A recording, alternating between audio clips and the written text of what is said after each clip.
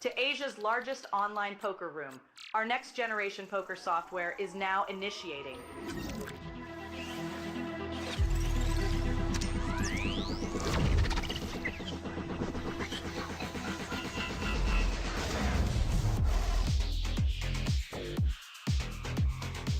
Elevate your online experience with a wide variety of poker variations to choose from. Get fully immersed with fun and social features.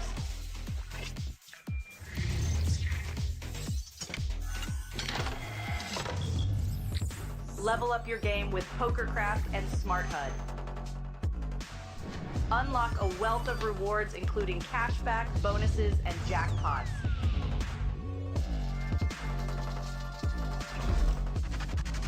Join world-class poker tournaments featuring some of the world's most renowned brands and the largest guaranteed prize pools in the world. Experience the best in customer service and hassle-free transactions for a seamless online gaming experience. With online poker available on all your devices, you'll be able to play your favorite games anytime, anywhere.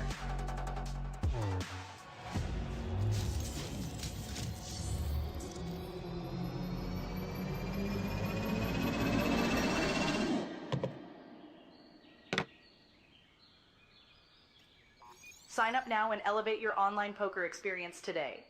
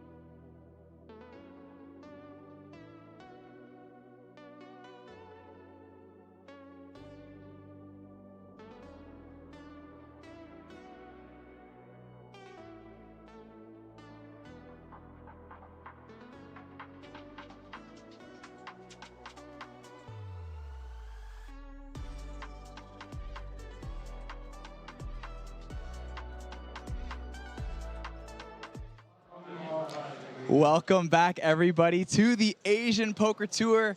It is 20 years of the APT here in 2026, and we're starting off with one of the most beautiful islands that we stop at for our series is APT Jeju Classic 2026. And this is the day we have been waiting for all series long. We are finally starting our main event coverage, and we are starting here on day 2. Not in the money yet. No, we've still got to play another full day of poker to get down to the money. And we're going to take a little walk around the venue to show you just how massive this main event truly is. We are currently in one of the corners of Les Arts Casino here at the APT Jeju Classic. And you can see everyone is currently unbagging their chips. Some familiar faces. I'm just saying, this guy's been on a banner. Previous main event champion. There's some people at the table who look like they didn't know that. They look a little freaked out now. But Renee, you're looking a little short. Do you think, is there a chance? Can you do it again? The time I won, I also had this kind of stake, so everything's possible. Everything's possible. There you go. You heard it. Anyways, we got a big room. We're going to keep going. Good luck, buddy. Let's keep taking a walk around the room here, looking for some familiar faces. I don't see her sitting yet. I know Kitty Kuo is going to be at that table, so keep an eye out. She might just be around here. But as you can see, we have over 70 tables of main event entrants around this venue right now, all hoping to secure their main event win.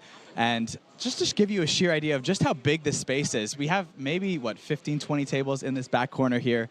And I'll just, follow me. We're going to go this way. We're going to take a look at the registration desk. Hey, good luck. Cut through the traffic, busy spot here. This is where everybody is typically registering for their tournament. Our wonderful registration staff and payout staff, they get things done precisely, efficiently. Look at that smile. Oh, love to see it.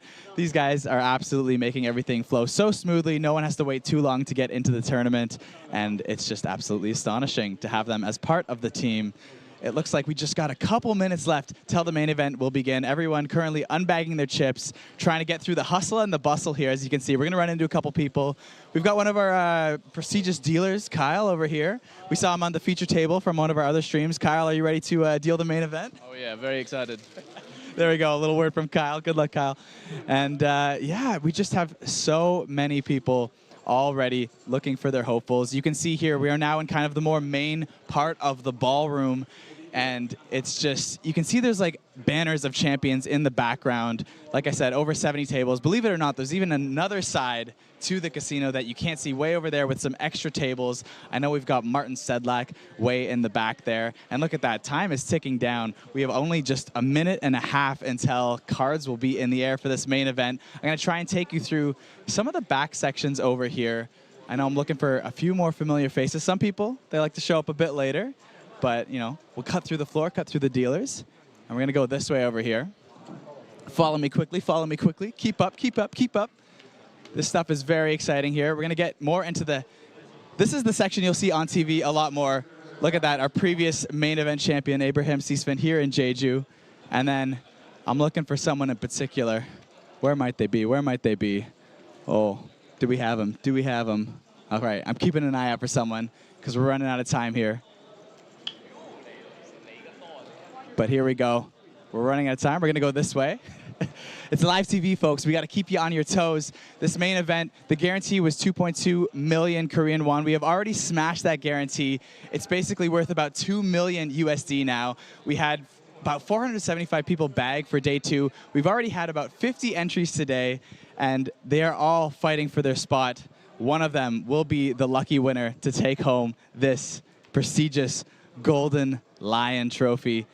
It's absolutely astonishing. It's going to come with a massive prize pool. There's late reg is still open for about another hour or so. So we're going to have to wait to find out who can take it down. But until then, Tyler, why don't you take it away for everybody in the room? All right. Good morning, everyone in the card room. It is the start of day 2. Blinds are starting off at 700, 1400. Tournament dealers, please shuffle up and deal. Good luck.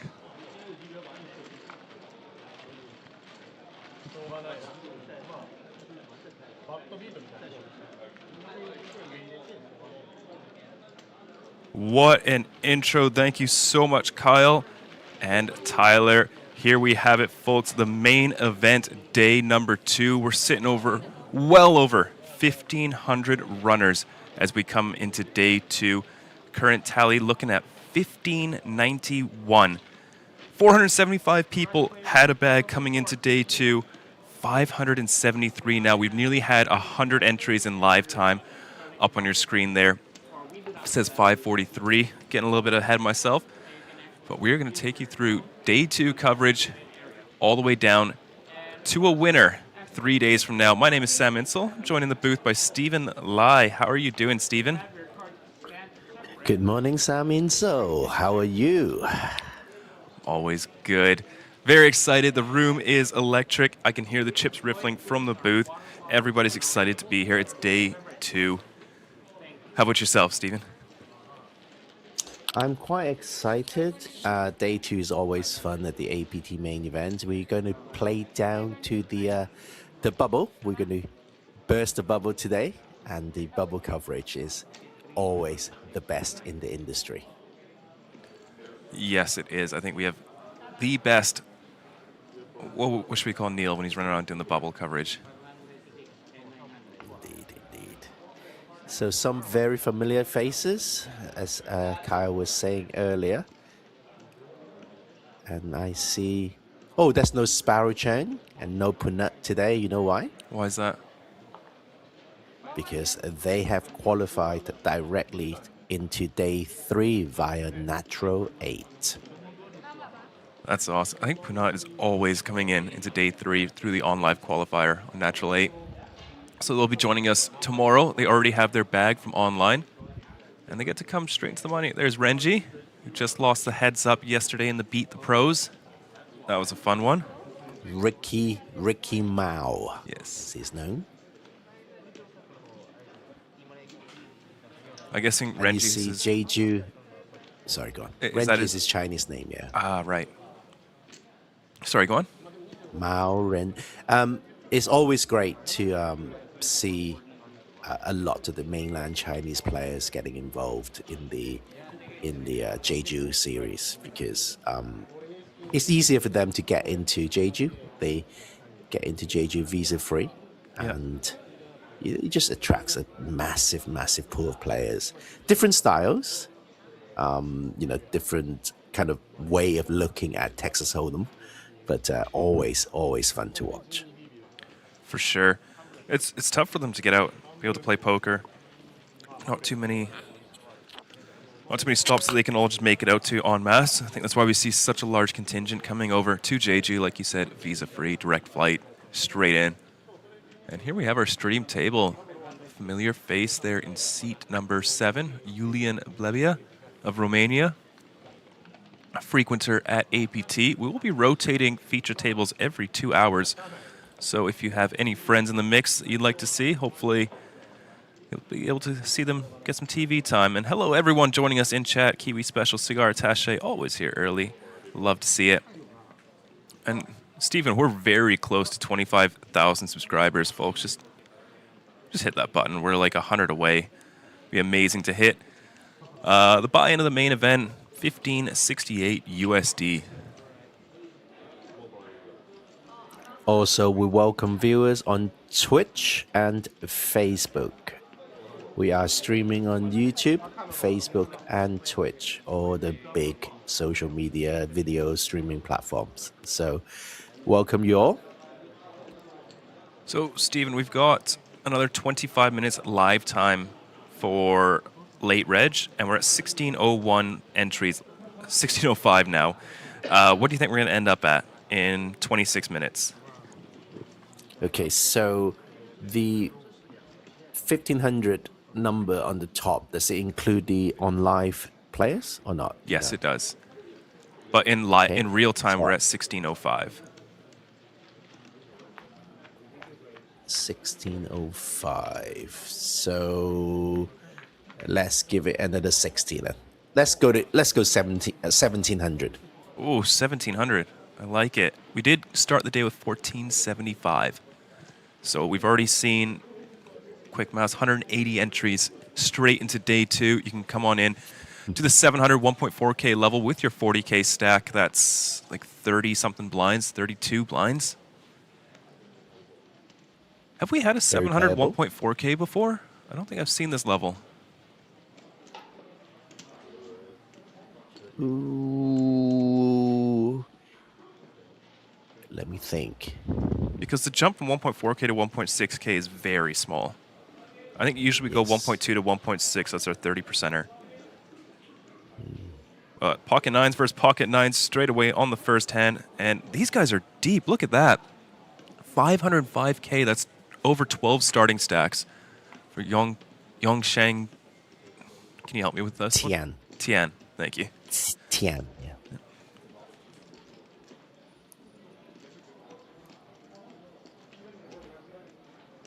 Well, that's why he's the chip leader at the main event, I think. With 505? Yeah, no? Let's take a look. That just sounds like a pair of jeans, isn't it? 505. Or is it 501? I think there are Yeah, a Levi bunch of something like that, yeah. 505. Yeah, Tian is the chip leader. Yes, yes, you're right. 505 is an Arctic Monkey song. It is true. Wow. Can't believe I'm talking about music with you, Sam Insole. Usually it's a speciality of Kyles. Yeah, I don't really like music myself. But 9s will be c-betting. Decent board.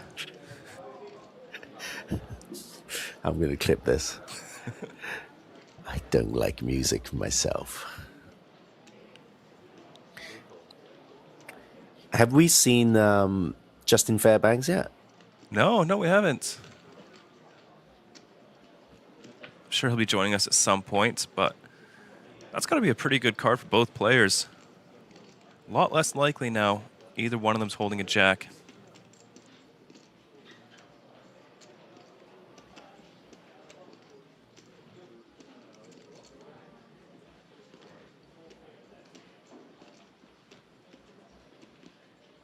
Oh, I thought we were going to see like a small, one of those turn blocker bets in position, but no, Yongkyang Tian sizing up.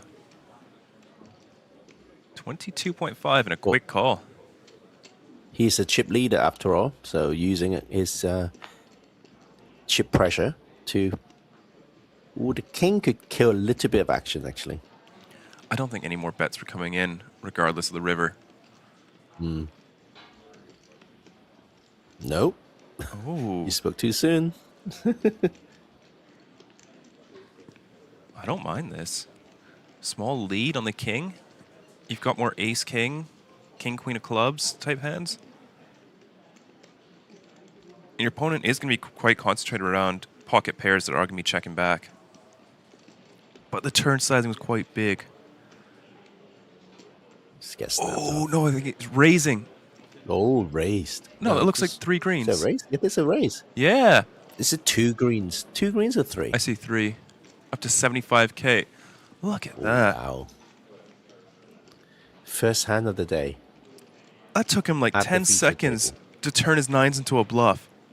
And gets the same hand to fold. What a first hand. Yongkyang Tian coming in as our chip leader. Now up to 575,000 after that hand. Well, we got that river all wrong, didn't we, Stephen? Take a drink. Take a drink. A sip of coffee, of course. I have mine here. Wow, Tian has got so many chips that this play can't even show how many big blinds he has, you know? It's too many. Computer does not compute.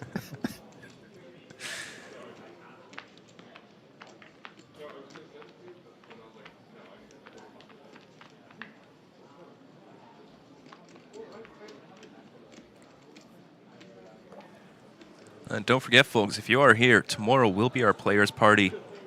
And I think Jeju is my favorite one at the bowling alley. You can bowl, you can play some pool, or you could get beat by me in shuffleboard. Wow. Up to you. I'm going to book my flight tonight just for that. It's the reason Abraham didn't show up to this series. I didn't want to lose to Just worried about you. my shuffleboard, yeah. Swept him last time. Coward.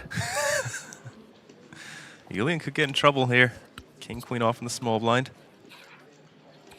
Not unreasonable flat. Not unreasonable re-raise either. He's gonna call, doesn't want to see a queen out there.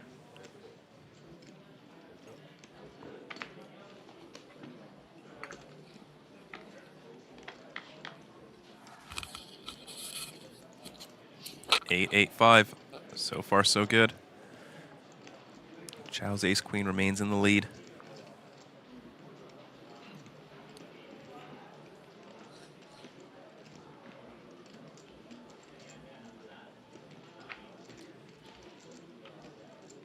Check, check to the 3 of clubs. Stephen, Rachel's in chat asking, how Canadian am I? Well, I've never played before, and then I swept everyone, so if it's a Canadian game, I must be very Canadian. Genetically programmed to play that stupid game, yeah. Yes.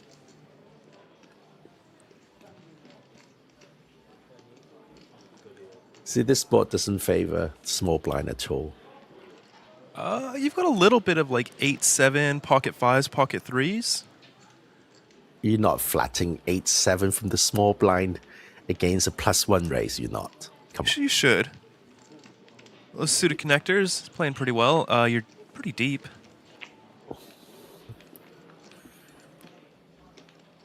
Hope he follows through on this river. Well, he kind of has to. Yeah. King high is not showing down here. No.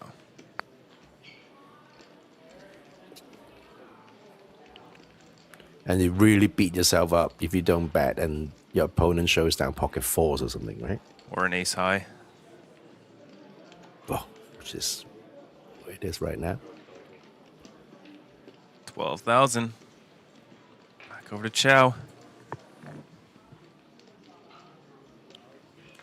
It makes no sense to Chow.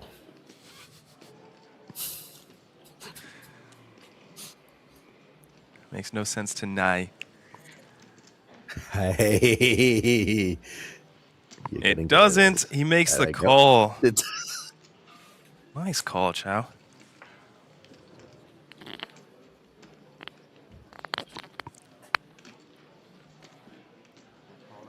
Well, people came to play. I've seen 2 big bluffs. Maybe like a medium bluff and a big bluff. First 2 hands of play. Okay, the display is now showing 410 big blinds. My goodness. Bloody hell. There are chip leaders and there is Tian with over 400 big blinds in the main event day 2. Yeah, so very small increase to the next level. It's just going to be up to 800, 1.6K after this.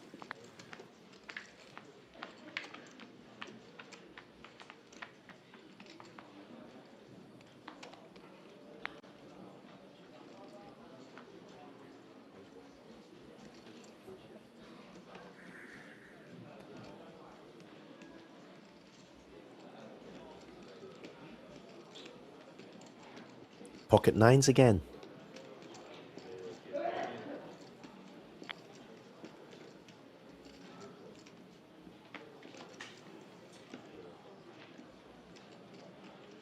Hey. Pocket kings from the small blind. Our friend from Japan, Kitajima,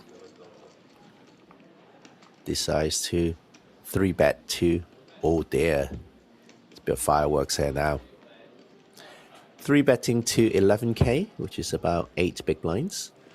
How deep is Xian? Like 30? It's not unreasonable to cold 4-bet. But I think main play, fold. Very good timing for it.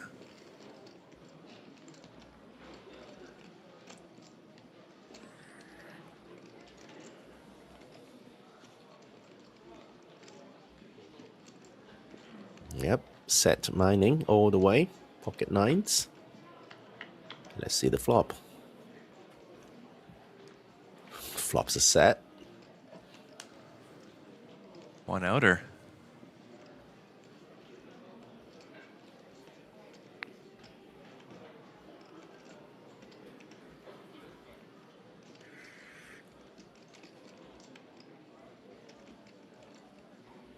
kind of have to see bet here.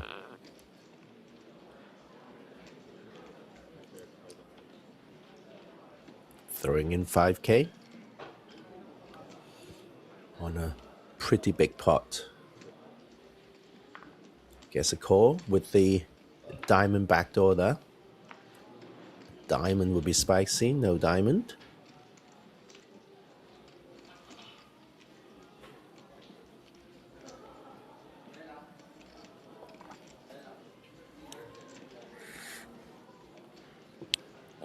Kitajima should be quite happy with this run out.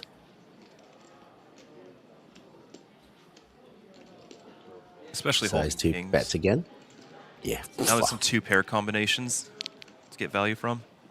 Some pair paying, plus as yeah. well, like 7-6.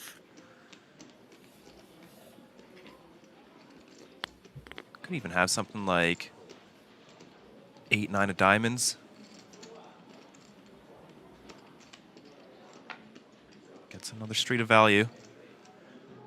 Another diamond. Gotta go for a block on this river with the kings.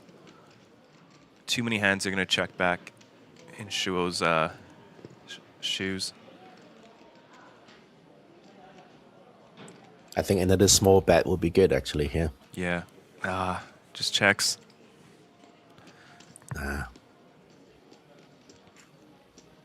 Is Lee going to turn his pocket nines into bluffs? Into a bluff? It's a pretty decent candidate to do so. No. Nope, checks right back.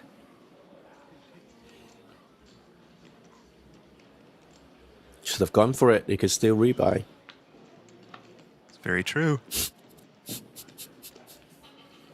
I know that's it's quite a few people's strategy going into day 2. They've got, 20, 30K in their stack. They just want to gamble it up and rebuy. Go big, or rebuy or die, right? Rebuy or die. As the Instagram handle of Dylan Foster will say, rebuy or die. One time I saw him in Taipei in a 7-Eleven, and then Dylan would say, "Oh, go on, go rebuy," and I say, "No, I choose death."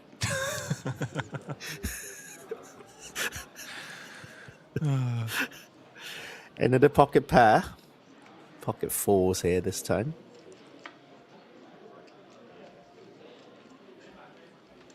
Wow, Bloody another hell. one. I gotta say, in these early stages, we rarely see 3-bet bluffs.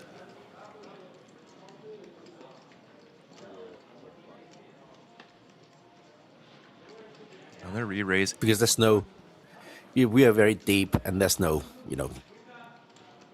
the rebuy is still open. I think that's the key. Mm-hmm. You can't put that much pressure on people with the crazy 3-bets. Yeah. You get flat here. Yeah, super reasonable this deep. All in Cool. for 100 bigs? Yiming Lee just rips 100 bigs into Hayato's face. Rebuy or die. Oh, what do you do with jacks now? It feels to like go a for it. flip. Sometimes you you're up gotta go against for it. queens, but I would not expect 10s to rip this. It's the thing. Such a quick shove. He doesn't have 10s, he has 4s. I know. I wouldn't expect this, though. I think he's folding. It's so many blinds. It comes from under the gun, snap jammed 100. I think I'm folding this.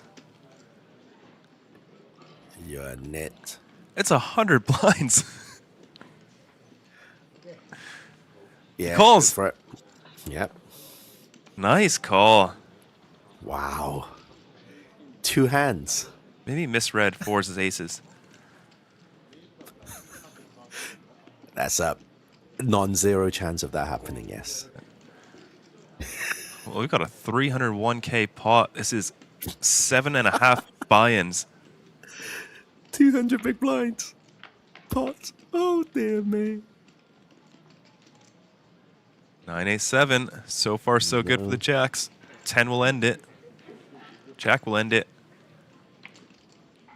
King of Hearts. Accelerating the ending. Close. Two-side, but no good for Yiming Lee. Will now be down to 90,000. Still over 2 starting stacks.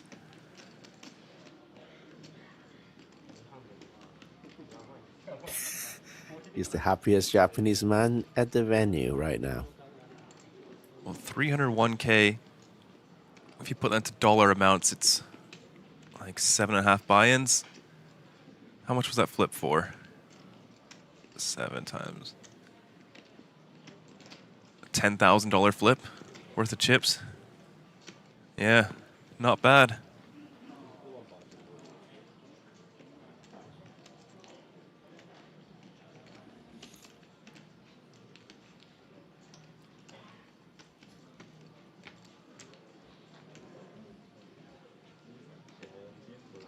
He's making sure he's getting fully paid.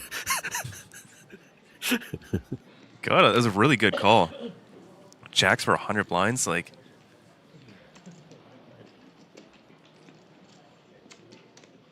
I know I'm folding there. Especially in a main event.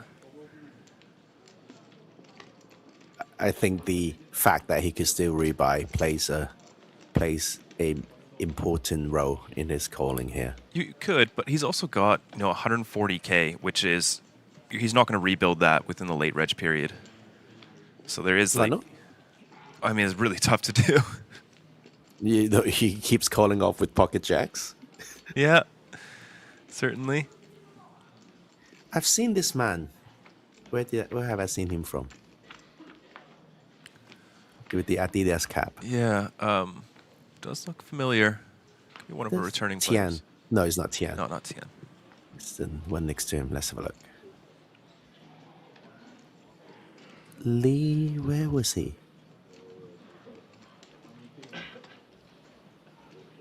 He's a Would you ever wear? Yo, sorry, go on. He's a long-time player, like over 600,000 on his hand and mob. Best live cash 450,000. He did play When's in the that? APT in 2024 at Fukuoka, Okay. as well as the Jeju in September. He must have been one. He must have been on one of the streaming tables because he looks so familiar to me. He cashed the main, 112th. Last time he was here in Jeju. I'm sorry. Go back to what were you saying? Would you ever wear a Adidas baseball cap and a Nike tracksuit top? Yeah, double dip. Get a little sponsor money for Yeah, both. did you do that? Yeah, okay. Yeah. Yeah, I thought so. I'm not really one to affiliate with be that loyal to a brand that I won't mix. Why is that a fashion faux pas? Well, I wouldn't know anything about fashion. You're pretty fashionable. You wear scarves. Just because I'm cold. Well, pocket pairs really making their appearance. We're hand number 6. We've seen like 10 or so. This time, pocket queens in the hands of Yuli and Blebia.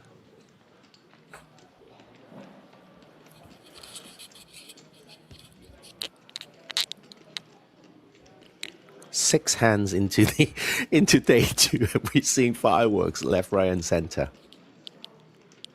Let's see if we get him again. We could see like a Queen Jack 7, 2 clubs board.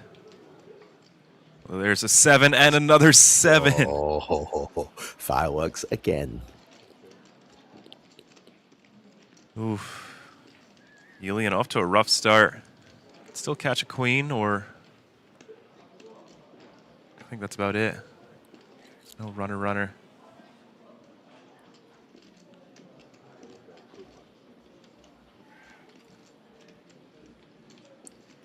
Good candidate to re-raise, especially with the clubs. Not blocking any backdoor flush draws. Top kicker. He's just going to call, though.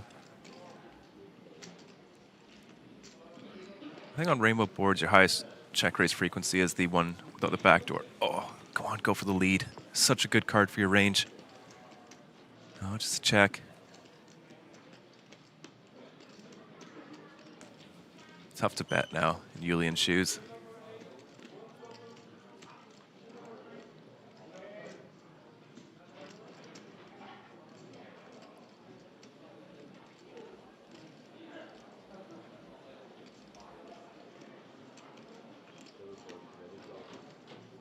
It's 11,000. difficult doesn't mean he can't. Is he gonna get the bad news now, or what is Young Kian gonna decide?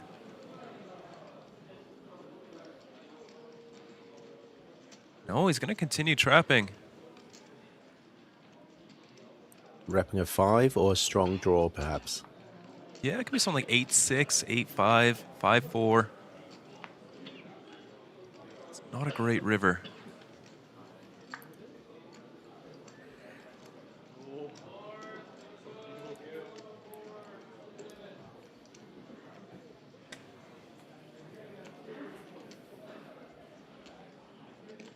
He might have to lead here, actually. Yeah, I think he's got to.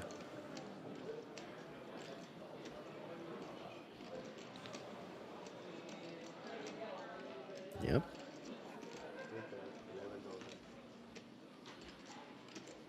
$11K. Pretty small bet. MDF says you've got to call it off. Yeah, you've really only got pocket fours, ace four, and those might not even bet turn. Actually, full rainbow, I think. Those make pretty good bluffs. Yeah, there's the call. He's going to get some bad news, but it could have been a lot worse.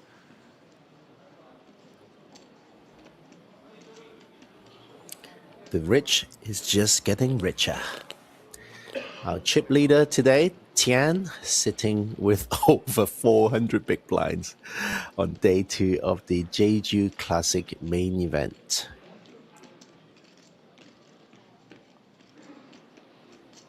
Of course, another notable player on the list is Kitajima, who started the day with just over a starting stack, and now he's sitting with over 200 big blinds.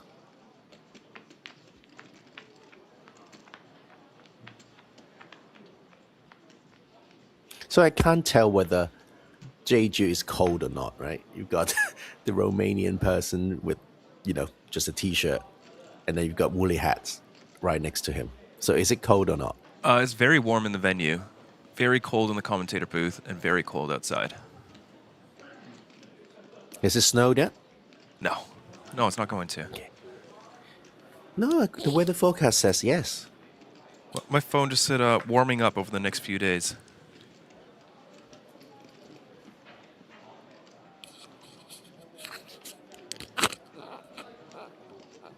Saturday, 2 degrees. Sunday, 0 degrees. What phone are you using? I don't know. Okay, fair enough.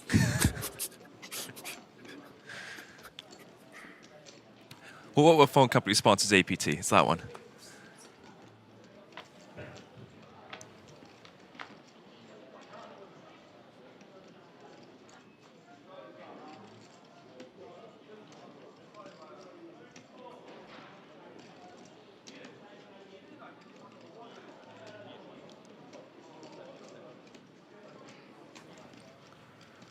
Gee, it's going to flop past on the 10-8-6. Very connected board, weak top pair.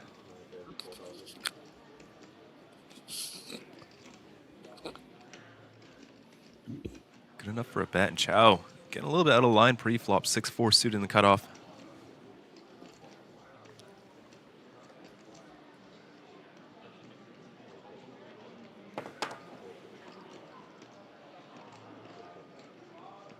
Let's see another one. Well, that is trips for Jian.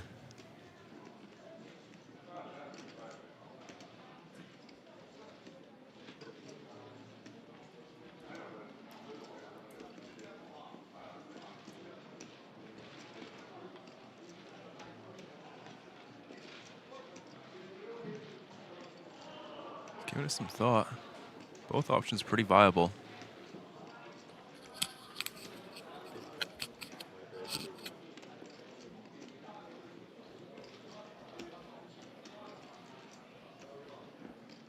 $6.5 is the bet.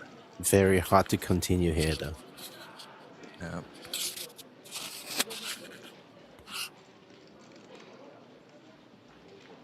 Yeah. Nice fold, Chow. Seen a lot I've of been very strong tasked. hands, eh? Sorry, go. Yeah. Yeah, 7 hands in. Yep. What have you been tasked with? Okay. I've been tasked to ask you a question. Okay. Ask Bluffalo Sam if he knows what Crokinole? Do you know what Crokinole is?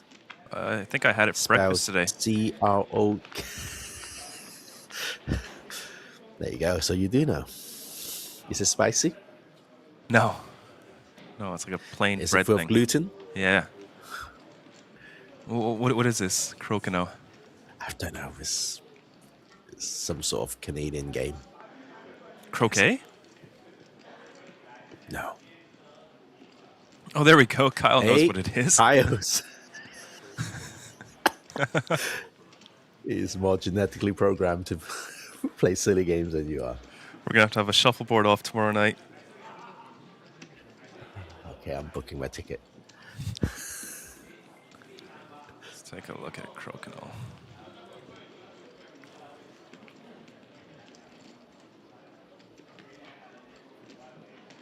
Combining elements of curling and shuffleboard. Hello.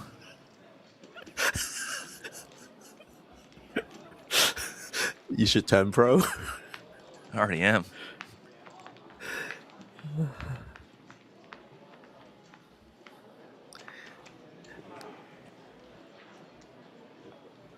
Try to flick discs into the center. That sounds kind of rude somehow.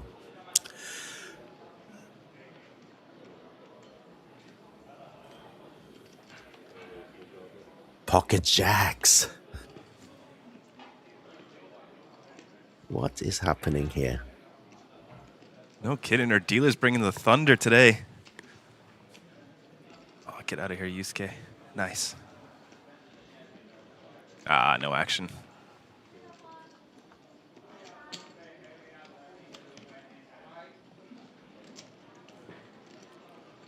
Sure, not as lucky with the jacks as Hayato.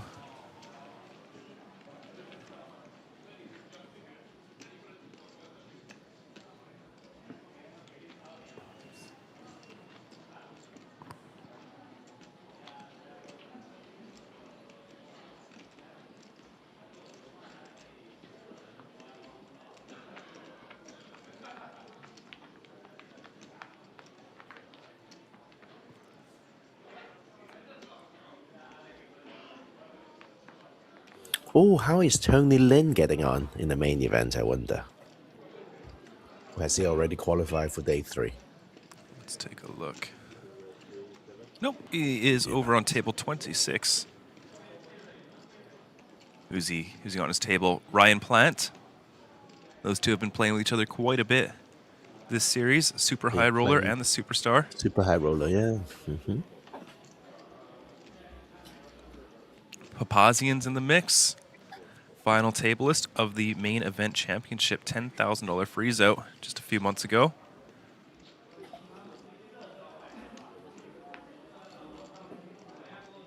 Fan Chi Wei was just on our stream last night.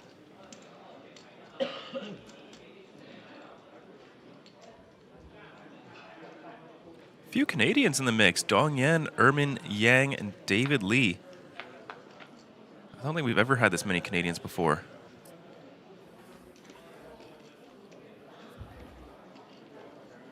But what a flop for Shugai Yusuke. 10-9 suited.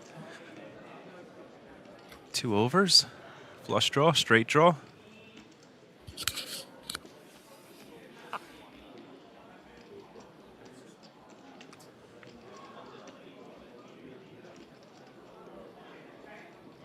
This is not the same Yusuke as the one we covered before, I don't think. No. Or is it? Oh, it is. Oh, from is last it the time, you same? mean? No. From previous times. I don't remember which time. No. But that was another Yusuke that was... Yeah. There was. I think he's younger. The one that we covered before.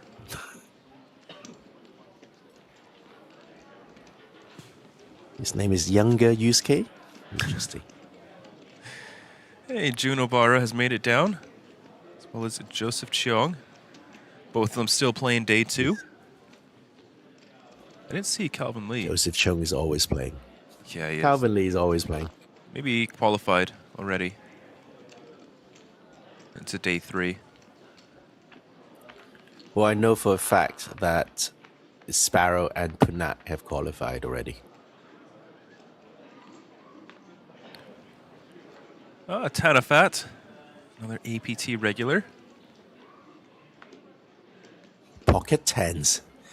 Right, this dealer, we need to do a background check on him. Let's just keep him on. No more breaks. We'll be done, like the main event will be done today. Yeah, no kidding. So you can see there, 22 minutes, 52 seconds until late registration will be over.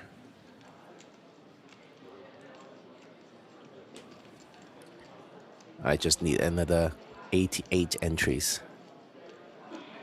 to get to my prediction. We shall see. Well, he's coming in for the ride. Jack 8 suited.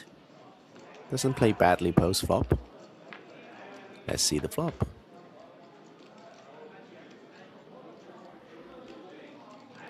Two clubs. Of course, there will be 2 clubs. Backdoor flush draw for Julian as Background well. check on this dealer, please. Tian, of course, is going to bet because he's been betting all day.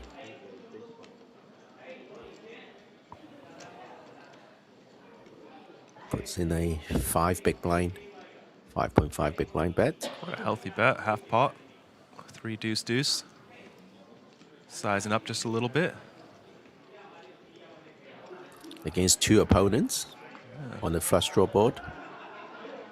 I like it, especially with this hand choice.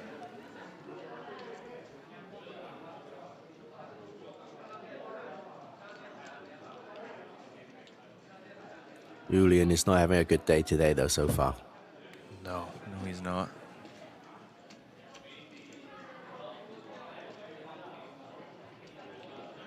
We're going to see a call from Xian. His pot's already up to 25,000. He's only got 37 behind. Oh, no. He's going to hit a pair on the turn. Tian might just rip it. You know, 1.5 SPR. You could put a lot of like pocket 7s in a really rough spot.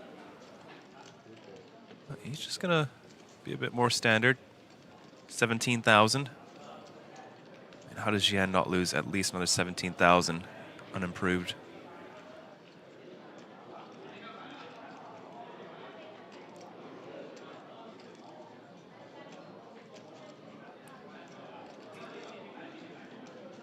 He's thinking about jamming, actually, I think. Could be. Getting very good against ace king of clubs. Jammed, snap call, and Yongqiang Tian could be up to 650,000 if he can manage to hold. That is a ridiculous number. That's like a day 4 stack, isn't it? No, not day 4, and he does hold. He's going to send Jianting Kai to the rail. Still has time to rebuy, but Yongqiang Tian up another 4 starting stacks in 11 hands to kick us off day 2. What an incredible run. No, I've seen 650k stacks on day 4. Okay, yeah. Yeah, it's not like a good stack, but No. it's a day 4 stack.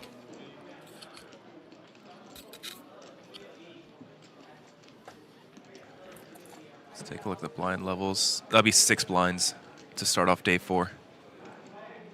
Yeah. I think in Manila, the Manila Classic, I think Dylan Foster got to day 4 with something like that. And then made it all the way to the final table, I think. Yes, he did. 3rd place. Mm. That was a tough one. He had, I think, Samuel Muller. Mm.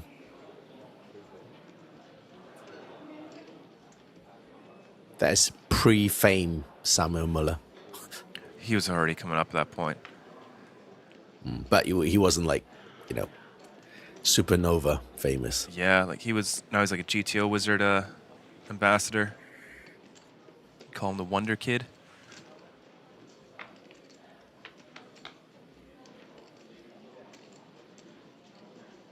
Yeah, Ivan Gavorov And taking out 8-6. first. Samuel Muller in 2nd and Dylan Foster 3rd place in the main event. We're getting spoiled for flops here in the booth. Stephen. Chow's going to lead right out in the Yeah. 10-6. I haven't even got a chance to talk about other things because the poker is so exciting.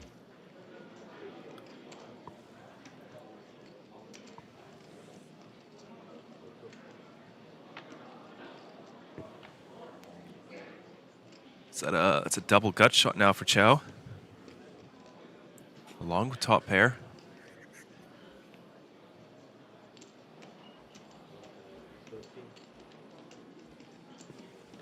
He's not done betting. 13K will take it down. But Stephen, Rachel says you have played Crokinole. So I've been told. You don't remember? I'm sure I played something. Is that what you do when you go out drinking? You find a Crokinole hall? Yeah, I go onto Google Maps and search.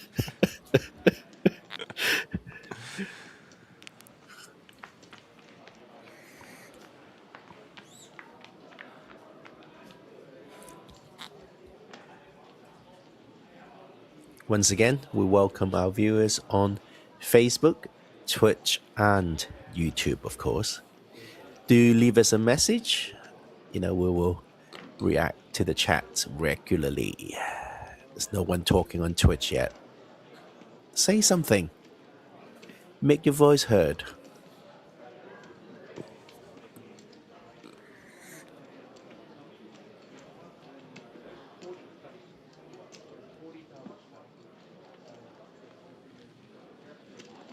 Wow, that was an uneventful hand for a change.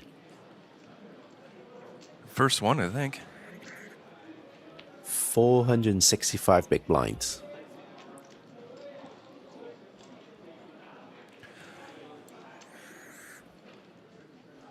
You might need to get the biscuits out. Because just these stacks are so big. Yeah, right? We still have... I guess he's the only player at the table with the greens. I mean, one think biscuit is a that's stack, though. So... Yeah, true.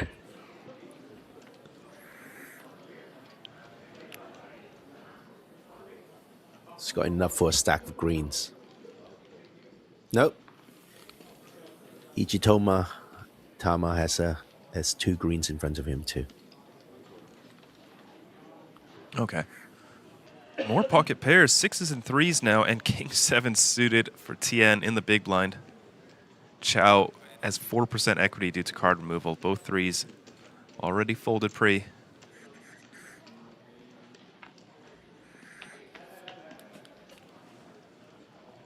Off to a flop. King 5 deuce. Yong Yang Tian. And he hits.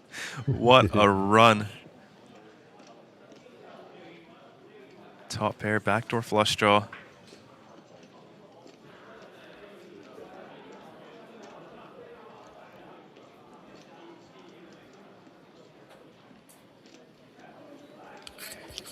Sam, may I? Oh, well, let's finish his hand first. I don't think much will happen here, though. I don't know. We're going to see a call. We could see like a 4 of clubs on the turn. Or the threes will walk away, first of all.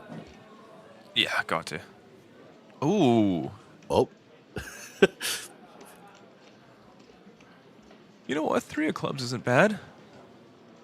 See some backdoor flush draw, backdoor straight draw. It's cheap. You're in position. I mean, Chow likes to get involved, right? We saw him flat the 6-4 suited pre. sure. 4 of clubs. Deuce of hearts. Backdoor flush draw for Yong Kiang Tian, though. He's already got top pair. Yeah, doesn't need it. Doesn't want to see a 6 of hearts.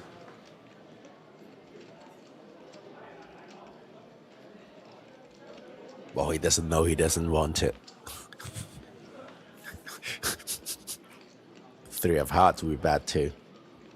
That doesn't exist. It's folded.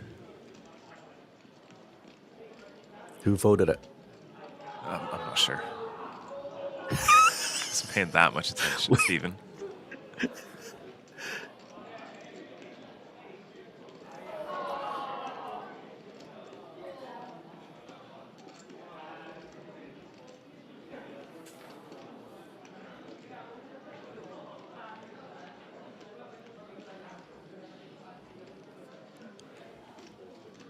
No more value to be had.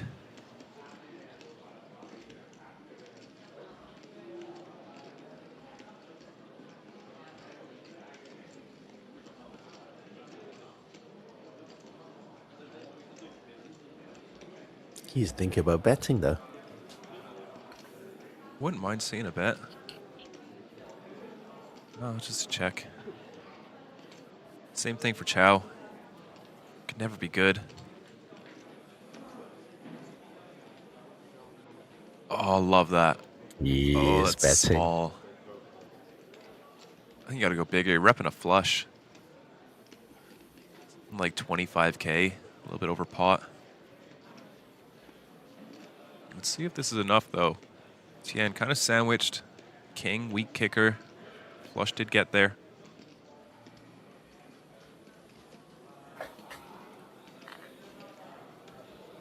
He's not giving up. Oh, it's too cheap. Yeah.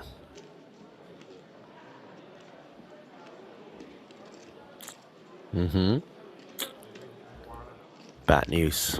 678,000 in front of this man. All right, Steve. I just had a... Yeah, I clicked on the APT.poker website and I see the main event entries. He's now at 1,708. That is incredible. And late reg is over. So, final tally 1,708 entries, generating a prize pool of 3.3 billion Korean won. Oh my goodness. Looking like just under 400,000. Well, with the APT Championship ticket, it's going to be over $400,000 for first place.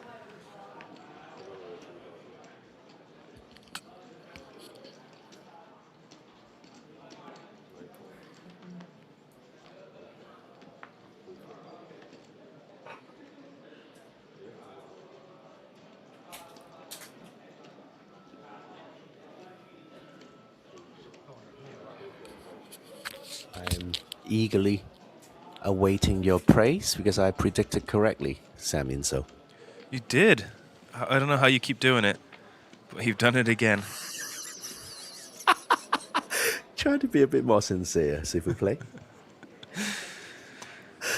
Just said you've done it again. Everything I said was a compliment. Well, at least you didn't say, oops, you did it again.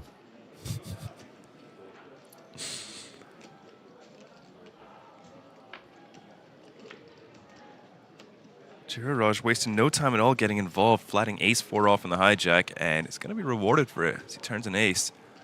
Yulian also turns a gut shot on this card. And that front door flush draw too.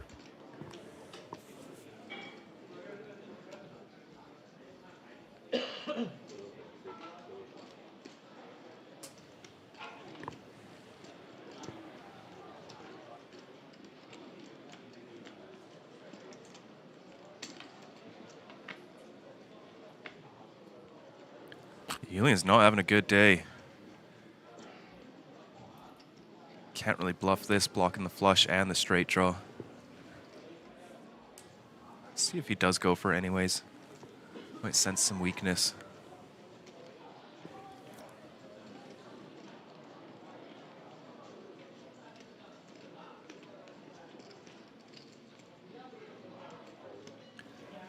There it is, all in. Jiraraj, very first hand on our feature table. Can he call it off? Oh, he spiked 2 pair.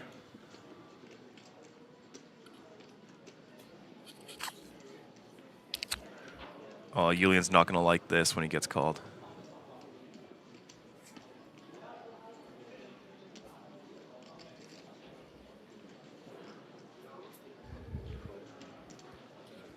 Yeah, that is it for Julian. Didn't win a single hand today. But he's got time to rebuy. Hopefully it goes a bit better for him. Oh, we can actually just check the live seating right now. He's on table 22, it looks like. So he didn't choose death. No. But I did hear from Tyler Wilsey, our tournament director, that all 72 tables that we have available are currently being used for the main event. We don't have enough tables. That is incredible.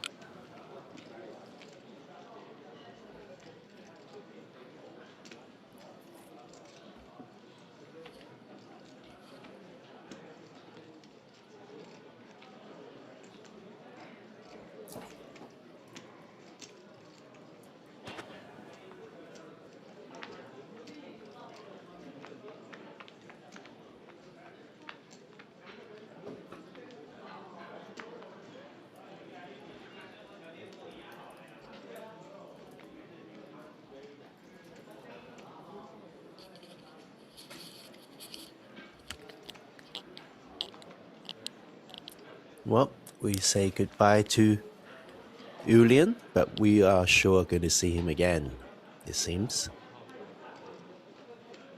I'm sure we will.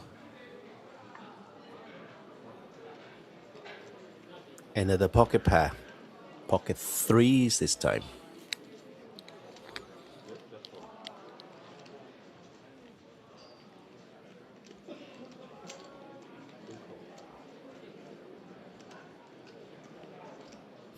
Calling Queen 8 suited from the cutoff. Yeah, Yiming likes to get involved. And it's just a limp pot, so. And there's a 3-bet from Tian, the chip leader. That is a huge ISO. It's like, what, 8 bigs over 2 limps? Put on the pressure. Gets it done. He's got the chips to do it. I feel like half of that is like an appropriate raise, like 6K, 6.5. Well, you are in the booth. He is sitting with almost 500 big blinds in the main event. So Incredible. I don't know what is appropriate here. Right? What is there? You know, who are we to judge?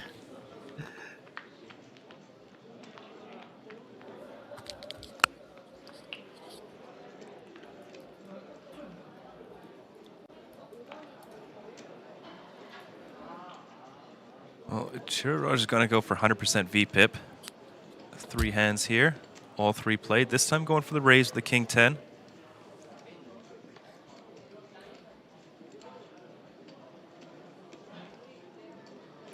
Lee is going to 3-bet here.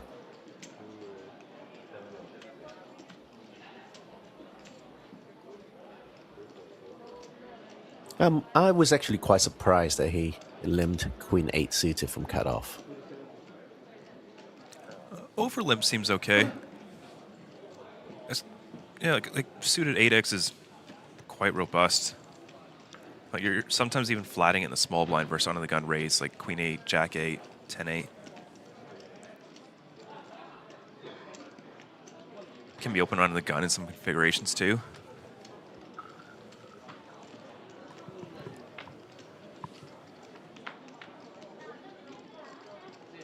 Here we go. He's going to call his 3-bet out of position, flop himself an open-ender. Yiming Lee flops top pair.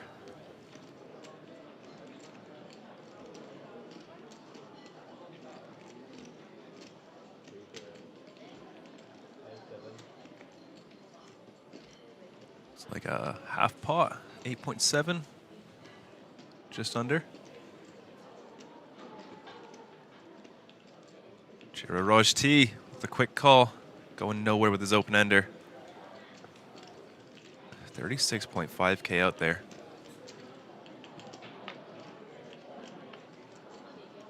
Ten of spades on the turn. Proving Jiraroj to a pair. Yiming Lee improves to a gut shot to the straight. Is that an ace? No, 5. 5 of spades on the river. Jiraroj, fire out the bluff. Bigger, bigger, bigger. All right, 25K. Not bad. No, 19K. Oh. A little small. Yeah, Yiming Lee just snaps it off.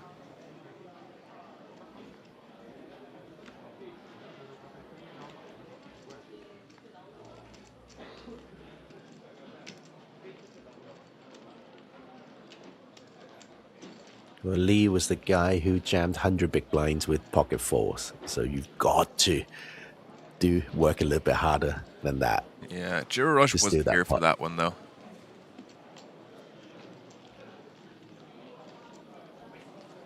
Oh, he wasn't he?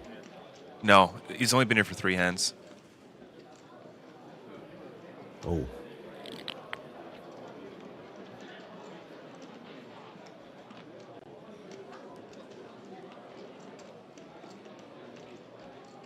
Yeah, 3 hands, he had the ace-4 off, pocket 3s, king 10-0.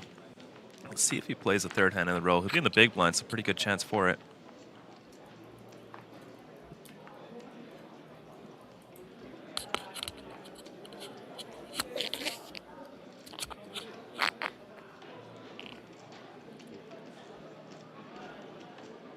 Did see a new player join our table, Yuhang Liu of Australia, coming in with a start and stack.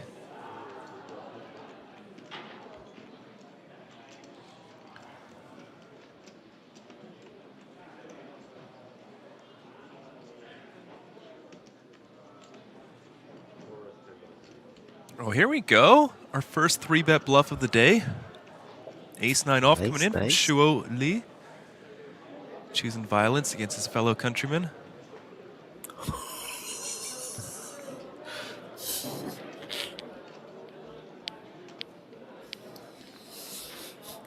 Tien, fire it back. Nah.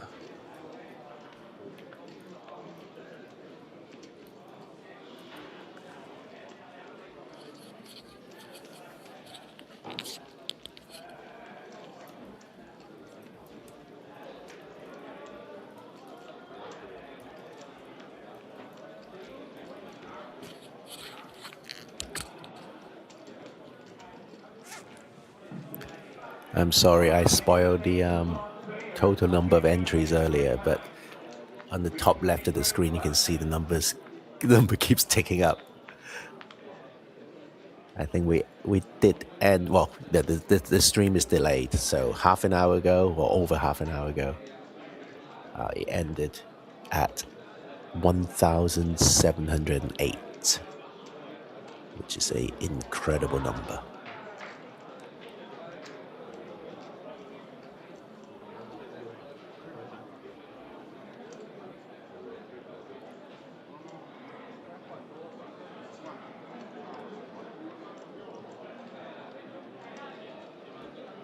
People are standing up. Seems like it's going to be the last hand before the break.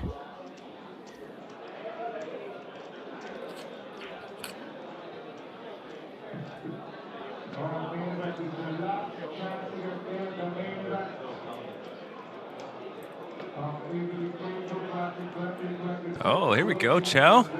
Coming in with a squeeze. Look at these trash hands. King 6-0, Ace 6-0. Getting out of here.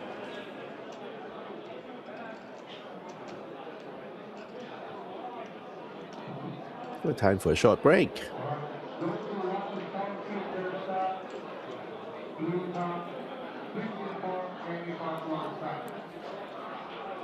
Big Blind has chosen violence against his fellow human being on Earth. Did you say all in?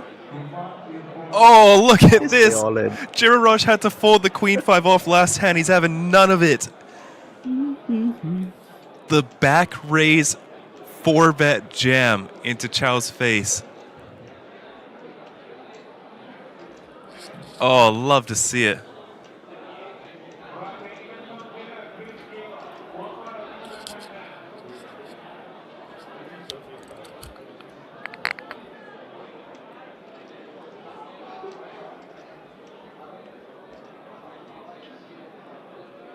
I think you got to call this off. Queen 10, this price. Yep, here we go.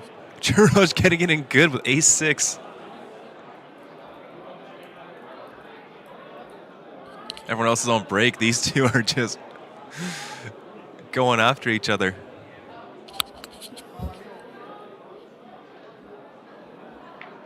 Six to 4. It's not too bad, is it? Not at all. Much better Yeah. now. 5 will end it. Club would be bad for Chow. 5 will end it. 5 will end it. I suppose 6 for a chop now. Jeju coming in has doubled up twice in his 5 hands here. It's going to be leaving us with just under 2 starting stacks. We're going to head to the break. It's the final 15 minutes for players to re-enter before they come back. And from there, we'll play down to the money. Going to be roughly, Wow, what, 200 that or so. has been an incredible first session of the day. You see Tian bossing the table, now sitting with almost 500 big blinds. Kitajima made 2 big hands, doubled up twice to get to where he is now. But now we're going to take a short break. Players who have busted or who have not yet entered this main event could still get a chance to enter. We'll come back shortly for the second session of the main event day 2. Stay tuned.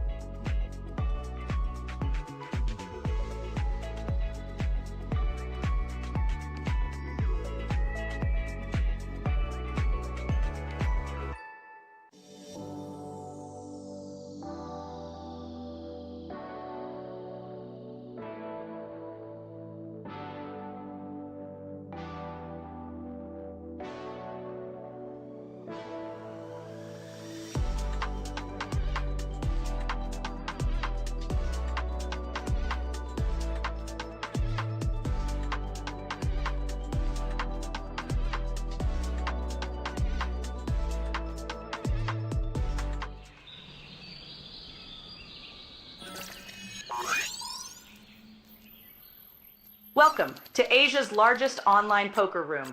Our next generation poker software is now initiating.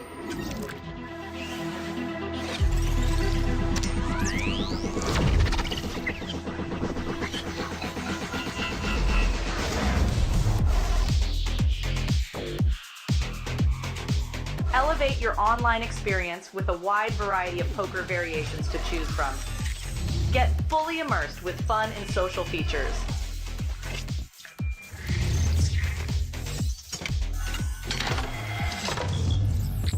Level up your game with PokerCraft and Smart HUD.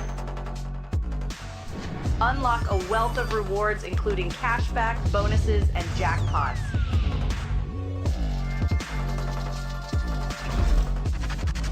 Join world-class poker tournaments featuring some of the world's most renowned brands and the largest guaranteed prize pools in the world. Experience the best in customer service and hassle-free transactions for a seamless online gaming experience. With online poker available on all your devices, you'll be able to play your favorite games anytime, anywhere.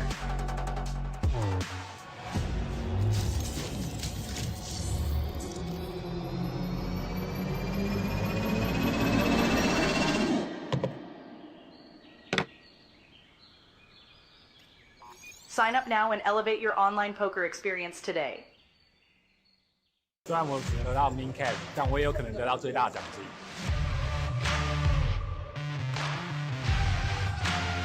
现金3250万，我来了。Yeah, I think I will get at least top 3. We're going to win this one. Okay, this is it. This is it. 有东西啦，有东西啦！加油，加油5个0。Yeah, it's nice to be able to like not run super deep in the tournament, but still pull a very big prize. 还有吗？17，170万。再来个空，再来个0。16，600万。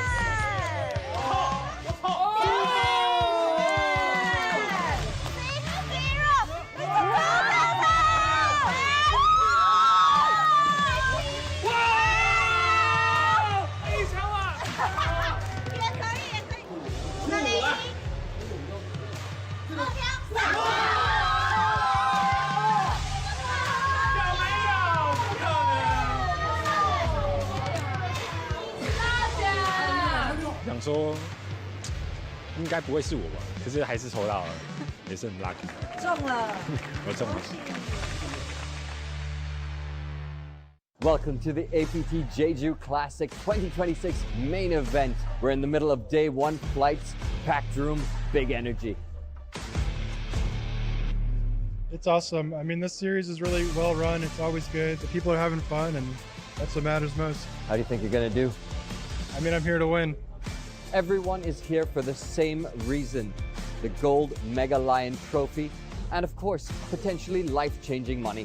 The prizes are getting bigger and bigger, so it's really great to come here to play. It's always everything for every player, you know. It's a dream to win any tournament, small ones or big ones. Winning like a big field tournament always feels the best. This field is a proper main event mix. We've got past champions, we've got first-timers, we've got pros, we've got other elites, and of course, a huge turnout from the Chinese contingent. You have different style of playing and you must to adapt yourself. You need to think differently. So adaptation is like the key word. And if you're feeling FOMO, which you should be, don't worry, you can still jump into day 1C or 1D. And if you're a max late reg fan, registration is open till the start of day 2. And if life-changing money, Lion trophies, and eternal glory is not enough for you, we've got a little sweetener. The top 3 finishers from this event will get a ticket to the APT Championship 2026 $5 million guarantee main event happening at the end of this year. We will be covering the action all the way here to the final table. So stay tuned to the live stream. The story has just begun. I want to say congratulations, you got a second place. Welcome to the APT Super High Roller. Now, we are very proud to say that we've made a habit of crushing guarantees here at the APT, and this time, no different. We have 3x the 500 million won guarantee, which means up top it is 400 million won to the winner, as well as the coveted Pewter Lion trophy. The field, as expected, has been shark-studded. Of course, in high rollers, just like Highlanders, there can only be one. Who's it gonna be?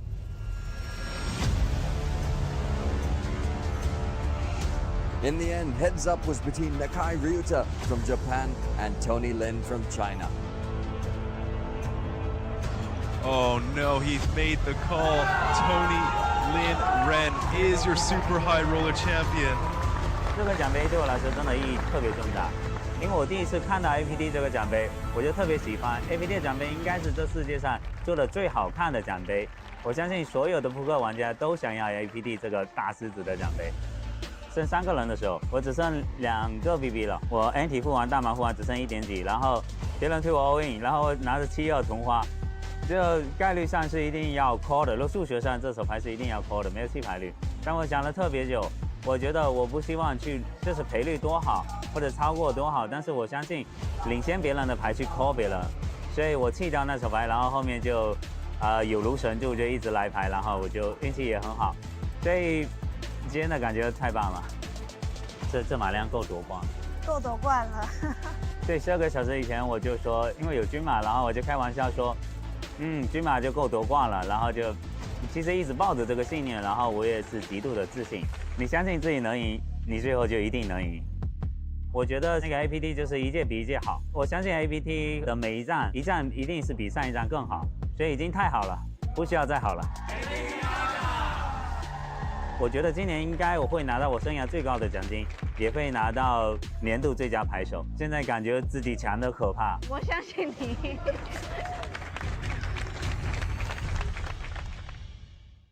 Welcome back to the Asian Poker Tour.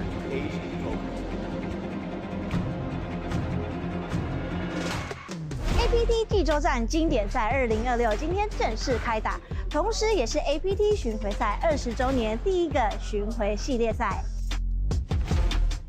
Happy 20th Happy 20th anniversary 祝福神ครบรอบ20ปี APT 周年快樂耶このシリーズには20年にわたりプレイヤーを引きつけてきたおなじみの人気イベントが全て揃っています。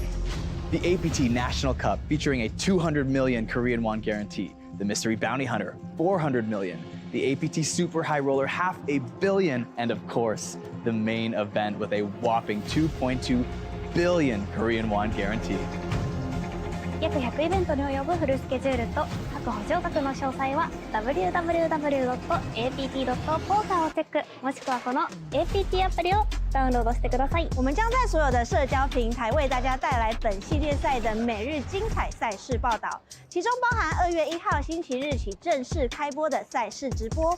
记得追踪我们，掌握 APT 济州经典赛2026的所有精彩扑克瞬间。The 200...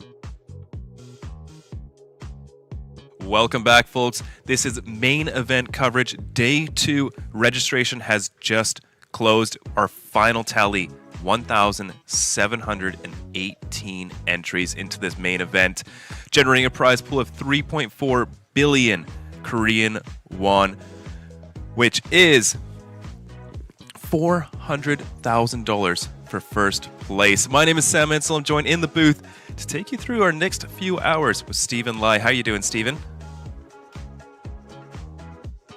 Wow, what a first session of the coverage.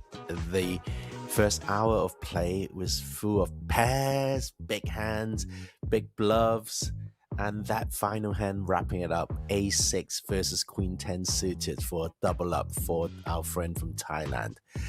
Coming up, we're going to have Tony Lin at the feature table, and I think eventually we're going to see Ulian again at the feature table. Yes. See how he gets on this time. I hope he manages to win a hand this time. It's a rough start for him. But we currently have 578 runners in real time. Only 255 of them will be going home with a min cash and a bag for day 3, where on live qualifiers will be joining us from Natural 8 to play down to day 4, which is going to be about final 3 tables. From there, they'll play down to the final table, and then we'll crown a winner on day 5. Once again, the total number of entries, 1,718. I'm not 100% sure, fact check on this, but I think it's a new record for a classic event. Must be. I know the prize pool was a little bit bigger last time we were here in Jeju, but that was a 1.7k buy-in when Abraham that wasn't Seisman a won it. classic event, right? No. Yeah, this is a classic event.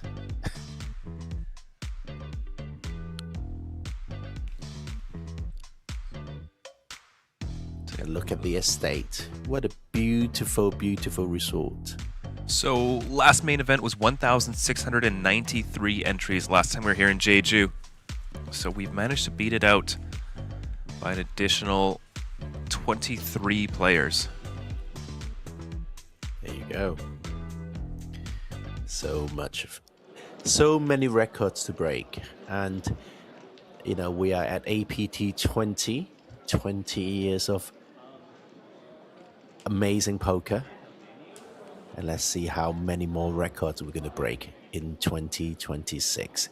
Seat number 1, we can see in a fancy leather jacket, that's Tony Lin, the star man of this series so far. He who has won the Super High Roller as well as the Superstar Challenge. What are the chances of him taking down the main event also? 50-50. You're good at maths. Can you imagine?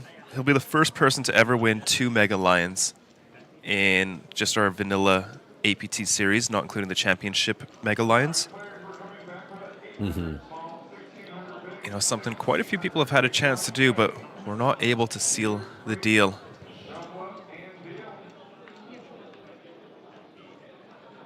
Here we go. We are now underway. I hope we have another action-packed distribution of cards. Once again, we were spoiled on the first hour of play. See if we can continue the rest of the day. Another notable player, of course, is Ryan Plant, who made the final table of the Super High Roller. A very fine player from Ireland. So he's actually from England, and then somebody just put his flag as Ireland once, and he thought it was lucky, so he never changed it. Yeah. The luck of the Irish, as they say.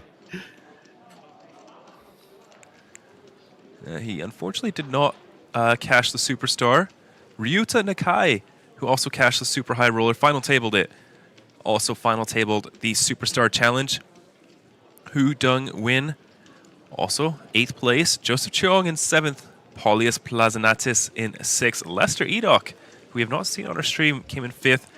Koa Ang was 4th place, so a lot of familiar names. And of course, Kwang Min Win, a Super High Roller champion, took down 2nd place, heads up. Well, here we go. Table. Yep. Small blind. Flush draw versus top pair. Cut off versus small blind. Cut off C bets with his flush draw. A semi bluff.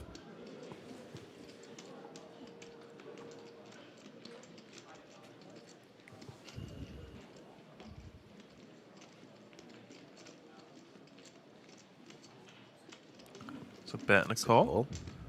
See this pot up to 18,000, only 50,000 behind, and flush straight away on the turn.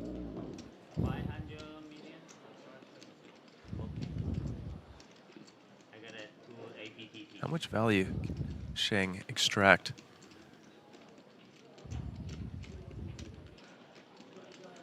Leo is thinking about whether you could donk this, but I don't think it's... Oh, okay. He is actually donking this. Okay, interesting. I don't think you have that many flushes in the small blind as opposed to the big blind. Certainly adding some spice. And it's almost like a blocking bet, isn't it? Yeah, So they're small. typically block bets when you're leading. It's going to face a raise straight away. Mm-hmm. Zen's decided to be honest here.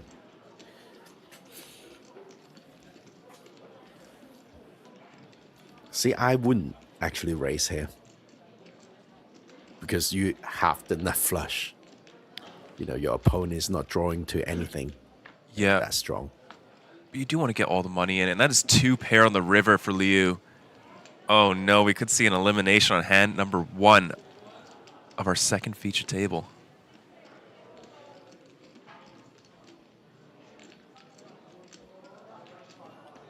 Yep. Boom, boom.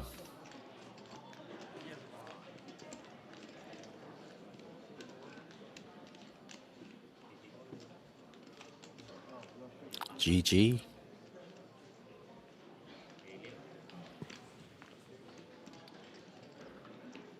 Yeah, that's rough.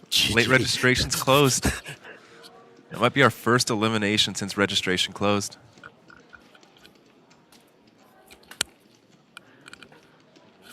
Well, GG Shang, there's a no limit 800K that he can jump into. Was 800K in real money. Like 500 US, 550. Okay, that's good. There's also high roller day 1 for 3.4K. Our women's high rollers today as well for a $1,000 buy-in. Starts at 230. There's a little fun TikTok boom as well at night, 10 p.m. $240. They are always fun. They're hilarious. Average stack on the final table is like 2. 2 big blinds. Yeah. Whoever draws the button is like, woohoo. Is essentially Thank you chip very leader. much. Yeah, it's better than having the big stack. Yeah.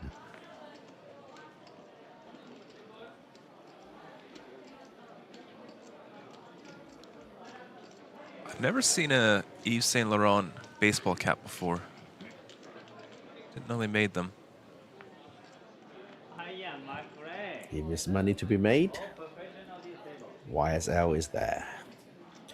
We are playing down to 255 players. But how many on live players will come back tomorrow? I forgot. Let me see. Let me just check. In the money would be 255. 15%. Yeah, but indeed. But we're not going to play down to that today, right? Because there are some already in the money. So that number is inclusive of the on-live qualifiers on the top left of your screen. So they'll be part of the field. Oh, I see. Okay. Yeah. Right. So we're going to play down to 255 today then. Yes. So here you go. Siga Attaché. Here's your answer, 255.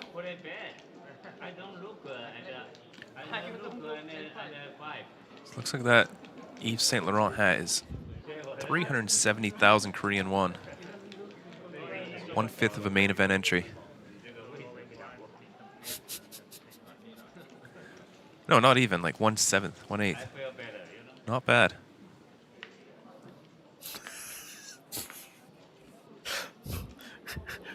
I don't know what. What do you mean by not bad? As in it's cheap, you think, or? No, Mr. Laurent only needs to sell 8 hats to buy into our main. Right. Well, Pocket Nine's making their 5th appearance today. This time in the hands of Tony.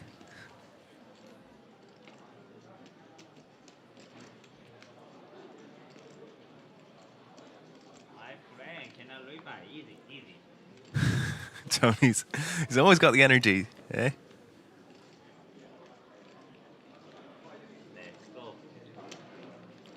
He gave a really good interview, actually. I saw it during the break. You know, he feels very ready to be Player of the Year this year. Nice. I'd like to hear that. It's gonna flop best on the Jack 8-4. 9 of spades could be just enough to fire out a little bit of protection bet. Mm-hmm. Seems to be so, 5K.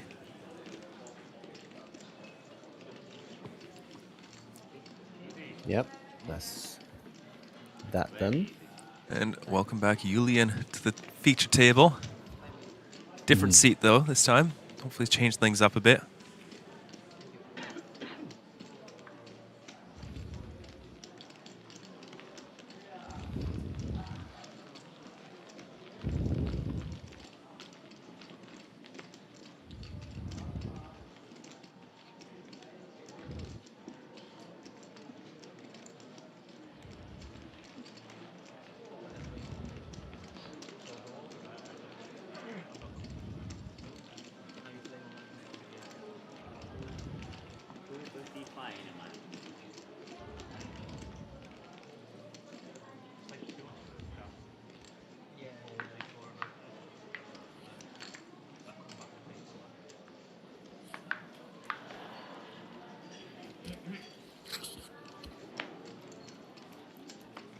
King Jack offsuit for Sheng.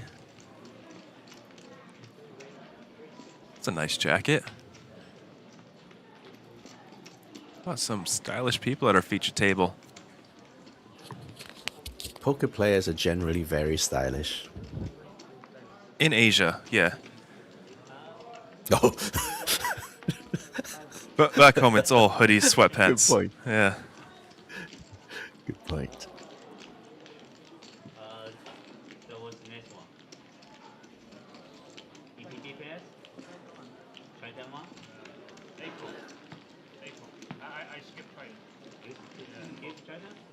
So thank you, Tyler, for a bit of a summary here. APT main event Jeju Classic 2026, 38 nationalities, 61 female unique players. That's about 7% of the total field. Age ranging from 19 to 65. And listen to this, there are 321 first-time APT players playing the main event. Wow. A lot of new faces. 321 APT virgins. That's fantastic. That's over a third of the field is brand new to the APT here in Jeju.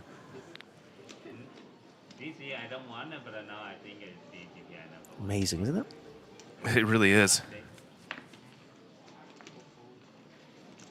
So unique players, 868.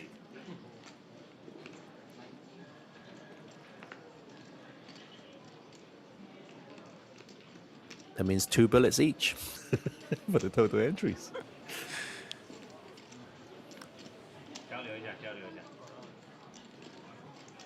Yeah, around there. Obviously, some people contributing a lot more, some people less.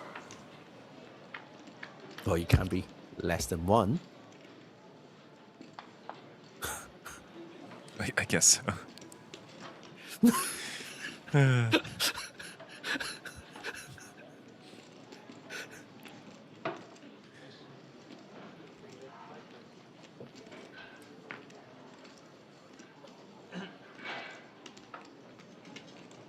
Facing a C-bet from +1. Wow. Ace high decides to peel. Hits a 4. That's how you become player of the year.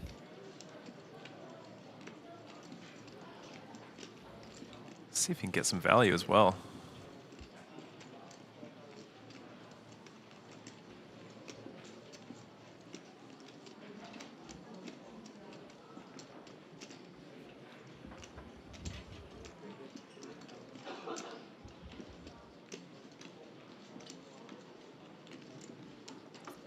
Doesn't make sense to Lin.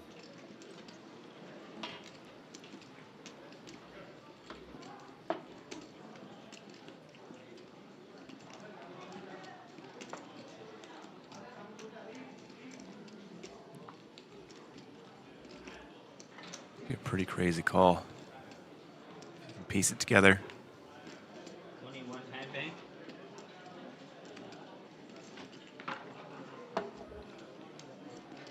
Gonna burn his last time bank. He's really thinking about it.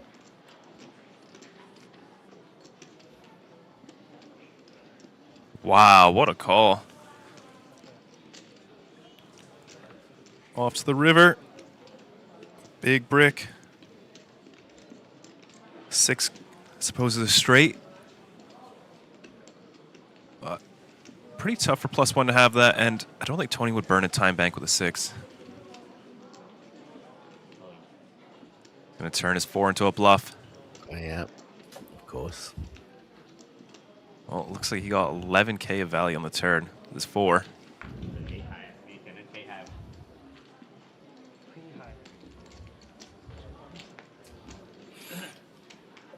So speaking about rebuy earlier, so pre-COVID, almost all of the tournaments in Asia were single entry, like were freeze outs. So all the main events were freeze out before, but the buy-ins were a bit bigger. So after COVID, rebuy was introduced for main events for all the different major tours, and it works out that it's the kind of the same value, if that makes sense, because people generally just have 2 bullets on average. Okay. It works out kind of the same as before. Yeah. So it's economics, right? Anyway, we're back to our predict and win.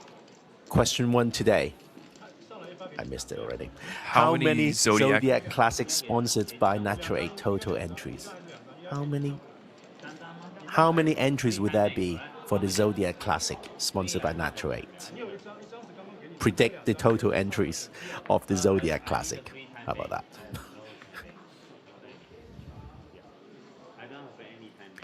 Answer on apt.poker. Get on the website, make a prediction, and you get free money. Predict correctly, you get $200 in APT credit.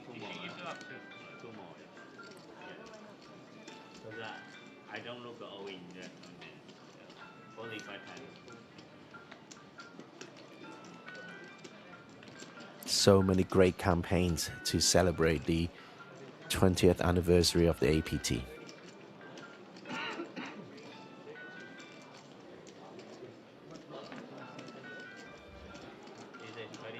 That's a race, 3.2k.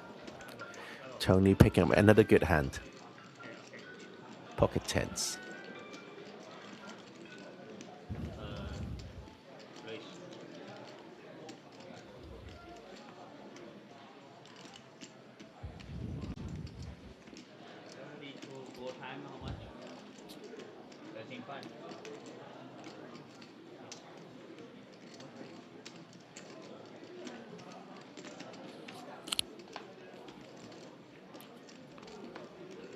Nice 3-bet there. Now we get a fold.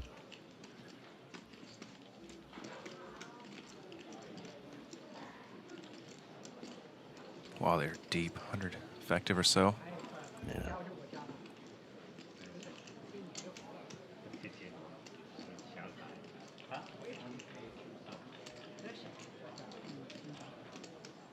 Tony Lin is always full of energy, always smiling. Such a great character in the game.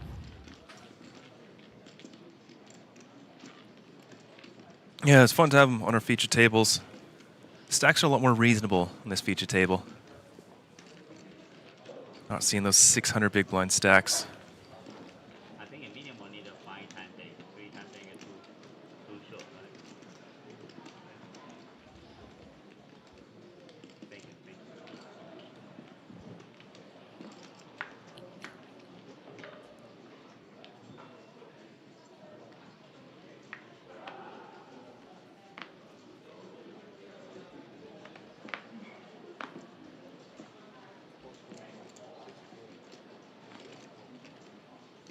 Ace Queen for Sheng.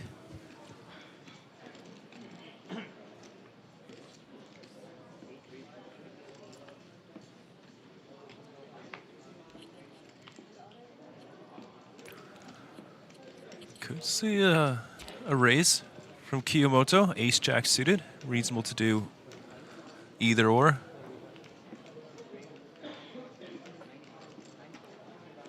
Let's get a 3-bet to 9.5k. Oh, quite small in position, considering they're 100 effective.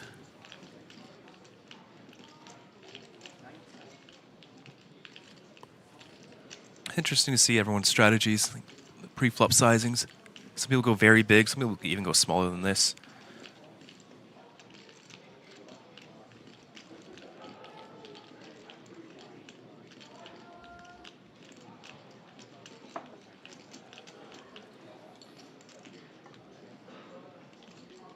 Yeah. There you go. 9,000 is not enough.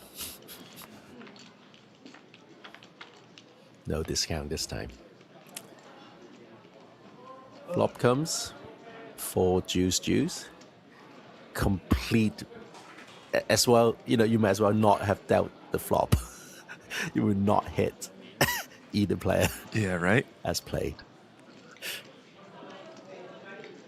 No backdoor flush draw for Kiyoshi. It might as well be a bomb pot here.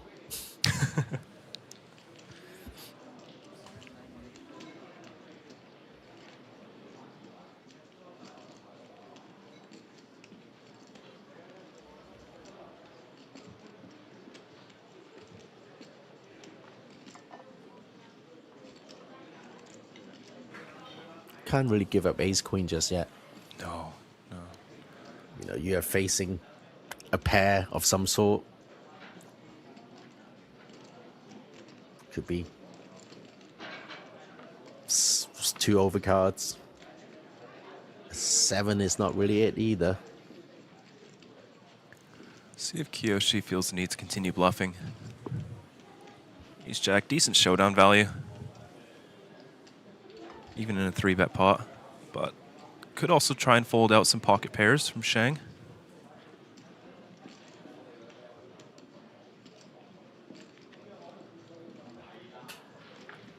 Check. Well, Shang's gonna get the check mark. Ace queen high.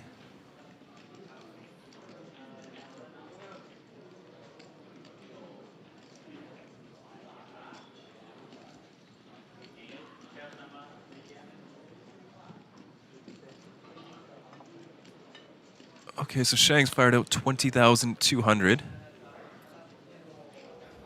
Wonder if this is trying to fold out ace king or try to get called by ace jack. The sizing's I can't tell.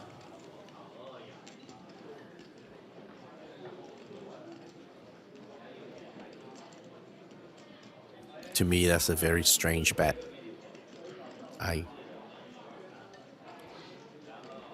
Yeah, I'm not sure what he's trying to. Is he trying to value bet or bluff? Because the sizing, it's tough to get called by a worse ace X besides maybe just ace jack. It might just be the perfect bet, right? Kiyoshi might just pay 20.2K.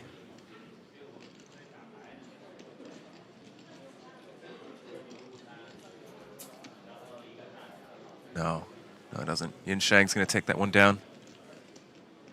With the best hand. Yeah.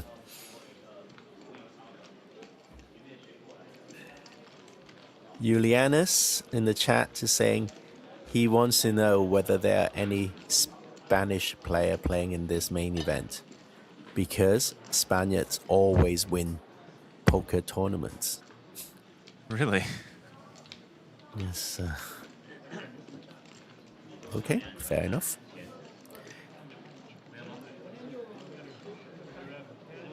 Gracias. Cobain's here. Good morning.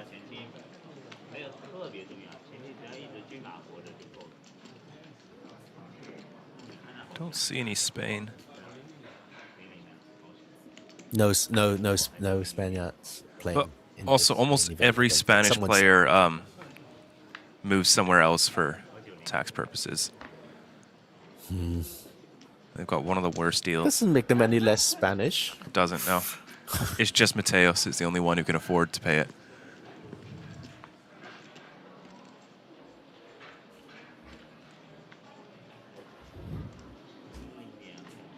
Oh, is Malika style Spanish as well? Is he? I don't know. Oh, Julianus is saying Malika.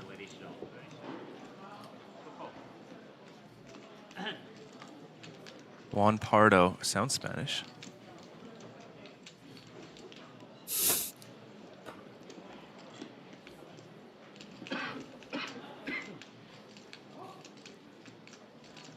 Okay, Julian. Good luck to him. I am quietly supporting him.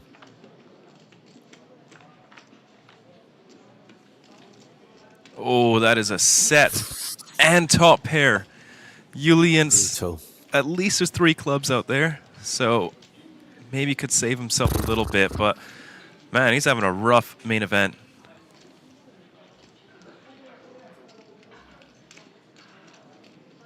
Oh, dear me. I mean, with 20 effective, sometimes could see a re-raise with Jack 10. Do you have enough flushes to sort of insulate yourself?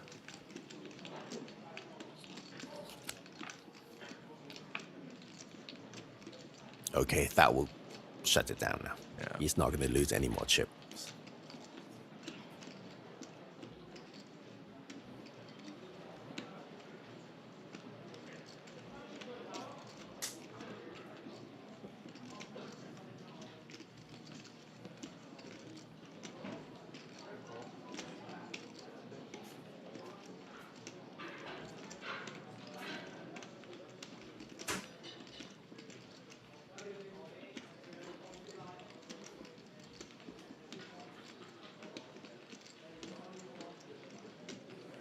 Interesting. Ryan's another small size bet on the turn with his set.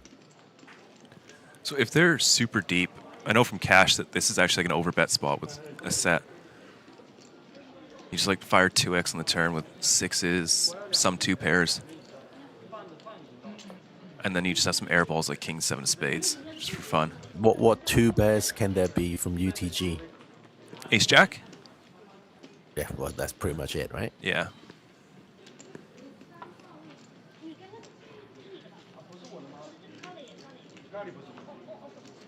Anyway, that got the job done.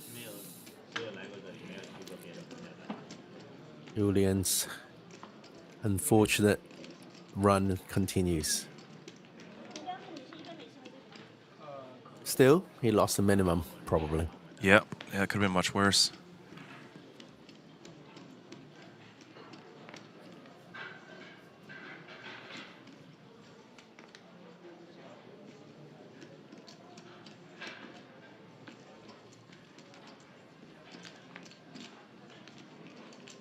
Enjoy lunch, Kiwi special.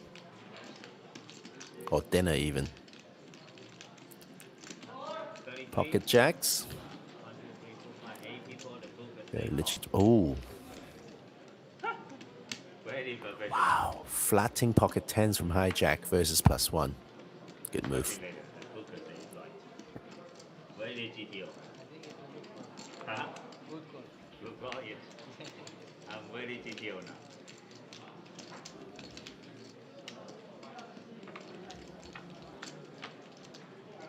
Let's see the flop.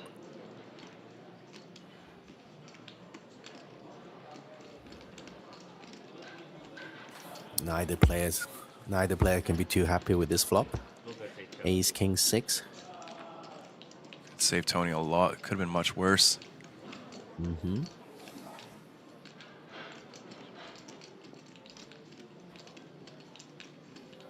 Turns a 7, kind of irrelevant, really. Checks again.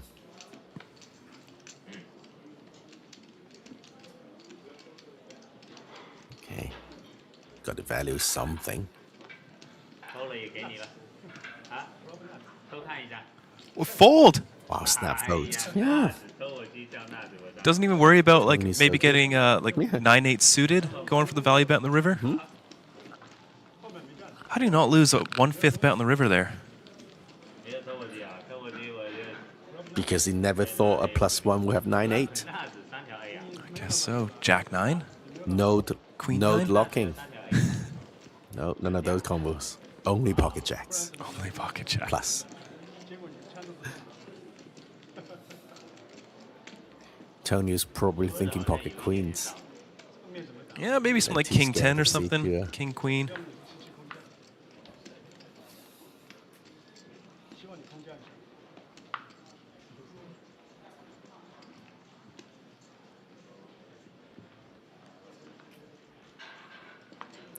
Back-to-back pockets.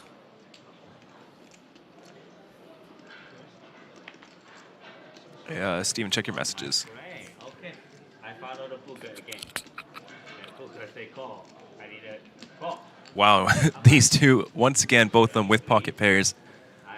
Another just flat with nines, and Yu Sheng, King Jack suited.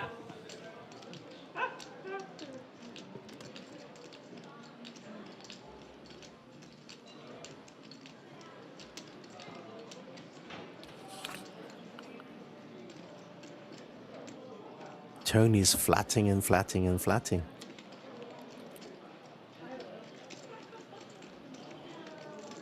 Where's Wu going to elect to go for a 4-bet here?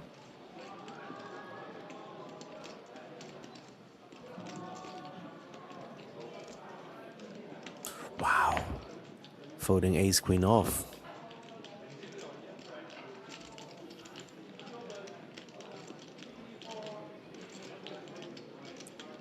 Yes, no. Nothing to see here for Kensu. Zhang will have to fold here as well with his pocket fives.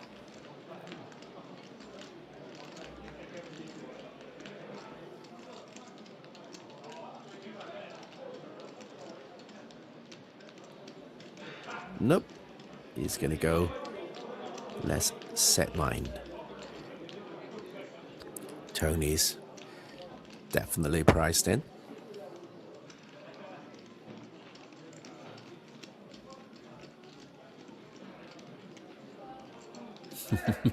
He's not happy about it. Yeah, okay, I see the flop, says Tony.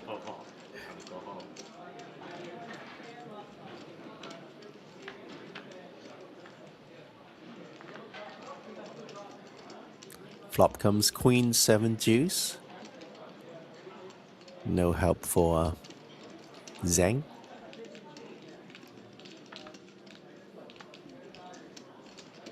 Turns to Jack. Wow, what a beautiful card for Zheng. Way ahead against 5s and 9s.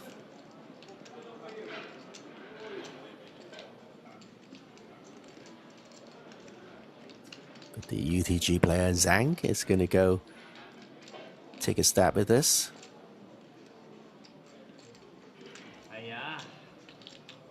And Tony will give this up as well. Yep. Little slap and gives it up. That was a surprising fold. The ace queen off. Let's see the river. 6 on the river. Kind of irrelevant as far as both players are concerned.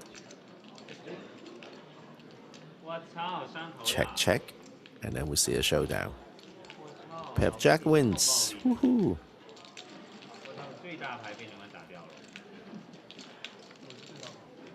Has somebody ever seen Tony Lin and Lady Gaga in the same room? Yeah, here we go. Janet Jackson and Michael Jackson.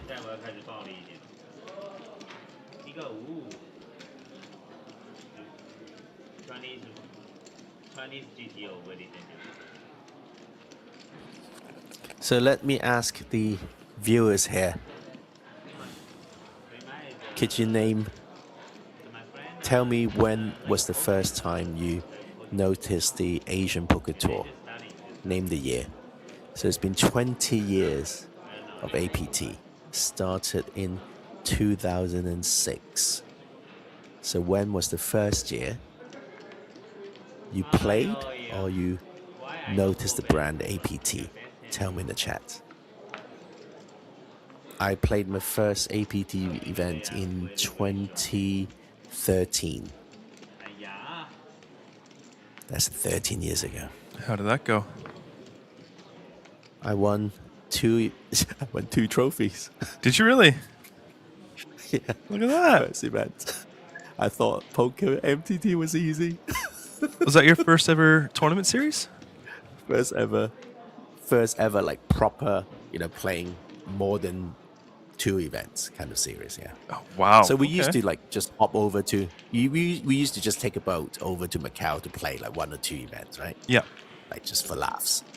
And then Jeju, APT Jeju in 2013 was my first ever, proper, I'm going to travel somewhere, I'm going to stay there for 5-10 days, And it was here. Play many events. It was here in Jeju, yeah. Nice. Not landing casino, but whereabouts was it? It was at Paradise, I think. Oh, in Incheon. It was at Paradise. Yeah. No. It was at Paradise in Jeju at the time. Oh, okay. There was a Paradise in Jeju, yeah.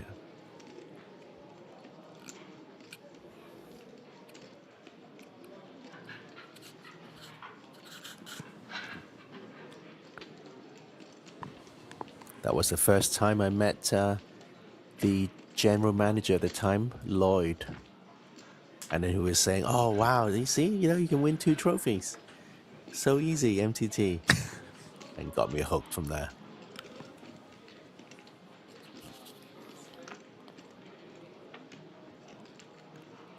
Well, it's gonna be a check mark for Xiaori.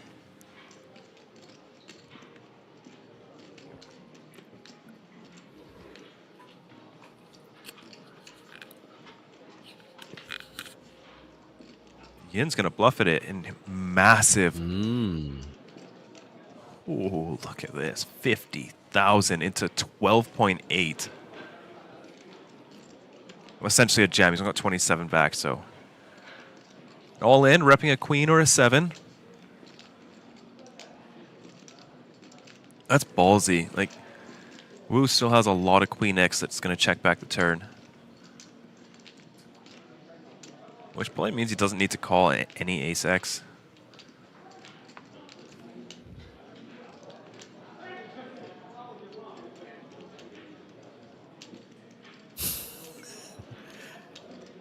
I'll respond to your comments in a bit, Kobe. Hold on, let me just stay professional and cover the hand. So he's thinking, is he beating me out of the chop, right? Could be, yeah. Royal Palace Casino. Okay, you're right. Not Paradise. Absolutely, you're right. Royal Palace Casino. Yes. Sorry, I was totally incorrect. Thank you.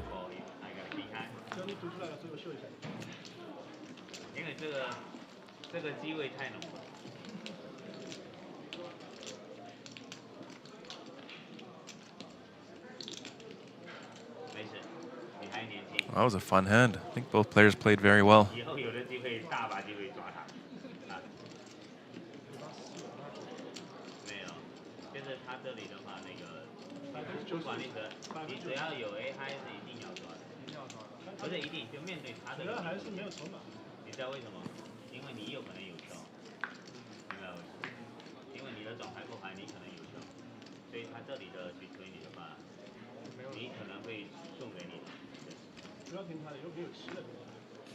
So here we go.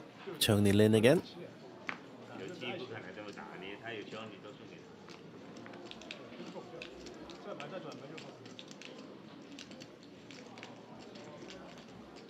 Wu now with a much diminished stack.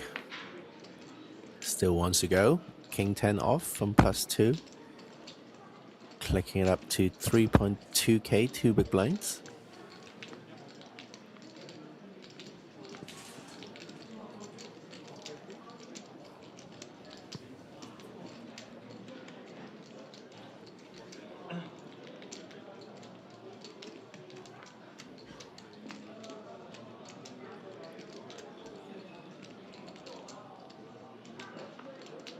Okay, let's see the flop.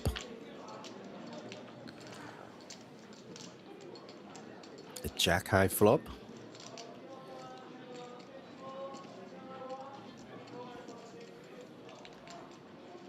Could be a C bet and take down here.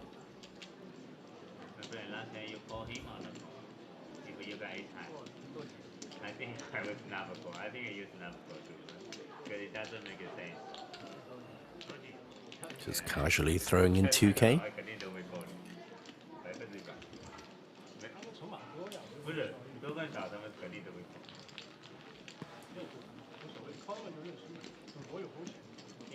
How many places paid? 255. 255. So about half of the remaining field will be eliminated before we get paid. Well, before they get paid. We get paid regardless. Well, unless I do something, completely out of line. That doesn't sound like you. I know. So how long do you think we're going to be running for today? We need to see about 300 eliminations before we get down to the bubble. Let's see, the average stack is still quite deep. Right? Let's look. So we're talking... Everyone should be about 120k average-ish. So yeah, like 80 blinds is probably the average right now. There's going to be a lot of play just yet. Another 8 levels, I reckon. Maybe 8, 7 levels. Okay. 7 levels. 7 more hours. Take a look. What do you think?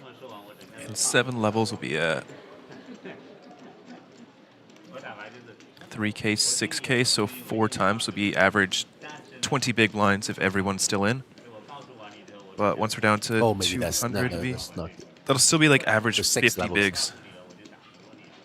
7 levels? Yeah, 7 levels will be average 50 bigs at around 260 players remain. Or 40 rather. So it's between 7 and 8 then, I guess. Yeah.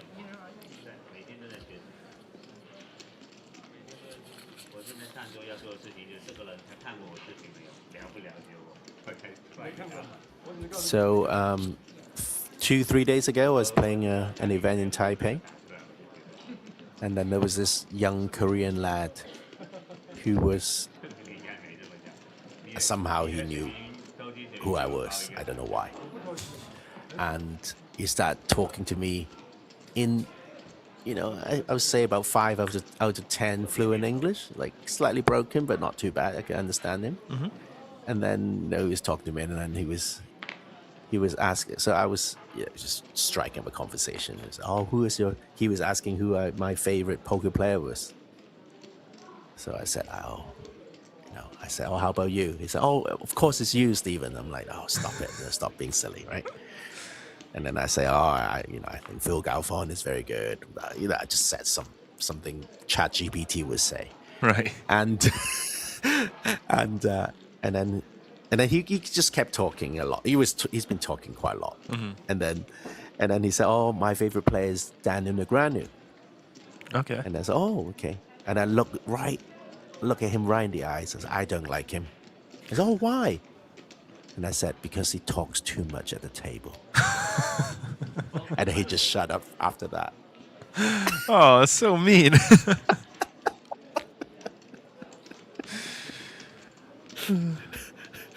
Oh boy, you're a bully. Well, here we go. Let's see if Julian can get on the board. Ace jack off, got flatted from a 5-4 suited position. In Shang with over 100 bigs. All the chips in the world.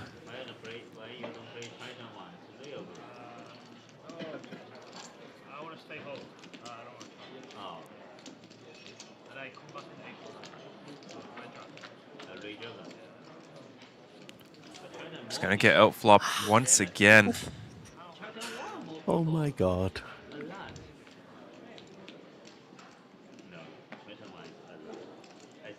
You should come to Taipei and go to a temple to worship.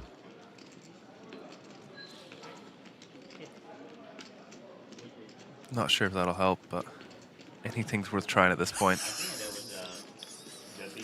He's not going to get any worse than this. Yes, no, and look at that turn. Open ender now for Shang. Blocking both the flush draws for Julian.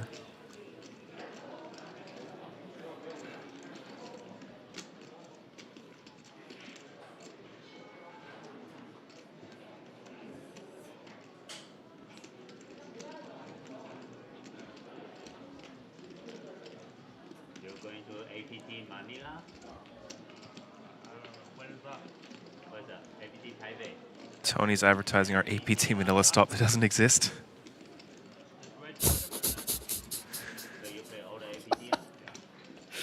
He talks. No, he doesn't talk too much. He's great.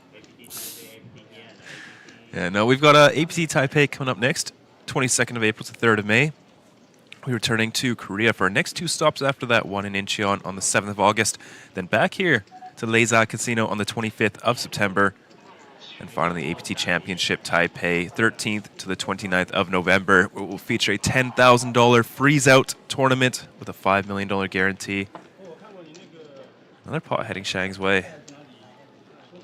Fandabidozi.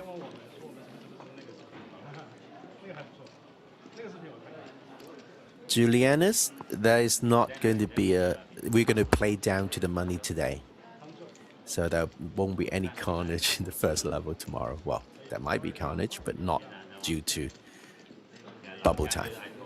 So we're going to play down to 255 players today, and then play will resume tomorrow for day 3 of the main event at APT Jeju Classic 2026.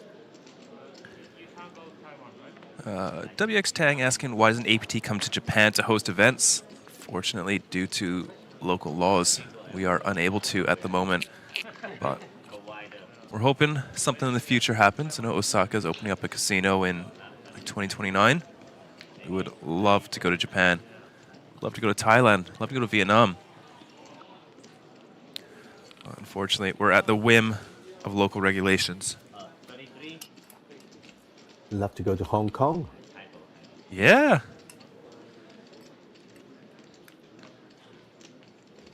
That'd be very cool. I know Macau was talked about at one point, but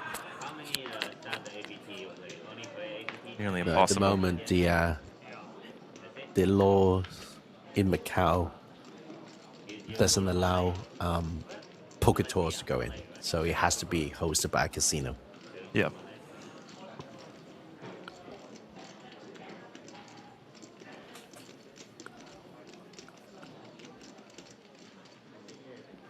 I think a bigger one is Taiwan here. Taipei? Yeah, bigger one. Which one is big? Taipei big? Well, an open-ender now for Kiyomoto. Shari's going to move into the lead, turning the 8. It's an open-ender as well as a flush draw.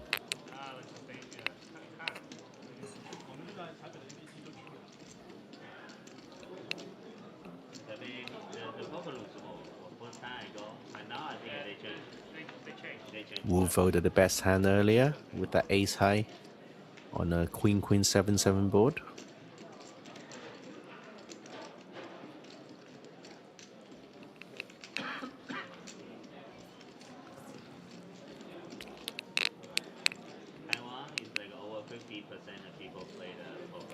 Singapore, Malaysia would be cool as well. They college the school, they have they start holding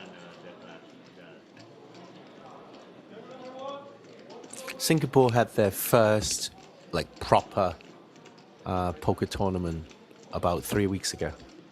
No kidding. Organized by the Sentosa Casino. I've been there. I think 140 something entries in total. Not bad. What was the buy-in? Pretty good. Don't remember. I'm guessing it's around 500 USD. Okay. El Julianus asking what she played it. Oh, of course. Yeah, of course it did, right? Yeah, local. That's the only reason I know. Saying, would Dubai qualify as Asia for APT tournament? They don't allow gambling at all. So. But poker isn't gambling. Good luck trying to justify that to the Crown Prince.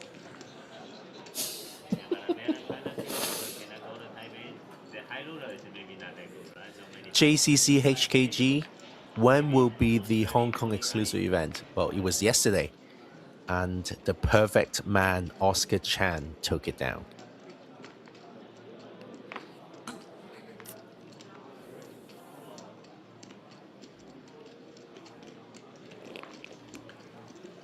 Oh, Tony just folding the 3s. The cutoff.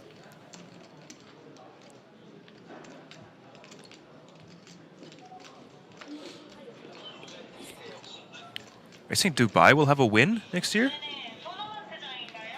Really? Are they going to allow casinos? Or so are they going to allow gambling, or is it just going to be a casino for play money? Play money casino? Yeah, like you go in and you pay to play, but you don't actually win anything. Can't think of anything duller than that.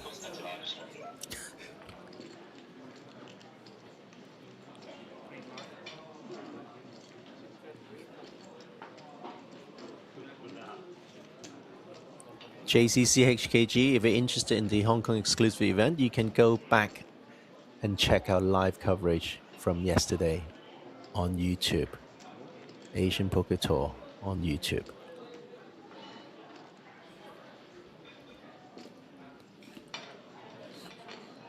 Okay, so it's going to be a small project on an island slightly outside of UAE, so it's going to be its own jurisdiction. Well, it's going to be foreigners only, etc., right? Like Korea, I guess. You need a foreign passport. I'm not too sure on that one. Might not be. Skeleton. Yeah. Might not be. We'll see. Hey, Kevin. How are you? Sorry, I haven't responded to your messages yet. I'm in Taipei playing TMT, so I'll get back to you next week. We have a class, okay? Back to this hand. Sorry, I'm doing my admin personal chores on the stream here. Let's see if Julian can get one. Oh, that's going to be all of his chips. I don't think he can call this out of position. Yeah, he's going to have to fold the second nut flush draw.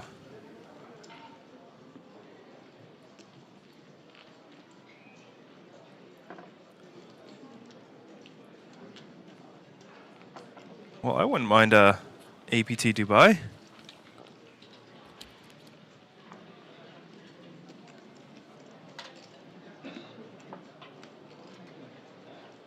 Here, the weather's nice.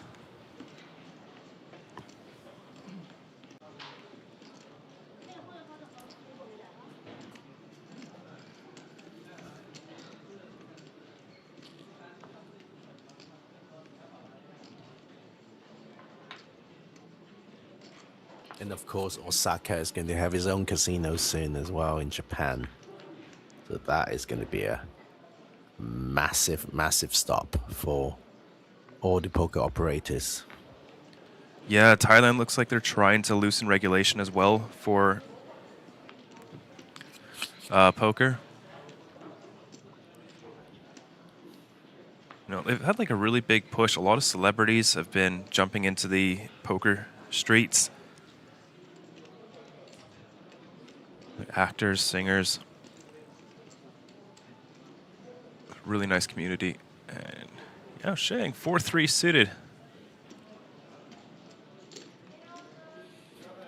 Ryan might 3-bet this.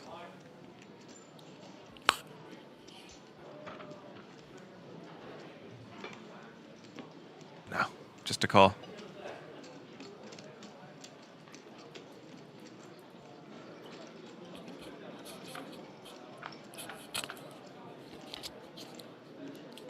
Queen, 5-3, all diamonds. Both players making bottom pair.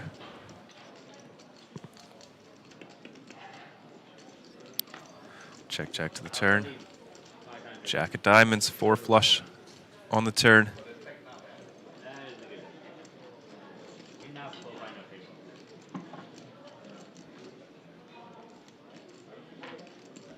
Zen is going to... Nope, he's going to check. Ooh. Chop it up. 2 pair.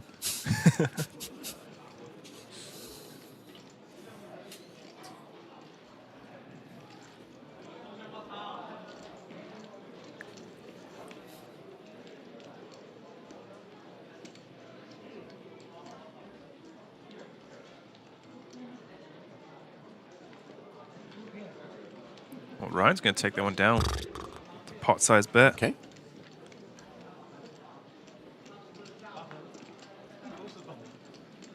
Nice little pickup there.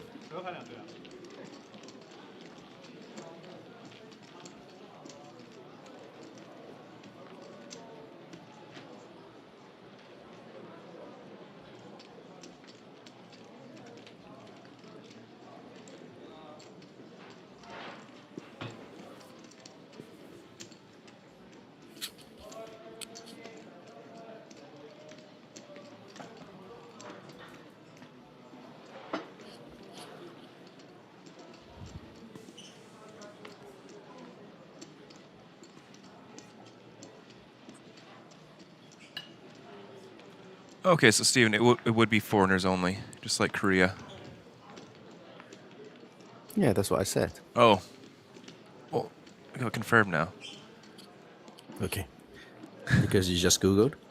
No, Kelvin mentioned in chat. Oh, I see. Well done. So happy for you.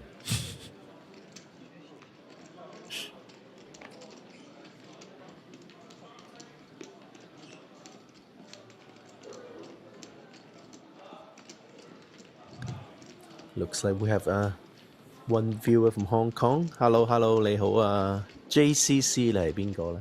我識唔識你啊？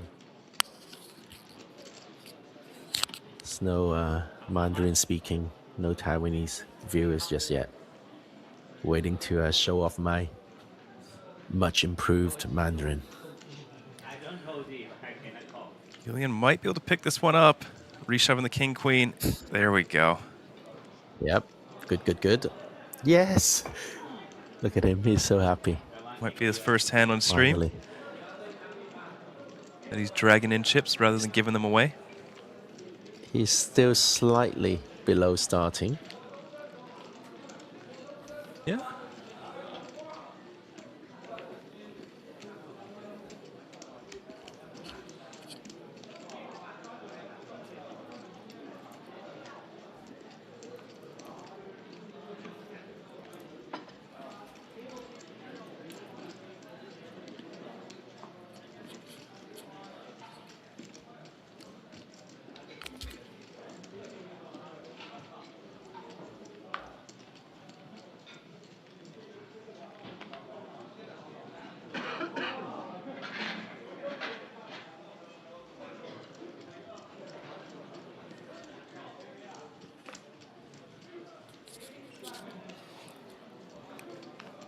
你好，你应该是台湾人哦。169 Hi. Jack 10 suited. I like his fighting spirit. He's still going for it. Oh, Ryan, you bully.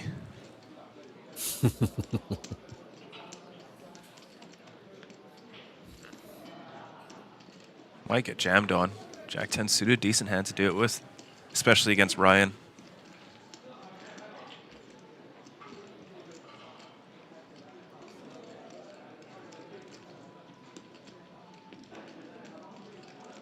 Less poker,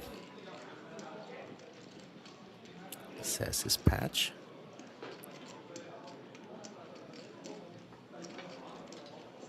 Is there any merit in a stop and go with 10 jack suited? I would never stop and go in a 3-bet pot. But no, right? Yeah, calling's fine. But I think I prefer shove. Like, you get to fold at the bluffs that dominate you. Like this one. Yeah. Gonna flop just a gut shot. Ryan with the king, top pair.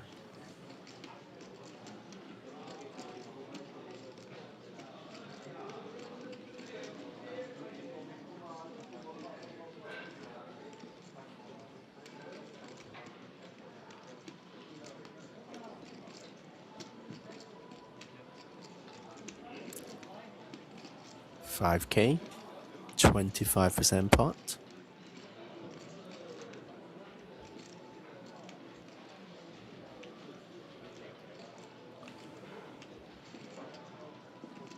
Whoa. It seems okay. He's almost getting direct odds. Ouch. 2 pair now for Ryan. Julian with the gut shot as well as second pair.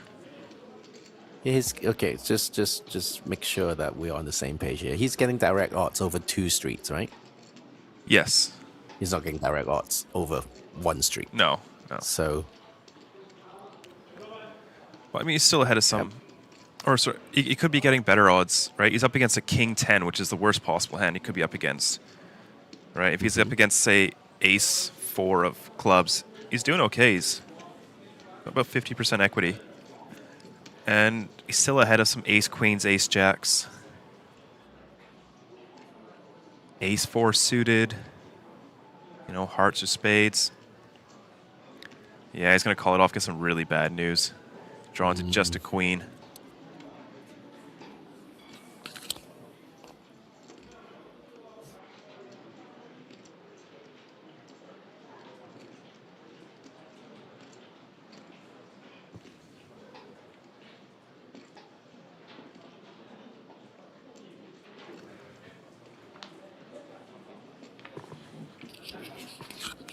That's going to do it. Julian Blevia eliminated twice on our feature table, unfortunately. We'll see Ryan Plant up to over 2.5 starting stacks, 107,000. Yeah, I wasn't sure about the call pre-flop. Yeah, I really like shove with Jack 10 suited. And I don't think I'll call that flop bet either. I'll just get bullied and just move on. I don't think I fold the flop, but after flopping a gut shot. Yeah. Yeah,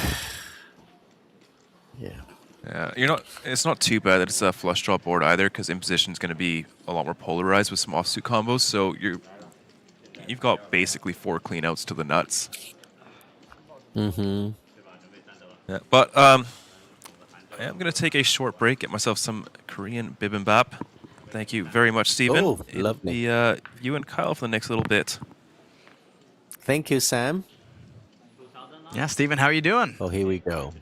Hello, Kyle. Good. It's been very exciting. The first frame was just incredible. There's so many big hands. Yeah, I caught a few of the first hands there before getting to some other work after my grid walk, and yeah, I was shocked to see pocket fours get into a big spot early on. He just went, I'm gonna go all in 100 bigs. Who knows what was going through their minds in that spot.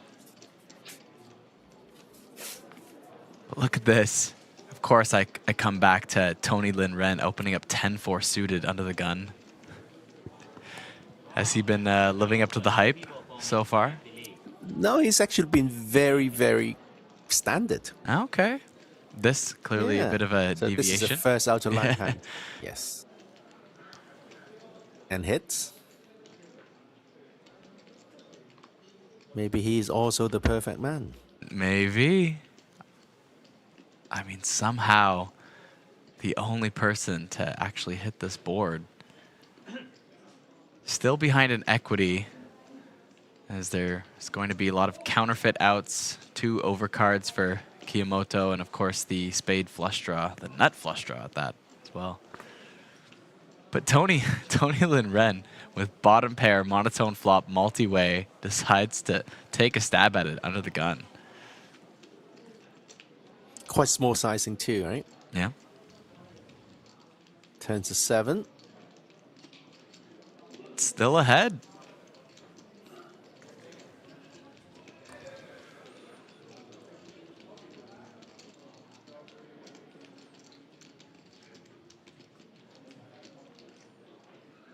Nope.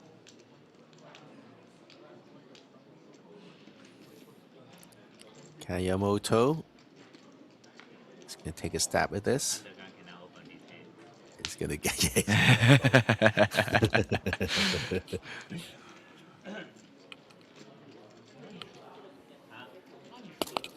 See, at least Tony Lin has the discipline to, you know, stop himself midway through the hand. Give his own hand a little bit of a smack. Say, I shouldn't have opened this hand. I think sometimes when I get out of line, I commit. I commit to that out of line play, and I regret it greatly by the end of the hand. Well, sounds like you don't have much regret for the way you've been playing at APT Jeju Classic. No, I mean, well, I think there's still some regret, but you know, nonetheless, the results have been not too shabby. But you did it your way. I did it my way. Oh, one hand in, I'm already singing. All right, Thanks for the welcome Kiwi special.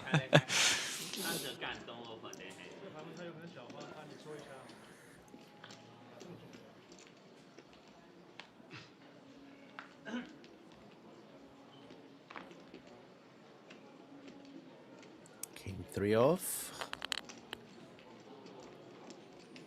Yeah, the first frame was definitely a lot more dramatic than this one. But this one's been good. I mean, I don't know. I came into a 10-4 suited open under the gun. It's going pretty well for me so far.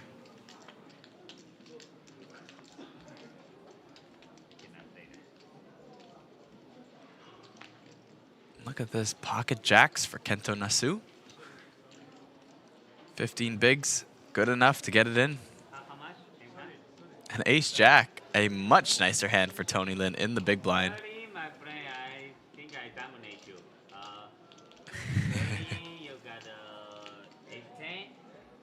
He says, I think I dominate you. Other way around, Tony Lin.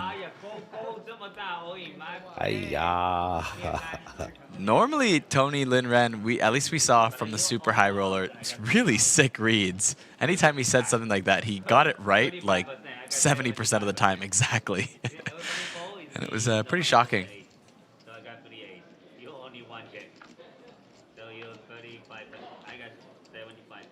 Watch when an ace drops. Right. Well, that last card was hidden there for quite a while, but flop 6, 7, 9. 2 clubs. It is notable the ace of clubs does beat Kento's jack of clubs. But the turn. A lot of chops. Yeah, just the 8s coming in now for those chop outs. But the deuce is safe for the double up for Kento Nasu. 15 to 30 bigs, just like that. Look at that happy face. Put on a happy face. Tony Lin can't be upset, even after doubling up a short stack. Still sitting on 88,000 in chips. With a double starting stack, and I mean, you just won 2 high roller events at the series. He's probably not going to have a bad main event, no matter how it runs out for him. But you saw the interview with him, right? He was saying, you know, he's feeling good. He feels 2026 is a big year for him. He's going for the Player of the Year on GPI. You know, he's who really wouldn't driven. say that after you just won all those tournaments? Anyone would say Probably. that. Yeah. Probably Stephen Chidwick would go, oh, just another day at work. maybe. Ben CB will be like, yeah, I've got to grind this $500 tournament now. Oh my God. maybe. You'd be surprised. You'd be surprised by how kind of hardworking and committed a lot of the top pros are. You know, they don't get too excited over, you know, despite this amazing, you know, superstar challenge and super high roller wins. Oh, there we go, Tony Lin. That's how you win tournaments. If your name is Tony Lin. Pocket 4s from Tony Lin. Yes. Opens it up. Let's see if he throws in. He can only throw in about 40 bigs at this point. But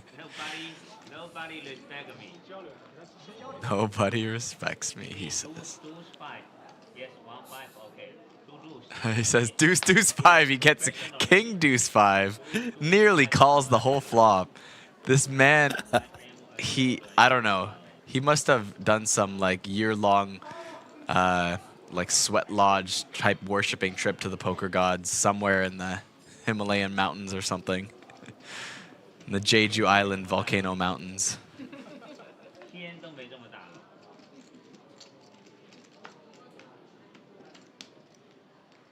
This man is unstoppable.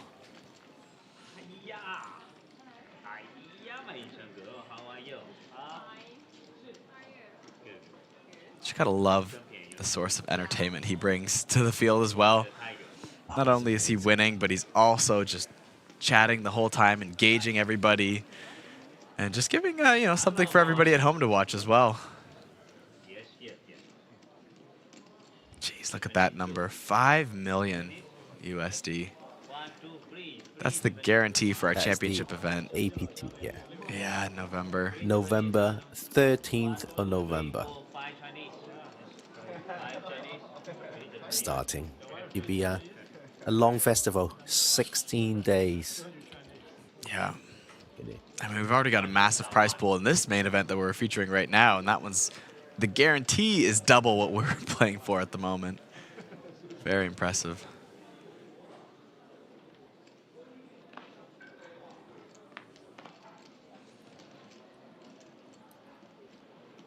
You know, we gave away a prize of over $1 million to first place at the last championship event. I would be astonished if it wasn't at minimum that this year. There's so many ways of getting qualified for the APT Championship at the end of the year. So natural 8, of course, is a natural place for you to qualify for the APT main event. But also every major event winner at the, as Sam would call it, vanilla APT, will be awarded an APT Championship main event ticket.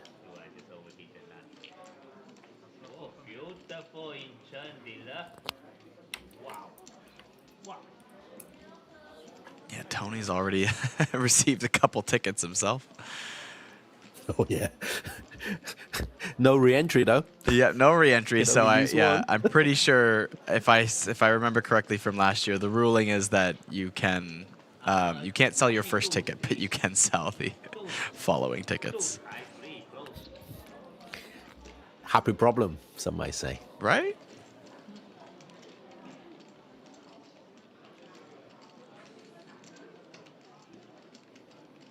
Yes, Taipei in November. JCC Hong Kong in the chat. But don't forget, before that, we've got a whole year of poker at Asian Poker Tour. Oh, yeah. Our next stop is going to be APT Taipei at the end of April. So remember that. Yeah, a little preview of the that venue. in your diary. Yeah, it won't be as big and bold as the championship series, but you get a little preview of, you know, I would argue still our biggest regular series of the year. Queen on the River. Have you ever been to the Asian Poker Arena? I have not. Not the red space? No, I have not. No. Okay. So the first New Era APT, or the second actually, was it the first? Anyway, the first New Era APT was played at the APA, Asian Poker Arena, with about 60 tables. And then very quickly, they had to have 2 venues for the second APT Taipei. And then after that, they had the red space. And this time, for the APT Taipei coming up, they're going to have the red space as well as the Asian Poker Arena. I did hear that for the championship series, right? Or is that for no, for the next for the one? APT Taipei? Yeah, oh, really? For the vanilla. Oh, wow. APT, yeah. Vanilla APT getting 2 venues. I didn't realize that was for that one. Wow, weird. The series is growing faster than I can keep up with at this point. It's incredible, isn't it? Just every stop, it's. I have to find like new terminology because we're trying to come up with these hype videos, and it is very exciting.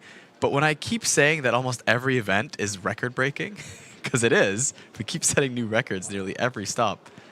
It starts to sound so repetitive. I go, how do we keep breaking these records nonstop? Wow, multiple time banks in.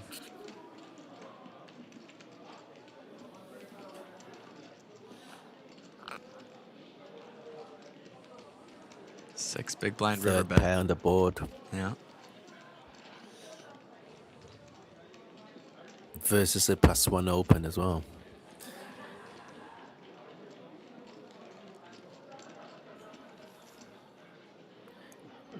He's going to turn it into a bluff. No, he's not. He's not. He's going to fold. Good.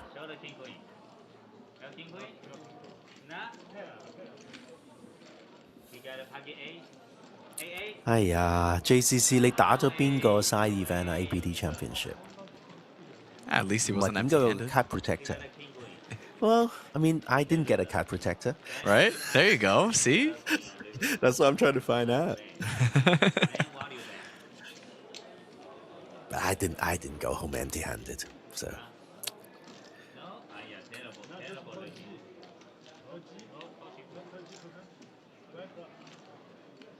No, I brought some Hong Tai back from the last trip myself. You know. From Taipei? Yeah. Oh, interesting. They had them at one of the 7-Elevens. I remember I was like, oh, I'll buy 2 just in case. And then I was with Sam at the time, and he bought the rest. Literally everything on the shelf. For about 3 weeks straight, I was posting me using Hong Tai and tagging Hong Tai, hoping to get a sponsorship deal. Yeah. Not a word. I made a whole reel hard enough for a shoe brand once that will not be named. did Yeah. Because I bought some new shoes from them, and they were like this new waterproof brand, and I was going to actually WSP Paradise, the very first one. And there were these nice bright white shoes, and I decided it'd be a fun reel to show me walking from my wintry door. Here, let's get into that story after. There's a Big Hand Brewing here. Look at this: 6-3 suited opens, Ace-5 suited calls, Ace-9 suited jams the small blind. Or just 15 bigs. But what are these early position loose opens? Is it just, what is it, a bit of a new meta maybe, where they go, you know, people are respecting the early position opens too much. It's time to start mixing in some bluff opens, you know, bottom of our range. But that is way too bottom, isn't it? Yeah, but if you're getting too much respect. When you need to get polarized, you right? got to be very polarized, right? Yeah. I mean, it's kind of good for board coverage, right? You typically don't have a lot of those cards in your hand when you're open under the gun, so. Wow. Yu Sang makes the call. Ace-5 suited. Yeah. It feels like he's priced in somehow. Wu isn't too happy. He's hoping to take down Pri. But now he has to face. He has to avoid the 3 5s in the. I mean, he's getting it in dominated. Or Can't flush. be that unhappy. Now, of course, there's going to be a lot of Yeah, chops. look at his face. He wasn't too happy. That's true. But that just might be. Look at him. He's always. I don't know. Have we seen many more facial expressions from him? Oh. Look at that. His facial expression That's why didn't he's change. unhappy. Yeah. Because he knew it was coming. Yeah. GG. Wu Xiaoru from China. Eliminated early on in day 2 of the main event in Jeju. Plenty of other events you can play. There's always a poker festival wherever APT goes. So check out apt.poker for more information about the Asian Poker Tour.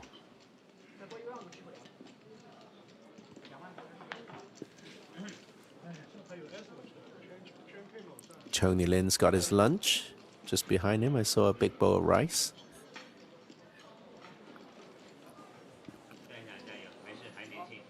How many Korean barbecues have you had so far, Kyle? Just 2. You've been here 5 days? You know, it's a great question at this point. It's all starting to blur together. 5 days sounds about right. There's a calendar when you need one. No, I don't have one in front of me. 5 days and only 2 Korean barbecues. Oh, you're doing good. Right? I think that's what, yeah. That's pretty reasonable, I'd say. I guess this is my 6th day, though, now that I count it on a calendar. So, yeah, it's starting to get. Korean barbecue is more of a probably night. It's more of a night thing, right? Yeah, definitely. I've been maybe finding myself in tournaments these evenings a little bit more often than usual. Fair enough. Have you tried the Japanese restaurant in the casino? That's very nice as well. The one that's But near just the smoking outside. room? Oh, okay. I was like, I didn't realize just- that was a Chinese place. I think. Just like in the resort, that's a Japanese place within the resort. You have to get out. I don't think I have. It's opposite the convenience store. Oh, the one with all the very the one nice. where they're open late and they've got the soju and everything. Yeah, yeah, You yeah. go to drink. Yes, Yeah, sorry. yeah, I go there more for drinks sometimes, but yes. I've tried their like late night eats and their drinks mostly. The prawn sashimi is excellent. Ooh, I haven't tried that yet. Raw prawns. Okay, okay. Good to know. All right. Yu Zhang back involved. Hijack versus cutoff, of course. Tony Lin, 9-7 suited open. Much more reasonable in this position. Still a bit wide, but Yu Zhang checking a quick call with queen high. Turns an open ender. Still ahead with queen jack high.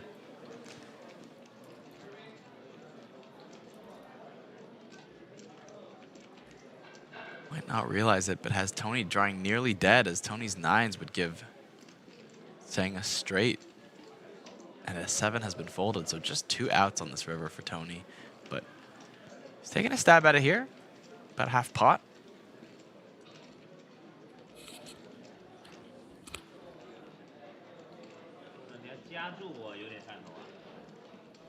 Looks like we have the raise.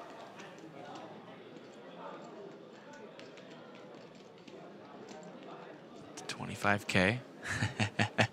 Tony slaps his hand once again. Does it all the time. All right. And he gets a laugh out of his opponent, you know? Yeah, it's good.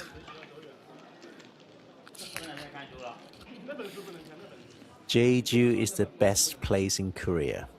It's debatable. Jeju black pork is the best. That's Jeju black? Not debatable. That's absolute. Yeah, they've got this black pork.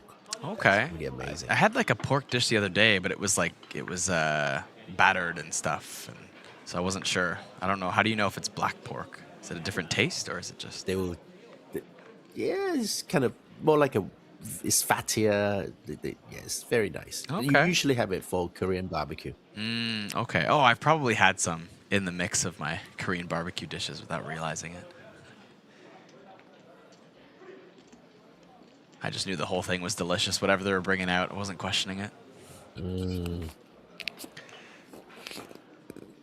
Yin Chang, ace jack suited under the gun. Tony Lin with what, 80% VPIP at this point since I've been here. Pocket fives. And then also Junichi Nakajiri with 10-9 suited on the button. A lot more flatting over 3-bets that I've seen so far at this table.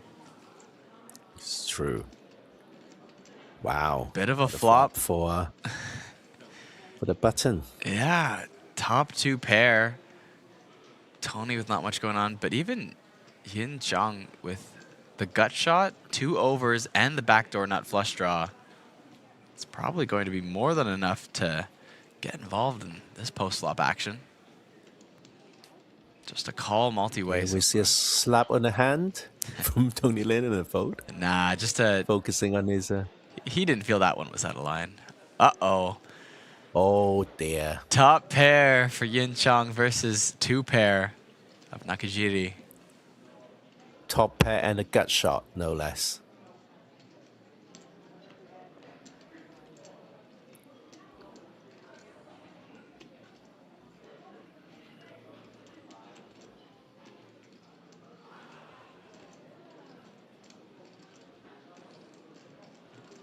Okay, well, the stacks are actually still quite deep. So no point bloating the pot. Let's see the river. The front door flush got there. Yeah, might just be enough to slow things down, but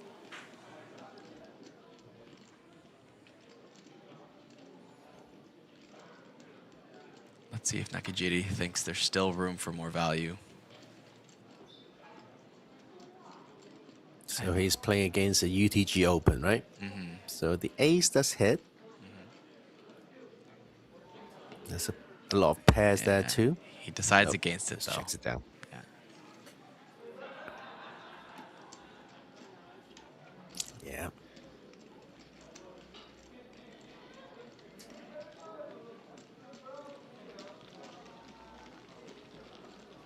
Yeah, the ace of diamonds might have been a nicer card to see for the flush draw completing.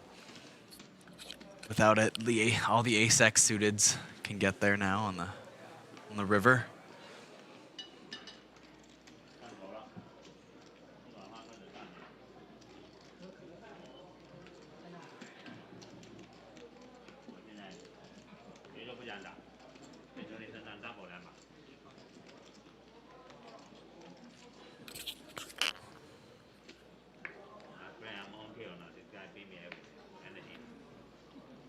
Top left of the screen, you can see 488 players remaining.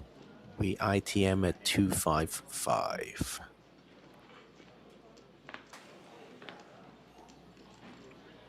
Diamond in the sky. Yes. Lucy in the sky with diamond. Yes.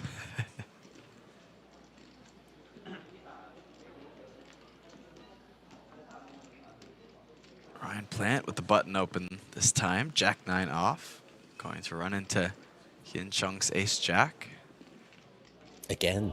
Again. Back ace jack.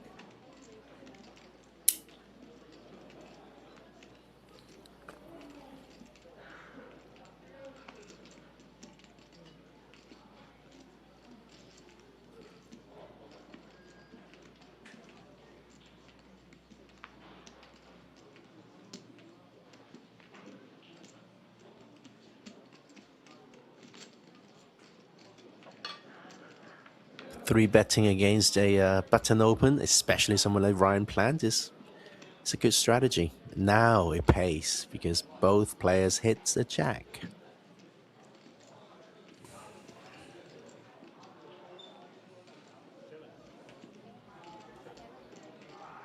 But only one of them with the best kicker.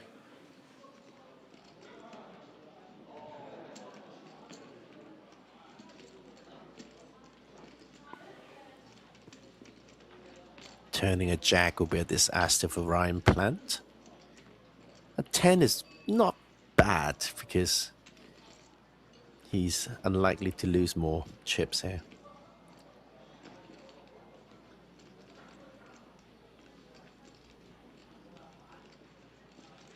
It does bring in a bit of an unwanted gut shot, a bit of a reverse implied gut shot.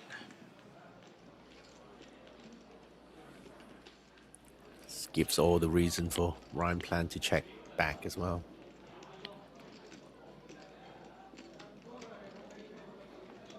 And there it is, check, check. Ooh, I got Go to the something river, right for a and change. there's the a reverse queen implied up odds there. gut shot comes in. Both players with the straight. Only Yin Chung with the best straight.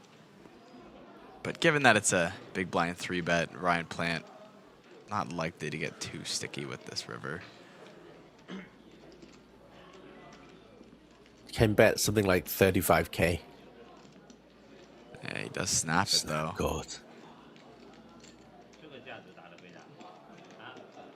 What did he bet on the river?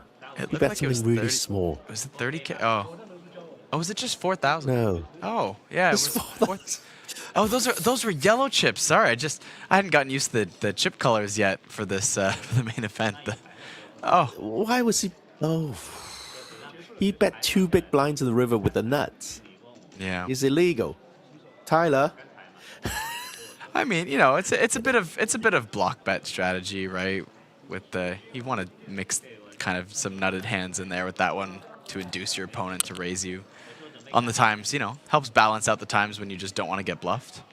Your block bets.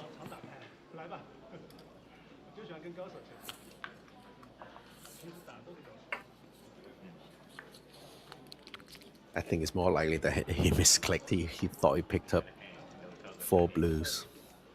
Perhaps. Because it's just way too small for me. Yeah. Right.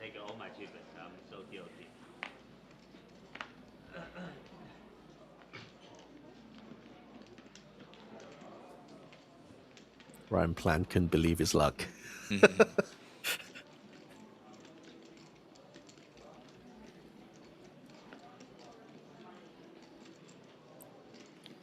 Here we go.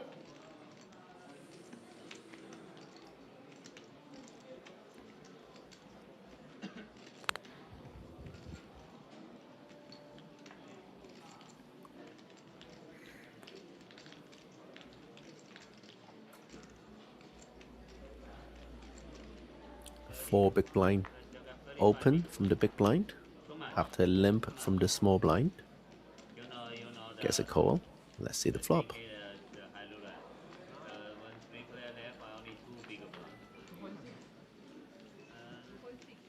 Flop comes King 3-3. Zhang outflops Kiyomoto.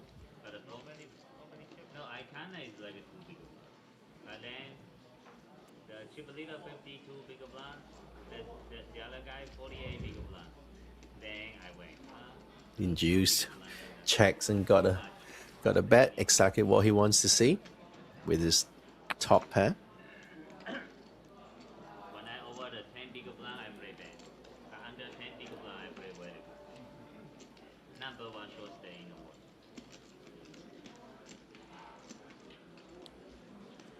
Call most likely makes sense here.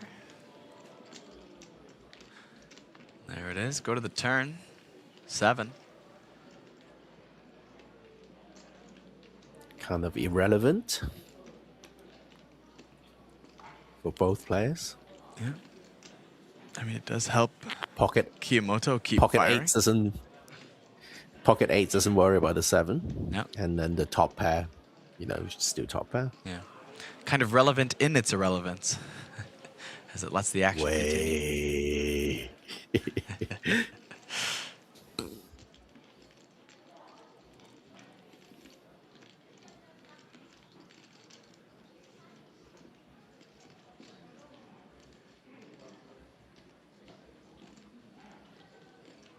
We see a little spy at the back, spying on the action there.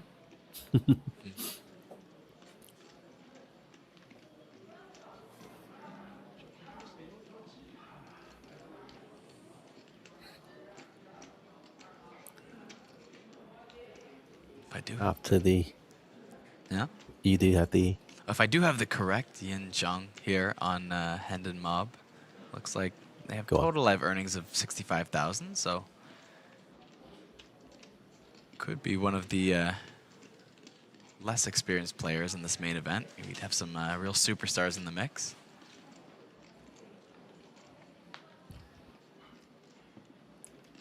Queen in the river. He's going to slow everything down now. Pocket 8 is trying to get a cheap showdown here. Doesn't need to bluff.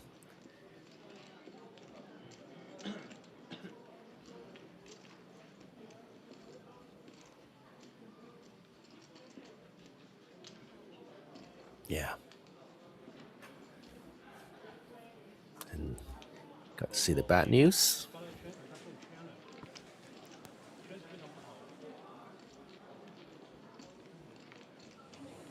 There it is. Jung takes it down over 200K in chips. It's going to be good for over 100 big blinds at this level.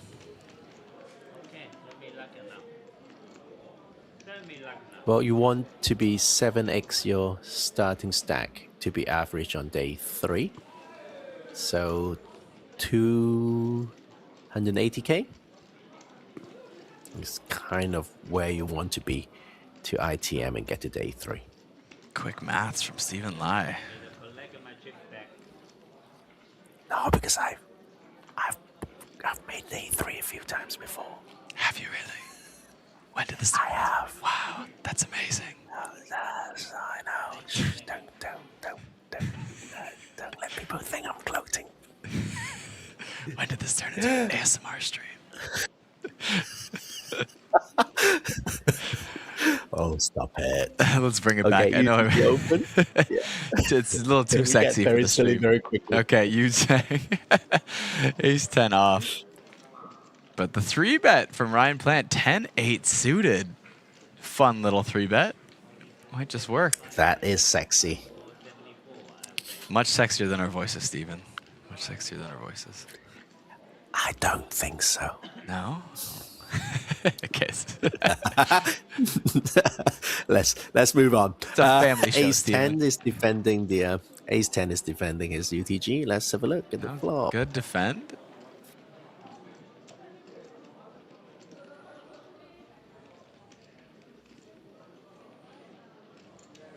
It's kind of blank for both players with their ranges as well.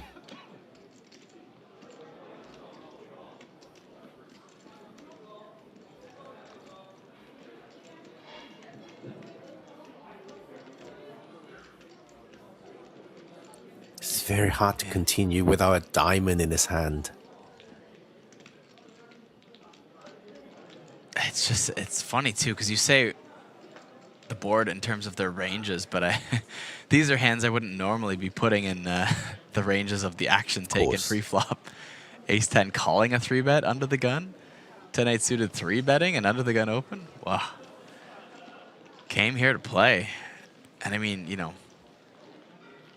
they must have good awareness of who's at their table or what action has been taken lately. As you know, you can't just be making moves like that out of nowhere. You have to have a reason for it, some sort of exploitative reason, unless you just are a bit of a maniac poker player. And I find so they started day 2. So they've been playing for almost 3 levels together now. So over 2 hours they've been together. So they must know a thing or two about each other. I think so. And you know, at the feature table, you're not allowed to listen to your phone. You know, you're kind of paying more attention to what's going on. Like Tony is. Yeah, I was gonna say you're forced to listen to Tony Renlin the whole time. Which is always a pleasure, never a chore. Right? Might be distracting, but it's entertaining. Just like our commentary. Right. Distracting and entertaining. Oh, see, I'm always paying attention when you feel for little gags. And, love to see it. Love to see it. Ryan Plant, another open. Queen Jack off and +2. And Jung with pocket 7s.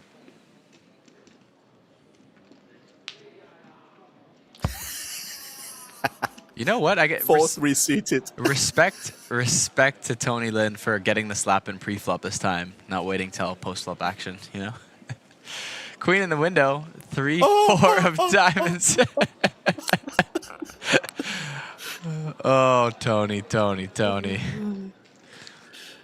Even a legend can't get it right every time.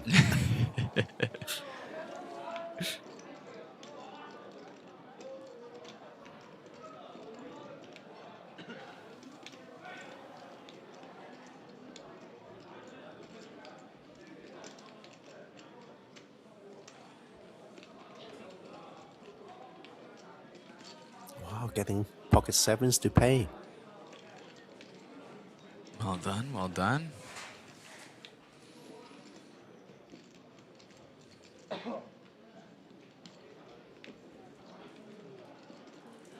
Very casually throwing in 7.5 big blinds in the river. And he calls it off. Casually got called. Wow. Yeah. 4th pair with the hero call. And Jung chips up Ryan Plant to 155,000. JCCHKG ask, Stephen, did you study abroad? Your English is too good. I don't think it's too good. I think it's adequate. But yes, I did spend a lot of time in the UK. Did you notice I just like went all full British there? Oh, I did spend a lot of time in the UK. like that Instagram video. yeah, I was gonna say, yeah. This is exactly what I was talking about, Stephen. It's that, and especially when you mix it in with the sudden like Mandarin that just comes out of nowhere, and I'm just like, it's like, oh, okay, yes, that's more matching of the appearance. There we go. Don't be racist. Says a curly-haired Croatian man. Yeah.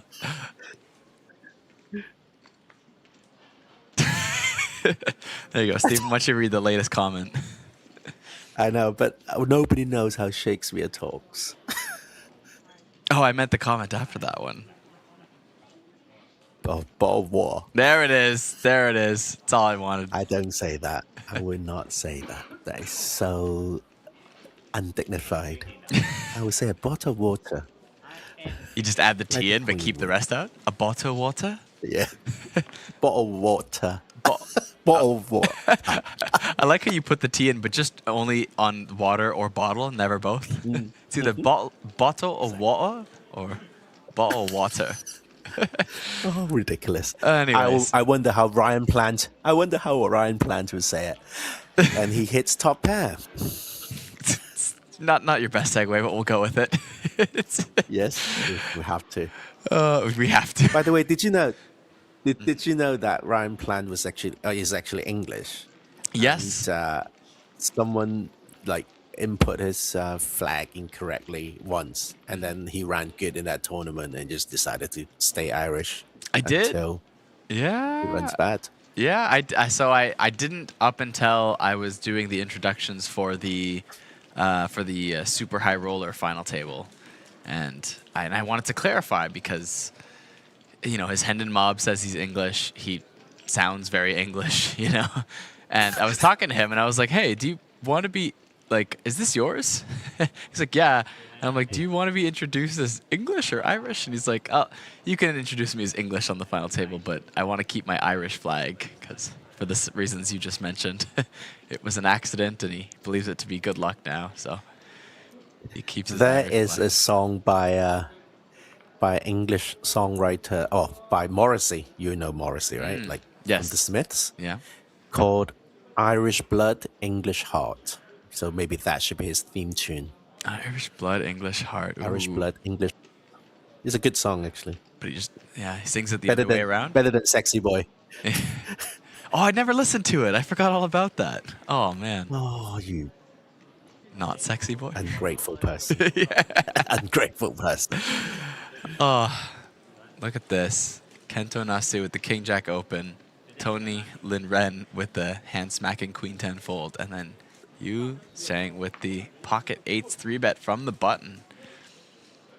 This table expanding their ranges in all fronts. They must know. Your English is good. Oh, that's Tokyo What? Police Club or something? You know that? You know that song? I know music quite well. I'm an indie boy, remember? Yeah, but I'm an indie man. I thought that band was only big in like Ontario, Canada. Like just my one province.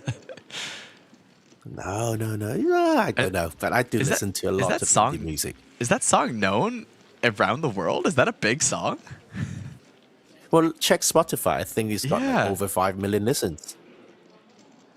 I gotta check it now. I'm already heading, even just Tokyo Police Club themselves have about 200,000 monthly listeners. And yeah, that song is their most popular, 16 million.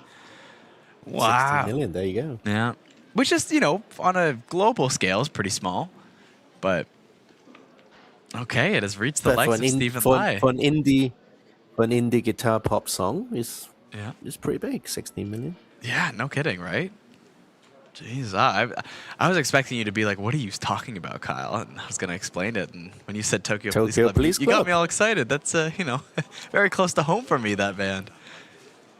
Oh, really? Yeah, well, it's, you know, it's my province. It's close to the city I lived in for a bit. Your kind of music? Yeah, my kind of music. It's a band, you know, they did retire recently. They played their final show, and I went to that last year. Oh, nice. Yeah.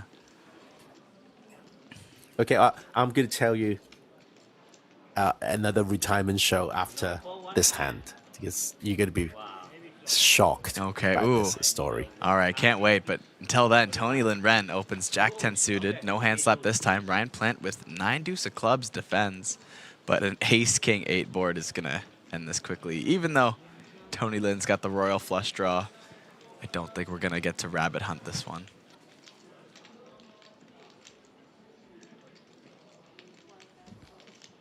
One big blind takes it down. Who do it? All right, so you have an indie music story, do you?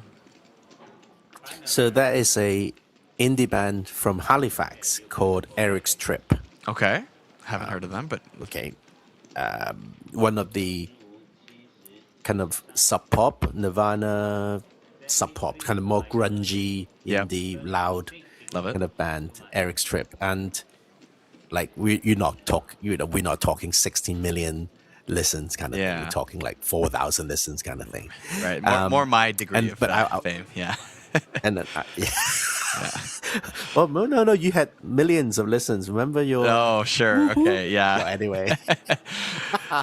maybe not my original music. My parody music career is taking off. That's for sure. But anyways, weird Kyle Ivanich. And I was really into Eric's trip. Okay. At university and stuff like, and then I was in London, Ontario for whatever reason. For a family visit. Right.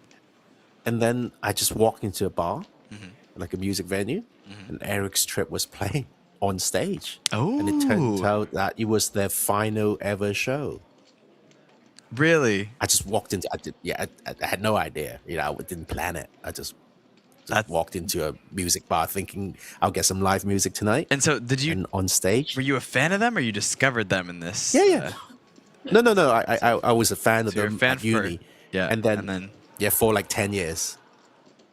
And then randomly, I was in London, Ontario, which is a random city already. Yes. And went into a bar on a Saturday night thinking, I'll just watch some live music. And there they were. Eric's trip, their final show. Wow. How weird is that? Oh, gotta love those, you can't even call them coincidences. Just fate.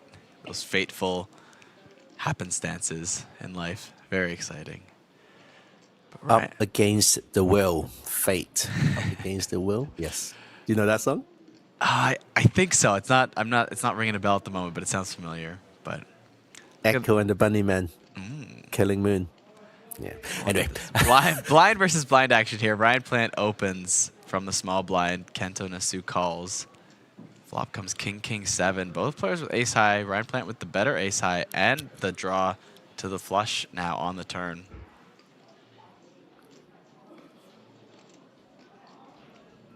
No giving up for Ryan here, I don't think.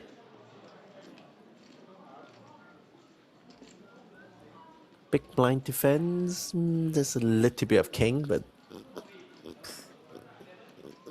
maybe losing to 7. Yeah, I think also Kento Nasu is still going to check back quite often here with an ace, so as he does. But with 7-8 on the board, the jack kicker will play. So even if it goes check, it will still be Ryan Plant. Oh, check. There it is.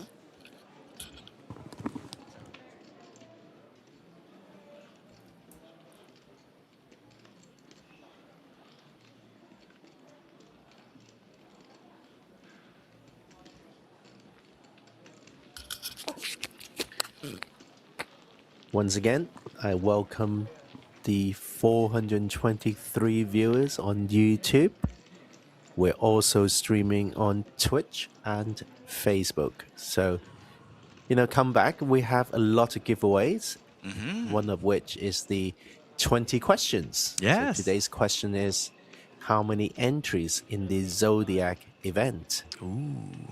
There's actually 2 questions every day, if I'm not mistaken. 2 questions every day. Okay. Yeah.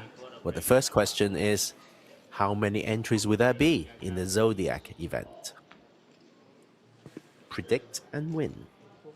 Simple as that. Yeah, all you have to do is go to apt.poker, and then once you're there, there's a predict and win tab.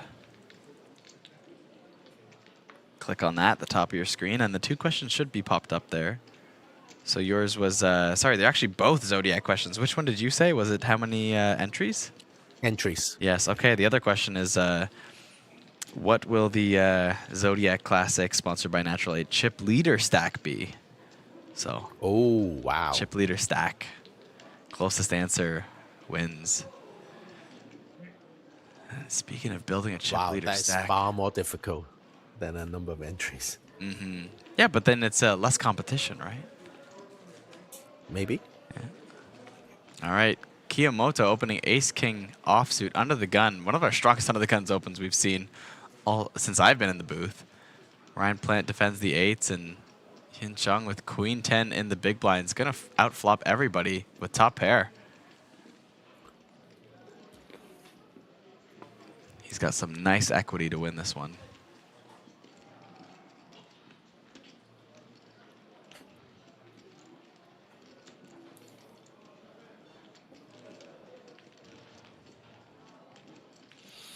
So in Cantonese, we call ace king when you don't hit the flop. We call them fai ji, useless pieces of paper. Fai ji? Is that how? Fai ji. Fai ji. Fai ji. It's a bit like chopsticks, but only different. Fai ji, useless pieces of paper. Love it. But look at that. Ace on the turn, no longer useless. Becomes top pair, top kicker. No longer fai ji. No longer fai ji. But just checks here on the turn. It's got to go for value now. Kiyoshi Kiyomoto. Bit of a sus time to check turn and then go for value on this deuce river, but you got to go for it. Might find a call from... So checking turn could be that he was on the flush draw. Yeah, pick up the backdoor flush draw. And then misses that flush draw, and then decides to bluff the river. Full pot, almost. True. So that line does make sense. You're right. Yeah.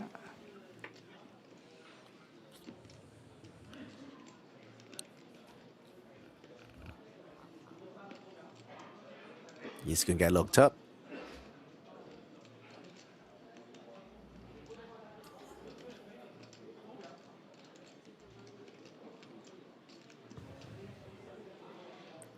Yeah. Oh, whoa. He got jammed on.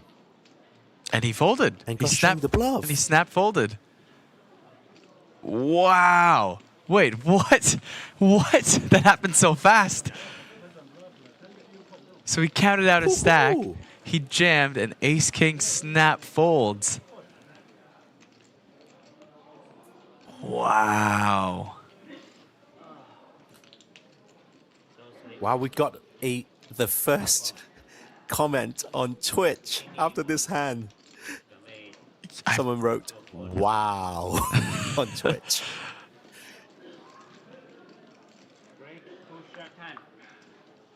Whoa. Wow, how... Ooh.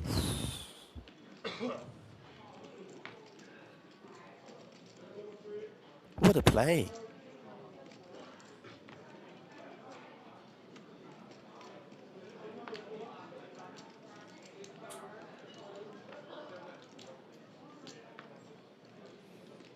That's wild. Oh, wow. Because, like, you're definitely never going for value there with a queen. Like, so you're deciding you're going to get an ace to fold on that river? Like, you know, that's generally under the gun open. Wow. That's, and I mean, it works so fast, too. I mean, if that was me, though, I'd still be just worried that an ace just, like, might side call me sometimes, but... Wow.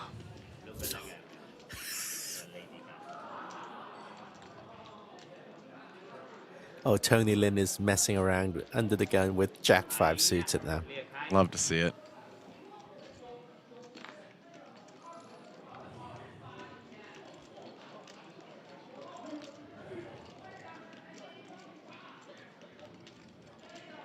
But what did he check the turn with to jam that river? Anyway, okay, on to the next hand now. 4-5, I guess. 4-5 suited. It becomes a straight on the river.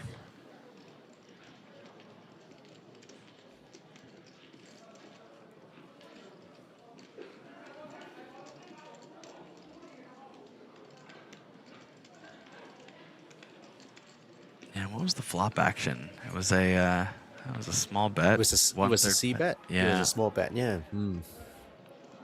Yeah, so it'd have to be like. I would. Because if you have 4-5 suited there, you'd have likely would have a gut shot and backdoor flush draw. So 4-5 suited does make sense. You know, maybe a set, right? 7s or 3s, possibly. But what made him check call flop? What made him snap shove? Or what made him shove that river? Like he really thought the queen couldn't show down that badly? Wow. Yeah, I guess so. And it's just like the pot goes up to 50,000 once Kiyomoto bets on the river. And I mean, I guess he just figures Kimoto, like, under the gun open, probably not going for value with, like, king-queen there. But you still beat a bunch of bluffs that I think that, like, you know, do you think under the gun's bluffing enough there? Do you think queen has enough showdown that you should just be calling? I think so. Yeah, Beat so a lot of under pairs, right? So if you believe that, then I think maybe the better play is to call. But results-wise, when we see the better hand, I guess he just feels his opponent is either under bluffing or just, you know, maybe just a bit of a gut feeling. They just have to have the ace here. They have to have the value. Anyway, wow, worked. Yeah. So back to this hand. Is Kiyomoto going to fold the best hand again? Not this time.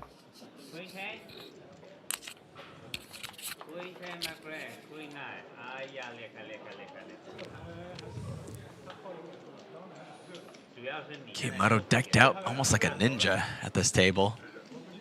Black hoodie, black hat, black hood up, black mask. Just completely blended in, almost to the black table as well. So on Twitch, Zenzo2win says the only reason I can think he's doing that shove is because he thinks he can get the guy to get the guy off an ace, which is crazy. But what do I know? I play 2-5. 2-5 is pretty big. Yeah. It's a good game, 2-5. It's my favorite game to play. Some people make a decent living out of playing 2-5. Yeah. It's not, especially not like, I mean, live 2-5 as well is like, it's still, it can be soft enough that your win rate can be, you know, if you pick the right game, could be abnormally high as well. A game like 2-5. So you combine that with 10, 15 per 100 Yeah. live plus maybe. Yeah, you can do it. Definitely.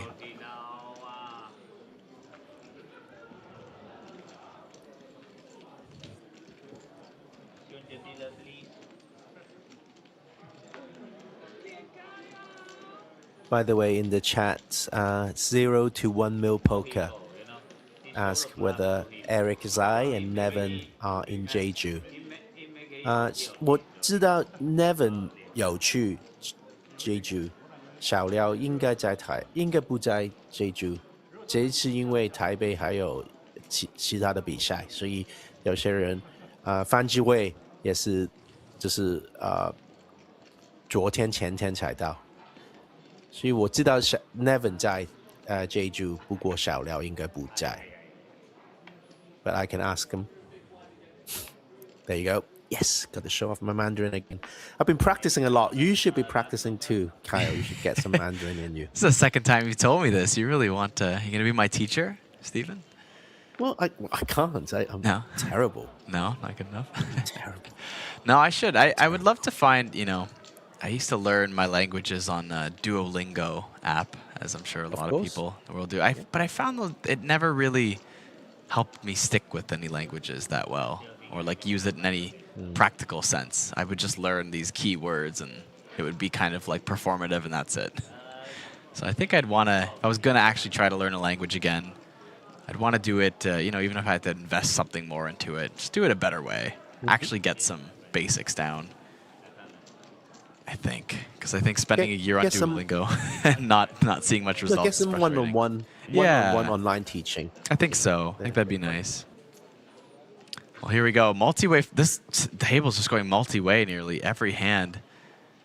A7 suited for Nakajiri. Hits top pair, top kicker. Hien Chong with pocket fives in the cutoff. Flops an open ender. And Yu Zhang, King 9 suited, basically the only one missing this board.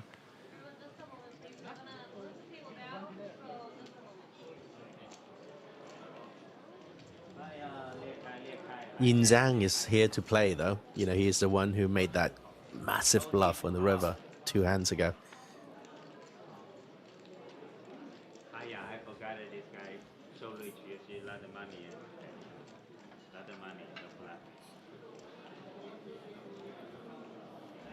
Turns a 6. Slightly favors the callers.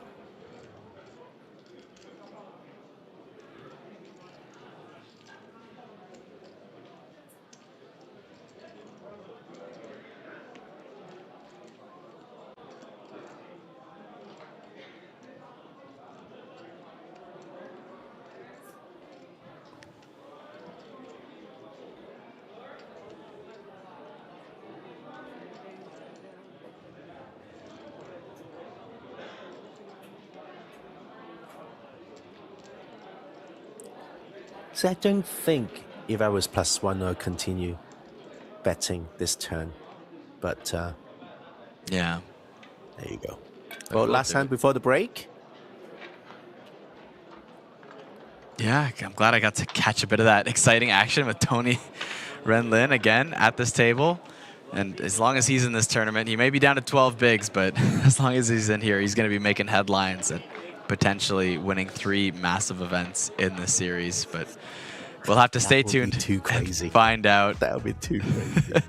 Many days to go. Once again, the payouts are here.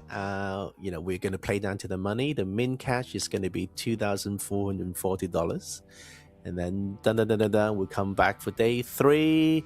And then the big money, the big money will come just before the final table.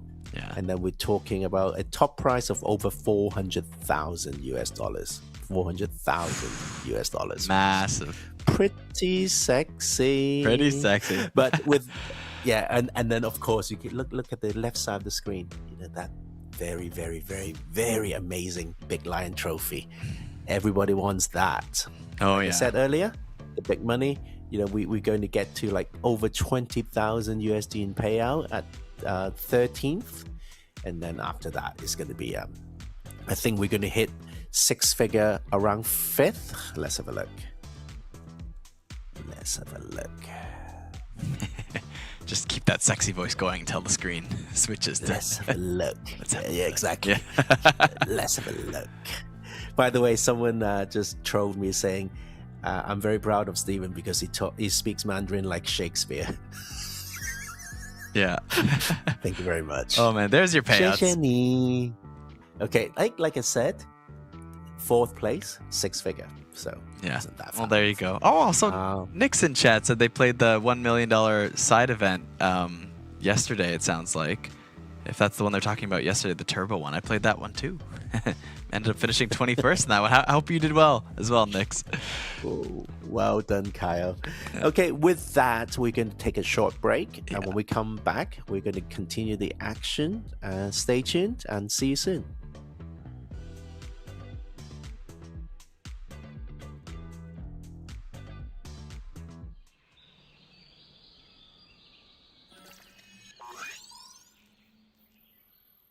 Welcome to Asia's largest online poker room. Our next generation poker software is now initiating.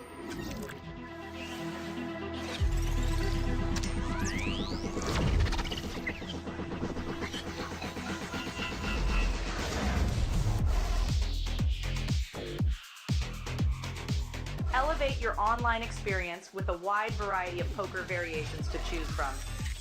Get fully immersed with fun and social features.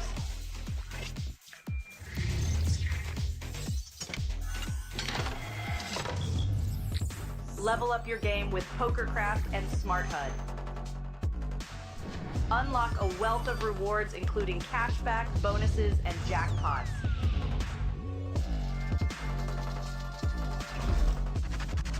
Join world-class poker tournaments featuring some of the world's most renowned brands and the largest guaranteed prize pools in the world. Experience the best in customer service and hassle-free transactions for a seamless online gaming experience. With online poker available on all your devices, you'll be able to play your favorite games anytime, anywhere.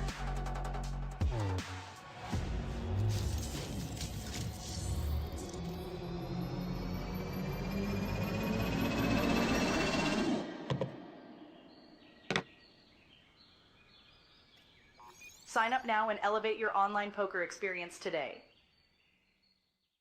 虽然我得到 min cash， 但我也有可能得到最大奖金。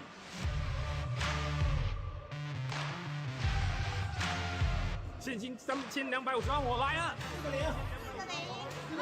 Yeah, I think I will get at least top 3. We're going to win this one. Okay, this is it. This is it.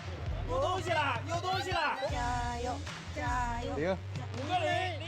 Yeah, it's nice to be able to like not run super deep in the tournament, but still pull a very big prize. 还有吗？17，170万。再来个空， 6个0，再来个0， 16，600万。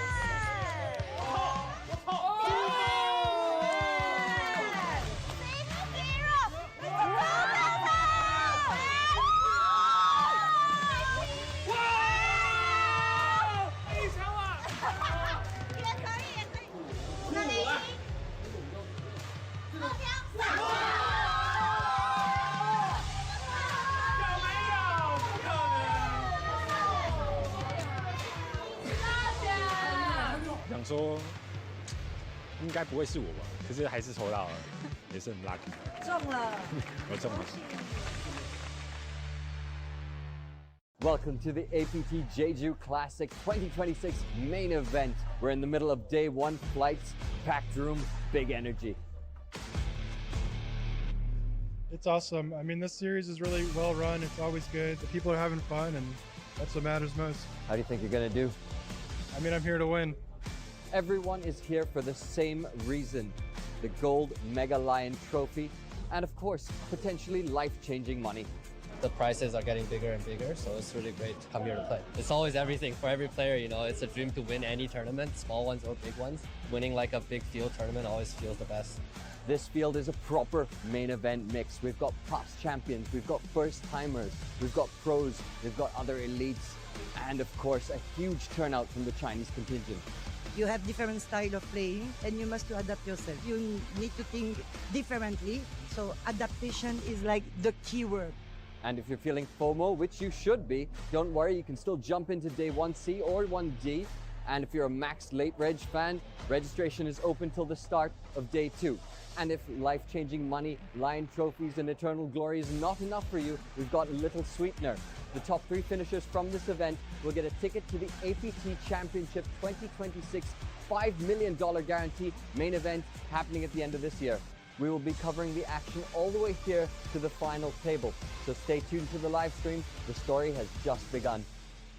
I want to say congratulations, you got a second place. Welcome to the APT Super High Roller.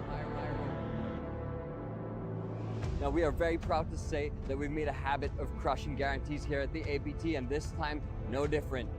We have 3x the 500 million won guarantee, which means up top it is 400 million won to the winner, as well as the coveted Pewter Lion trophy. The field, as expected, has been shark-studded. Of course, in high rollers, just like Highlanders, there can only be one. Who's it gonna be?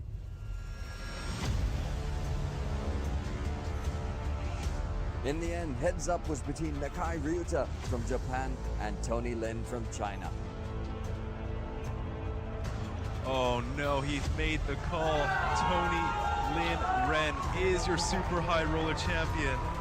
这个奖杯对我来说真的意义特别重大，因为我第一次看到 APT 这个奖杯，我就特别喜欢。APT 奖杯应该是这世界上做的最好看的奖杯，我相信所有的扑克玩家都想要 APT 这个大狮子的奖杯。剩3个人的时候，我只剩2个 BB 了，我 NT 付完大盲付完只剩1点几，然后别人推我 all in， 然后拿着7-2重花。 这概率上是一定要 call 的，如果数学上这手牌是一定要 call 的，没有弃牌率。但我想了特别久，我觉得我不希望去，就是赔率多好或者超过多好，但是我相信领先别人的牌去 call 别人，所以我弃掉那手牌，然后后面就有如神助，就一直来牌，然后我就运气也很好，所以今天的感觉太棒了。这马量够夺冠，够夺冠了。对，12个小时以前我就说，因为有军马，然后我就开玩笑说。 军马就够夺冠了，然后就其实一直抱着这个信念，然后我也是极度的自信。你相信自己能赢，你最后就一定能赢。我觉得那个 APT 就是一届比一届好，我相信 APT 的每一站一定是比上一站更好，所以已经太好了，不需要再好了。我觉得今年应该我会拿到我生涯最高的奖金，也会拿到年度最佳牌手。现在感觉自己强得可怕。我相信你。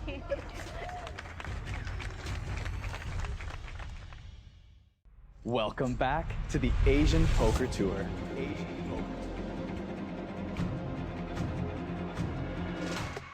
APT 济州站经典赛2026今天正式开打，同时也是 APT 巡回赛20周年第一个巡回系列赛。Happy 20th Happy 20th Happy 20th Anniversary สุขสันต์ครบรอบ20 ปี APT เจ้าหลิงไฟเราเย้ このシリーズには20年にわたりプレイヤーを引きつけてきたおなじみの人気イベントが全て揃っています。 The APT National Cup featuring a 200 million Korean won guarantee, the Mystery Bounty Hunter 400 million, the APT Super High Roller $500 million, and of course, the main event with a whopping 2.2 billion Korean won guarantee. 約100イベントに及ぶフルスケジュールと各補助額の詳細は www.apt.poker をチェック、もしくはこの APT アプリをダウンロードしてください。我们将在所有的社交平台为大家带来本系列赛的每日精彩赛事报道，其中包含2月1号星期日起正式开播的赛事直播。记得追踪我们，掌握 APT 济州经典赛2026的所有精彩复刻瞬间。The 200 million Korean won guarantee has already been smashed in event number 1. The APT Jeju Classic is off to a strong start. Let's see how the players are feeling in the National Cup. Andy, just curious, why did you choose the National Cup tournament to start your series here at APT? Well, it's the first event. I always play the full series, so yeah, I play anything. 因为我比较喜欢早点进场，可以多打番后这样 BP 数比较多。 How is your tournament in the National Cup going so far? It's already my second bullet, just a little bit below the average, but I think it's a good experience for me. All right, we're here with previous champion at the APT. Renee, how is the first event of the series going for you so far? Now really good. I have like 2.5x average, and I appreciate a little bit smaller blind levels because it's not that tough to think about hands if you're only 20 big blinds deep or something. So I think it's always the best tournament for me to get back into it. Do you have any expectations as to how far you might run in this National Cup tournament? The goal is always to win.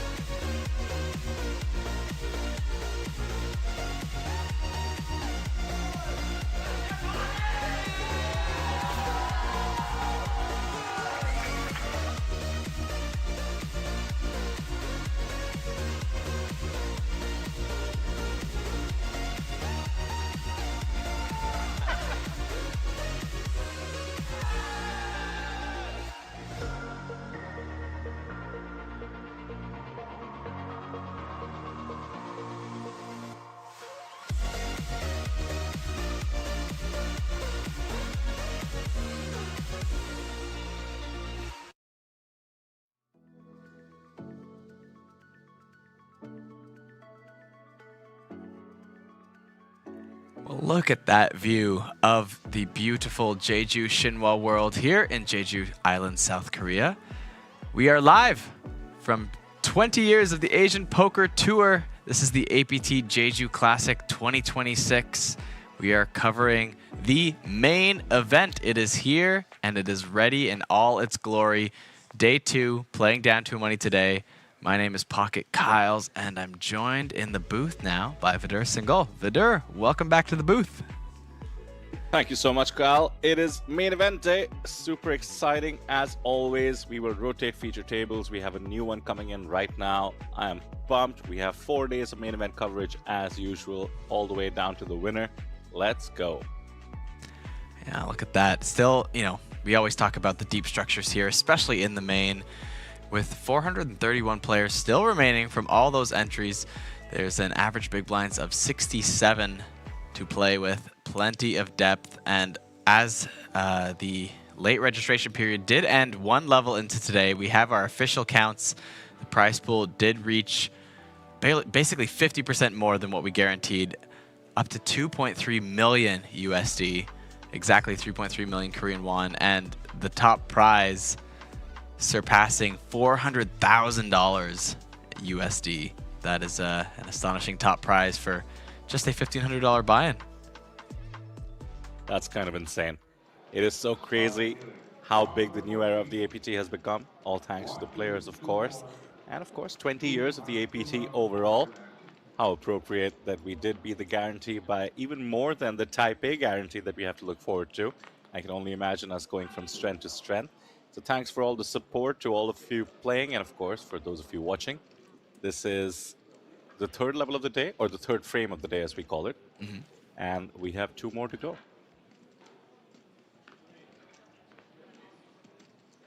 Playing down into the money, 255 players, as you can see there on the clock and on the top left of your screen. Getting closer, less than 200 away. And we've seen some of the plays that we have so far. The action is definitely exciting. Kiyoshi Kiyomoto with a king-queen suited open, and look at this. Wei Hang Chen, ace-jack offsuit, going to rip it in. About 16 bigs in the small blind.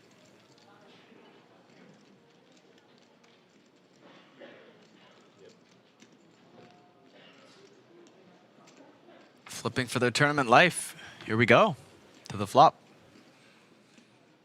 King 6-3, not what Wei wanted to see. Pair of kings for Kiyomoto. 5 on the turn. Chen needs to find an ace on this river to stay alive in the main event. And the 7 of clubs will spell the end of their journey. GG, Wei Hang Chen. Kyle, you know I've played a lot of heads up, and in heads up, SNGs in particular, you have to be all in a lot. Yeah. And there have been years in my life where I've been all in maybe 10,000 times in a year, which sounds pretty insane. Right. I don't know why, but I'd rather have king queen suited than ace jack. It just feels like it's winning. You know what? I don't understand it, but I have that same feeling. Something about king queen suited feels stronger, just emotionally. Emotionally. That's the right word. Not rationally. No. We saw the percentages. Yes, we know mathematically it's not. But emotionally, it's together, it's connected, it's suited. Ace feels like a hand, ace-jack offsuit feels like a hand that tried to fake it till it made it, and it didn't quite build a strong enough foundation to have the worth that it's made for. King Queen suited feels like they didn't quite make, that top position. They don't have an ace in their hands, but man, they built a solid base to get there. So much respect, Totally. Kiyoshi Kiyomoto. This time ace-jack suited. A little bit stronger than ace-jack. Gonna go multi-way to a flop. Last feature table, we saw a lot of multi-way action. Seems to be continuing here. 10-3 deuce. The best hand is the only one to miss this board. Yang Yang, top pair. Yang Ming-chi with the second pair, with the pair of threes.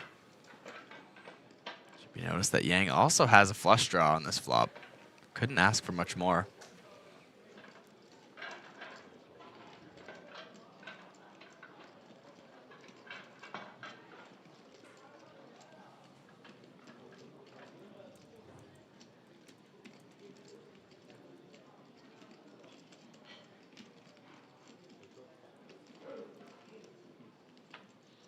It is important to put into perspective the journey for these players thus far. Obviously joining us on the stream one feature table at a time, but day one is no joke. I mean, depending on the flight you play, the levels are between 45 or 60 minutes for the most part, and that is a grind. You can't just win the tournament on day one, as they say, and you can't just build a stack easily that coasts into day two. Every level is sort of a new battle. It's not easy. Look at that. Did get one street of value out of Kiyomoto with the backdoor draws and overcards. It will end on the turn, though. Backdoor royal flush draw. Right, right, yes. Always good to mention that one, just in case. There's the feature table. Love seeing the flags as well. Do have a gentleman from Mongolia. Two players, or rather 4 players from China. That is pretty common in Jeju, of course. Vietnamese gentleman in seat 1. Yep. And Tabak from Romania. There on the screen.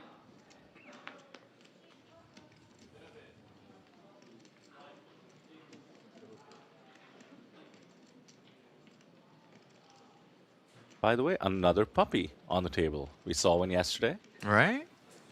New trend, I think. Is there a salmon on this one? Any sashimi on the dog?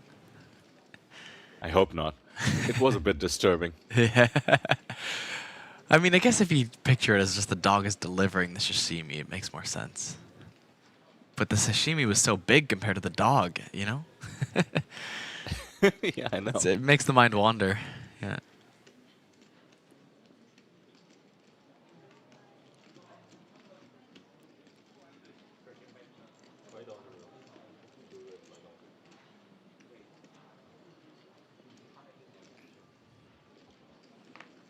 Oh, Nix, did you finish 13th in that $1 million No Limit Turbo event yesterday? Congratulations.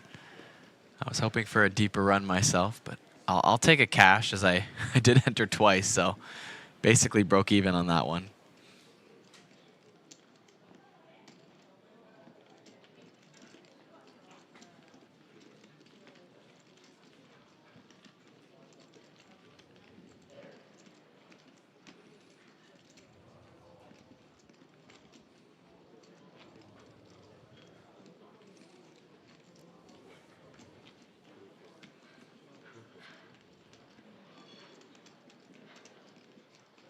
Have you addressed Nick's asking if it's possible to join in the booth for a vlog? I have not yet, no. I think backstage that's a request. That's a big ask. That's a big ask. I wonder. I mean, we have had guests in the booth in the past. Typically, people that are, you know, have some level of fame or notoriety in the poker scene that we get for our guests in here. Not completely open to the public per se, but I don't know if you kind of start a bit of a successful vlog and help promote the series, it might be something that could be arranged in the future. Nix, did you mean to commentate? You can come film. Just let us know. We'll try to make it happen.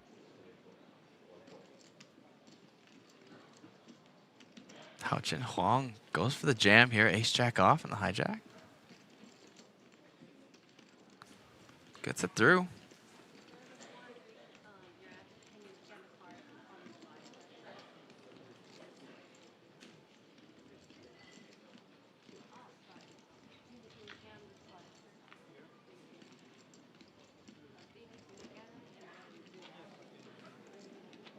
There we go. Nick says they just want to film. Certainly possible. Kyle, you've been vlogging a little bit less. Why don't we let others do it for you? You become the celebrity. There we go. There we go. And we'll get paparazzi involved. I'll take that roll shift. A little less work on my editing hands.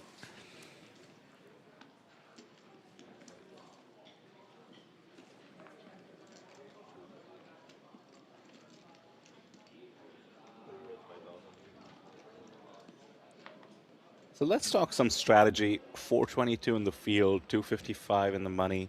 Yeah. Too early for ICM consideration, surely. What is the goal here? Just tight, solid, middle stage, low VPIP poker? Well, so I actually disagree a little bit to say it's too early for ICM considerations. I mean, I think really 50% of the field is where you should start considering ICM. I think the adjustments are minor, but I think they're there. And I think to not adjust at all would be a little bit of a mistake, in my opinion. And so I think, you know, when you see us down at 421, getting close to 25% of the field, right? Like, not quite there yet. Actually, exactly at 25, yeah. Yeah. Oh yeah, sorry, 70. Okay. Yeah, yeah. So I think there's I think it's by far it's time to be applying ICM, but I mean that factors into everything, right? So in short, you know, I think the easiest way to just factor in ICM is generally tighten up your ranges, but I think that, you know, that also gets factored into were you already widening them for other circumstances?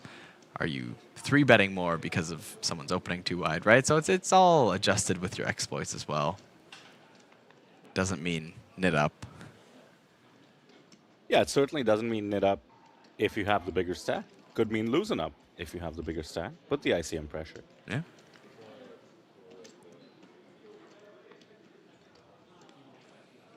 Yeah, I find this stage of the tournament very interesting, though, where population-wise, you'll see a lot less people adjust to ICM. So if anything, I think the benefit comes from you tightening up as opposed to you taking advantage of people tightening up, because I think most people don't tighten up at this stage. So I think it kind of works in a bit of a one-way street at this point, unless population really starts to adjust. But that's just an observation more than anything, not necessarily a stone cold fact that I've run through a solver or something like that, or checked the stats on how people are actually playing.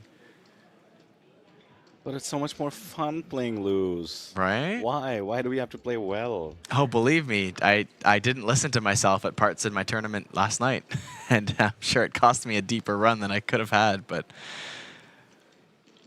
I mean, some of the risks paid off too as well, so it maybe somewhat equals out in the end, but... Nick's in chat trying to make it happen says, do I come by? My advice, and Kyle, please correct me, is to either find Kyle on the floor or any of the media staff and work your way up to talking to Victor Chong, that is. Yeah, but definitely the right way.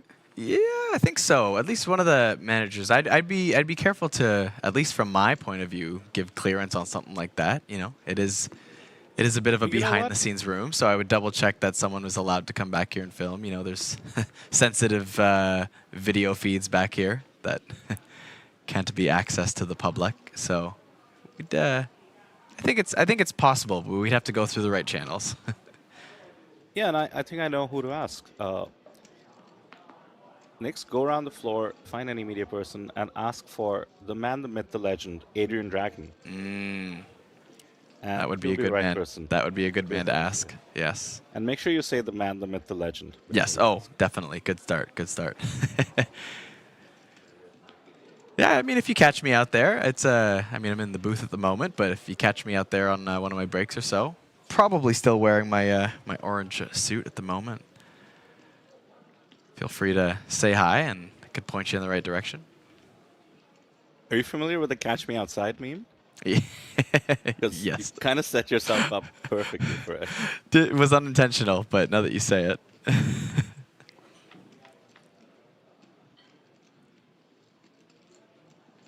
Otaku-san in chat asks, did Tony bust?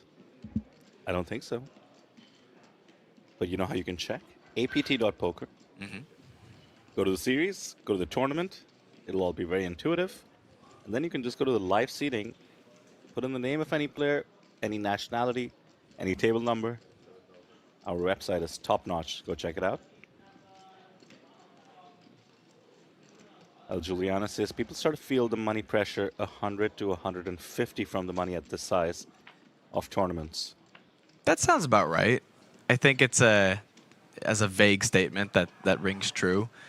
It kind of comes in waves, right? It starts to hit a little bit of people. You start to notice some people changing their strategy, and that closer to that, whatever, 200 to 100 till the money size. And then once you get to that second part of it there, that kind of 100 to like that 100 to 150, I think it's even more people start to, the wave kind of hits over everybody. And then once it hits over everybody, I noticed that suddenly the whole table just like knits up like crazy. It kind of comes out of nowhere. It's like this thing was growing slowly, and then suddenly everyone is now folding pre-flop.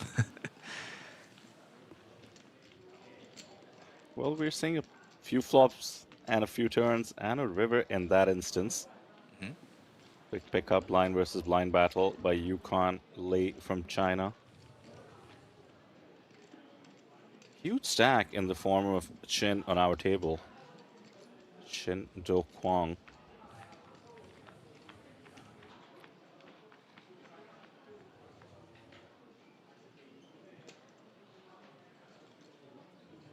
I've seen a decent amount of Vietnamese presence across all our feature and final tables. Chin pretty experienced, over 300k on his hand and mob.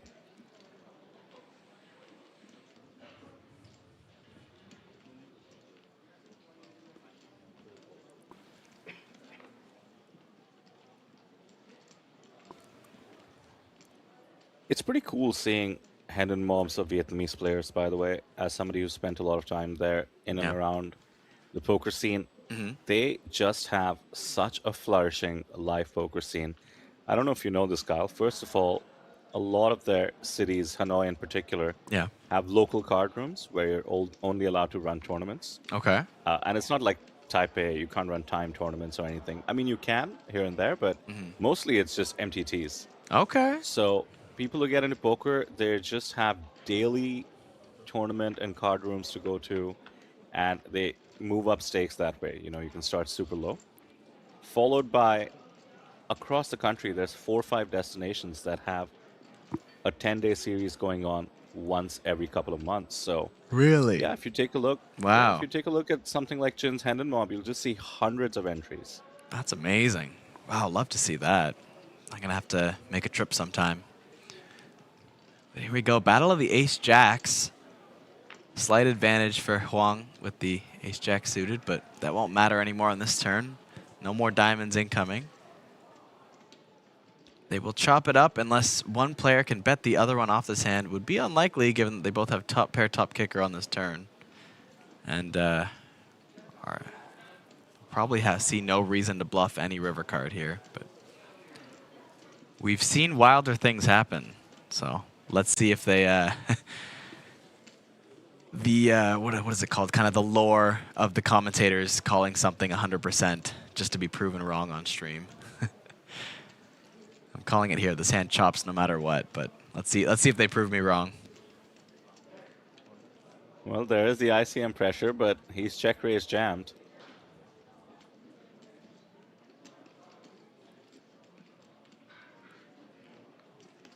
Gets the He count. was just about the covering stack.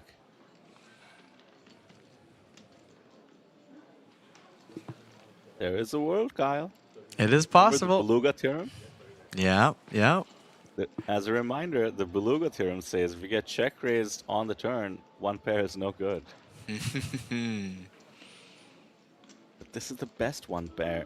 Yeah. At least in terms of the cards. So Well, it's not a bad theory because it kind of, suggests that it's like, this kind of still fits that theory because yes, one pair is good here, but that's like the absolute worst your opponent will have is top pair, top kicker. And if you're in Yiming Ji's shoes, it's chop at best almost. yeah, technically it's no good. It's not winning. Yeah.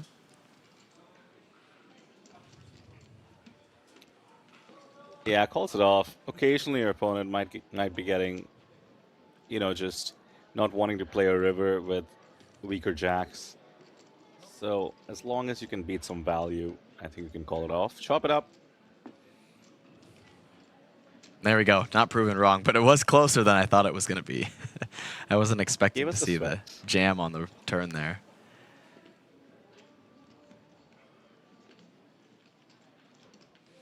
Field dropping pretty quickly, down to 409.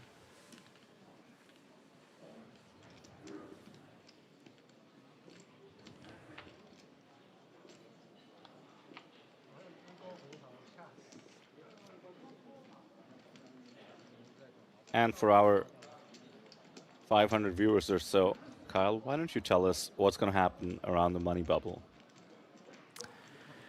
Well, I mean, there's going to be some excitement in the room. So, I mean, aside from the poker itself and the different things we'll see there, you know, we're going to get to that hand-for-hand moment where we have Neil Johnson running around with the microphone, announcing all the all-ins and the calls and the run-outs. And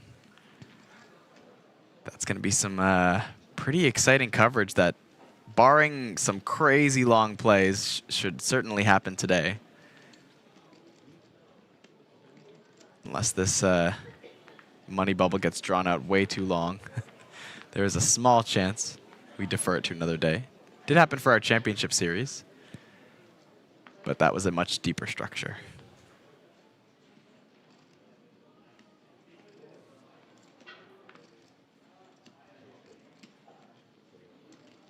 Of course, once that bubble bursts, that will be the end of the day. We will be going to day 3 after that, where our on-live qualifiers will be joining everyone who qualified in real life, in person, here at the venue. And then we'll be all locking up a min cash of what is officially now 2,440 USD.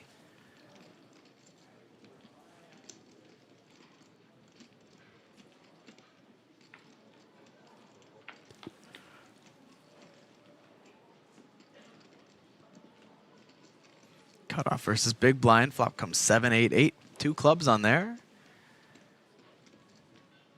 2 king of clubs for Jeju.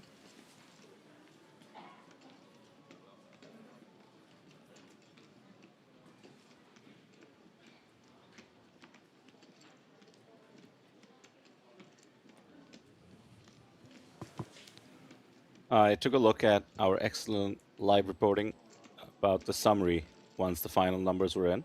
Yeah. So, first of all, this is the 5th largest first place prize in the 20-year history of the APT, which is pretty good. Amazing. Considering it includes the championship. Over 850 unique players, which is also really cool. That's a lot of people to be here in Jeju joining us. And the total prize pool is the 2nd richest the tour has ever generated in Korea. So 2.4 million. Wow. Yeah, just a little bit shy from last year.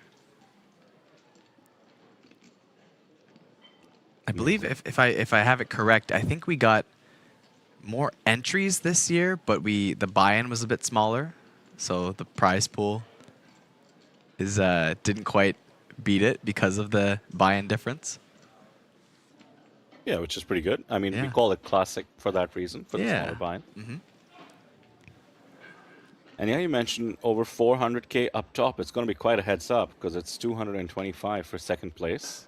Might have to consider deal making, but I hope they don't. Love seeing a huge heads up at the end of a crazy grind main event. Yeah, definitely.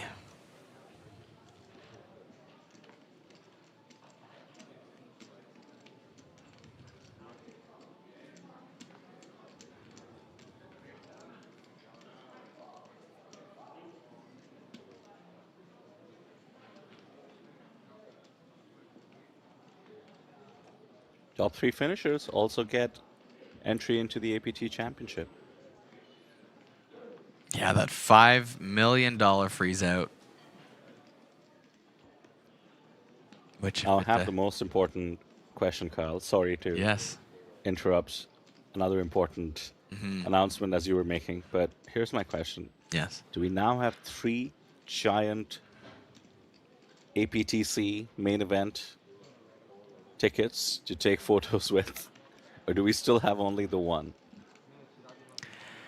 What do you mean? We've been giving them out the whole time. It's we've handed out hundreds of those giant tickets. I think they put them in their suitcase and bring it home. And if they don't show up to the championship series in November without their giant ticket, they can't play. I'm not gonna let them play. They better bring it. And if you fold it and rip it, that's a $10,000 ticket. You better keep that unfolded, frame it or something.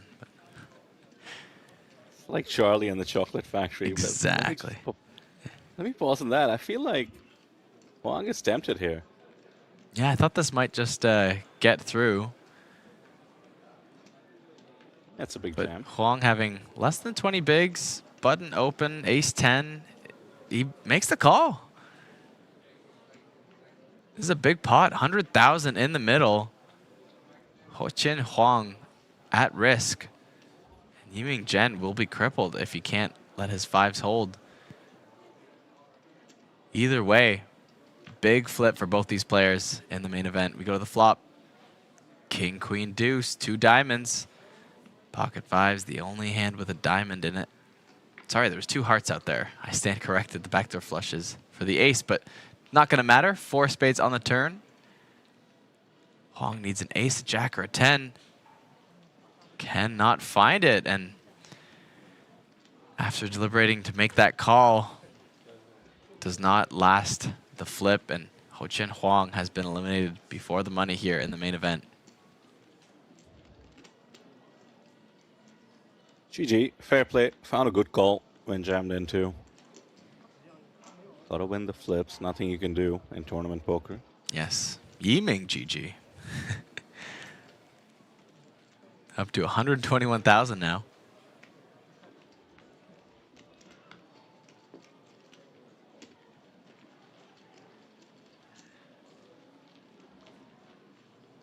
It's about, what, 50 bigs? Yeah. There we go. 50 on the nose, according to our graphics. Somehow, still the second shortest stack at the table. But 50 bigs, a few levels into day 2. You can't be unhappy about that. Yeah, very comfortable. I mean, the shortest stack on the table is 42 bigs. Structure is 1 hour levels. Plenty of poker to play. And I think the players do love this. Just gives them that added comfort of navigating the way that they want to navigate, not letting the stack size determine their play.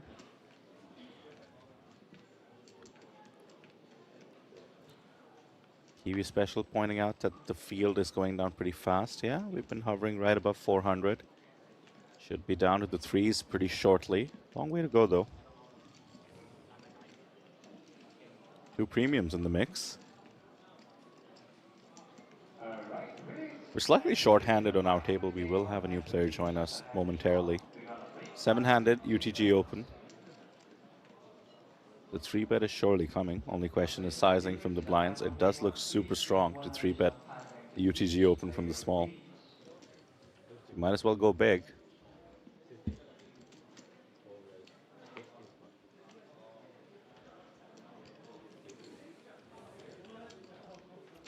He doesn't go big. You know, given how deep we are, it's a bit risky. Batsuk is actually pretty happy to peel a wide range of hands in this spot. Yeah. Wow, stand corrected. Apparently. That is a shocking fold. Is Queen Jack suited? Yeah, I wouldn't make good that discipline, fold. though. Yeah.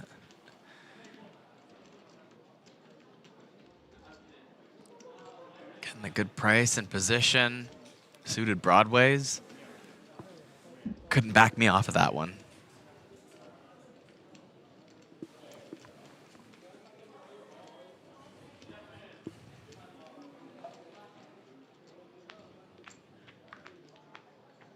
At Nix in chat is pretty gung-ho. Can't promise that it's happening today, mind you. And you might want to wait for Kyle and Sam in the booths together as well. Talk to Adrian Dragon, and I'm sure you're around for at least a few days in the series. Can't make any promises, just be patient. But yeah, we'd love to have you. But you gotta get through the dragon first. That's right.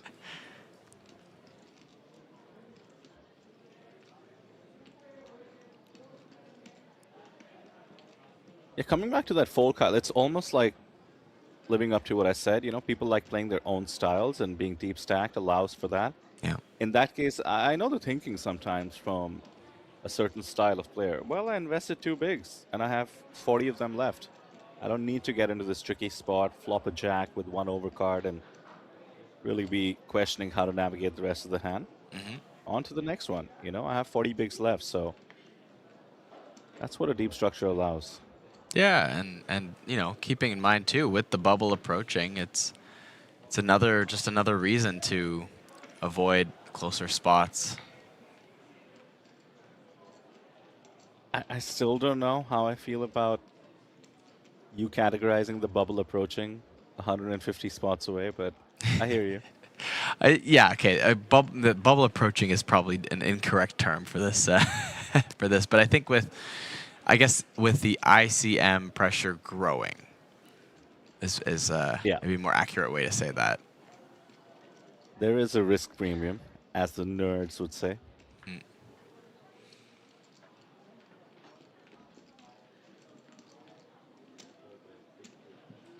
Oh, watch this. Yiming. Really feeling the momentum. Open from the button. All right, suited hand, we can live with that, but fires on that super wet board into two players, one of whom who flattered from the small blind.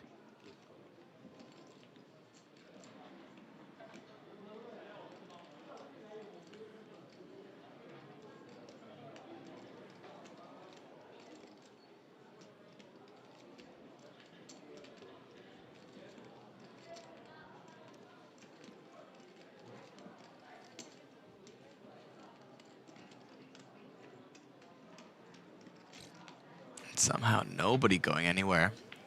Get to the turn. 7 of hearts.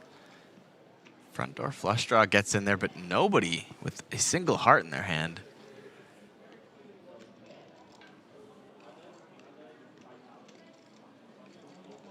Funnily enough, the hand seems a lot more stealable now by Yiming.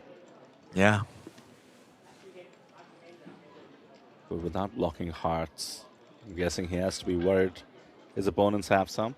Yeah, this would be very out of line to go for it here, but maybe the man just has some heart. Bark in his bite. And it appears so. Another bet with absolutely nothing on this turn. Oh my. I'm swooning over here. All right. Gets the gut shot to fold. Can he get top pair to fold? Remember, that ace-4 just got upgraded to a 10 kicker with the 7 on the turn, but Sook folds, and Yiming Ji with 8 high takes down this pot. Absolutely no draws going for him whatsoever. All he had was position. For the friends and family watching, huh? Right? Very cool. Let's keep an eye out. Oh, wow. What hand was that? I got to send that one to our media team. Maybe to highlight that later. Oh, it was a nice hand indeed. There we go. I knew before you asked. You just wanted me to get there on my own, did you? More fun that way.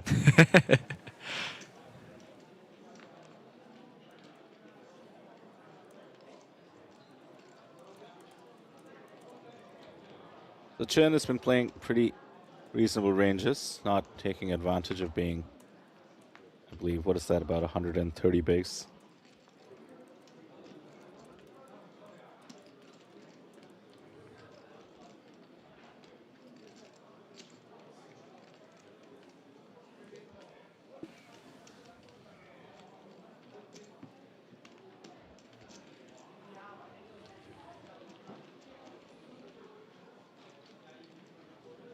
But Sook's starting to get a bit shorter.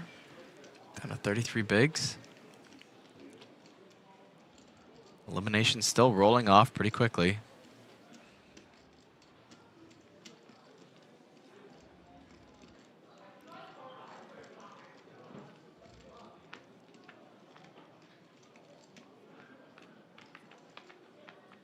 You know what? A huge shout out, and I'm sorry I don't know the name of the team member, to the person updating the field on the top left. It's not automatic, guys.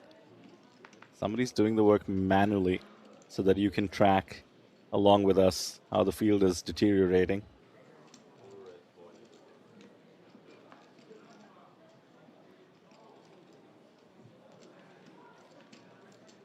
So Kyle, the field size is on the tournament clock as well, right? So the players are probably watching the number tick down along with us. Yeah.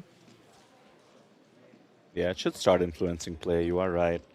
I think that 100 people left, psychologically at least, would make a difference to me. I'm not projecting onto others, but around the 350 mark, let's say you have like 35 bigs, you start wondering, can you start folding your way into $2,400? But I will point out that the pace of play really slows down as we get closer to the bubble. Definitely, definitely. A little piece of info the players can think about, right? I mean, our programmers are just so good at this, and so if day 2 is supposed to end near the money, you can expect it to be towards the end of the day. So you can also think, hey, listen, 100 people left, but more likely 2 to 3 hours of play left, right? And then make decisions accordingly to the extent you're trying to nurse a stack. Yeah. I think someone, Ken in chat too, asking if Punat is active in this tournament. If not, is he in any? Well, I guess that's a subjective question. Active in this tournament? He's not playing day 2 at the moment because he's already qualified online in the money for day 3. So he will be joining us with the rest of our on-live qualifiers tomorrow. So he is in the tournament, but just not actively playing it right at this moment. And so he's likely somewhere in the, if I know Punat, I don't think he's taken some time off. He's probably looking for something to play. And the only thing really on this afternoon that I think he might jump into, there's a high roller day 1. Day 2 might interfere with the main event, so he might not be in that one. There's also a Masters fixed limit draw poker. That sounds like something he might jump into. Don't see him in that one. We'll see if we can find him for you. New feature request. Put in the name of a player and see what tournament they're playing on the website. And you can search the tournaments themselves for the person, but looks like the high roller is starting to fill up with some people who could not make day 3 of the main. I see William Teo's in the high roller. Renee Von Redden, RIP to your main event run. Joseph Chong's in the mix.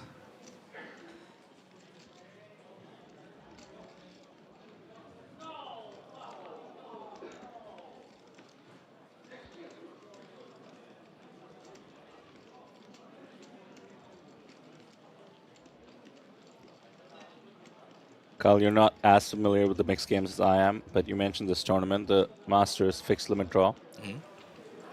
Now, it's called the Masters because the buy-in's pretty big, 1,000 USD, 1.5 million local, and an astonishing 16 entries, which for this kind of a tournament is a lot. Late red's still open, by the way. And it's just 2 draw games, deuce to 7 triple draw, and then the regular single draw, except it's fixed limit draw. Okay. Which, I mean, it's just such a grind, which also means that any skill differential really exposes itself in no limit. You can, of course, get lucky in a draw game and so on. Right, right. Super challenging, and I'm blown away that we have 16 entries. And by the way, these are 16 unique entries because nobody's been eliminated yet. That's impressive. Familiar name as well. Sparrow's in there. Ooh, okay. Battling it out. And then there's always a small cohort of people who come to the APTs to just play the mixed games. One day I'll be one of them. There you go. There you go. I've seen you in the mix a bit. Yeah, I can feel it coming. I can feel a baby lion coming. You've inspired me. I feel it coming. I feel it coming, Vidur. Exactly what I meant to say, but you expressed it for me. There you go. Quick C-bet takes that pot down. Someone asking in chat for the password for the Jeju free roll. Are you talking about the Natural 8 free roll online for the APT Jeju Classic live stream? That's probably what you mean. That that free roll password is StreamWin, capital S, capital W on StreamWin. You can put it in the chat if you want to know.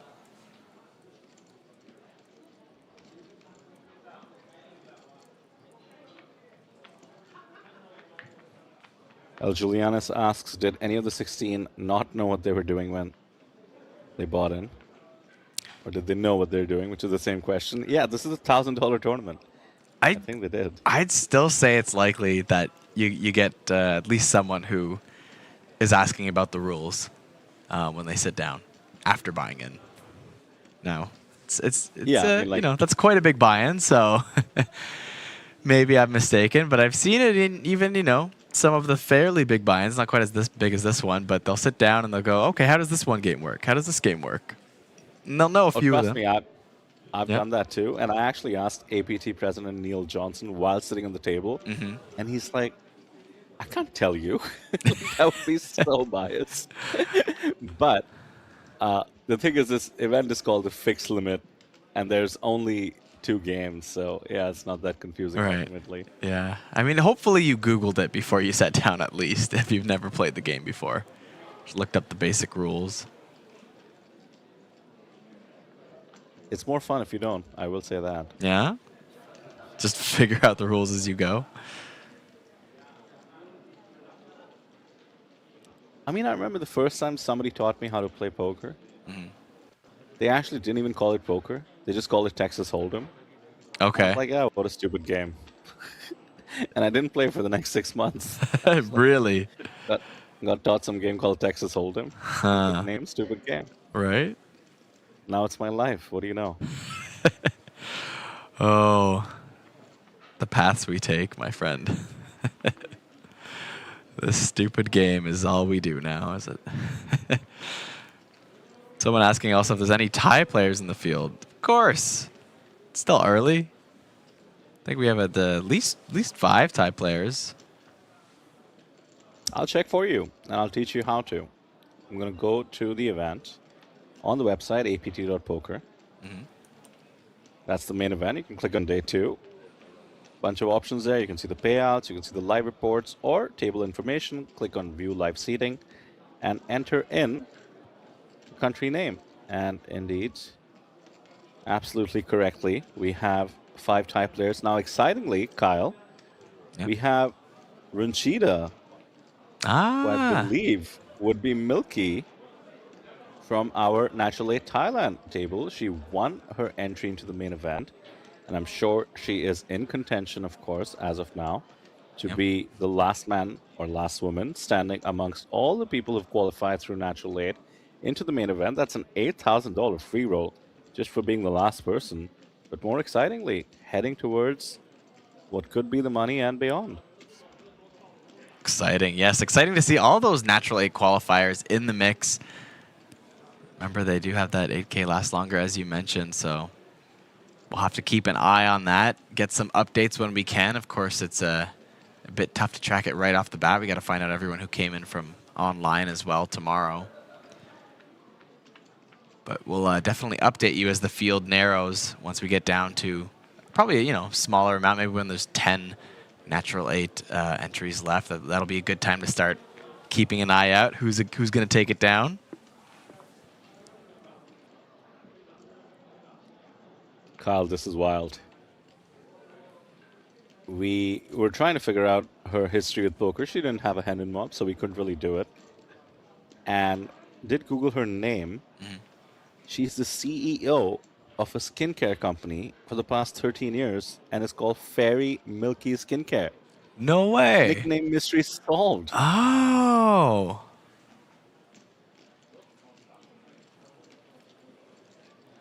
That's very cool.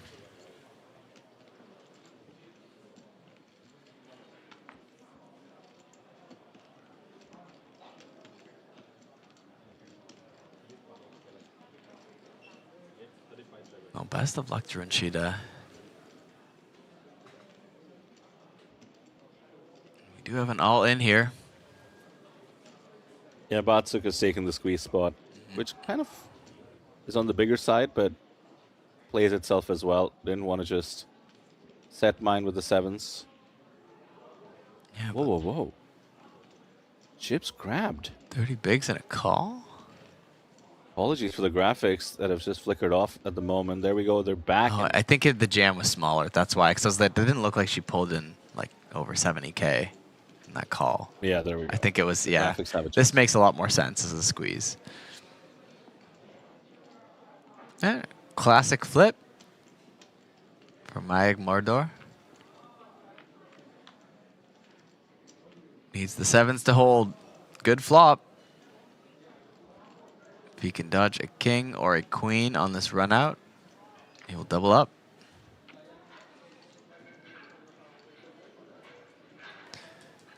Nothing has changed despite the open under coming in. Still just needs to dodge a king or a queen. And does so. Mayag Mordor with the pocket sevens. Holds for the double up, now up to 84K. And Yang still with a very strong 130,000 in her stack.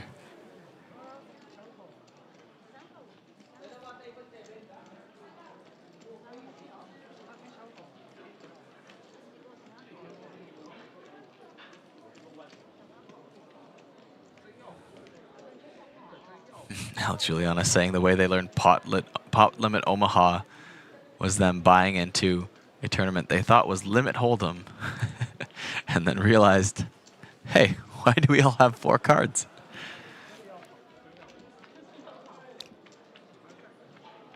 A sort of more advanced version of this did happen to me at APT Taipei. Really? Where the event was called Oh, is this the Badugi Superstar one? Mix. Yeah. Oh, that was a 27 game mix. I mean, certainly the highlight of APT mixed game spreading. Right. But this one was called Superstar. Okay. And just as an English phrase, that sounds like a cool thing to name a tournament. Mm-hmm. And it turns out it was a super version of stud where you get 4 cards to start. And you have to discard 2 of them. And I had to ask such dumb questions at the table. Because I was like, do we just end with 9 cards? Do we keep them till the end? Do I have to discard them? And it's like, why are there double the cards? Yeah, right? Oh, man. But, I mean, better to ask the questions. I mean, I remember... Oh, look at this. Okay, sevens again. And another big jam? And this time we knew his stack was right because he just doubled up. Right? He just loves I think pocket sevens. so. Unless the graphics were off before that, but I think they're good. No, this time, yeah, this time it was correct. We saw him double up with this number of chips. Yeah, pretty frisky. I mean, it's not impossible for somebody to wake up with a better hand than sevens and call you off, but he's willing to pick up the dead money as he sees it. But yeah, at the 40 big blind level, might want to exercise a bit more caution. Definitely.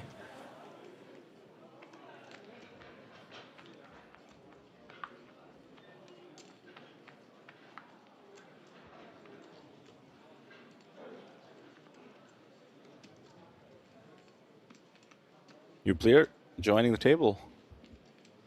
+1, seat 2. This is impossible for me to pronounce last name wise, so we'll just go with Dimitrios from Greece.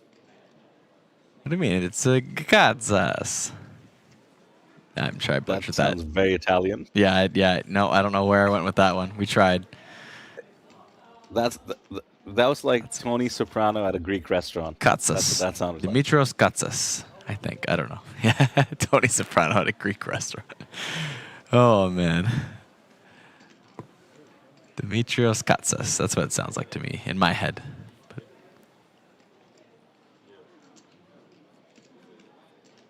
have you seen The Sopranos, by the way? I have not seen The Sopranos, but I did work with someone from The Sopranos once. Oh, wow. Believe it or Who's not. that? Yeah. I actually, so since I haven't seen it, I can't remember what his character's name is, but the actor's name is Michael Imperioli. Oh, dude, that's like one of the main stars. Yeah. I'm sure, yeah. Yeah, he has a band, and they were on tour, and they played in Toronto, Canada while I was living there, and they needed a guitar. He needed a guitar tech for his guitar, so I was that guitar tech for Michael Imperioli. Crazy. One night, yeah. Look at that. So he played Christopher, one of the iconic characters. Okay, yes. Speaking of iconic, look at that. PocketKyles for Yiming Ji. That is unacceptable. To call yourself iconic, I cannot abide. Hey man, I got a trophy, 2 cashes this series. Oh, and the 3-bet from Christian Tabach. Or Tabak. Bad timing. Yiming Ji making sure his luck is this good.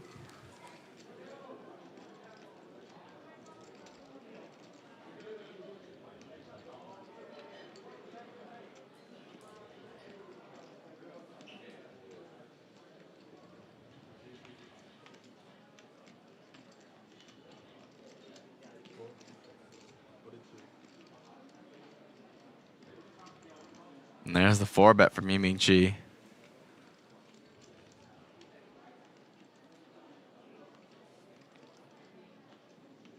I imagine that'll do it.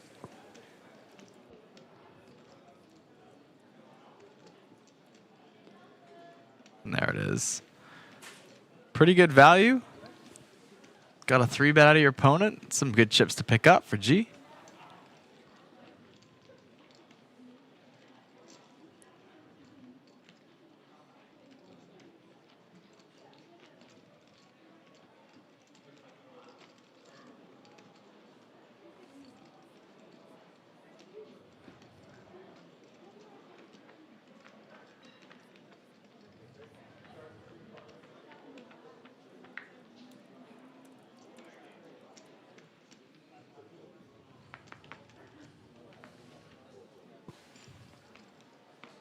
I'm still not over how it was Michael Imperioli that you worked with. Right? Yeah, just because the Sopranos had such a wide cast, including a lot of guest actors. Right. That there's a lot of people who were on that show who have sort of just made a career by saying they were on the Sopranos, and that's understandable. Like if you even had a small arc, so there's probably like 50 people to choose from, and I thought you were, it's going to be just gonna pick a side character, yeah. Yeah, at best, and even that would have been pretty cool. And you picked the lead actor, James Gandolfini, passed away, so literally the biggest surviving actor from The Sopranos. I didn't realize he would be like the big. I knew he was like part of the main cast, but I thought he was like maybe one of like 8 to 10 people that would be on the same level or something like that. I didn't realize he was also the biggest name. He was also in Goodfellas, which is so cool. Oh, I also haven't seen that. I'm behind on my shows, my movies. I know. Oh, I This know. is unacceptable. Right? Goodfellas, you have to watch. You know what's funny is I actually know I've seen Michael Imperioli. I didn't realize this till after I worked with him and looked it up, but he was in an episode of The Office, believe it or not. Oh, okay. Yeah. Definitely just a little character in there. He just played Dwight's sensei in one of the last seasons, but nonetheless. Yeah, he's big. He's the kind of person who would make a guest appearance in The Office, and then everybody would be like, "Oh my God, it's Michael Imperioli from The Sopranos." Oh, now look at this. Christian Tabak with the 9-7 suited +1 open, going to flop trips. And Xi Yingzhu with 5-4 off defends the big blind, flops themselves a gutter. 2 6s folded, gonna be tough. And it is officially dead on the turn. Xi Ying.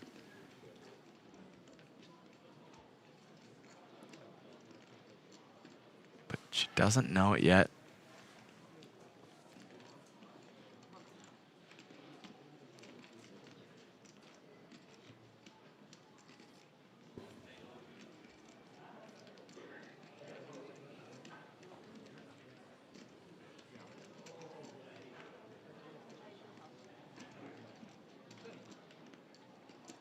Christian trying to figure out how to get more value from the spot. Looks like it goes pretty small here. Just 9,000. Yeah, not a spot you bet too frequently as a bluff. Considering your +1 range, you're going to want to check behind, realize some equity if you have overcards, any draw. Doesn't matter too much against the 5 high, but pretty easy fold for G-ing there.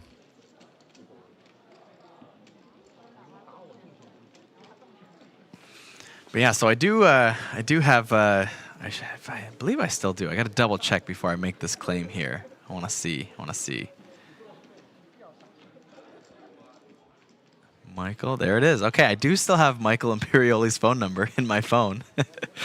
I'm curious. Do you have any famous people's phone numbers in your phone? What's maybe the most famous person you have you have their contact? I'll get back on this, but when you just said I'm curious, yeah, in perhaps the most Sopranos way ever, I thought you were going to ask, "What's it worth to you?" What's this information worth to your family? Exactly. I could make you very popular, son. But once you become part of the family, you're always going to be part of the family. Never seen the show. I have no idea what I'm doing to this, but you know, pretty darn good. Classic Italian. Who hasn't seen?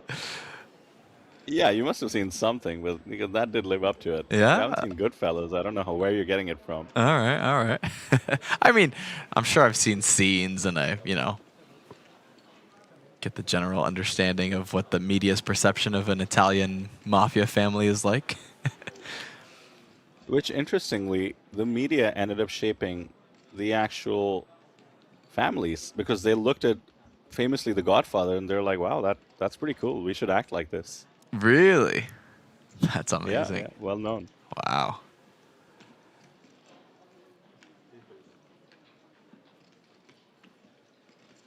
Let me get back to this famous number conversation, because Jing is playing back at the chip leader. Yeah. I love this. Just going with the ranges. ICM be damned. 369 in the field. These pickups can be worth a lot, adding 10K to your stack, tons of momentum and confidence. We're almost full ring here, 8-handed, and that pickup does take her to almost the 50 big blind mark. Yeah, that's huge. And look how fast this number is ticking down. 369, almost 100 players off. At this rate, it's going to get there sooner than later to this bubble. Now, of course, I think, what is it? Around that 300 player mark is where things really start to change pace completely, I'd say. It's not really the bubble yet per se, but it is where everyone just kind of starts to come to a standstill. Yeah, I'm thinking back to the last bubble coverage we have. It was a championship, of course, but I think, what was it? Maybe 100 and some odd players made it to the money, right? So half the size. Now, we had a lot of all-ins, Neil Johnson bouncing around, as we mentioned. The bubble coverage will be super fun. In case you have anything else to do over the day, make sure you do check in on the stream to try and join us for that. A friend of mine, actually, Pawan Bansal from India, qualified with 0.3 bigs. You know that one chip you leave behind? Yeah. This is what it's for. On the bubble. Took a bluff spot on the bubble, got called down, and he mentioned this to me, sort of hid his chips a little bit. Yeah. To not let other people from other tables know there was somebody sitting there with just a small blind. Right. And I think he had 2 more free hands, and the bubble got done. And then, do you remember who burst the bubble at the APT Championship, Kyle? Bit of trivia. Ooh. I remember they had aces. Sorry, the person. Sorry. Boy. Yes. Sorry. Oh, you were asking who was the one who burst them? That's right. But good memory on the aces. Yeah. Sorry. Was it John? Exactly. It was John Well Constantiniano, right? Yes. It was one that didn't stick with me at the time, but then I remember it coming up later and going, "Oh my gosh, that was John." So the spot was that the button opened as a steal on the stone bubble. Fair enough.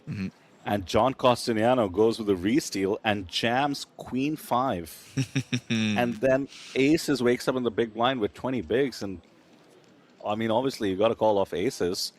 And then, Queen on the flop, 5 on the turn, and Safe River GG.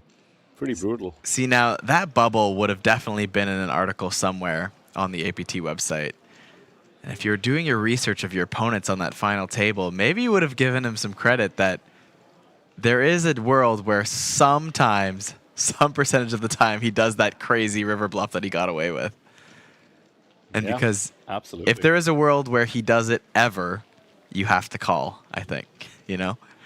The only reason you don't call there is if you think he never does it, which is also a fair thought in that moment. But if you picked up on him finding these crazy... Now, trying to put on bubble pressure versus a short stack and committing ICM suicide on a final table are two very different things, of course. Yeah, just in case you guys watching are not familiar, Kyle is referring to the bluff of the year, certainly, John Costaniano at the APT Championship final table. I won't even want to spoil more. Go look it up. Yeah. Sam Greenwood wrote on his Substack about it as well. Certainly called it the bluff of the year there as well.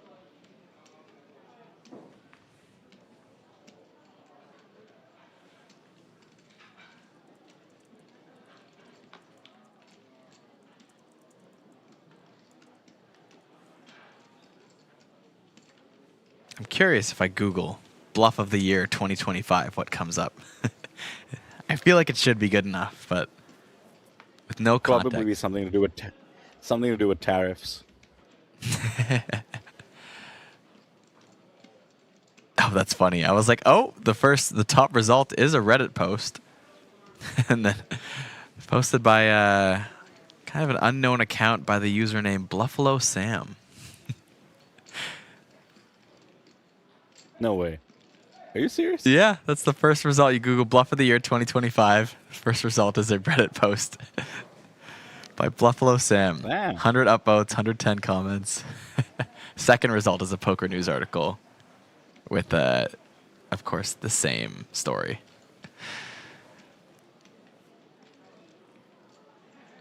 But here we go. Back to the action on the table.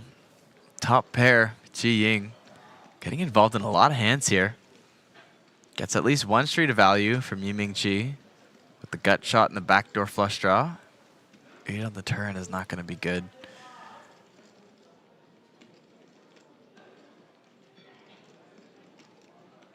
Ji Ying just going to check. Only has a 4 kicker at the moment. And it will induce Yiming Ji to take a stab at it on the turn. Ji Ying Cho with the perfect spot to get extra value with the check call on this turn. An ace on the river. Very interesting card. I think if... Oh, quick check. Ji Ying. And I think Yiming Ji is going to definitely take a stab at this. And I think Ji Ying Cho will basically snap it off here, and it nearly plays this hand perfectly.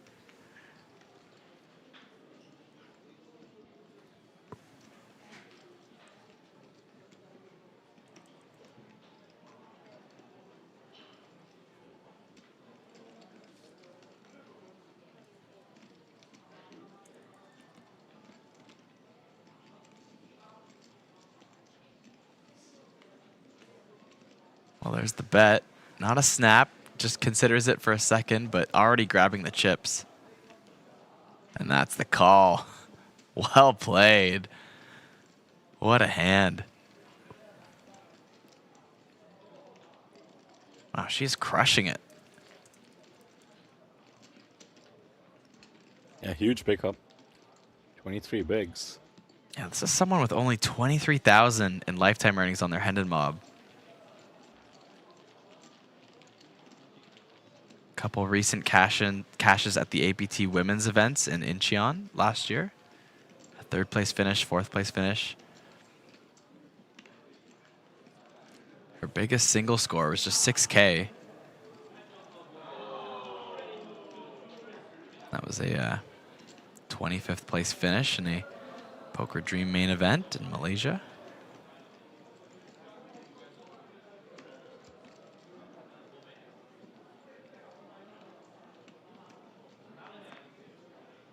Could be a career-changing tournament for her, and the way she's playing, building up a stack, could just be the one.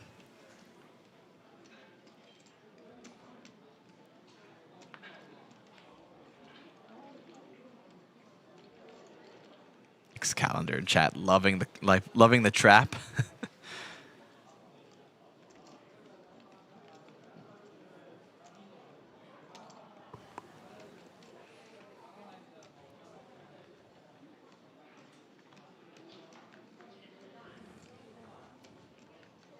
Traps are fun.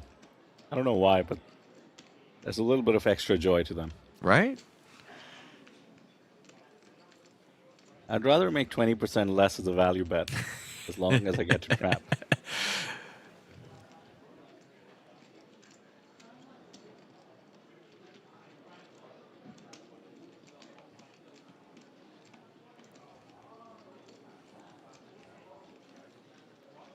Some support for Tabak on the table. Ariana in chat.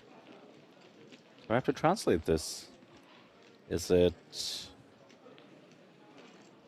I mean, it's got to be Romanian, right? Uchiha?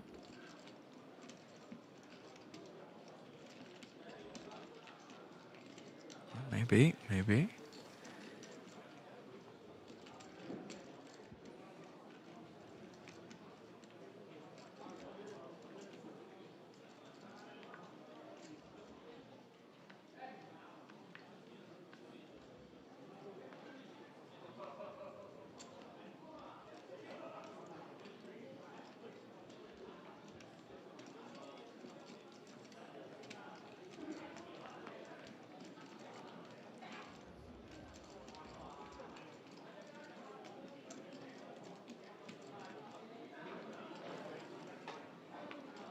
Ace Jack this time for Yiming.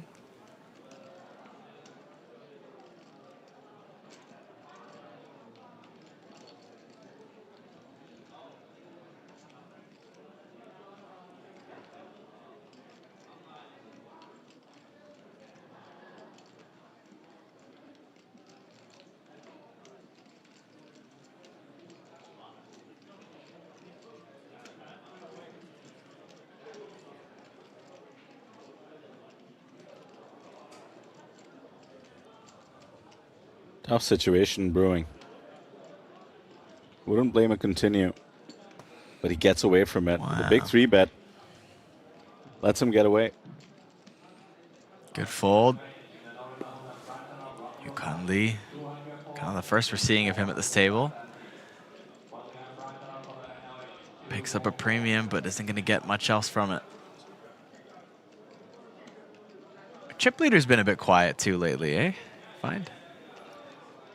Yeah, going with the card distribution, not forcing the issue. Yeah. 100 spots away from the money. I think things should get pretty tempting. You know, another 50 spots away. You know you have all the bubble pressure in the world to exert. It's kind of the point of having a big stack, really. I mean, just by the value of the chips, things might change down the road. Day 3, day 4 still to go, but the whole benefit of accumulating chips is to be able to accumulate more, especially during the bubble. Definitely. Speaking of accumulating more, Chi Ying with pocket 9s. Just recently did a great job to chip up tremendously approaching this bubble.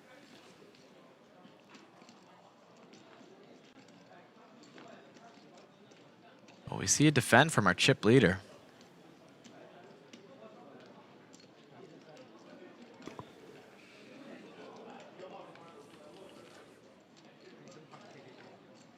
There it is. Call 8-6 off versus +1. Go to the flop. Ace, ace, 9. It is a full house for Chi Ying. Okay, flop. Yeah.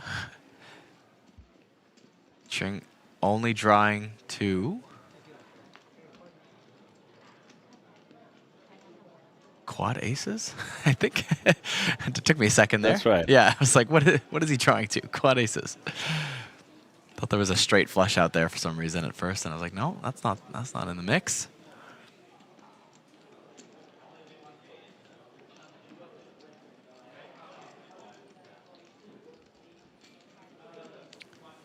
Technically picks up a gutter on this turn.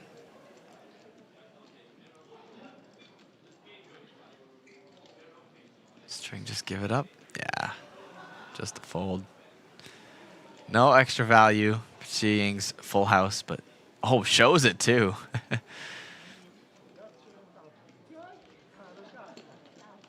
Yeah, hard to get value when you cover most of the board there. Not only your range, but your hand itself.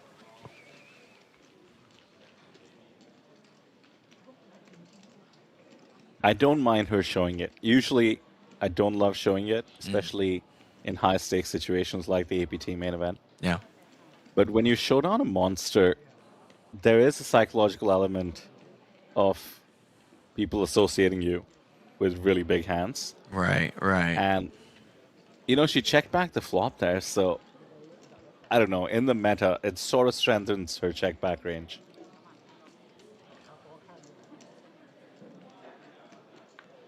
A lot of live players are constantly working on honing edges like this.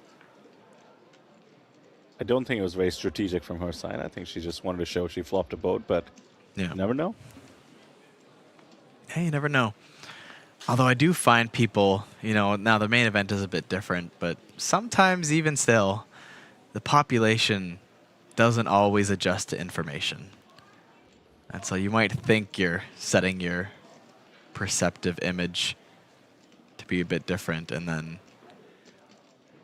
the results don't change. I think that's something I've had to come to terms with a bit, at least in some of those, you know, smaller buy-ins for sure. Like even playing the 1 million won buy-in yesterday, I was just going for, on my second buy-in, just started having a lot of big hands and going for big value, and I was just getting called down relentlessly, and people just kept thinking I was bluffing. And I was like, despite my image of having it basically every time on that bullet, they still just didn't believe me if they had any sort of a hand.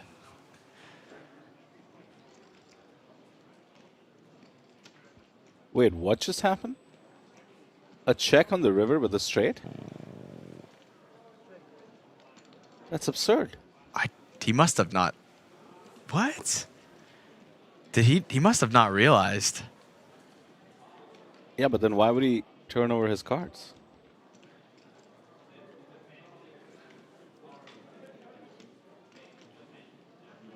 Huh. That's a weird one. Yeah. Just thought he was getting trapped. Just afraid of the worst straight? Yeah. Like there's so much value to get. X-Calendar in chat says... Yeah, this X-Calendar says he didn't see it, agreeing with you, Kyle, but I don't think so if you... Go back and watch the footage like I just did. Yeah, I'm looking at it right now, just trying to pick up on anything. There's a bit of a laugh there. He smiled. He knew he won. I think just once he saw the king 10. Maybe just like an accidental like nit play. He kind of goes like, was a bit scared, made a impulse call to just check back. Brain freeze, I suppose. Mind you, he had a straight flush draw on the flop. Yeah. And then binged the straight card. Yeah, he snap checks too. He doesn't even think about it. In position. Huh. Yeah. One more of these against the same opponent. I'm calling the floor. That was absurd. Yeah. I'm only half joking, by the way. Yeah. I mean, these things do happen, and the lies the pressure. But yeah, that one's a bit sus in the sense that, you know, you see it as a stranger. This is on the stream, so you do start questioning things. Yeah. Chiatan says soft play. No reason to jump to that conclusion. I, in fact, maybe misspoke in terms of my tone. I was only joking about the soft play. You saw from the smile as well. Brain freezes do happen all the time. I mean, the amount of times I've even checked back the nuts and been given a penalty in a tournament, you'd be surprised, despite my experience.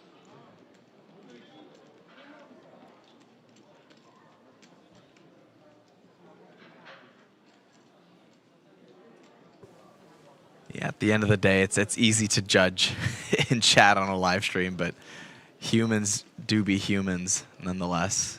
I think I see more genuine mistakes than anything malicious. And you see that all the time. Oh, yeah, and don't get me started on PLO and mixed game tournaments. Yeah. Just table your cards every time. Let the dealer figure it out. Don't fold the winner. Yeah, like I play. a fool. Yeah, I was playing Super Hold'em the other night, and I had to make sure that all my cards were showing. So I was like, I don't know if I'm missing something here. It's only 3 cards, but when all 3 interact, you're so used to looking at a board and what can be made on that board, and you forget that Super Hold'em changes the dynamics of a normal board of poker.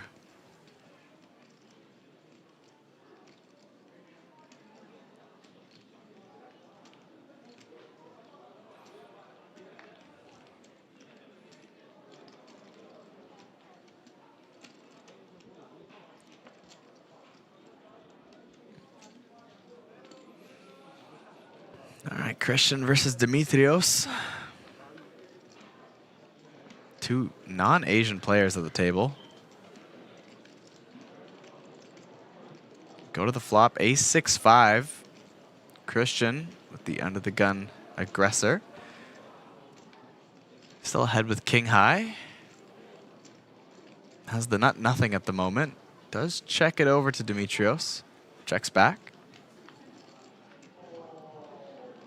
Bit of a weird check in the sense that you're more likely doing that with pairs that don't connect with the ace. Depends how he's constructing a check range out of position there, but ace-6-5 you do expect to fire. Yeah, I mean, I guess like aces play this way in terms of hands that really good. Well, now the board is the best hand for both players, and given the action, both people could possibly think this, unless like aces were slow playing tremendously here. But maybe ace-5 suited.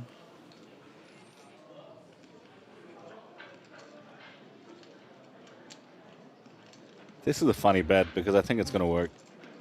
The way the hand has gone, Christian's hand looks like a pair, but he bets 1 big. Can't work at 1 big.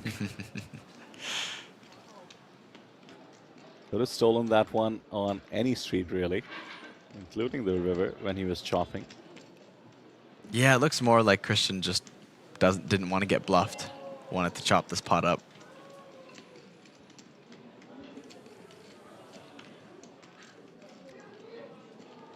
Yeah, sure, I hear you, but just to break it down, I mean, what could Dimitrios ever represent by raising?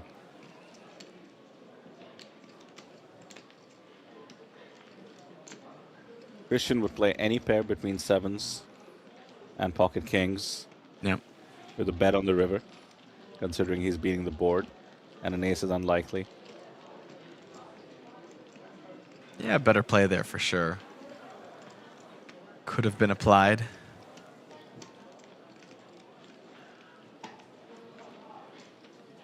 But when you're 100 spots or less, let's see, 86 spots away from the money, weird things do happen. El Julianus agrees in chat, says there's money pressure already. I think you're right. Did say 100 spots away. Kyle did say you have to start factoring it in. I'm seeing now that he is correct.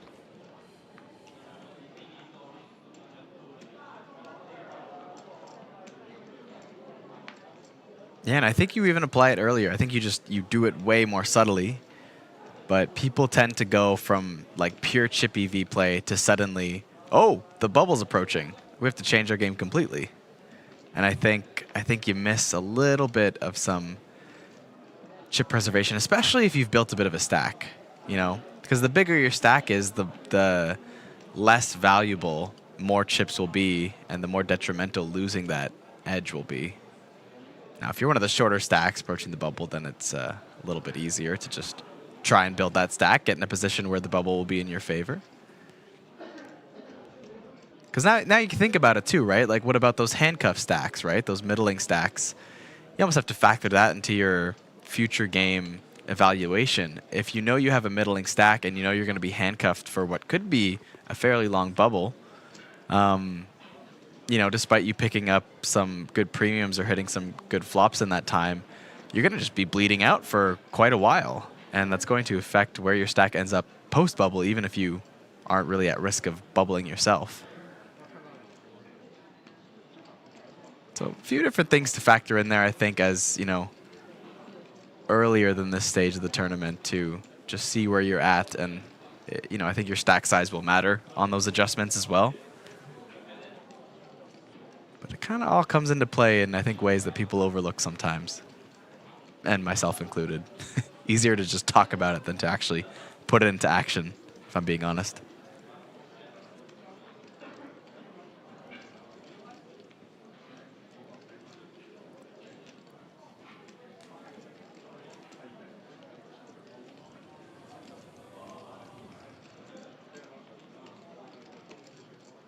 It's a pretty big pot here for blind on blind.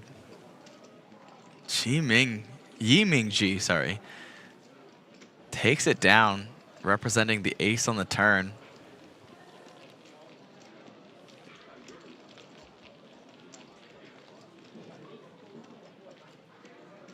Decided to raise big pre.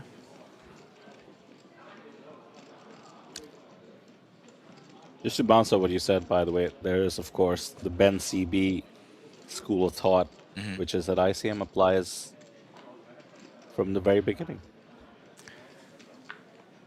And I mean, it does. I think it, in theory, it does, right? I think in practicality, it's the application of it from the start of the tournament is so small that it's you don't have to think about it. I think is where everyone lands on that. ICM doesn't matter at that point, but it does. At the end of the day, it's still a tournament. It's not a cash game. You can't. You double up at the beginning of a tournament. It's not the same value at all as doubling up in a cash game. Yeah, another of his mental models I like is something a lot more implementable without needing to study too hard. So, you know, mental model, some heuristic. Yeah. Is when is it useful to fold your way into the money? And pretty simply, it's about 8 to 14 bigs. And that's because doubling your stack, to your point, doesn't change your position in the tournament.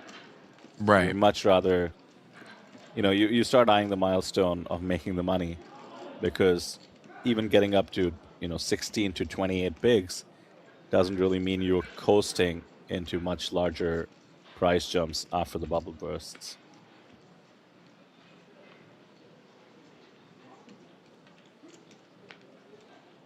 The classic comments. Love to see it. ICM is fairy dust. Doesn't exist. It's for poor people. Play for glory. For the love of the game. Ask Negreanu how that went for him. I think he very famously decided to go on an ICM suicide run, like kind of year of tournament strategies, just to give himself a better chance at trophies. But he is always going for it because obviously he doesn't, quote unquote, care about the money on pretty much any bubble of any tournament he plays. So he's sort of the guy who will absolutely disregard it, on the bubble at least. I think when the payouts get big, that's a different version of ICM. And much respect, man, you know, absolutely the GOAT for me, in a manner of speaking at least. Yeah. I mean, his vlogs are just so good. I cannot look away during the World Series. And yeah, for him to be 50 and just representing the game in the way that he does, and have the exuberance he has for the game is amazing. Oh man, is Kid Poker 50? Exactly. Oh man. Wow, 51. Look at that. Jeez. Guess we're all getting older, Vidur. You're telling me, man. Yeah. I started watching Negreanu in 2008. We're approaching 18 years. Wow.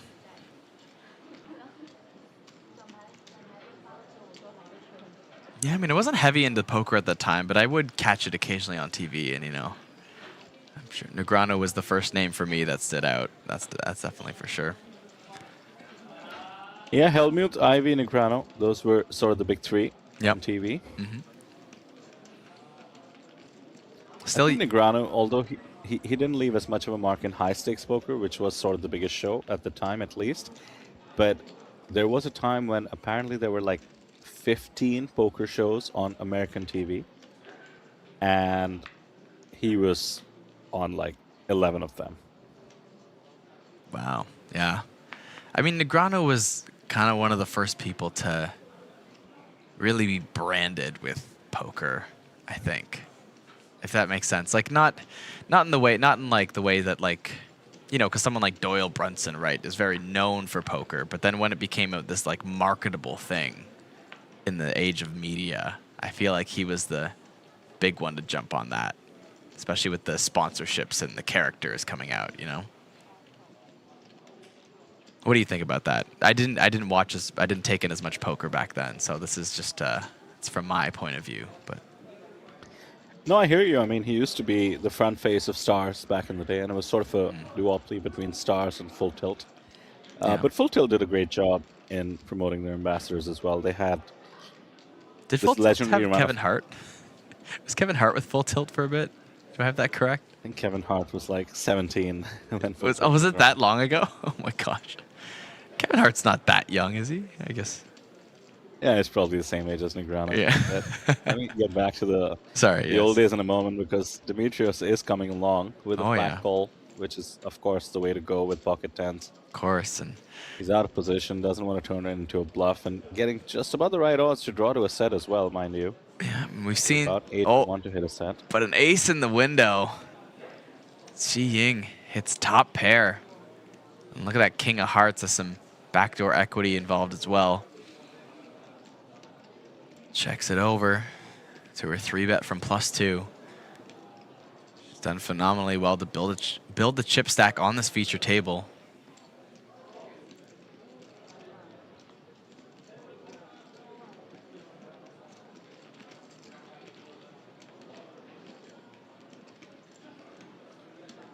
Oh, not even one street of value from Dimitrios. Early position 3-bet, decides 10's no good on an ace-high board.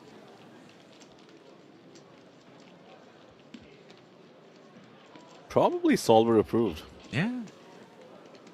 A lot of her bluffs come with aces, and better pocket pairs do beat you. Yeah, there's not a whole lot you can do with that hand. Should be beating almost nothing, and are drawing to basically nothing as well.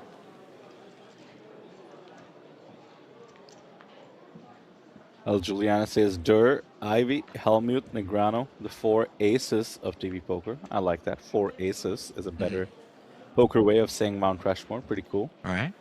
And Antonius, yeah, I'll give it that. Antonius, not that talkative, so in the way that Kyle was talking about, maybe not the best ambassador, but yeah, amazing presence at the table. And mind you, he's still around, still crushing, still looks the same age, which is extremely tilting.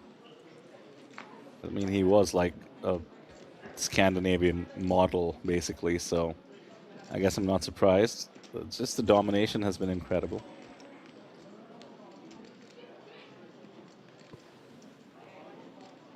And embarrassing question asked, but Dur, is that Tom Dewan? Is that Dur? Oh my God. Right? If I was there in person, I'd kick you out of the booth. Right. That is unacceptable. But I have a point to it. Because I didn't take in the poker content back then. It was just in the background for me. And Ivy, Right. Helmuth, Negreanu stood out. I know those people. I knew them. Even Tom Dewan by name. I'd actually never heard of Dur. And even Tom Dewan by name, wouldn't have known him. Yeah, Tom Dewan was not nearly as marketed. But once he made waves in the poker world, he was a full-time ambassador, so he did sort of come to the limelight a little bit. But yeah, I mean, to this day, I think Dur's... Yeah, but there's like a line... a little lesser. There's a line between like big in the poker world and then household name that breaks the edges of the borders of poker. You know what I mean? Because I'll have friends who in don't... terms of household names, by the way, I do want to shout out 2 names. Johnny Chan, thanks to Rounders. Yes. Became a household name, as did Eric Seidel, less so, of course. Much less so. He wasn't in the movie per se, just some footage from the 89 WSOP. Right. And Doyle Brunson, a household name as well. Anybody who knew poker up till about the mid-2000s tended to know Doyle Brunson. And understandably so. RFP, Texas Dolly.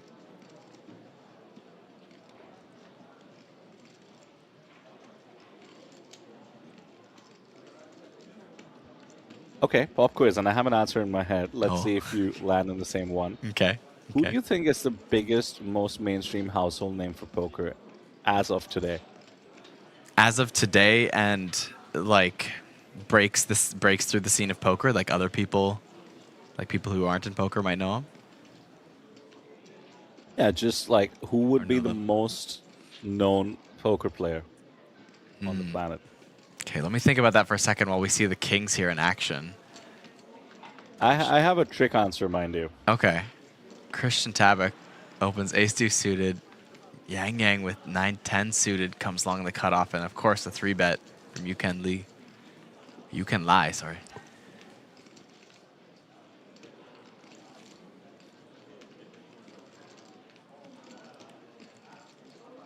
Chat, while we see what I assume are inevitable folds, why don't you guys tell me? Try to guess what I'm thinking. Who do you think is the best known poker player?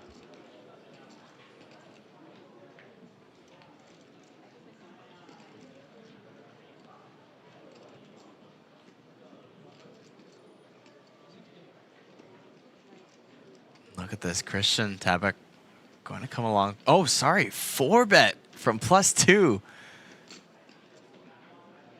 I love to see it. Bad timing versus Yuken Lee's pocket kings.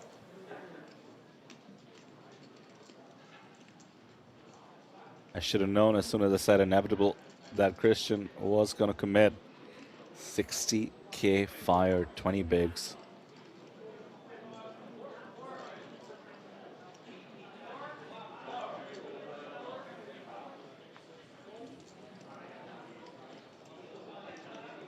I gotta say, as Yukan, you're not loving life.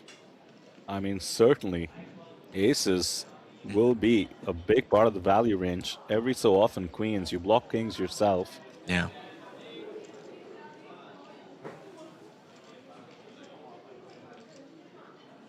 Now there's the jam. Just posturing, I think.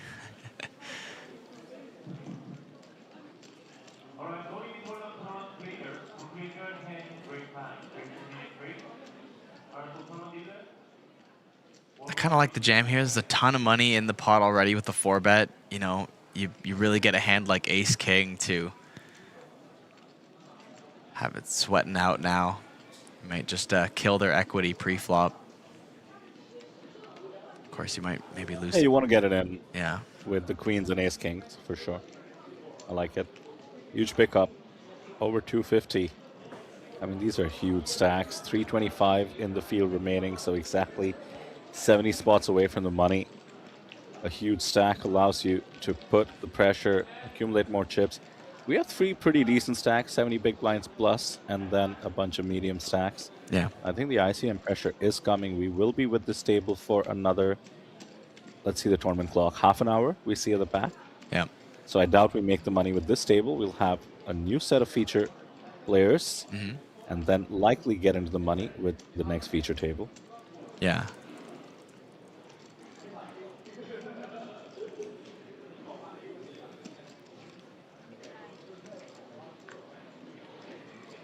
So, okay, so back to your question. I was trying to think about it, and like I was trying to veer away from kind of some of the classic like 2010s names, because I really do think like Helmuth, Ivy, Negreanu are still up there in terms of like household names even today. And it's kind of funny because we were getting some more famous people like with the social media world, but it feels a little more saturated than it used to be. Like, because probably in the cable television world, you didn't have access to everyone who could make a name for themselves. You just had access to whatever the networks wanted to show, which kind of created this like larger than life, you know, branding for some people. It's kind of a different generation of fame, so to speak, right? So I think those still prevail a bit today. But if I had to like pick someone a bit more modern, you know, someone like Rampage stands out to me. But I don't know if he quite surpasses like some of these thresholds outside of the poker world. Oh, no shade to Rampage, but I mean, he lives in a very niche corner of even the poker world. Yeah. There's tons of poker players who you give someone don't consume content the same way we do. Yeah. You know, I think of the vloggers like Brad Owen. You know, even Doug Polk as Andrew Nemi, but none of them really stand out as like top of the top for most known players. In let me pause you for a second, Kyle, just to recap what just happened, because we had been talking about the chip leader being a bit silent on this table. Opens Queen 10 suited, gets 3-bet for over 20% of Demetrios' stack from the small blind. Demetrios had King 9 off. And Chin just 4-bet jams all you can eat with Queen 10 suited.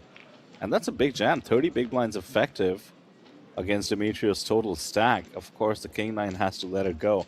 So a whole new gear found by Chin, the chip leader, and a nice little pickup to even widen his lead up top of the chip count.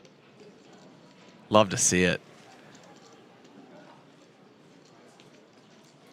And I mean, sometimes with those big stacks, that's how you got to do it, right? It doesn't mean you have to have the loose aggressive pedal to the metal on 24/7. You just got to find your spots where you know you're going to put someone in like an impossible position unless they just have it, right? If they've got a monster hand, then it's so be it. But most of the time, you're going to get a bluff through in a very important part of the tournament for them. And then you will profit. It's so good too because, yeah, it's using game flow as well, right? He knows that this table has been watching him over the course of the whole day, but Demetrios joined us late, and he's just been so snug, not taking advantage of the chip lead. So when he does open at a low enough frequency, you know, blocking queens and tens, he knows he can just represent those, gets it in.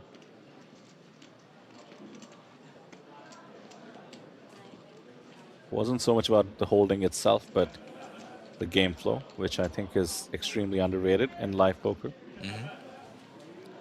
All right, so let's get back to it before we lose at least a chat's train of thought. I asked who I think is the most well-known poker player, which means globally mainstream, not just in our beautiful little corner of the world and the internet. Right. And I think there is only one answer, and I'm sorry to report, it is Dan Bilzerian.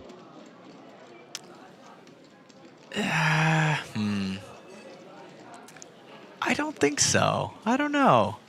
I don't think that, because I'm trying to think of conversations I've had with people who do not follow poker whatsoever. I don't think they would know who that is. I think. Let me just pause you there. Yeah. All right, for a moment. Yeah. How many Instagram followers do you think Dan Bilzerian has? I know he's largely influential. I don't know the amount, but I'm sure it's it's astonishing. 30 million. 30 million. Okay. Okay. That's probably 30 times the nearest poker player.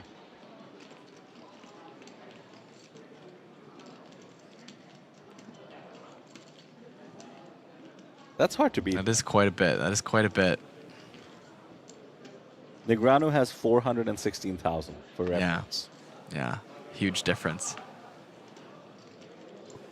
You might be right.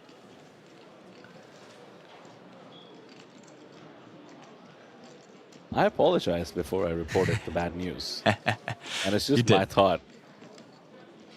30 million Instagram followers is full-on celebrity status. I mean, there are actors and actresses in Hollywood that don't come close. Ooh, look at this my flop. Goodness, what a flop. Demetrios with the nuts. Got shot in 2 overs for Christian. What would normally be a favorable board for the big blind decides to lead out on this flop with some backdoor equity, and Demetrios could not be happier. Flops it and gets bet into. Perfect situation. There's a Weezer song for that.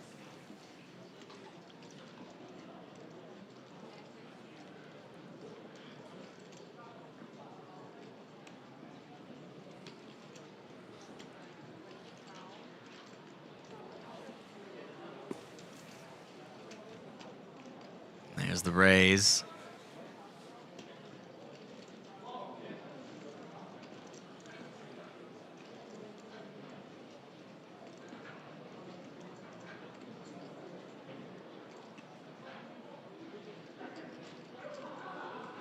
Christian with the quick call.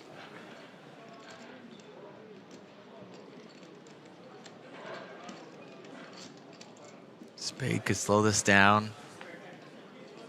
There it is, Queen of Spades on the turn.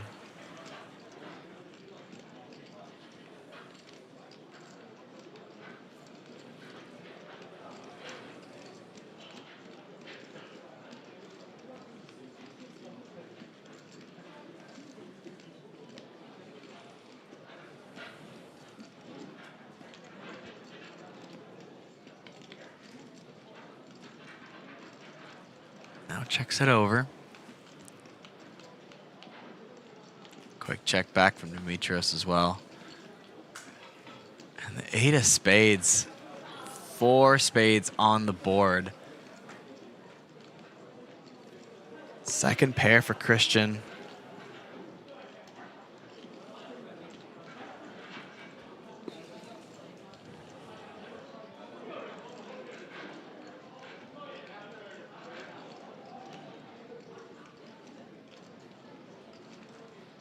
Started off as a monstrous hand as the nuts, now just becomes a bit of a showdown value hand.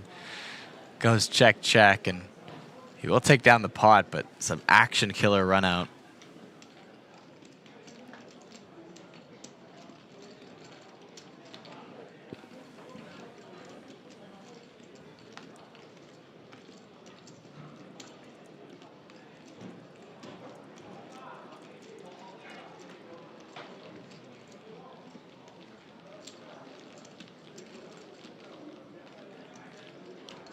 Dimitrios, by the way, over 1.1 million in lifetime earnings, and about 70% of those coming from an event a few months ago. An event I happen to be watching, actually, the APT main event in Prague. Yeah. It come 3rd place over there for almost 700,000, so he's running hot. And it all came back to me. I do remember him from that table. Super aggressive. Was actually the most experienced player on that table as well, despite his biggest score not having come. Yeah. So yeah, he's pushing people around. Certainly has the momentum. Flopping the nuts helps. And now pocket nines might help as well.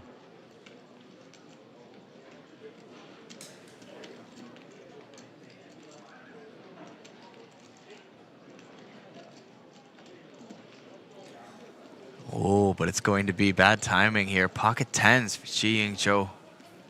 3 bets from the cutoff versus the hijack open. Even Christian with a bit of a hand here, but not much considering a 3 bet is already in play. Imagine he's just going to get out of the way, but Dimitrios likely to come back along. Play another 3 bet pot.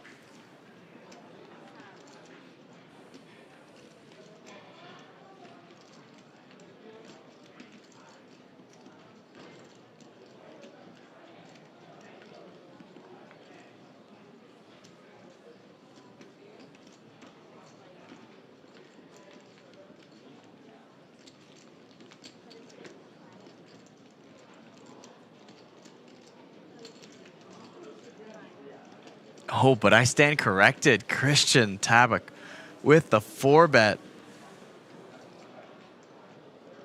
36,500. 12 big blind 4 bet. Dimitrios now able to escape with the 9s. Even Shi Ying can't feel super comfortable with 10s in this spot. Looks like it's going to be a call though.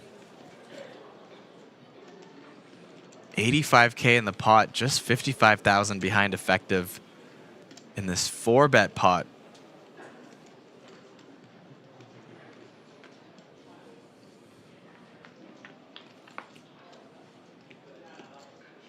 Go to the flop. 5-4 jack, 2 spades. Ji Ying still ahead with a pair of 10s. Just 1 overcard to the 10s. Christian with the adventurous 4 bet from the small blind.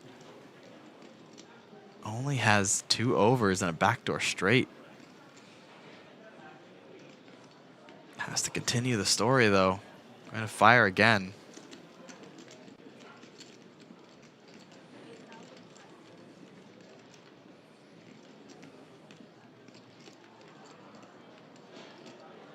It's really small.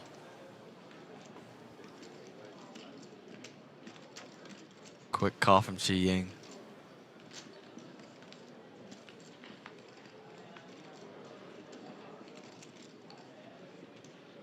4 on the turn, board pairs.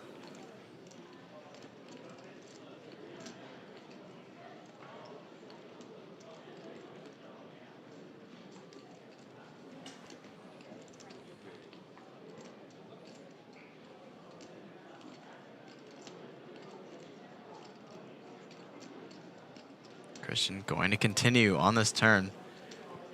5th pot, small bet again.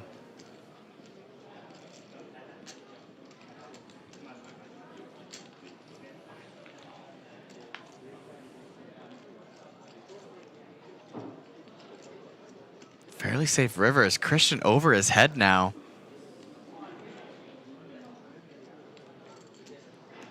Four bet pot, fires 2 streets, just getting to the river with king high. Must know he doesn't have showdown value, but he's got no chips left to play with. He does check, gives it up.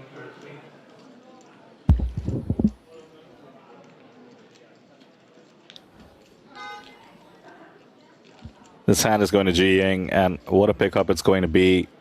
It's going to take her to almost 300k in chips, and Christian's going to be down to under 10 bigs.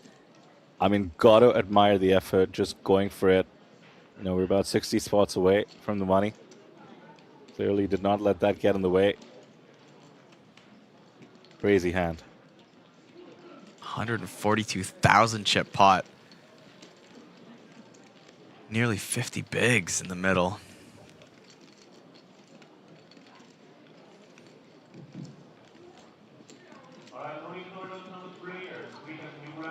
Yeah, I can see that in chat there. His stack does look bigger in that last shot. I think that I can see one of the media crews over at him right now. I think they're going to get a chip count corrected there. That stack of blues should already be way more than that.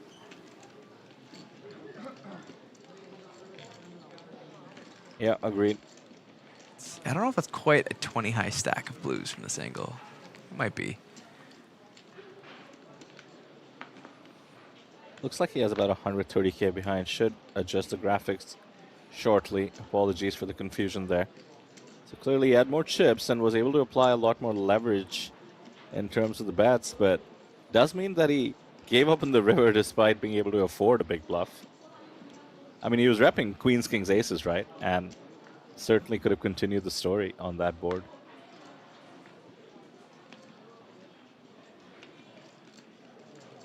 Tough to do though. 4 bet pot, your opponent calls 2 streets, even though you bet small.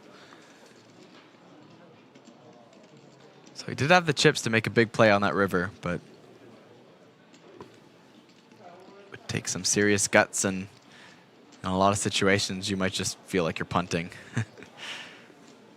It's particularly tough when you don't block aces, which obviously the 3-better could have had and cold call and just called your 4-bet. And then of course the jacks as well would play the same way. So yeah, I doubt it's solver approved to just fire there, but you know, you do block the queens and kings. Yeah, exactly. So blocking the Gotta kings find and queens bluffs was on every good. spot. Respect the play, but high risk and what could have been high reward ended up being a high loss in that spot. But Christian Tabak with a lot of chips to play with now that we've corrected that chip count. Tried to put them to use, just didn't work out this time.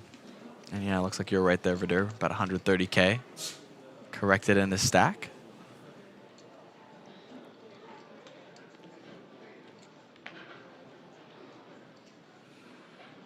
The bubble keeps approaching. But what, 61 players away from the money? It's going pretty fast. 10 minutes to break. We'll have a new set of players. So we have been told it's going to be table number 32 as the next feature table. Nevin Chang is on that table. Always good to see. 3 players from Japan, actually. 4 from China. Could be a fun one. You guys can look up the table in the meanwhile as well. It's table 32. Just go to the website, go to live seating, enter the table number.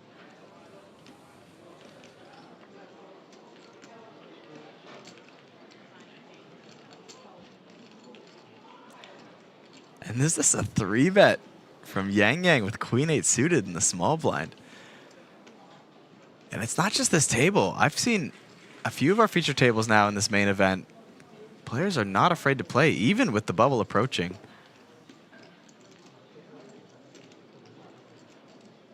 Just a pure 60 spots off the money.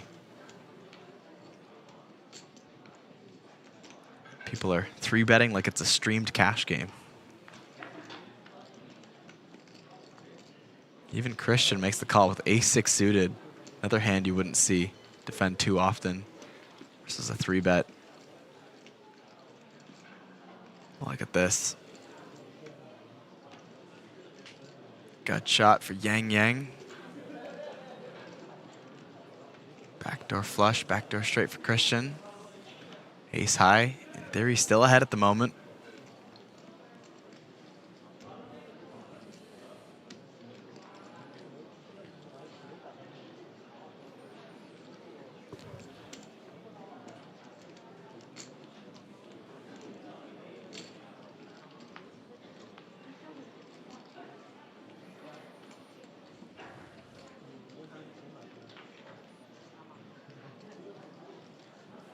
I forgot about this message I got too from our floor director, Tyler, with some interesting stats. I'm going to throw that out after this hand. But on the turn, the ace of hearts.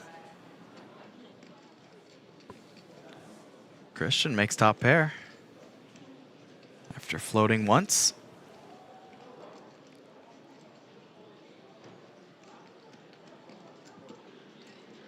There's now a double gutter out there for Yang Yang.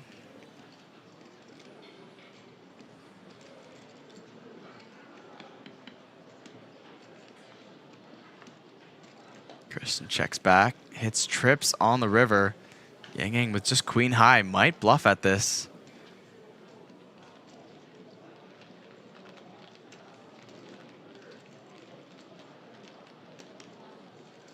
Already looking down at her chips.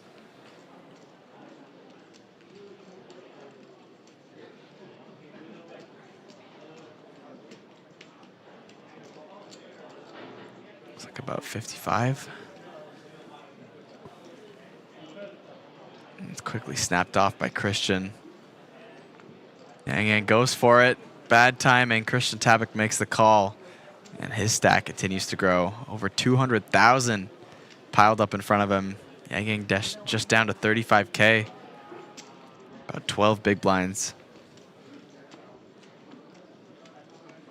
Just 6 minutes left before the end of this level, and we go to another break. Yeah, people have been really going for it, which I appreciate.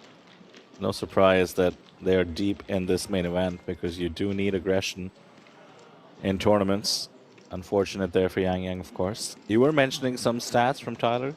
Yeah, just looking at it here now for the official stats. I think once registration closed. Actually, looking at the time he sent me this was the start of day 2. This is not when registration closed, so they need to be updated, but still pretty impressive.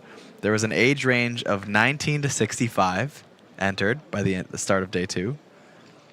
There was 36 different nationalities that had entered the tournament. And there was, let's see here. There's a term I don't recognize, UQ here, but anyways, there was 57 women who had joined the tournament. I think it's probably from the live streets, not including the on-live qualifiers, but 57 women and making up for about 7% of the field. As we see that continue to grow.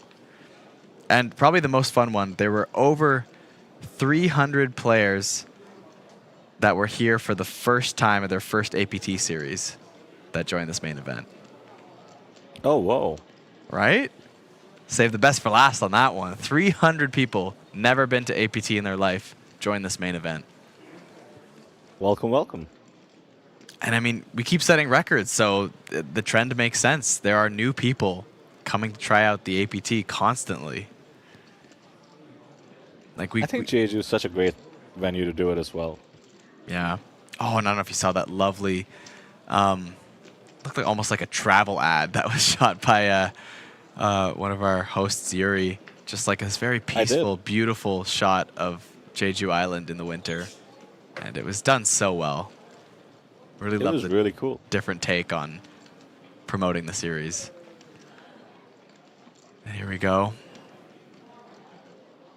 Kwong defends with pocket sixes, but on an ace-king 7 board, probably just going to give up to a c-bet real quick. And you know, I think Trindo Kwong might just be waiting for the bubble to get serious. You know, people at this table are still 3-betting like crazy, playing tons of post-flop poker, playing tons of wider ranges. You know, he probably also could just recognize he's got a big stack that will apply when everyone feels they have to tighten up. And you can't always just look at the clock and look at the field size. You have to look at the people at your table and see when are they going to start changing their plays. And they haven't so far, really. They're all still playing for it. So, you know, you've already got a big stack. You don't really need to, you know, of course you can just play patient, straightforward poker, take the chips where you can, and just hold on to the stack until it starts to get real dicey.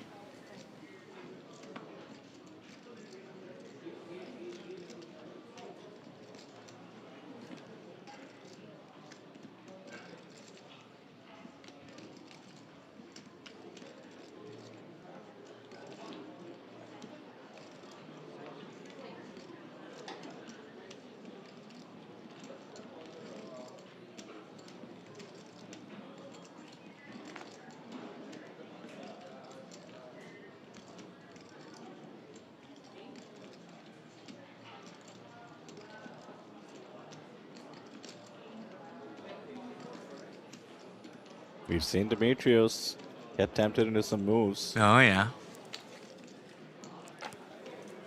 Just a peel this time. Not bad. Another multi-way flop. Gotten a lot of those in this main event. It feels like more than normal. I feel like you see this in like Beat the Pros and stuff. Look at that. Ace, 9, 8, monotone, all spades. Yukon Lee with the only spade in their hand, but it's a small one. Their pocket fours. Top pair for Mag Mortgage.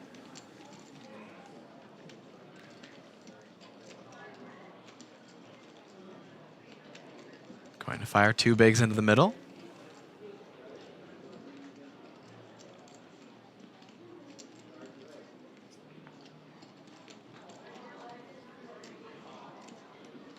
Yukon with an underpair to the board, but a spade decides to call for at least one street, and there comes the flush, but you still can't be that happy with it. I'm amazed he even knew his flush draw was any good on the flop. It's quite a risky continue. Yeah. That's a check mark now. I'd be laying that down on the flop for sure, but the only reason you call is, you know, set mining, I guess, and you expect flush might be enough insurance, but that's gutsy, multi-way. And even now as it goes check, check, luckily, Mag Mardorj has enough showdown that not even going to take a stab at it, but 4 spades will do the trick, and the call on that flop pays off. 22K going Yukon's way. Mag Mardorj just down to 53,000 now, less than 20 bigs. So you can see the tournament clock, 40 seconds to the break, Kyle, which means we'll squeeze in one more hand. I do have a request as we head towards the break. I just noticed to all 550 of you watching and others, but on YouTube in particular, we're at 24.9 thousand subscribers. And within the course of this hand, about the next couple of minutes or so, be so grateful if you could hit subscribe if you're not subscribed already. For one thing, it would get us to 25K, put a smile on our faces in the booth and the whole production team. It's been 3 years of the APT New Era, 20 years of the APT. It'd be amazing if we reach this milestone with your help. That'd be perfect. Let's get there. 25K, so easy. Less than 100 subscribers, that's all we need. And I know this is the last hand, but I had a thought about Bilzerian being the most famous. And I'm curious, because I don't really know how he got into the scene in terms of notoriety. But do you think he's, you know, given his Instagram follower count, do you think that that still qualifies as him being famous as a poker player, or just famous as, you know, his kind of influencer status on Instagram? Because I know that's kind of his shtick, right? Is his basically just Instagram influencer lifestyle guy. But it just involves poker as well. So I wonder if that... Yeah, he markets himself as a poker player. If okay. I never asked yeah. about how he got there. Right. I've heard it's the speculation around it. But yeah, that is true. I'd be curious. I'd want to almost do like a poll or something, because I still feel like, despite the following, if you ask people who don't follow poker, who can you name a poker player, I don't think he'd be like top 3. I think he would be. Yeah? Yeah. If you ask a random person. Yeah. Not a poker playing random person, yeah. Person. Okay. Well, I'm going to go around the venue. Well, we'll run that poll. I'm going to ask we everybody. Have viewers. Yeah. We'll do that right after the break. For now, a little pickup there by Demetrios, who seems to be one of the more active players at the table, despite not being the biggest stack. So we've hit our break, about 13 minutes left in it to not go anywhere, and we will have a new set of players for the feature table. And as we look at the field counter, 312 players remaining, less than 60 spots away from the money. We will be making the money over the course of the next segment. Join us for that one in about 12 minutes. Hit subscribe, get us to 25,000 subscribers, and we'll see you shortly.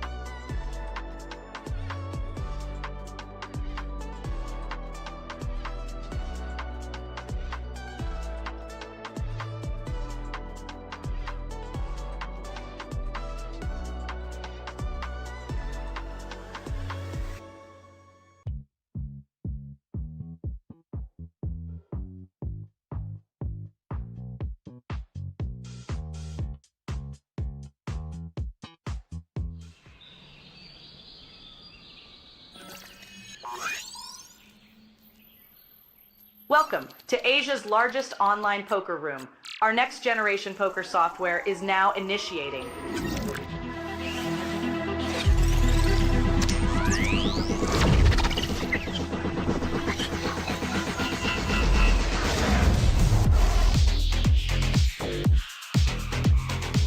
Elevate your online experience with a wide variety of poker variations to choose from. Get fully immersed with fun and social features.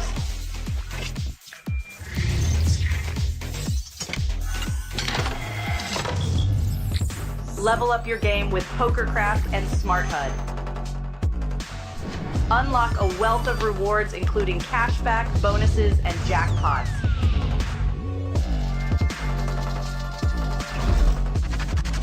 Join world-class poker tournaments featuring some of the world's most renowned brands and the largest guaranteed prize pools in the world.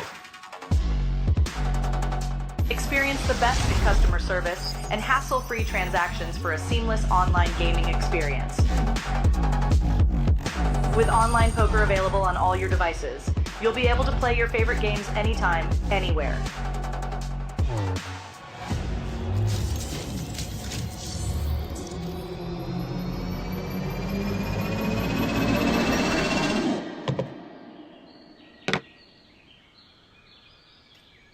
Sign up now and elevate your online poker experience today. 虽然我只能得到 min cash， 但我也有可能得到最大奖金。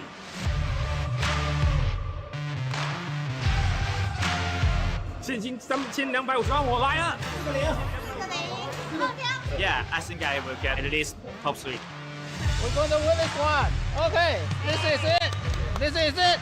有东西了，有东西了！加油，加油！ Yeah, it's nice to be able to like not run super deep in the tournament, but still pull a very big prize. 还有吗？17，170万。再来个空，再来个零16，600万。我操！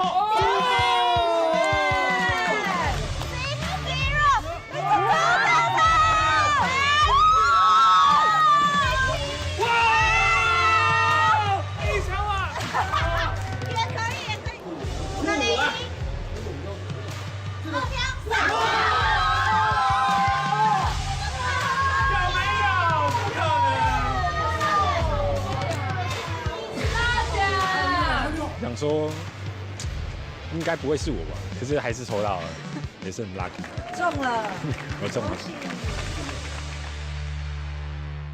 Huang Jinyu was falling behind in a heads-up battle when he found a spot to commit his stack and get a fold out of his opponent. This hand was pivotal in helping him secure the win. 因为我是中了2对，我是试探的去拿对手一些小2对的价值。After 690 total entries, the APT National Cup has more than doubled its guarantee. 97 lucky players made their way into day 2 where they battled it out for a top prize of 93 million Korean won. 赢得这个冠军的话，其实是很幸运的吧。其实，在这之前，我并没有取得过太多的奖金和成绩。今天在 APT 的开幕赛里面赢了9700万韩元的奖金，然后也是对自己学习扑克的这一路以来的一个肯定，我还是挺开心的。我觉得更多的是，保持学习，然后保持一个良好的心态，然后保持耐心，等待机会，克制自己一些冲动的想法，或是一些不理性的一些决策，这很重要。因为 APT 是一个亚洲规模里面最正规、最大型的一个赛事，所以说来 APT 是在亚洲范围内最明智的选择。Welcome back to the Asian Poker Tour.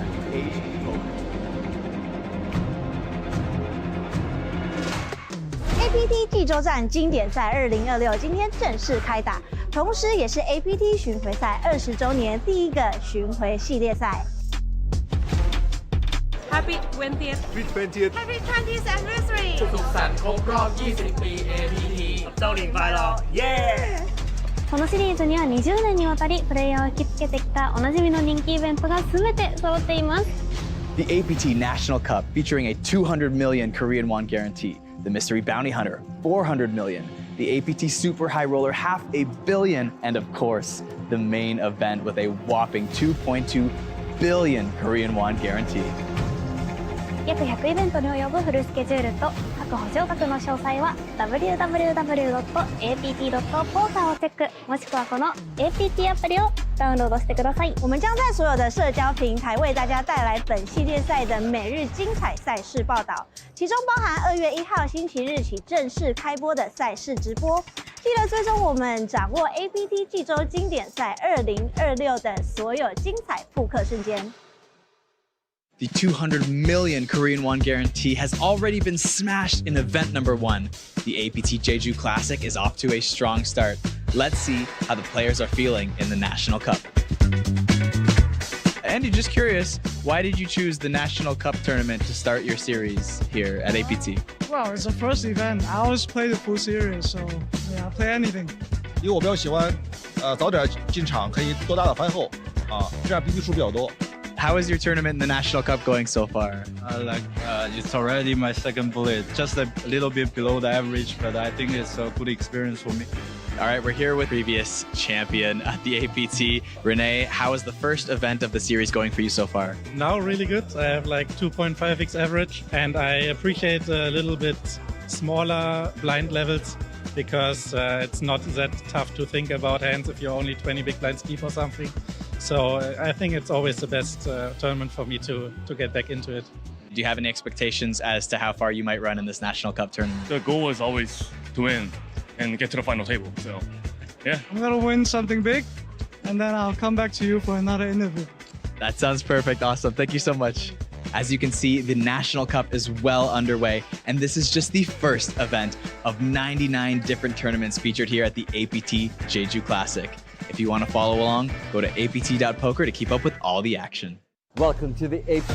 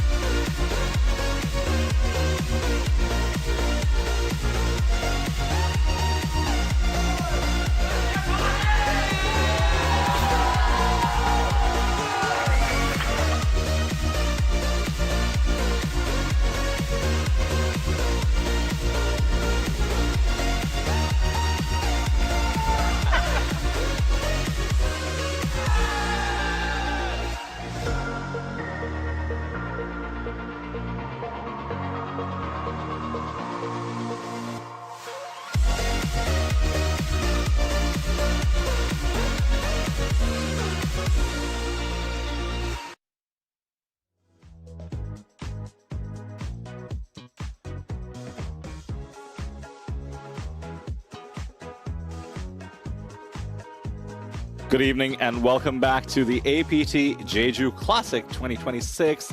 Today is main event day. We are here at day 2 and in a very exciting portion of day 2 as well. The home stretch to milestone number 1, about 60 spots away from the money. My name is Vidur Singhal, joined in the booth by Sam, Insole. Sam, welcome back. You're coming during the fun portion of the stream. I suspect within the next couple of levels, we have our exciting bubble coverage. Why don't you tell the viewers what it's all about? Well, thank you very much for that, Vidur. We are playing down to the money today. Maybe about 100 players remaining that will go home with nothing except a story. For the rest of them, they will be returning to day 3 after they make it to the money, and APT President Neil Johnson will be running around, making jokes, doing the all-ins and calls at the outer tables. It's going to be a lot of fun, folks. It's my favorite day of the APT coverage. So get yourself some tea, get yourself some snacks, and we're going to have some fun, aren't we, Vidur? Absolutely. As we see the beautiful drone shots of Jeju Shinhwa World, that is the resort we're at, and the casino is also right underneath sort of the basement of the floor you're looking at. It's a great venue. Recommend coming down at either this series or the next one we have this year. There you see the snapshot. Sam, actually, while you were away, we lost a bit more players than expected. Only 311 players remaining, so under 60 spots away, 56 I guess to be precise, until we make the money. Average stack is 221k. That's going to be plenty thanks to our beautiful structure. 2,400 USD, give or take, is the minimum payout for 255 players. And of course, 402,000 in USD up top, all to play for. And for now, we will make it down to 255 players, and then our on-live players, those who qualified on Natural 8, will join us for day 3 tomorrow. That's going to be a fun one. Tomorrow we do play down to 48 remaining. And then from there, coming into day 4 after the players' party, to play down to the final table, and finally day 5 where we crown a winner of the APT Jeju Classic main event. 1,718 entries A brand new record set here in Jeju, the largest ever in Jeju history. APT setting records every single stop. You gotta love it. Yeah, Kyle just mentioned something that our tournament director, Tyler, let him know. 300 first-timers at an APT, at APT Jeju. Yeah, that's incredible. The word is really getting out. But, you know, there's still quite a bit of play. We're sitting at 56 big blind is the average stack, which doesn't feel like we're close to the bubble, does it? Not at all. Not at all. The structure is just so glorious. You know, when you think of how many blinds average stack is around the bubble, you're thinking like 20, 30 as you're approaching the bubble, right? Pace of play starts to slow down, but to see 56 and we're 65 would be like, I can't do the math right now, but like 5% or something away from the bubble. That's right, yeah. Yeah, around there. I wonder if we are going to hit it within these next 2 hours. It seems unlikely. Yeah, now that you mention it, and we do expect the pace of play to slow down, of course, we do go hand for hand with, I believe we'd be 3 spots away, right? From the bubble boy when we go hand for hand, maybe more actually. And yeah, it could be more than a couple of hours, more than a couple of levels before we get there if the average big blinds are indeed this high. Unlikely that we have too many danger zone short stacks. But this is poker, you never know. Anything can happen. You see sort of the medium stacks battling there. I mean, these are average big blinds, as you said, in terms of the 50K, the 50 big blind stack for Tomita. Takes on the pocket deuces. Tough to play this one out of position with deuces.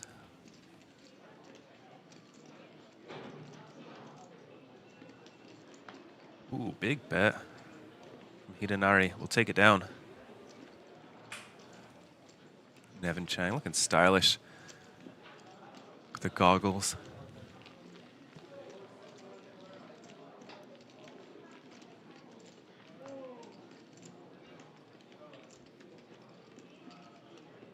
New table, new feature table, as we tend to have every 2 hours. Exciting to see what they have to offer. We have, I guess, 6 levels in the books already for today. Is that correct, Sam? 6 hours of play so far, yeah? I think we've got 8 levels. 10 actually. 10 total. 9, 10 sorry. at the max if you don't hit the money. Yes, 9 would be the max. Gotcha. So, I mean, these players, at least a bunch of them, have been playing with each other for the better part of today. Could lead to some interesting dynamics as well.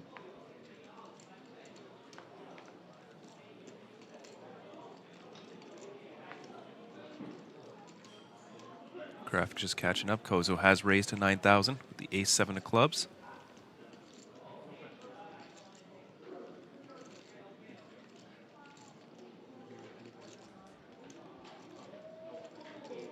Good spot to re-raise.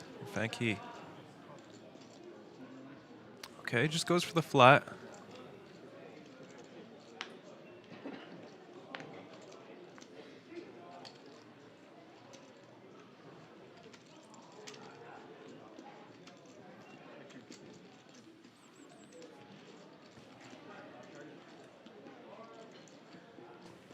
What a great spot for the 5s. Just gets a flat. Set mine. Yeah, easy peel. Getting great odds and great equity, it turns out. And wow, perfect flop. Bottom set against top pair, but there are 2 clubs. So Kozo, by no means out of it, not flush draw. Middle pair, best kicker for Fankai as well.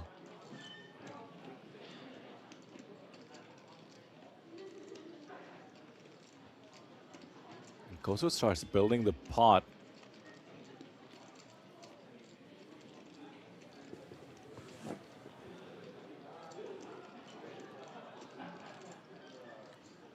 And And there's just no way Akihiro is going to slow play here, right?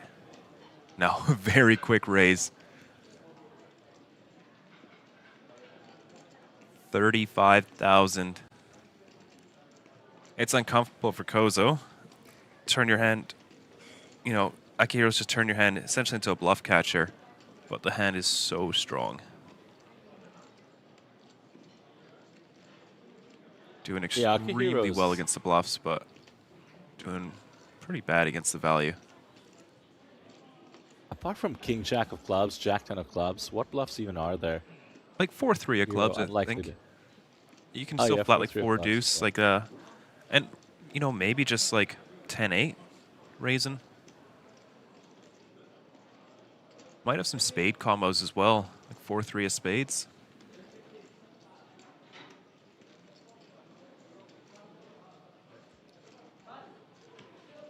Akihiro would be so out of line for committing like 20% of his chips on the ace-queen 5 against the gun open. So I think Kozo could have done well to put it all together. Instead, he just commits, and he's going to have some equity, but he's going to be all in against a set.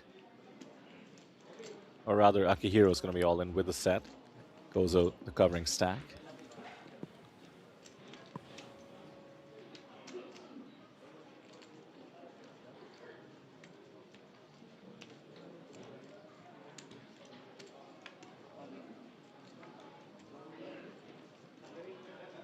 Oh, here we go. Kozo needs to find a club.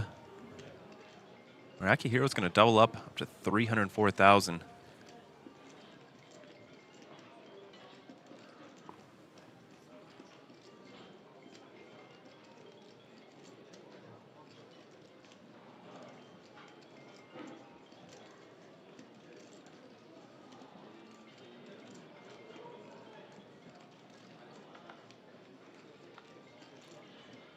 Now has to fade an ace or a 7 as well.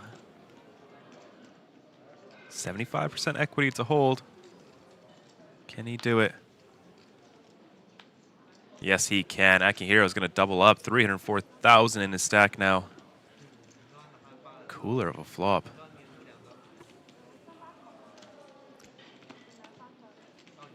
Huge pot.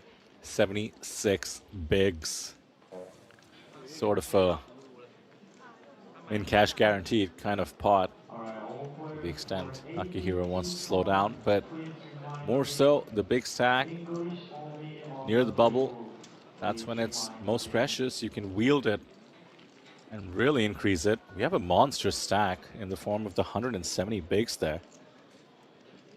Zhu Yu Wang.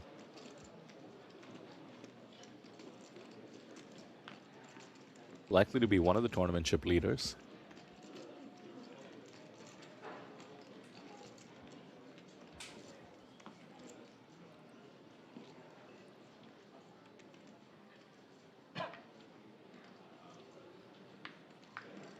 Just a reminder, I did have a request before the break, Sam. We're at 24.9K subscribers on YouTube.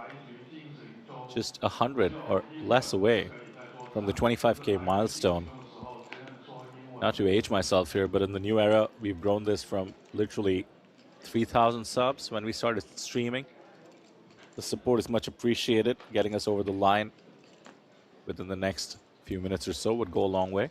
Do hit subscribe if you haven't yet. Day 3, Day 4, and the final day coming.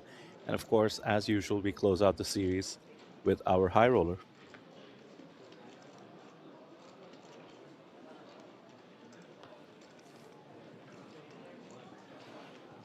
We're seeing a lot of suited aces so far as we come back from the break. Ace 8 of hearts now for Yushi Huang, who's actually the first lady from China to win a WSOP circuit ring.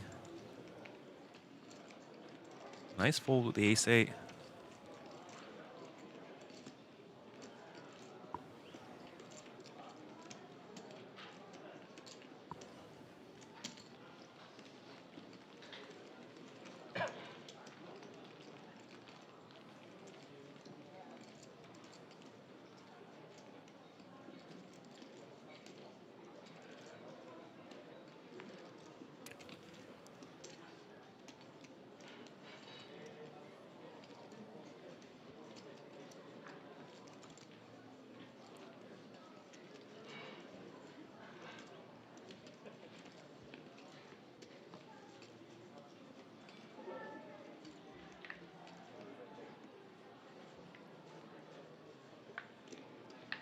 So Sam, we're at that stage of the tournament, and I don't mean this in any strategic way whatsoever. I think prop bets might be in order in the booth. You did mention you don't think we reach ITM by the end of the next level. I say we do. Let's just spice things up. Wow, that is aggressive. That's like 50 minutes away. End of the next level. Yeah, next level's in. Oh, end of next level. Gotcha. All right. All right, I'll take that. One sandwich? Let's do a coffee. I can't have sandwiches. Oh, that's right. You're gluten-free. Yeah. Oh, let's get back to the prop bet because Nevin is about to call this, and he's going to be in a great spot. +1 open. Pretty aggressive jam from the cutoff, but it is Nevin Chang. His range could have been pretty wide. Respect Shu for taking the spot. Rough shape now for him. I love those goggles so much. Yeah, those are some Star Trek sunglasses. I think he said he got them from a tournament series in Vegas.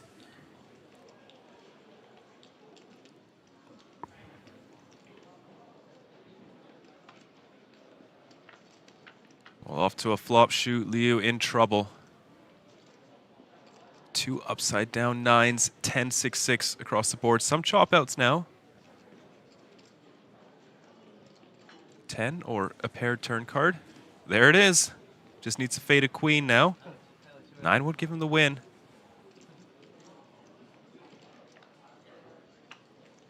Chop it up. Shoot, Liu's main event dream is still alive. 15 big blinds.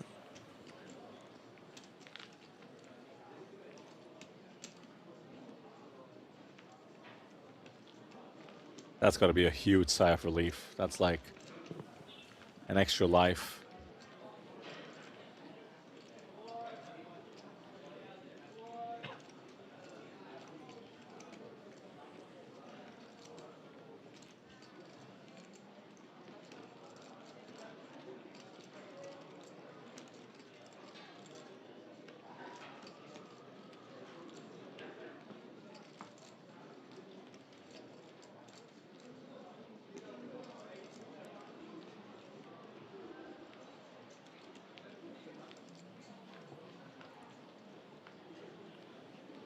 So we do have some notables joining us in the on-live portion as well. I'll just prompt you to explain what that is in a moment. I want to say Punat, Kitty Kuo. Is it Andy Stacks as well? I think Kitty Kuo is actually playing in day 2 because they were going to interview her for the grid walk this morning. Or maybe she qualified on live and then just had a tiny stack and wants to still play a day 2. Gotcha. She's not out there at the moment based on the website. But yeah, I think it's likely, of course, that she would have played on Natural 8.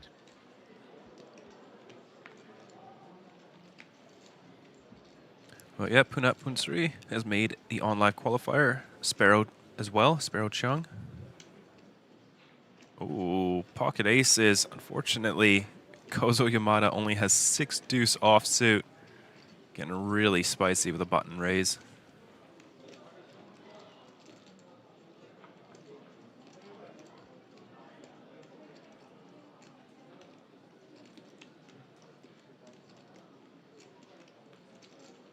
Face a 3 bets, 12,000. Quick fold. Well, Tomita gets an extra 8K of value of that hand.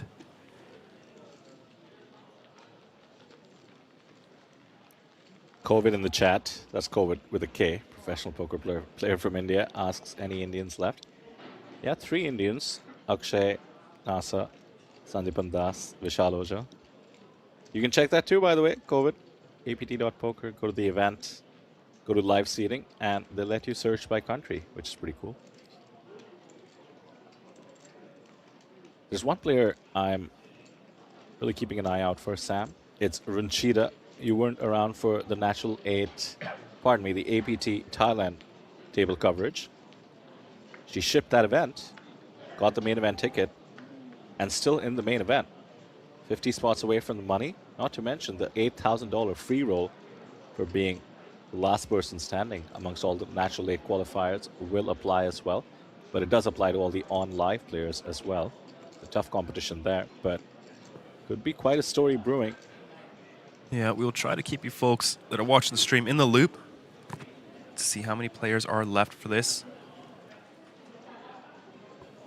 8K free roll, not so bad for $1,500 buy-in. Looking like 4.5x or so your buy-in. I mean, 8K is good for a 32nd place finish. Oh, you've already done the math. I was just about to look that up. No math, I looked it up. Nice.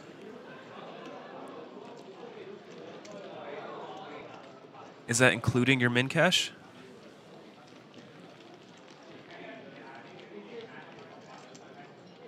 The 8K, you mean? Yeah, or is 8K just exactly comparable to 32nd? Yeah, pretty much. Pretty much. Okay. So whatever you finish with will be even better than 32nd on top of whatever you win, depending how long this goes on for. Yeah, and I would probably assume somebody in the top 30, probably coming from online. So, yeah, tough competition for sure, but a decent sweetener. I think it could get interesting if, you know, you have a medium stack and there's only one person you're now competing against, and you do have to wait for them to make decisions. You have your own ICM going. Yeah. You know, speaking of these sort of prop bets, one of the tournament series that I went to just a few months ago, 2 players at a PLO final table agreed that if they're going to be heads up, that they would not pay out second place. They would play for it all, and they ended up getting heads up and playing for it all. What sickos, eh? Damn, that is sick. Yeah, instead of like 30-something thousand for first, it was like just a 50K winner takes all.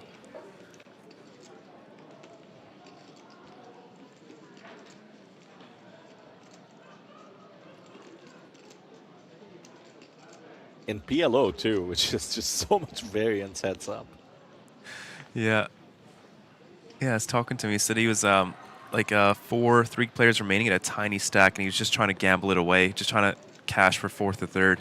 Didn't want to get to heads up with a tiny stack, but just kept winning and then ended up coming in with like 40% of chips in play.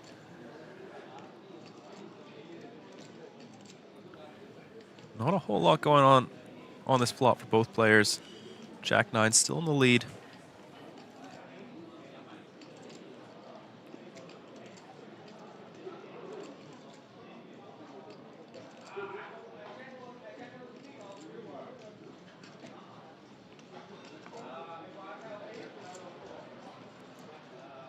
Just growing his stacks, 679,000.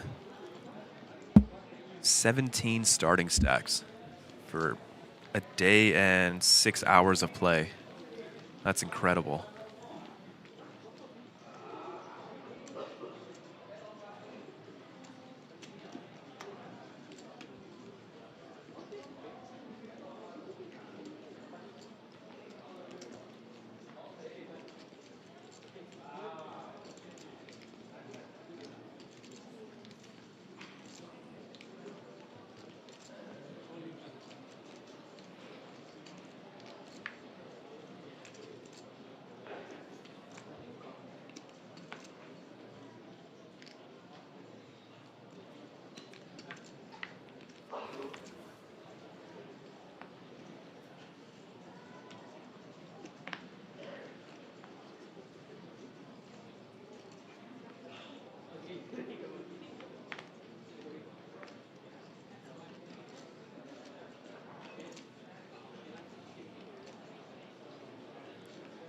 Here we go. Wang putting that stack to work. 5-3 suited out of the hijack. Love to see it. It's going to run to Nevin's ace-queen. 40 effective near the bubble.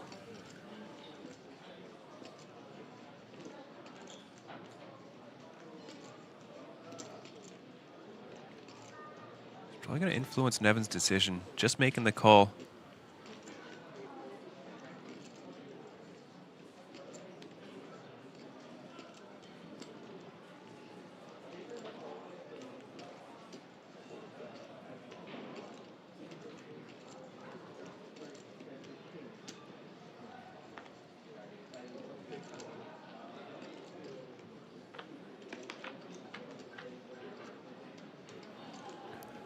Off we go to a flop. King 10-5 with a spade.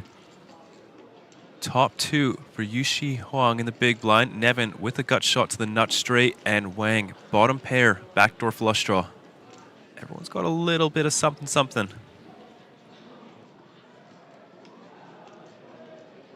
Wang undeterred. 8,000 is the bet.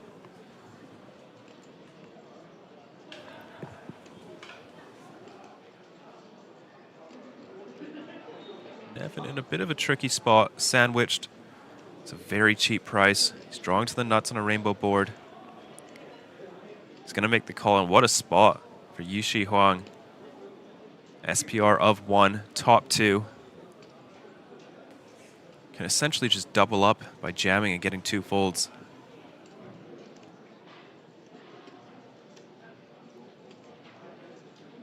There it is. 48,000. Wang with a quick fold.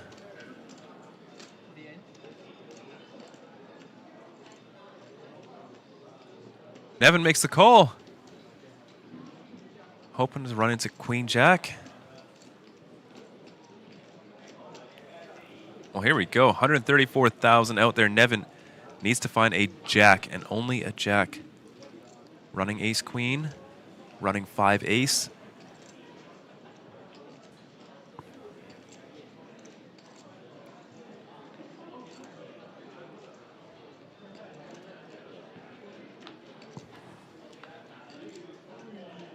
That's it.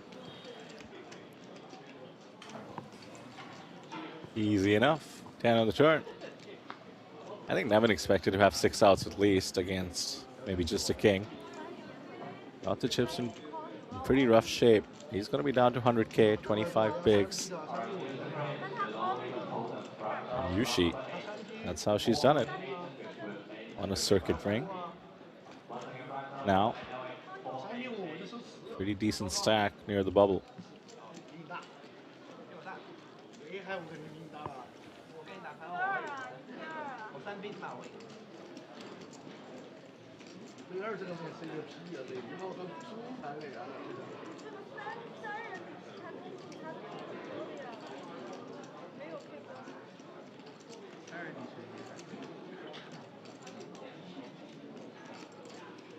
She's part of the GG team, by the way. And funnily enough, her quote on the website: "In life, there is no bubble time. Believe in yourself, then you can win." All right, appropriate.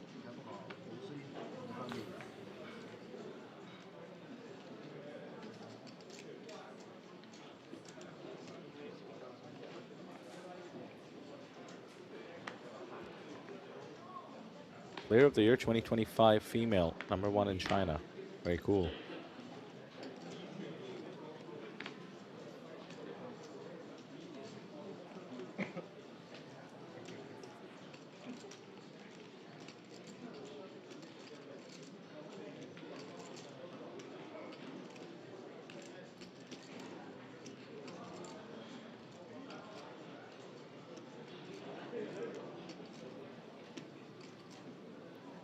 Nevin opting just for a call. 25 bigs. It's quite deep at this stage in the tournament. Decent spot to set mine for Yushi as well. So we're going to take another 3-way flop.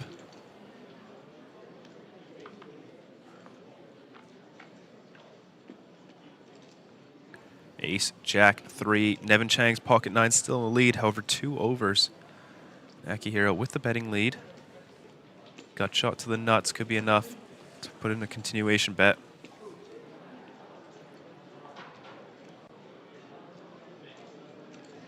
Indeed it is. 8,000. Gets 2 better hands to fold. Just 2 big blinds. What a price. On a heater.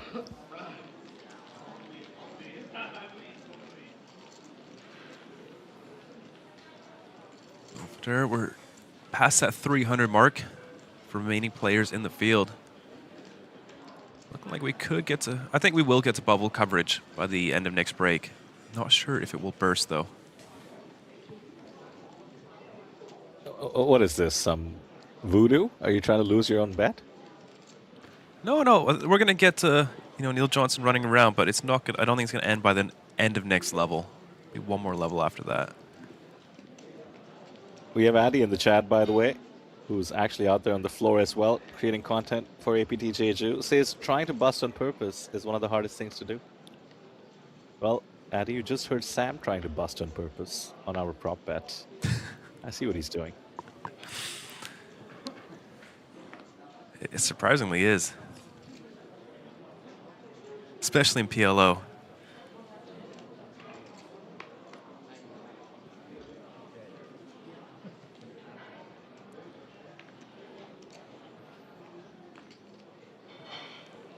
Oh, interesting. Chip leader just limping in early position with the 5s.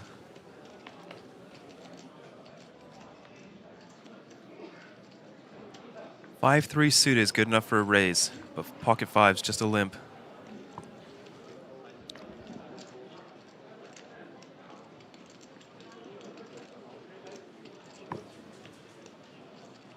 I wonder what he's using as a randomizer. Maybe it's one of those robots that goes around the casino floor. Love those things. I don't think I've seen him this series. Might be gone. Well, here we go. Top pair for Shu Liu out of the small blind. Flush draw for Akihiro, just 7 high though. And Wang with the pocket 5s, as well as a flush draw. All right, all players and dealers have high roller day 1. That's complete the current hand you're on. We're going for a 15-minute break. Break on that hand. And Tormadillo, let's do the 2 rates for 100, please. At Nicole, and wow, Akihiro getting really sticky.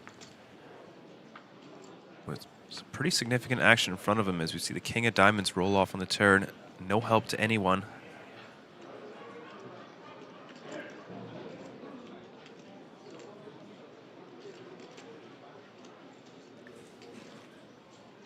Wang want to fire one more bullet.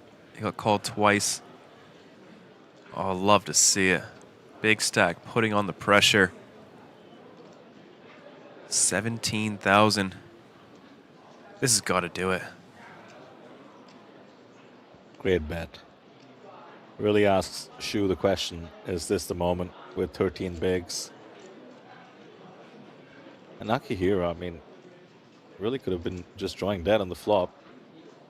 Now Wow. he comes along. Shu does make the correct call though. It's a good call. 65K out there now. Clean river.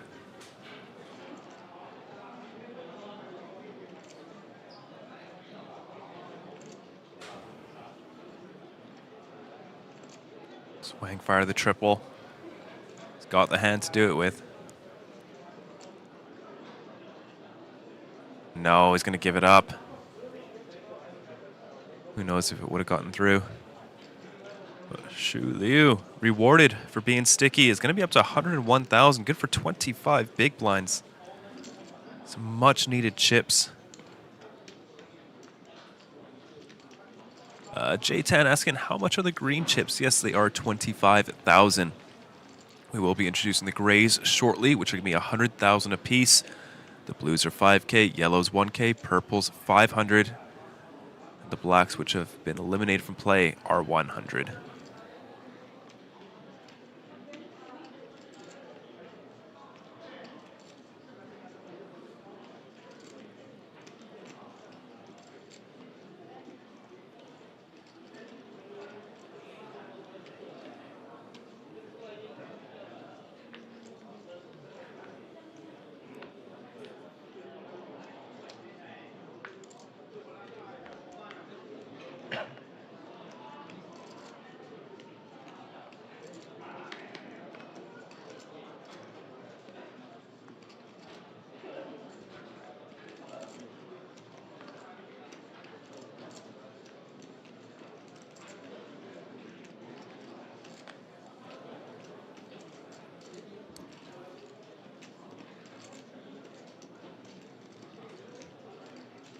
No lack of action on this table. Very curious for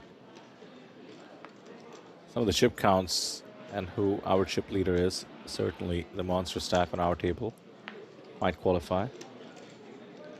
We'll find out more from the live reporting team shortly.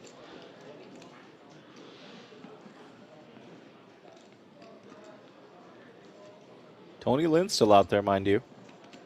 On the shorter side with about 20 bigs. But still in contention for what has already been one of the most legendary runs at an APT. Well, he did come back from just 2 big blinds to win the super high roller, so no stranger to short stacks. Really embodying the chip and a chair motto, isn't he? Yeah.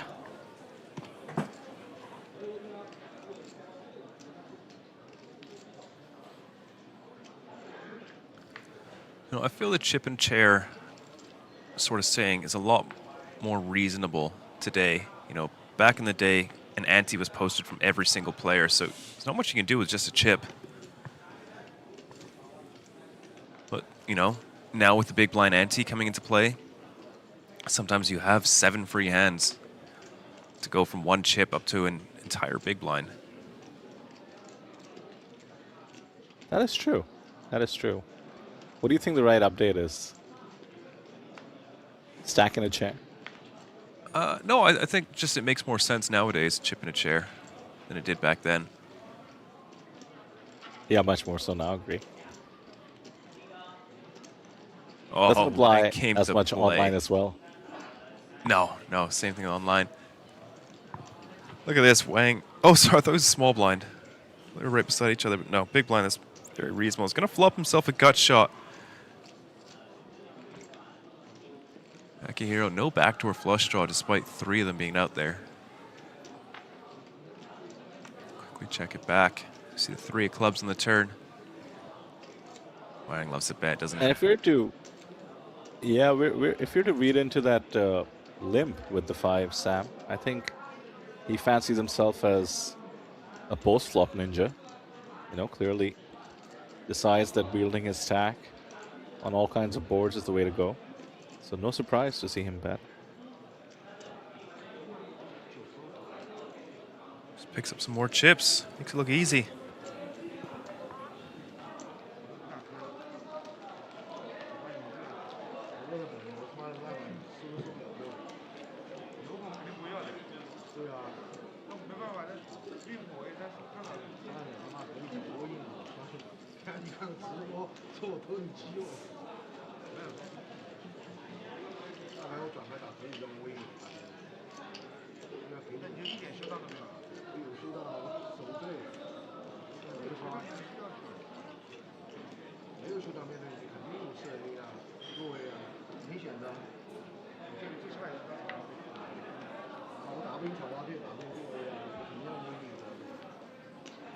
We've been at 299 for a little while.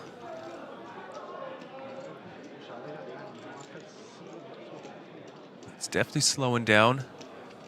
Came in today with nearly 600 runners. Over 100 people max late reg into day 2. 475 had a bag.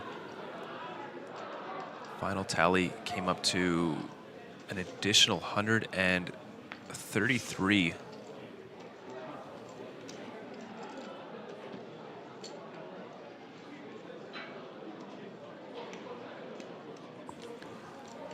Shu Liu, one of our more active players at the table. Jack 9 of clubs, raising it up in the hijack.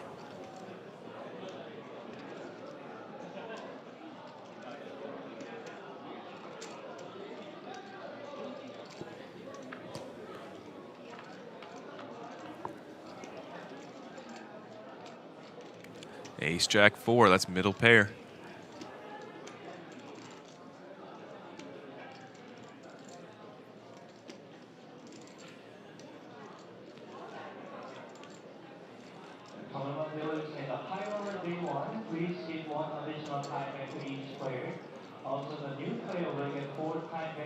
Quarter pot, enough to do it.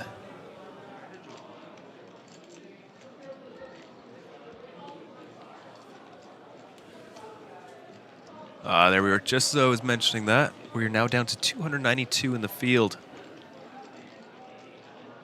37 to go. 34 away from hand for hand. It's getting close, Vidur. 24 minutes till the end of this level.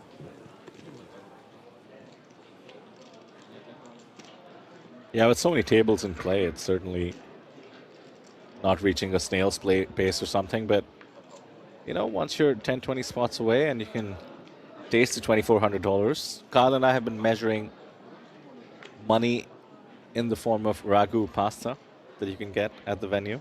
Okay. That's a lot of ragu pasta, $2,400. Yeah, that's, what, 100 of them? Yeah, so Kyle tells me. Yeah, that's 100 pastas, you know. Hey, one of the live reports is interesting. One of the bigger stacks out in the tournament, and trust me, no surprise, Chi-Wei Fan, over 500K in chips. Jeez, yeah. 545,000. We know Chi-Wei Fan. He either has a huge stack or he's out, so expect some fireworks on the bubble now, on his table. He's definitely one of the most fun to watch players. Not only is he full of smiles, happy to play, happy to receive the bad beats, but he's just such a fierce competitor at the table. Every spot to be as aggressive as possible. Entertaining for sure. Such a fun addition to the Asian poker scene. But here we have Tomita coming in for a 3-bet, 26,000, just the ace-8. Thinking Wang is getting out of line. He certainly was.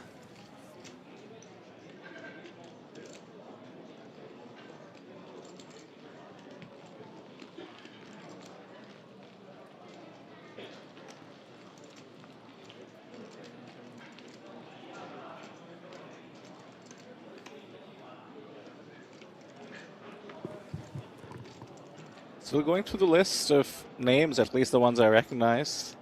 Eric Sai still in there. Love to have him at the feature. Six Poker, as he's called locally. Gets a lot of viewers for sure. Obviously, being in Jeju, we get a huge Chinese contingent. Some of them lesser known. Of course, exciting to see 300 new entrants to the APT. A bunch of them must be from China. Let's see who else. Mentioned Chi-Wei Fan. You can do this as well in case you're following anyone. Go to the live seating on the website. Vietnam doing well. Did have someone ask in chat about any Vietnamese players. Not on this table, but let's see, I count 11 of them remaining. Some of them familiar names from the Super High Roller and the Superstar. Did have a question about the Indians as well. Akshay Nasa seemed to have bust, which is always sad. He's also sort of the Chi-Wei Fan of India. Either a big stack or, I guess, out in this case. Who else, chat? Who else we following?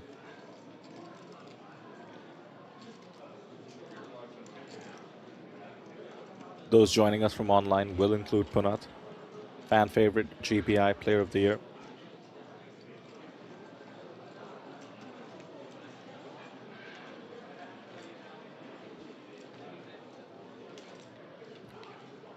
Lester Edok battling it, Filipino legend. We'll always see him at the APTs, of course.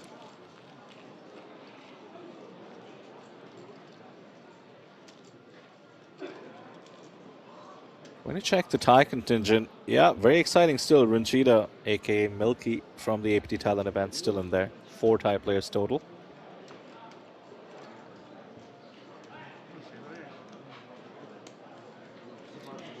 Down to 288.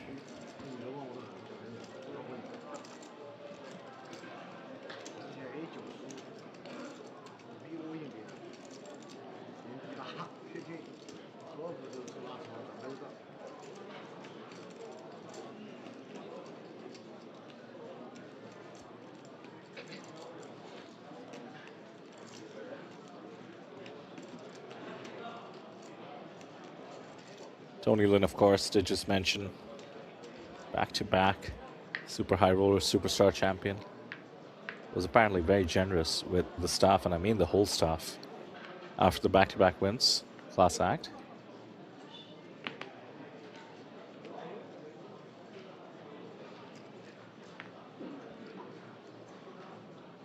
Speaking of high rollers, Ida Chung in the mix as well. 288 means 33 spots away and exactly 30 eliminations from the hand for hand coverage.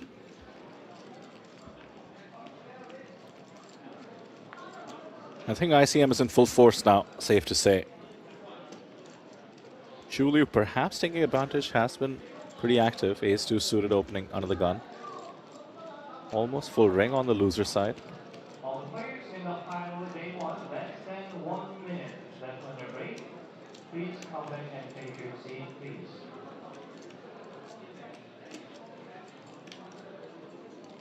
Once again, this is final call for the high roller players, less than 1 minute. Long range steal. Less than 1 minute for reaching the corner.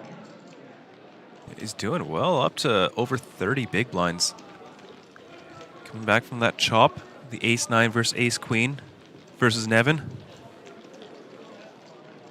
Finding a good turn hero call, and now he's just running away with it.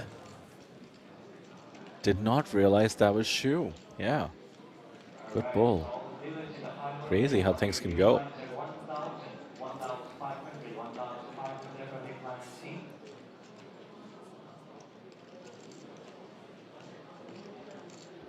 You know, I said this before, Vidur. I think any main event is the worst to bubble in. Just all the clapping, all the excitement as you're exiting the table. Oh, yeah. The ultimate needle. The 255-person needle. Yeah, and I mean, even people from other tables join in on the clapping as you're walking away.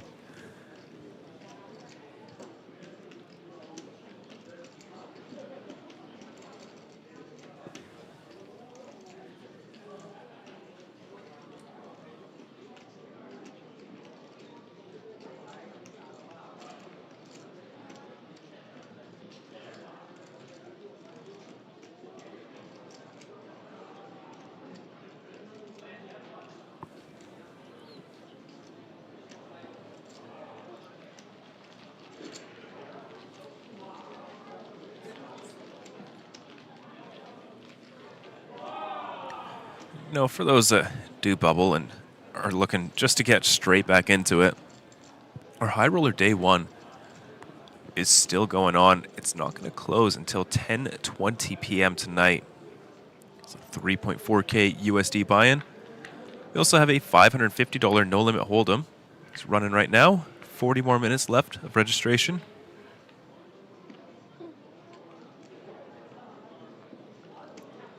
And our 1,000 USD buy-in women's high roller has 22 runners right now. Oh, Elfin is in the mix. Good luck, Elfin. Oh, very cool. Let's go, Elfin.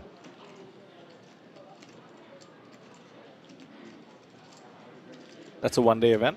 That could be a fun reel at the end of the day. Yeah. Let's hope she runs deep.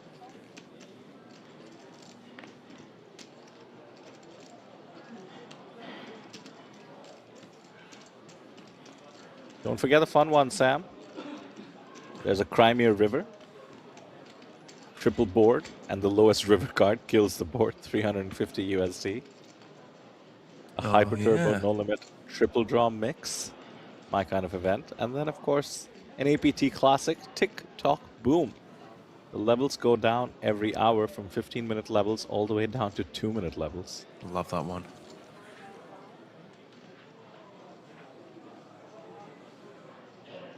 Well, back to the hand at play because Yishi Huang's found herself in a rough spot. King 9-3. Flopping herself bottom pair. Her queen outs are blocked. Shoot Liu. Goes for the trap, just flats in position. 8 of clubs on the turn.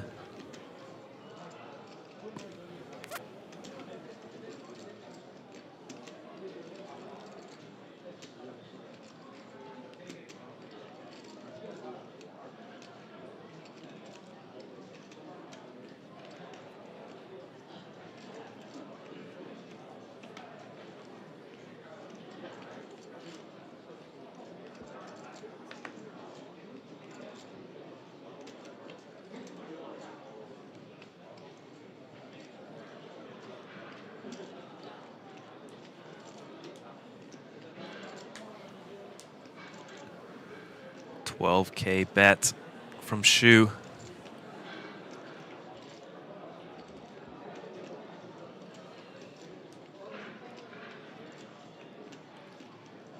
I think Yushi can piece this one together. Oh, she thinks 3 is enough showdown. It's going to make the call. 10 of diamonds on the river. Quite a connected run out.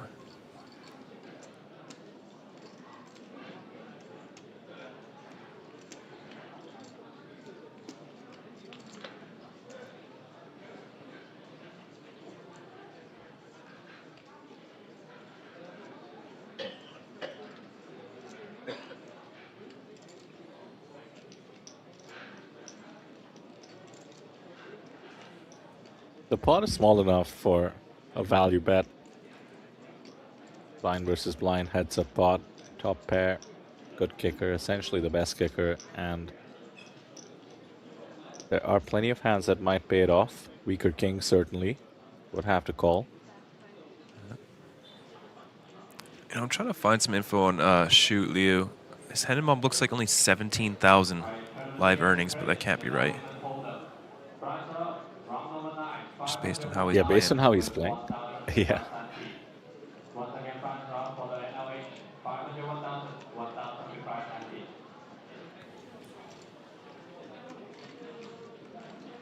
Nice fold, Yushi Huang.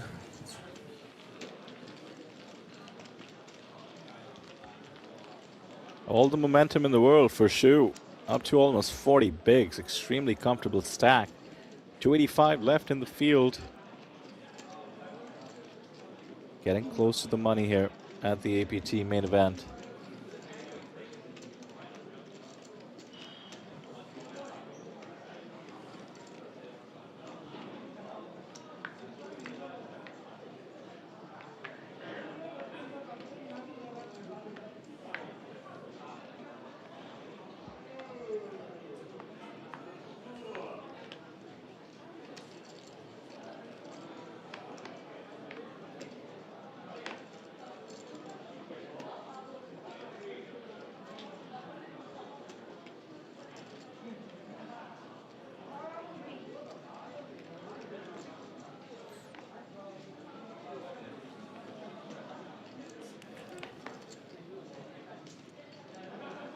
$600 if you're watching. Thank you for being with us. Let us know what part of the world you're watching from. You have some familiar names and faces in the chat. Kiwi Special, of course. A Kiwi. She's watching from New Zealand. Did spot COVID from India. But we'd love to know where the rest of you are watching from, who you're supporting. Also, still a few subscribers away from 25,000. Help us out. Hit subscribe. Let us hit a milestone that's been 3.5 years in the making. Oh, Vidur, look at this flop for Nevin Cheng's folded hand. 9-8 of clubs. We got a spicy turn as Akihiro is going to improve to the nut flush draw. Inanare with the second to worst flush draw from +2.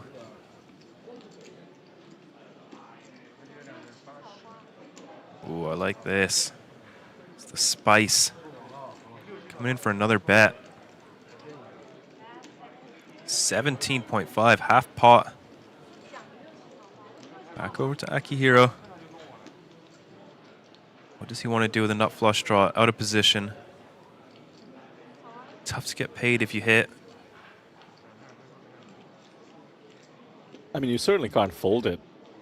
Every once in a while, your opponent could have Queen of clubs, 10 of clubs. Gotta be tempting. Getting just about the right odds too, mind you. That's because the king and 5 are live as well. Yeah. But I mean, you've only got 18% if it's just the king that's king of clubs that's live. And then you can't really get paid out of position. Raise could be discipline. An option. They're definitely deep enough. 70 big blinds effective could come in for a really big raise.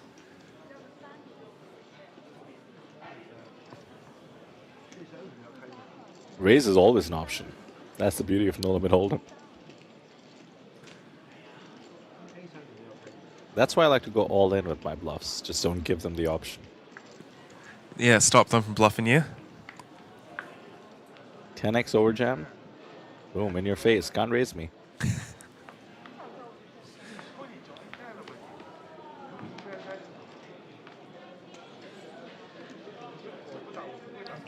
You know, that's one of the arguments to not leaving a chip behind when you go all in. We did see a crazy online bluff from Pads. Someone jammed for like 30 bigs, leave himself 0.8 behind, and then Pads shoves with 7 high and gets a fold. I did see that. So gross. That was unreal. Yeah. It's a spot you dream of doing yourself, but to see somebody actually pull it off at a final table is insanity. Well, Nevin coming in for the raise, Queen Jack of Hearts. He's only got 20 big blinds.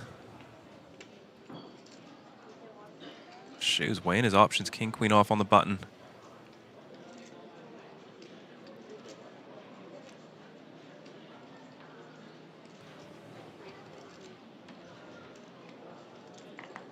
Three bets at 20K, 5 big blinds.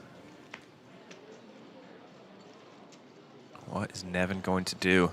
Shove, call, fold? What do you think, Vidur? It's really borderline.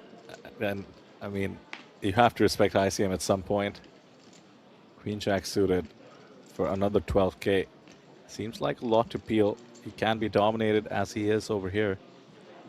I think that's why I think I prefer shove over call. You could fold out like a king queen, an ace jack. Nevin seems to agree. There's the jam. And a quick fold from Shu Liu. Nice find from Nevin Chang. Got to give it to him for going for it. One thing to know the play, another to go for it this close to the money. That is why he's one of the best, natural late ambassador. Moving up in the poker world, certainly every APT seems to improve every time he's on the feature table. That play suggests the same. Yeah, I agreed with you, Sam. I think call was least likely and too pretty to fold, so Nevin pulls the trigger. Has the right combo as well. Gets many better hands to fold. Well done. And just like that, he's right back in it. 28 bigs.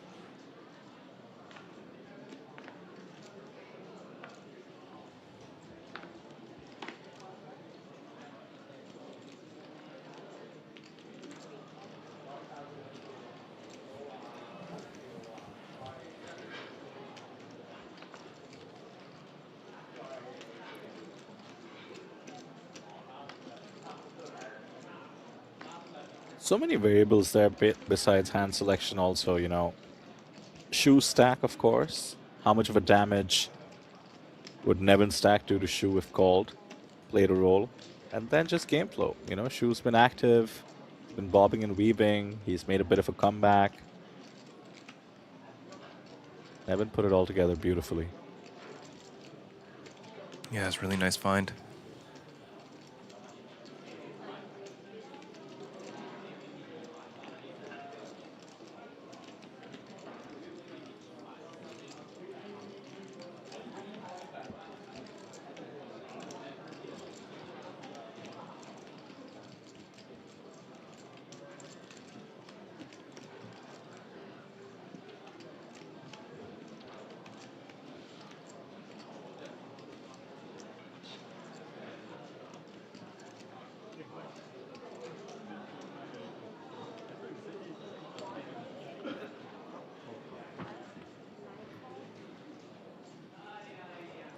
Oh, this is brutal. Blind versus blind. King Jack, Ace Jack. And the chip leader with the Ace Jack, so doesn't hesitate to call it off. What is this, like 35 blinds, Vidur? Yeah, it's the blind versus blind dynamic. You're supposed to not go broke blind versus blind, and this is why ranges can include premiums as well. Well, needs a king now. Rough flop. Slightest backdoors and 2 kings folded. Wow, it's just 1 out.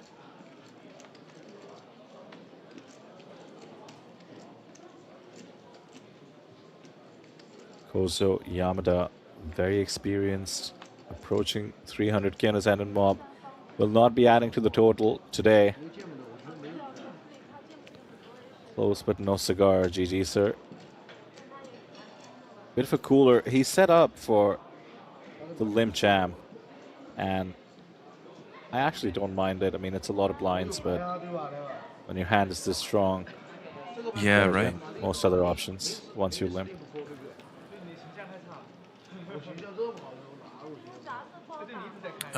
Wyatt's asking in chat why Zhang can 4-bet jam with Queen Jack suited. I think you mean Nevin.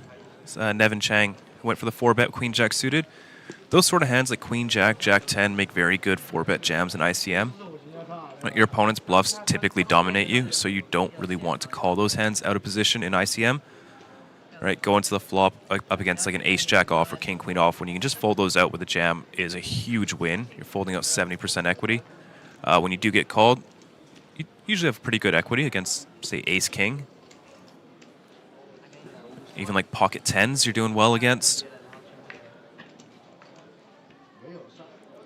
And yeah, in ICM, you just can't really play too much post flop out of position when you're the covered stack. There we go, Nevin Chang, ace queen off.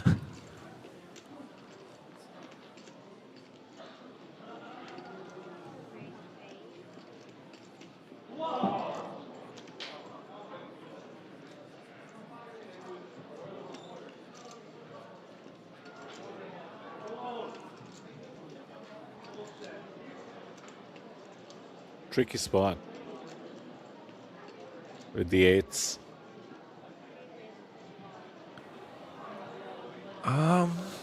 Interesting.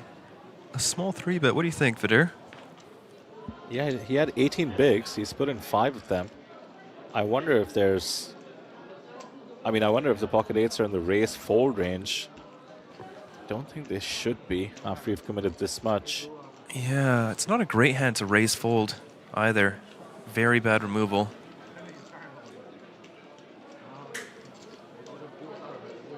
There's the jam from Nevin. Let's see what Lee's plan was.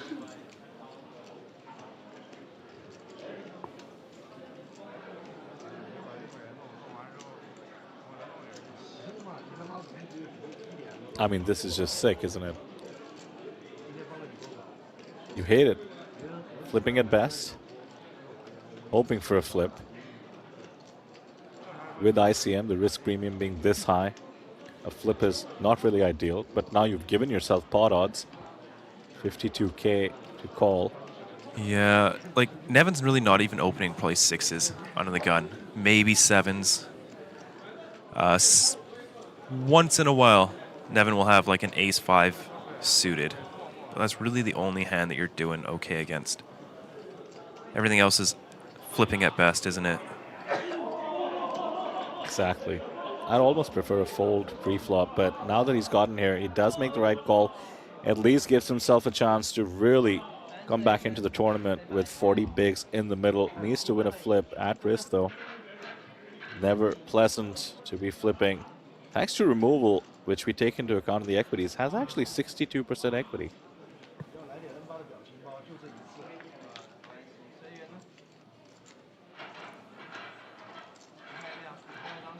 Up to 79 now for that flop. 2 aces, 2 queens.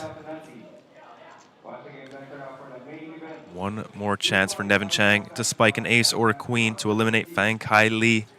It does not do so. Nevin Chang will be down to about a starting stack, 38,000, 10 big blinds. And going to the big blind the very next hand, Fang Kai Lee is up to 157,000.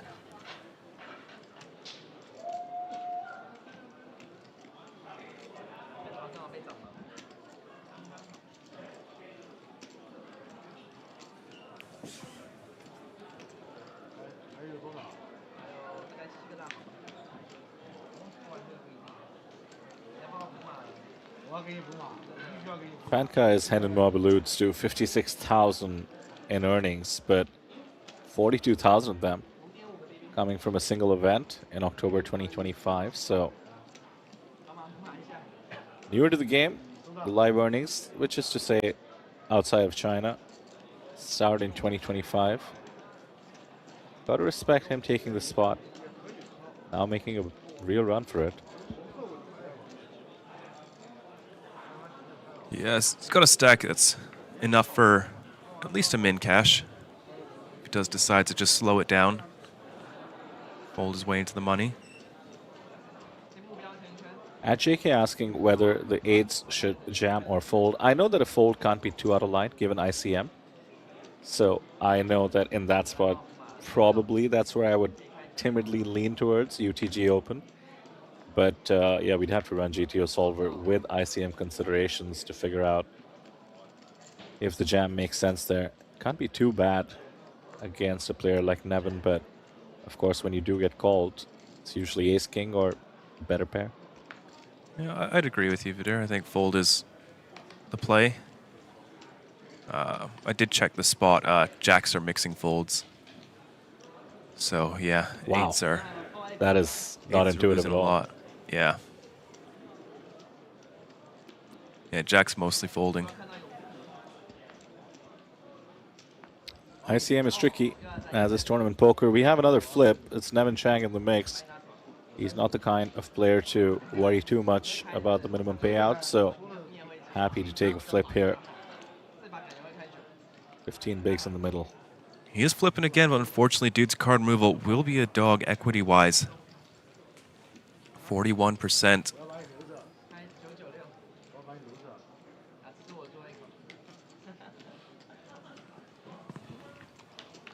All smiles, though. Yeah, there's the jack on the flop, but 3 diamonds. Still hit a 6 or any diamond. 7 of hearts, no help. Needs a 6 of hearts or a flush. Unfortunately, does not do it. Loses 2 flips in a row, and that will be GG to Team Hot Pro Nevin Chang. So close, 276th place, 21 away from the money. Akihiro Kawaguchi having a great run, up to 323,000. So we are into the 2.5K, 5K blind level, so about a 25% hit to everyone's stack in play.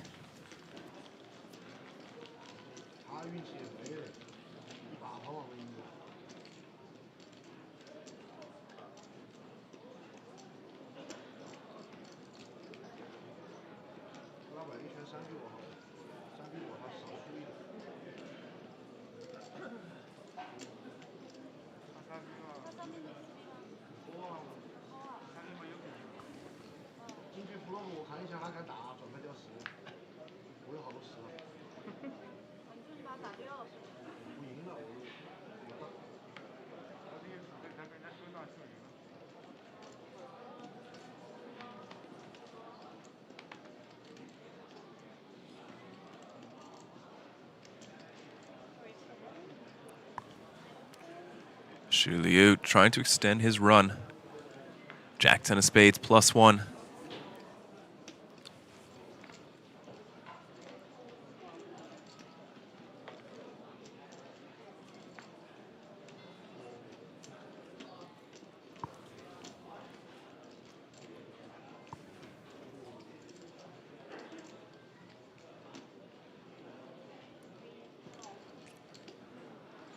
We're going to see the defense from the ace 4 of spades. Oh no, king 7-3. There's 2 spades out there. This could be a really big cooler. So we do approach the bubble.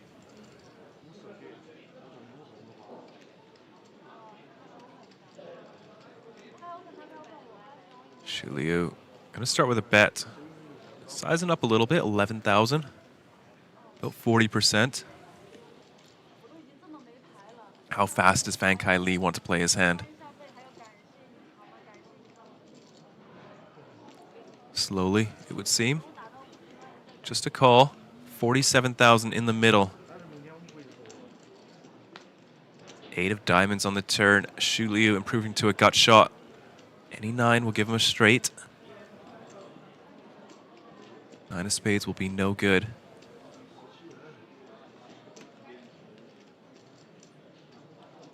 It's around that SPR where you're really not thrilled to bet.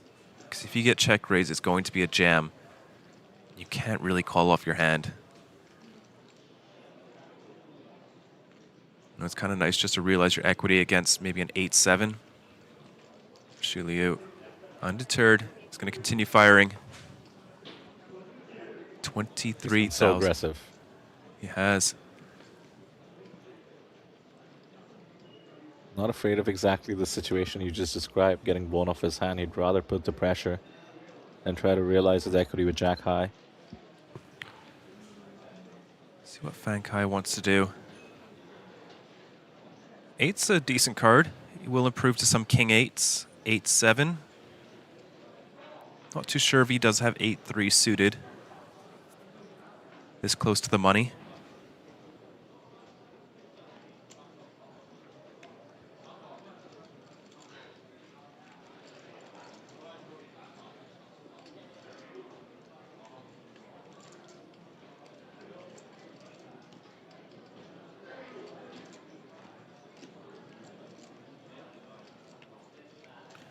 Well, there's the call. 93,000 out there. This could be a fun river. It will not be. The deuce of hearts rolls off. Could be fun. Might have a showdown. Tough to bluff with spades.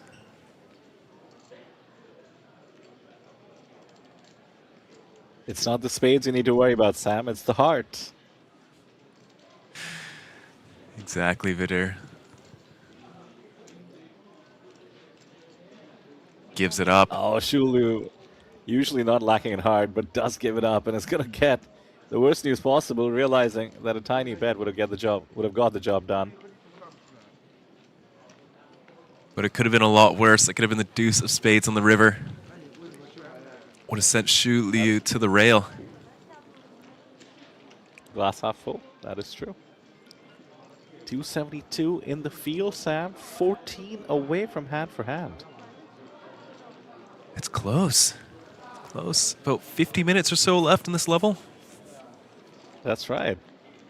I think I'm a favorite from my side of the prop. I think so. And hand for hand is about 2 minutes a level. We'll deduct from the clock. Oh, is that it? Okay. Seems pretty generous, actually. Yeah, it's not bad. It works out to about 30 hands an hour. I think we typically see around 30. 20, 25 in a tournament. Yeah, that sounds about right.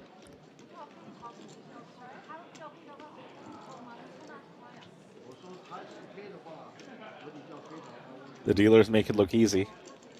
I'm not as well versed with the shuffling sequence. I don't know if you know it. Wash, riffle, cut, riffle. Riffle, you know box, riffle, riffle. In between hands. Oh, there we go. Riffle, box, riffle, riffle. Yeah. One of my first jobs was in a casino.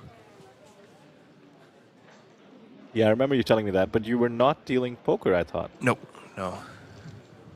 High limit baccarat. Because I couldn't speak Mandarin, so the VIPs could swear at me and I didn't understand what they were saying. It's a good system. Haven't seen too much from Wang in a little bit. He's getting frisky, but 10-9 of hearts will definitely qualify. He's realized what we just mentioned. He has only 14 more hands to make the most out of this monster stack of his. Or 14 more eliminations, I should say.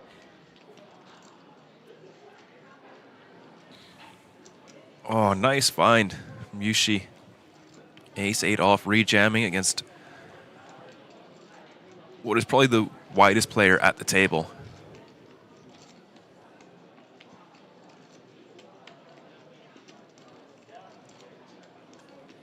I don't know, Sam. He looks in pretty good shape to me. Just kidding. Little poker pun. As we head to the money bubble. Got to keep things light. Speaking of, we just ticked down 271. So what is your strategy, Peter? What amount of chips would you have at this point where you'd basically not even look at your hand and just fold? Yeah, so we just discussed this, Kyle and I, talking about the Ben CB mentality. We were talking about Ben CB, how, and I'm sure you're familiar with this, it's almost like ICM from early stages and lots of ICM consideration, yeah? Mhm. Considering the volume he puts in, it makes a lot of sense as well. But one heuristic he had was, somewhere between the 8 to 14 big blind range, where doubling up doesn't mean much in terms of your stack value, ICM-wise. I think that's when you can start really shutting down. I'm looking at my hand and I'm jamming, Mhm. Kings plus, no matter what. But yeah, right around then, 12, 13 bigs, I think maybe you can consider just folding your way to the money. Okay. 8 seems scary. Just fold, Big blind comes around, now you're down to 5.5. Next one comes around. Yeah. 2.5. I mean, that's cutting it fine. You are right. Yeah, it's not pleasant. You really have to sort of do some math in terms of how many tables remaining and how likely you are. And not just math, you need to try and spot tiny, tiny stacks that you're trying to outlast. Much easier online than live. Yep.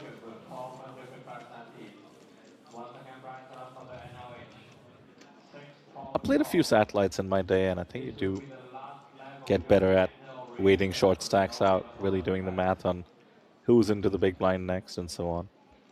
Okay, yeah. I think satellites are probably the best value online, especially for building a bankroll. But let's get back to this hand, because shoot, flopped himself an open-ender, but a very, very bad one. And Tomita with the dominating open-ender as well as top pair. Not sure if Shu can continue. King is really bad. Yeah, just folds. King's bad. Heart could be bad. Your 9 and 3 are very bad. So I think it's a really good decision just to cut your losses early.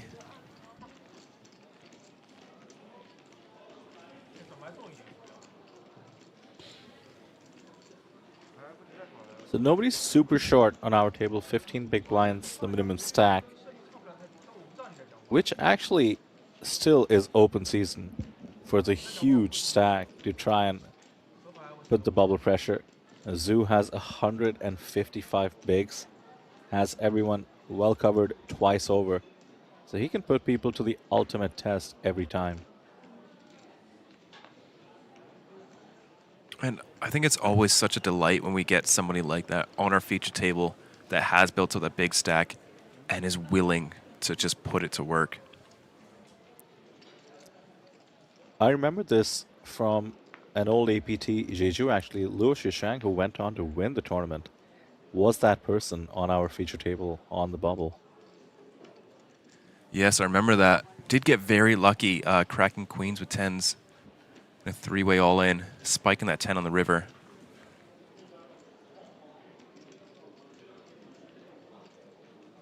Ace King, standard open, and Fan Kai, who is in that 40 big blind middle stack zone, has ace jack off. Does not seem to respect the high jack open, is putting the pressure back on Hidenari.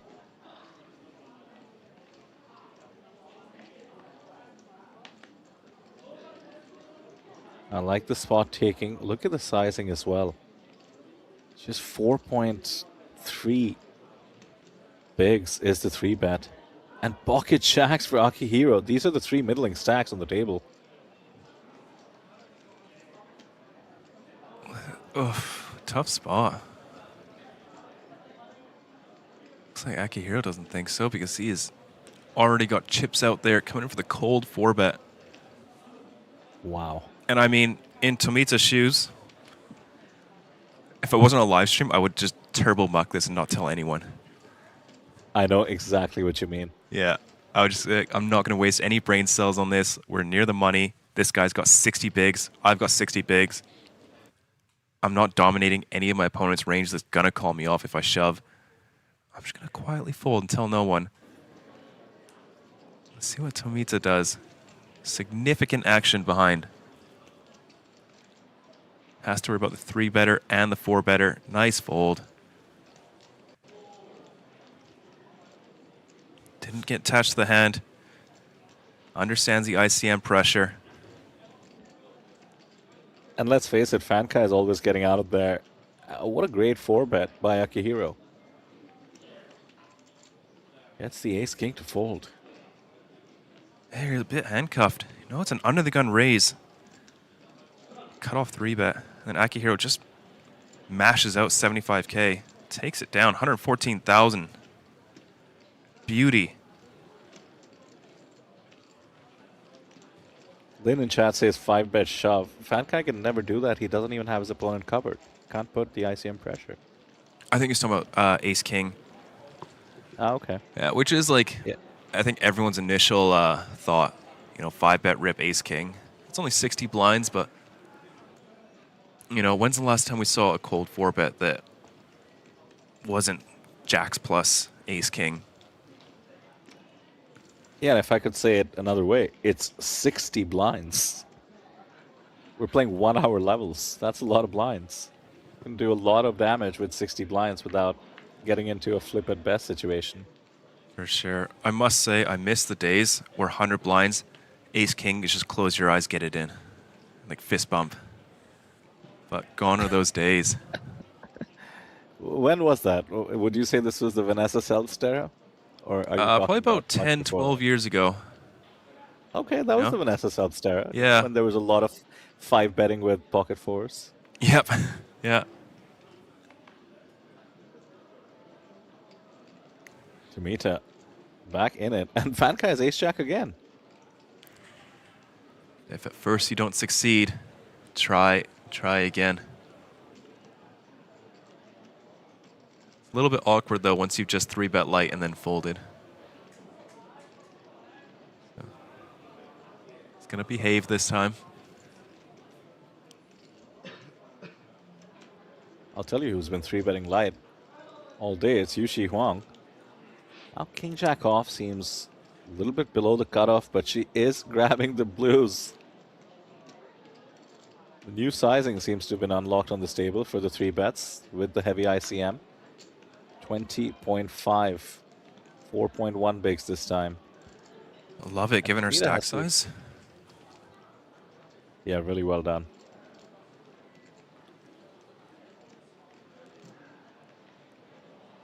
Now over to Tomita. What's he want to do? Surprised to see the call there, just because he can't afford to just get it in. Looking to dodge an ace or a king, I imagine, on this board, but there's a king in the window. Might have a little bit to do with how polarized Yushi Huang is 3-betting this small in ICM. You know, if you jam, she's going to fold all her bluffs that you're doing very well against. I guess in this case, a flip.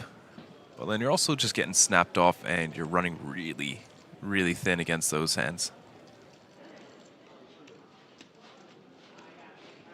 I wonder if she is calling. Yeah, I see your point, but I wonder if she is calling even the value part of her 3-bet range completely. You know, like ace-jack suited, ace-queen might hit the muck, you know? Yeah, I think ace-jack suited, ace-queen's got to hit the muck. Probably ace-queen suited plus kind of thing. Ace-king off. Nice fold for the tens, though. Yeah, get away from it. Net loss in the hand, though. Tomita still above 50 bigs, but 2 rough ones. Ace, king, and tens. Suffering in 2 different ways. Not an easy table.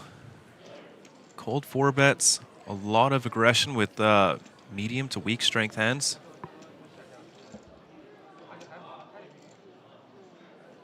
I mean, so many people in Yushi's shoes there against a +1 open would just fold the king jack off.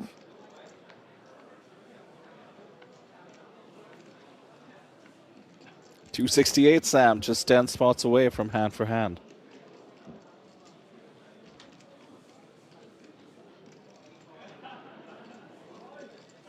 Aces for Fankai. Ace jack. Now aces. He's been getting pushed around as well. 3-bet folded one of the ace jacks. Open folded the other one.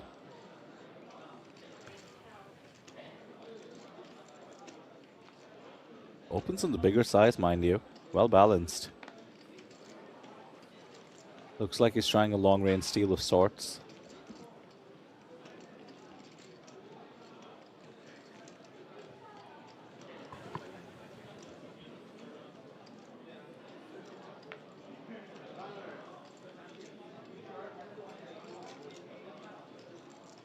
What is this? What in the world is this? Queen 4 suited? What? See, I thought he was just stalling because he's got a short stack near the money. Maybe he thinks it's ace queen suited? Misread his hand?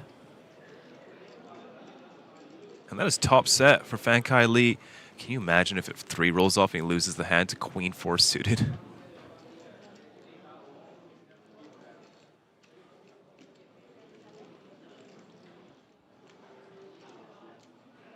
$7K. Not a spade on the flop. But well, you've come this far. Getting a good price. What do you think, Vidur? Do you think he misread his hand as ace queen of spades? I don't think so. I don't think he's checked his hand since, or maybe we missed it in the camera switching, but you know, he's comfortably calling now. Oh, Fankai getting greedy with top set.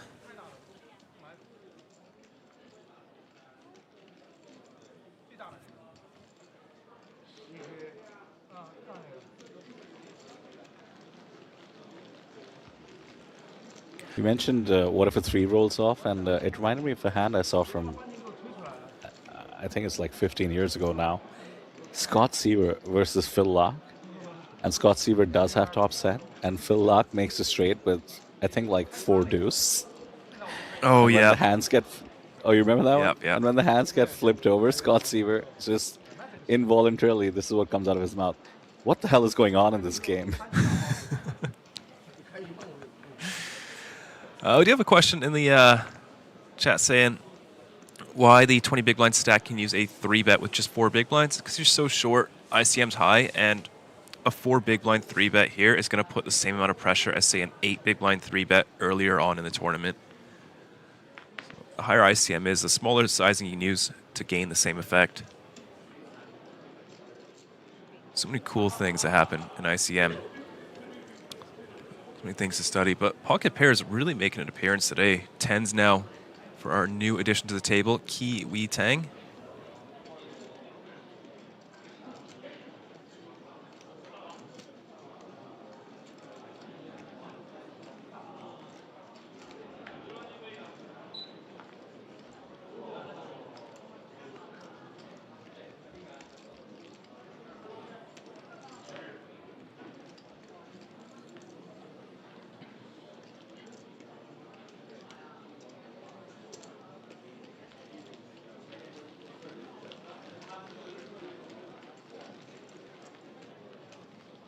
Comes in with a decent stack, 67 bigs.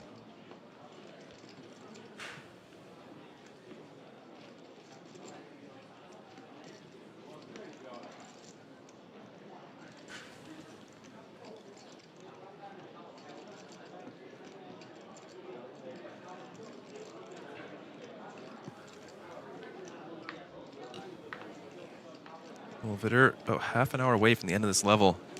You're cutting it fine. 12 eliminations in half an hour. What do you think? Still feeling good? Yeah, that is borderline. I think 9 eliminations to hand for hand, and then I actually get a bit more of a window, yeah? So, yeah, I think I'm probably still the favorite. You think you're the favorite? That to reach the money bubble in half an hour? Oh, yeah. I mean, we have 30 tables going on. No. The bet was to burst the bubble. Yeah, I think I'm still the favorite, surely. All right.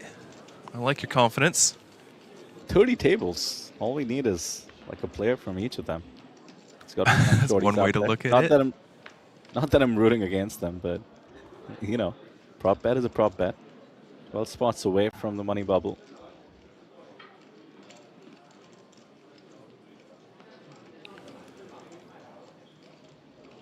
Well, Shoot Liu is getting quite short. Started the hand with just a hair over 10 big blinds. Shang Yifan with the king queen off.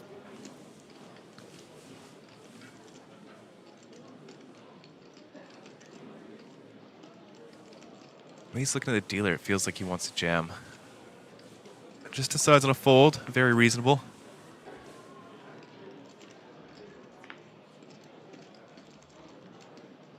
What Tomita, does he want to get involved with the fours?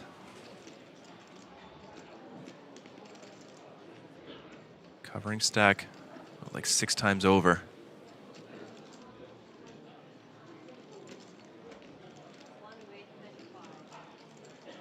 Oh, coming in for the raise.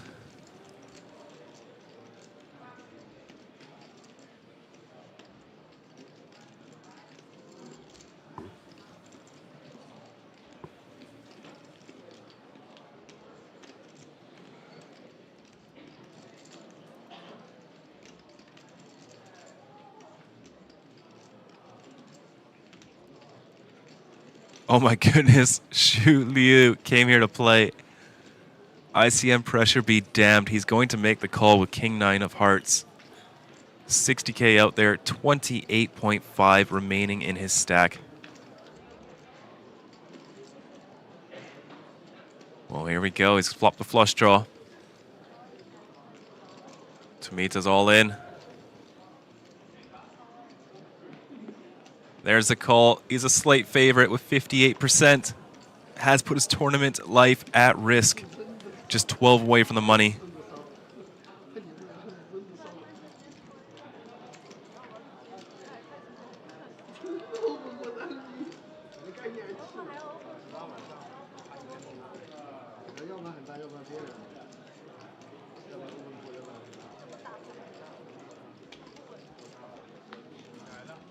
Queen of Hearts seals the deal in the turn. Xu Liu will live to fight another hand up to 117,000.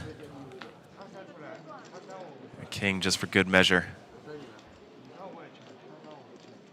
$2,400 card right there on the turn at the minimum. We never know, how Xu Liu's playing. That might not be enough for him.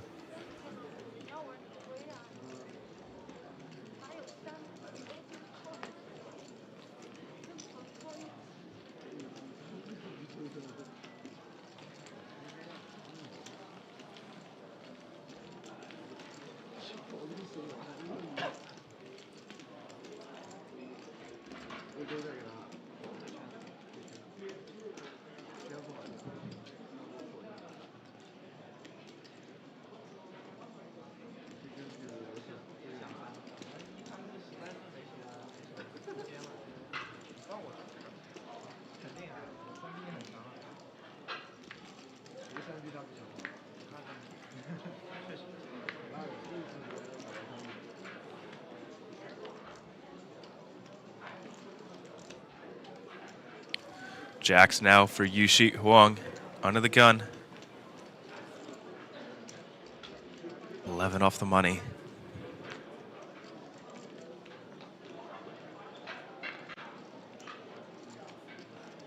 Well, well, well. Akihiro picking up ace jack.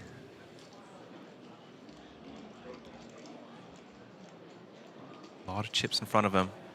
Decides not to be a bully this hand.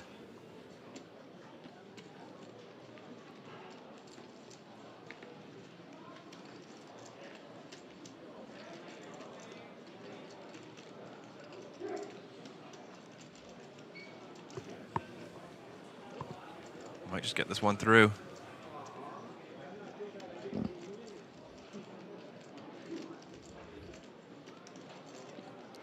She doesn't seem like the kind of player you want to defend King Deuce off against.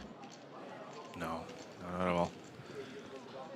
Nice fold. And hyper aggro.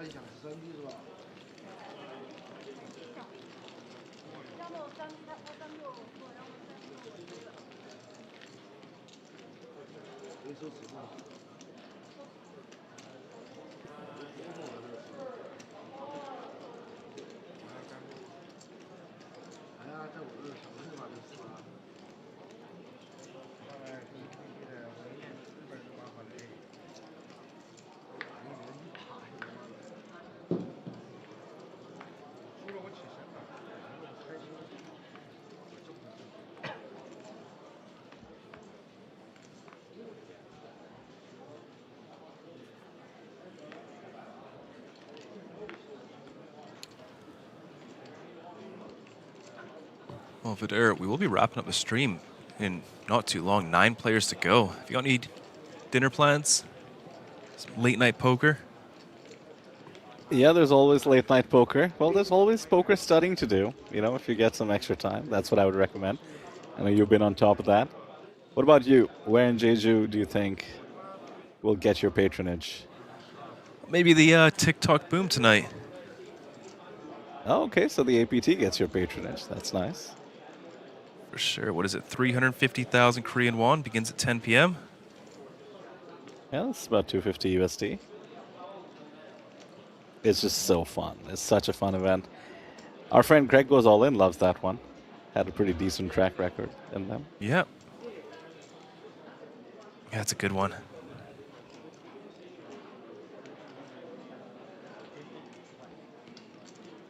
Never get tempted by the mixed games like me, Sam? If I knew how to play them, I would love to. But unfortunately, I do not. Gotta start somewhere. Yeah. They're very nice. They teach you on the table too, and I do think it makes you a better Hold'em player. You know, just get sort of the fundamentals going in your head as you navigate. Yeah, I can see that. Ivanich, you take one down. Easy pickup with the King 5. Players really going after it, and without a clear table captain, despite the 150 big odd stack from Zoo, I think the middling stacks are just picking their spots game flow wise once the big stack is out, or just targeting the small blind, big blinds. Very interesting to see as we see the field counter go down to 263, 8 spots away from the money, 5 spots from hand for hand. Few more hands, maybe an orbit or so, to get some bubble pressure in there. Then we will be hand for hand.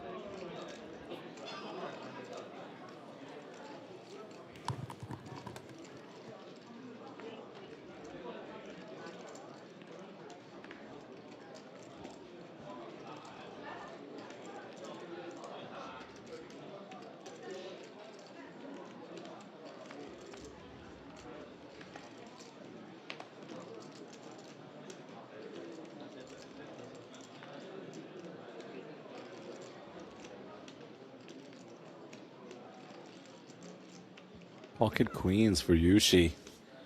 She's been hyper aggro. The table knows it. Against a +1 open though, 3-betting from the blinds is going to look strong, mind you. Her stack is the one that's covered. So she just rips it. She wakes up with ace-jack, but should be irrelevant now. On the bubble, can respect the play. No, she's committed against a cooler anyway, like kings or aces. This way she can get hands with a lot of equity to fold, in particular ace-king. Might have to let this one go if Zhang did indeed have that. King-queen is going to be much easier.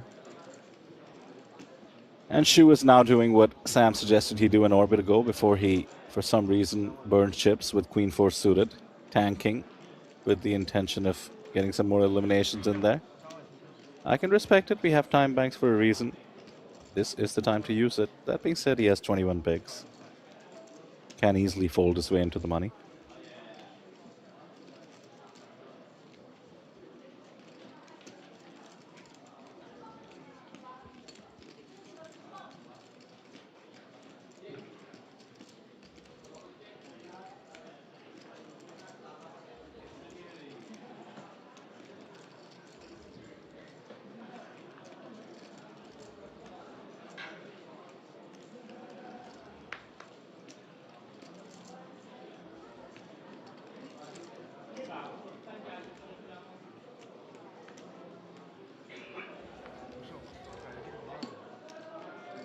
$20K pickup means 32 bigs for Yushi.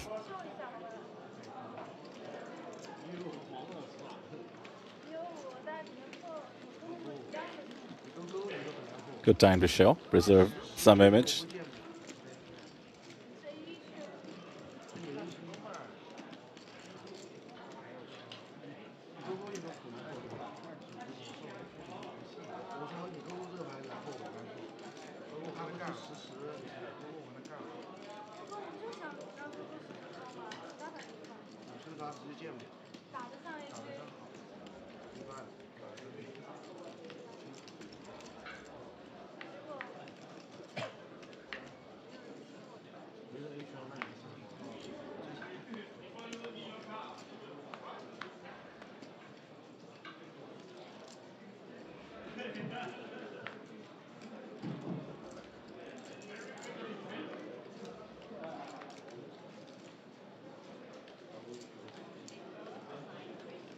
Here we go.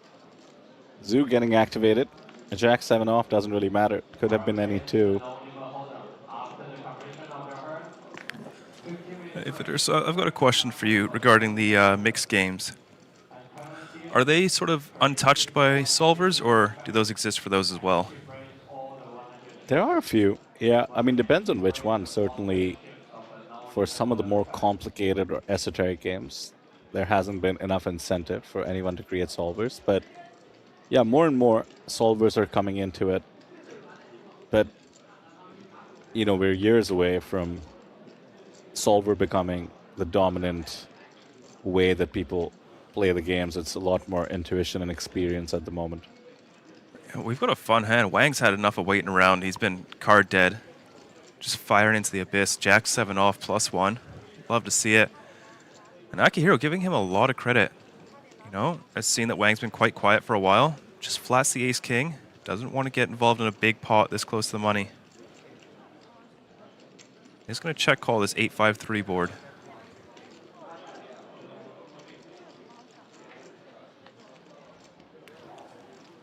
That could be enough for Wang to continue firing. Turns himself double gut shot. Jack of Hearts blocker as well.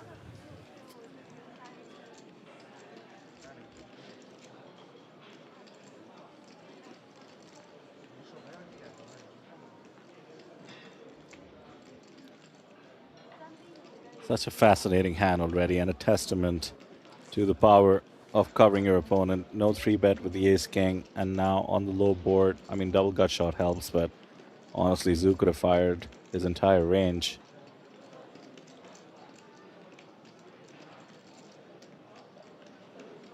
Surely Akihiro has to let it go. Never easy when you've under-repped your hand this much, but this is why you've done it. So you can just get away from it cheap. Quick little pick up there for Zoo. Let's see where the player counter has updated to, but he does get to bully the table around as much as he wants until we are hand for hand, or indeed in the money.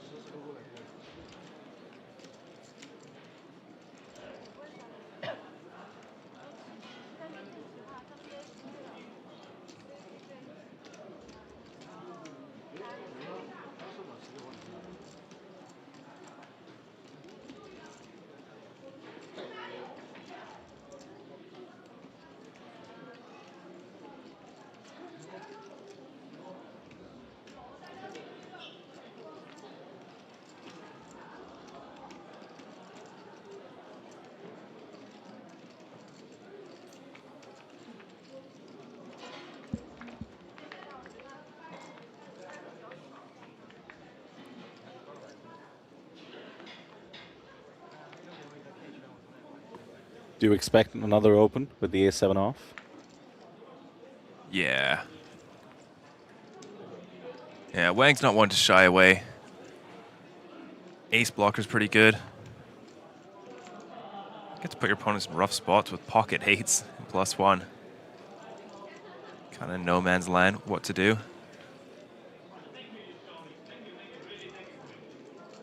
Reasonable decision, just flatting. Ace 6-2, gotta hit the muck.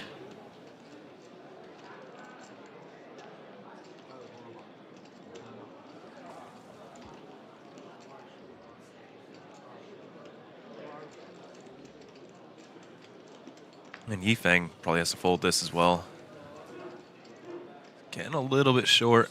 Tamitsu's gonna have a incredibly strong range.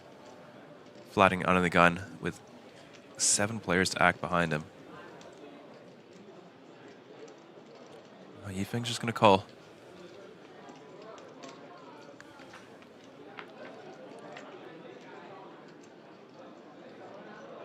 King 7-6. Wang flops best, but it's not enough to beat Tomita's pocket eights.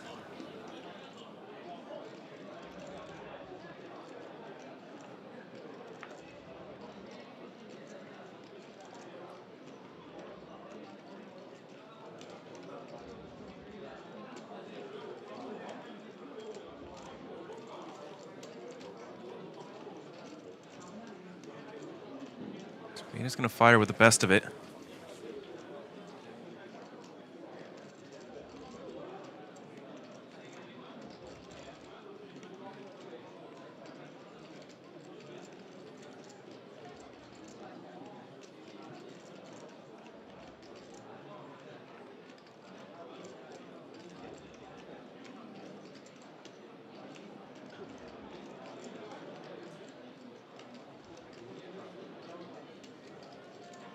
Quick check call from Wang. 62.5 out there.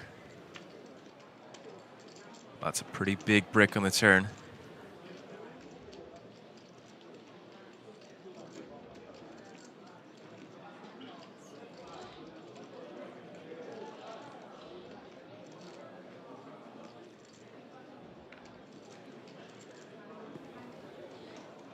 Tough to continue barreling into Tomita's shoes. You're gonna run into higher pocket pairs sometimes. Slow played, like King 9.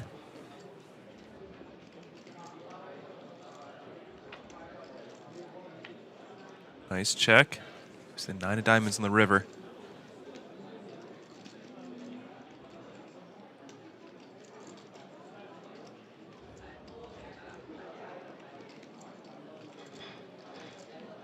Zoo lets him have it. Yeah, probably enough showdown value.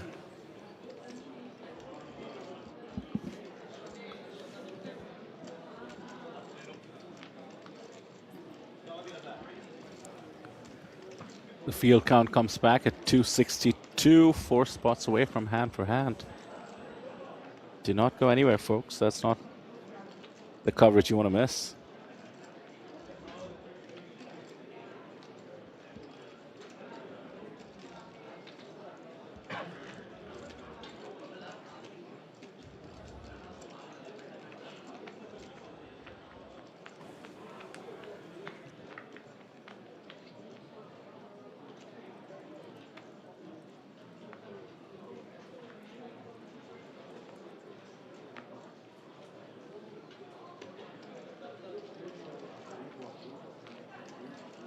I don't think it's looking too good for you. 13 minutes to go. It's the end of the level. These players are approaching the bubble. No longer the favorite. I'll grant you that.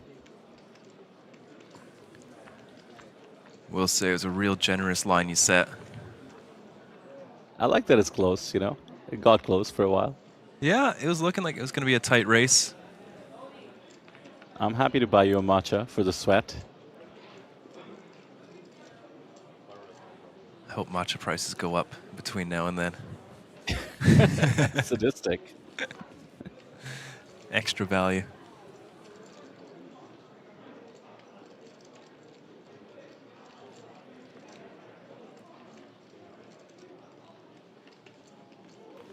Kings is a comfortable open from any position, of course. Tomita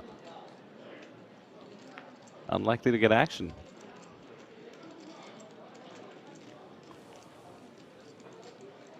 If there's anyone that would give action, would be Wang, but 8-3 off.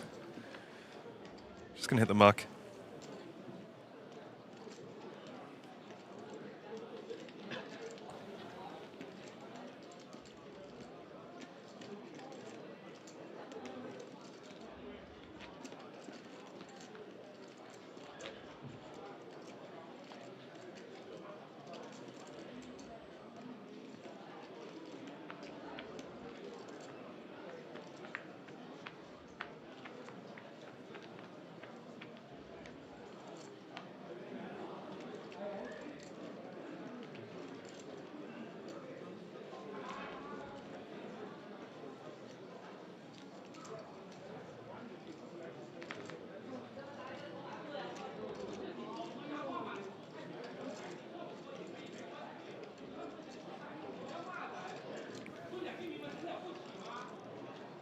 So when the big stack folds, who wants to be the one putting the pressure? Oh, 5-3 off on the button. That's not going to cut it.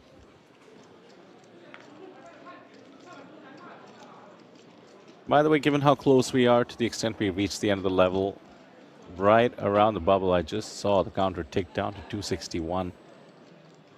We'll stick with the feature table, of course, until we make the money, because that is the end of the day. So nobody too short on our table. Expect some action on the outer ones.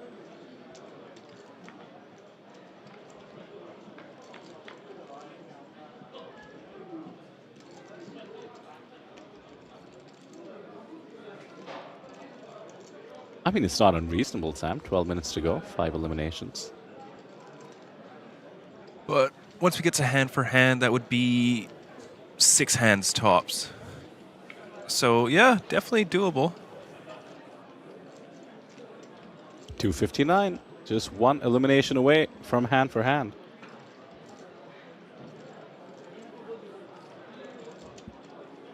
I'm so excited, Vidur. It's my favorite part of the series.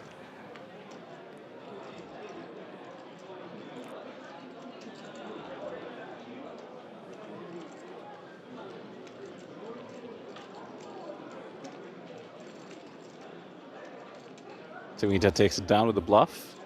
He's chipped up nicely on the bubble here, approaching 60 bigs.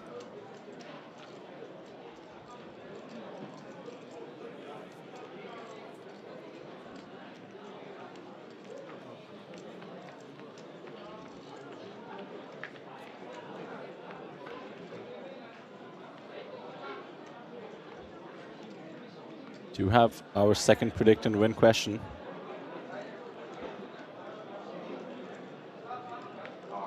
Have you been playing these, Sam? Are we eligible? I have played one of them. The question number 2, that is, for today. What is the Zodiac Classic, sponsored by Natural 8, that is? Chip leader stack.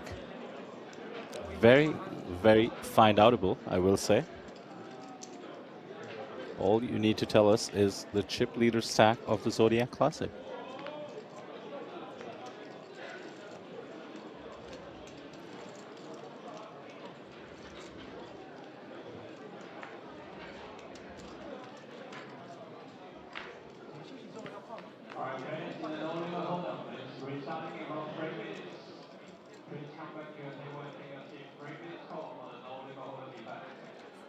Well, would you look at that, Sam? 258 players remaining. And the announcement after this hand, we are hand for hand.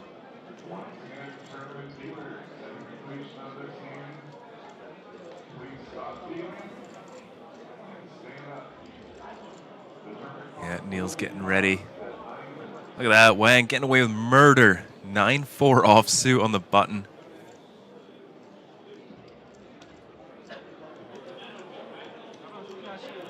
So, hand for hand, Vidur, why don't you explain a little bit for some people who might be a little bit newer to the tournament scene what hand for hand entails?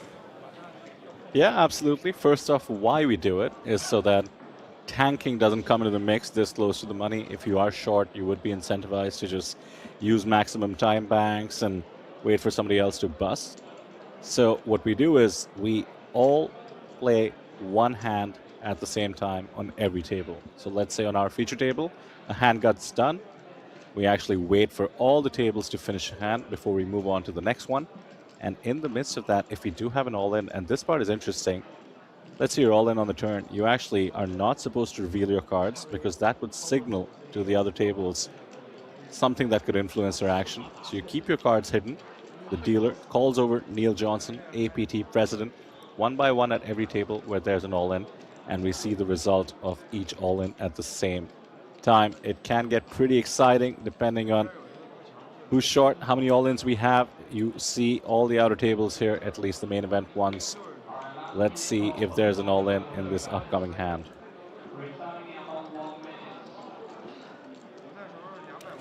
Gotta say, this is the worst time to be all in. Sitting there, you don't know what your opponent has. Cards are face down. Just sit there, wait.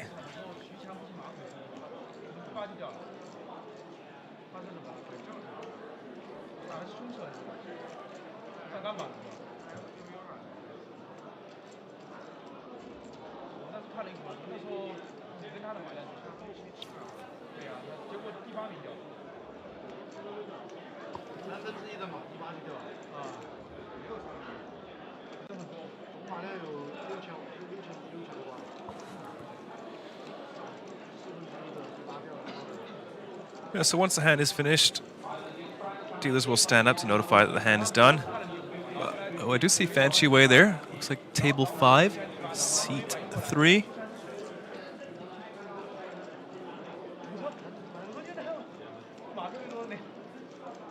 Sitting, waiting patiently for the next hand. Dealer is standing up, as you can see, which means the hand is over. Also the cards fanned out in front of the dealer. Any table that's not the case, you know there's a hand going on. The floor is abuzz. And by the way, our media team will rush to any all-in. It's always just mad, the final bust out, the crowd around that table. Looks like the moon landing. Cameras everywhere, hundreds of people standing around. You do get paparazzi'd to the extent you enjoy that a little bit. Mind you, we will honor the break just in consideration of the players because you never know how long these things take. And as Sam was mentioning, 2 minutes per hand is counted. I think we had about 10 minutes on the clock, so we'll play 5 hands. Yep. If we do not reach the money, we will take a 15-minute break.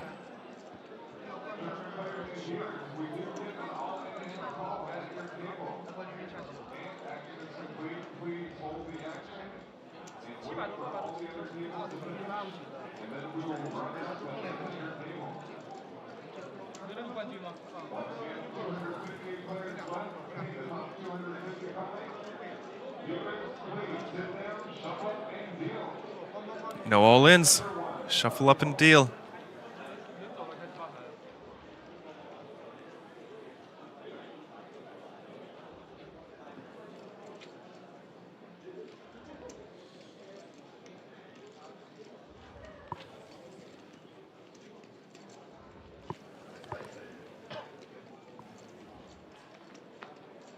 Once again, viewers, when you finish doing the hand, please stand up.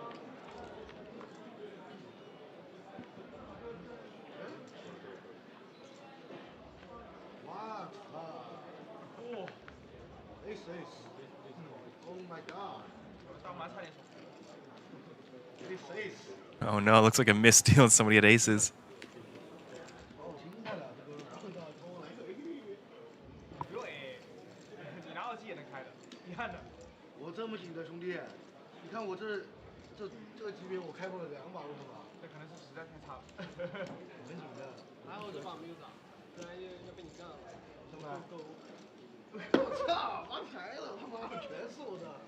'So Sam, you asked me where I would just sort of knit up, try to make the money. Did you have a response to that as well?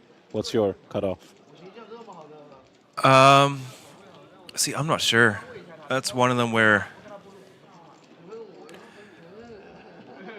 I feel like it's different. There's like an emotional feeling to the main event as well. You've been playing for 2 days. You really want to make that cash, you know, rather than just online. You've got 6 other tables going. But yeah, I don't really know. Around this point, I think 6 big blinds is plenty. Yeah, you can certainly fold in orbit, get into the money, most likely. Yeah.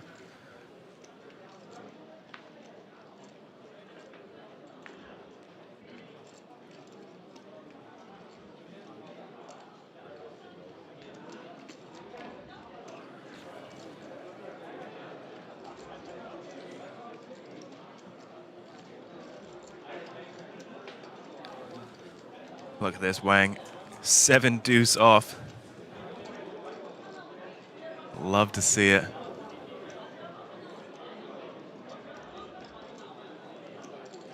Surprising call by Chi. Yeah. And by Fan Kai. You know, you'd think at this stage, stone bubble, essentially, might not bother. They're probably just deep enough. And does come in. But a little bit of everything for somebody, for everyone. Fan Kai Lee with 80% on the hand, top pair, 3rd nut flush draw.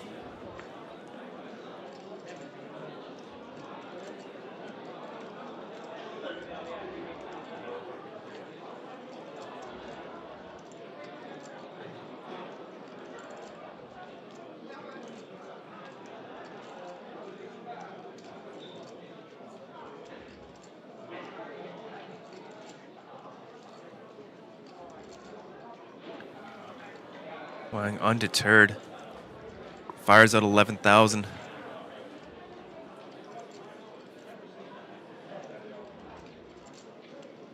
Whoa! With Chi calling, Fan Kai just gets out of there. Wow. 7 deuce, the best hand now. Look at that. Would have been top 2 plus third nut flush draw. And spikes a set on the river. What a roller coaster of a hand.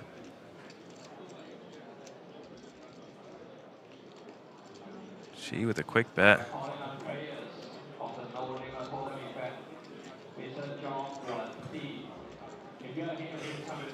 So a simple call from the queen 10 would have likely resulted in top 2 versus a set, right? Check, check, check on the turn, most likely. Most likely, yep. Pretty wild butterfly effect in motion here. And now 7 deuce with a decision. He's been putting so much pressure. Usually the idea is you take the small jabs, and when fought back against, especially without a good hand, you let them have it. Yeah, Zhu lives up to it. Still rocking his 750k stack, 150 bigs.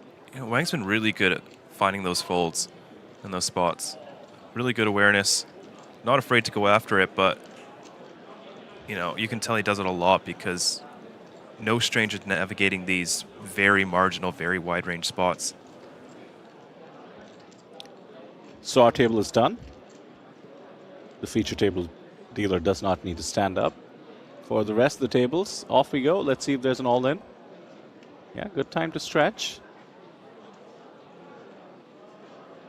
Take in the proceedings. Oh, I like this shot as we pan from the feature to the floor. There's Adrian capturing the bubble madness for social media.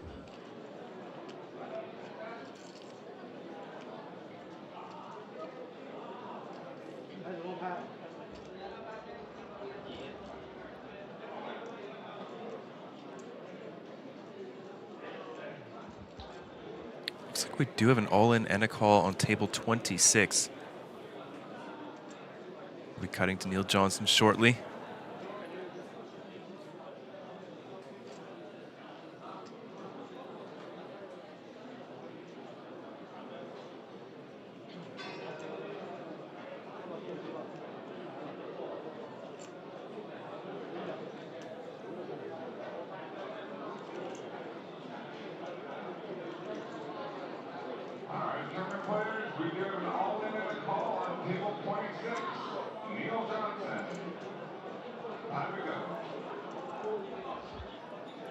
Test, test. All right, everybody, we're over here on table 26 with our first bubble all in. Seat 8, Chen Peng from China is all in and at risk. From seat number 5, Ryan Plant from Ireland. We have a full board here, everybody. We've got the Jack of Hearts, the Ace of Spades, the 4 of Hearts, the Queen of Hearts, and the 4 of Diamonds. So we've got 3 hearts, we've got 3 Broadway cards, and a pair of 4s. All right, gentlemen, let's see how this turns out. I got pocket deuces for 4s and 2s, King Jack for a pair of jacks. Jacks and 4s with an ace is going to double up. Over to you, Tyler. Wow, it looks like a big call. Looks like Ryan just shoved looks like 300k on that river.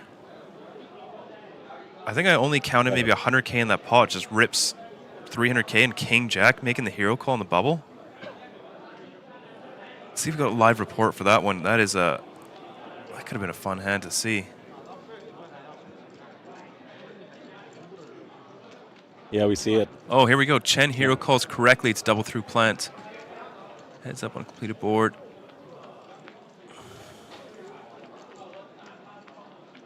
Oh my goodness. What a hero call. Call with second pair. Third pair. On ace, jack 4, queen 4 with king jack. And Ryan Plant had deuces. I mean, that's a really nice bluff combo from Plant. And then Chen, King Jack, no heart. Wow.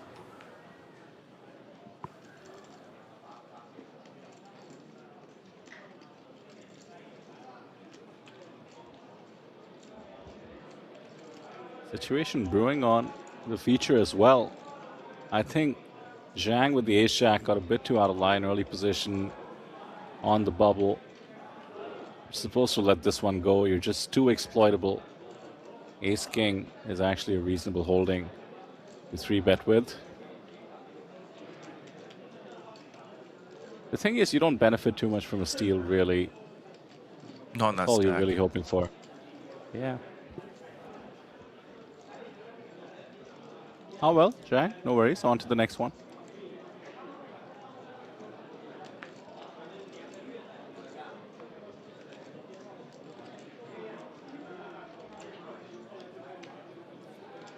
So, moment of truth. Any other all-ins? By the way, Sam, you're back to being a heavy favorite because we haven't had any eliminations in the hand-for-hand, and the clock says 3 minutes, which means we probably get 2 more hands in, I suppose.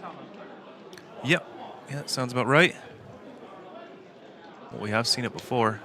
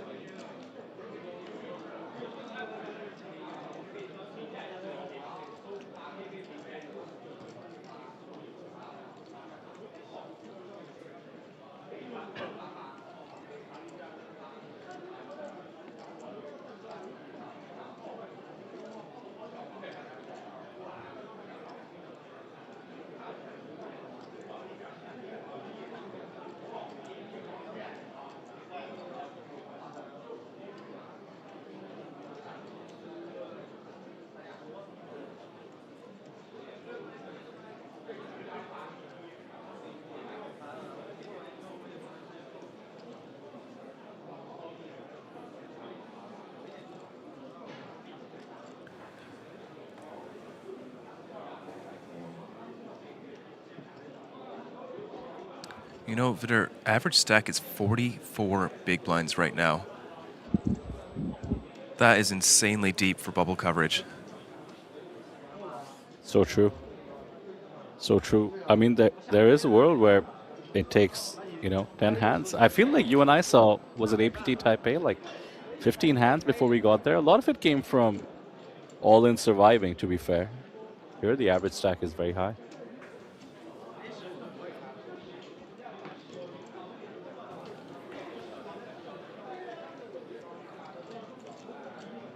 Slowly making our way across the tables.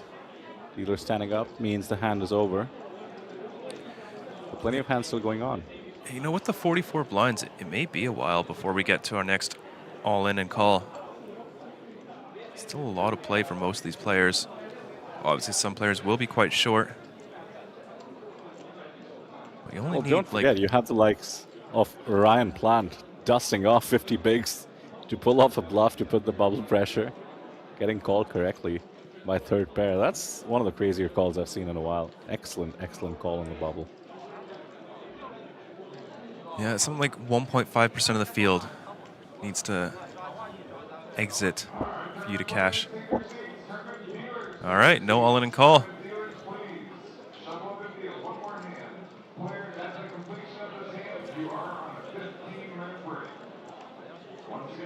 Well, barring absolute madness, Sam, I'd like to congratulate you on a well-earned coffee. Hey, it's not over yet. Got one more hand. Yeah, I said madness, 44 average stack, and we'd need 3 people to bust on the very last hand before the end of the break. Crazier things have happened. But what a fun frame this was. I want to shout out everyone on our feature table. In the lead up to the bubble, which, as you keep saying, is one of the more fun stretches of the main event, they did not disappoint. I mean, the action was relentless. The card distribution also helped, and these players really took it to the streets. Very fun to watch. I think speaking of that, Wang has raising eyes going on.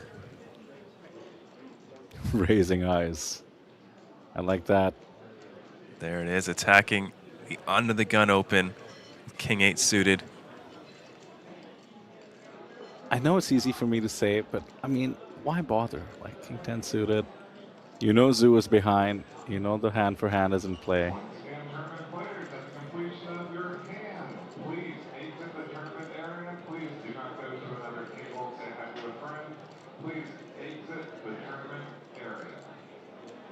No spectators in the main event area, please. Thank you.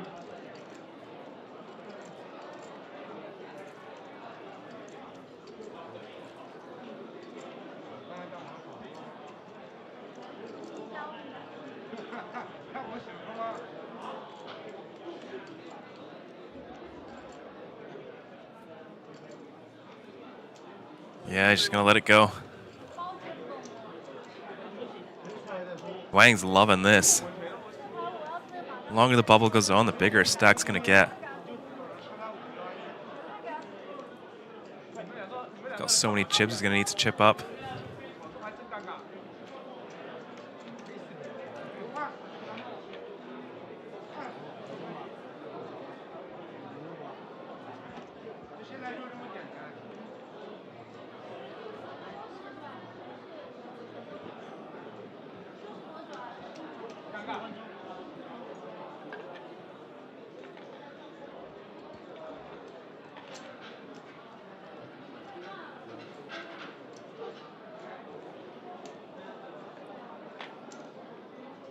So any table that has dealt their hand already is now in break. As you see, some of them emptying out. Viewers and players, we are racing off the purple 500 chips during this break. Players, 20-minute break. Come back 20 minutes from now. Good luck. So that's it. You hear it, Sam. Did not make the money, but we will come back to the fun end of the proceedings. 20-minute break. Let's just say by the time the stream closes out, that's 15 minutes or so for our viewers. And when we come back, we are hand for hand at the APT Jeju Classic main event. I couldn't think of a better reason to set your alarms. Make sure you join us at the right time. What a fun stretch this has been, Sam. Any thoughts about what we've just witnessed and what you think we might witness in what I assume will be the last half an hour or so of our coverage for the day? Well, we are going to see 3 people go home empty-handed. The other 255 will return tomorrow, locking up $2,440. I think it's going to be a ton of fun. I love bubble coverage. Neil needs to get his steps in. He's only done 1 so far. Hoping for... I'm going to be greedy. I want 10 more Neil Johnson announcements as we come into hand for hand. It's going to be a fun one. Thank you so much for joining us, Vidur. I think you'll be signing out, and Kyle and I will be closing out the stream as we do cover bubble footage. So thank you very much for joining us, Vidur. Thank you so much, and we will see you after the break.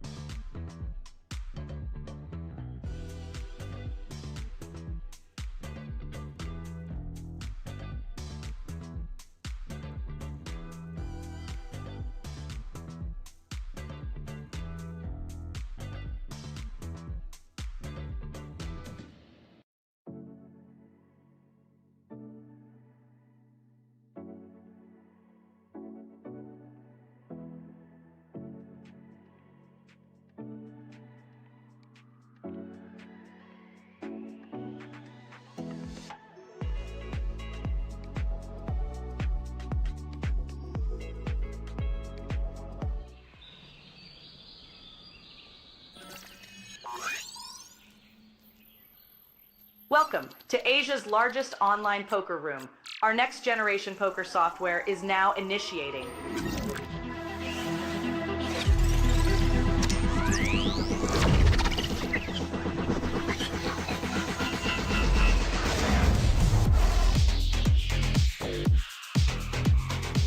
Elevate your online experience with a wide variety of poker variations to choose from. Get fully immersed with fun and social features.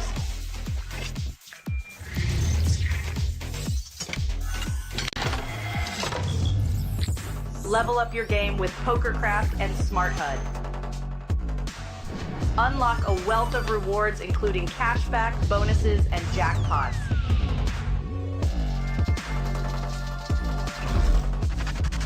Join world-class poker tournaments featuring some of the world's most renowned brands and the largest guaranteed prize pools in the world. Experience the best in customer service and hassle-free transactions for a seamless online gaming experience. With online poker available on all your devices, you'll be able to play your favorite games anytime, anywhere.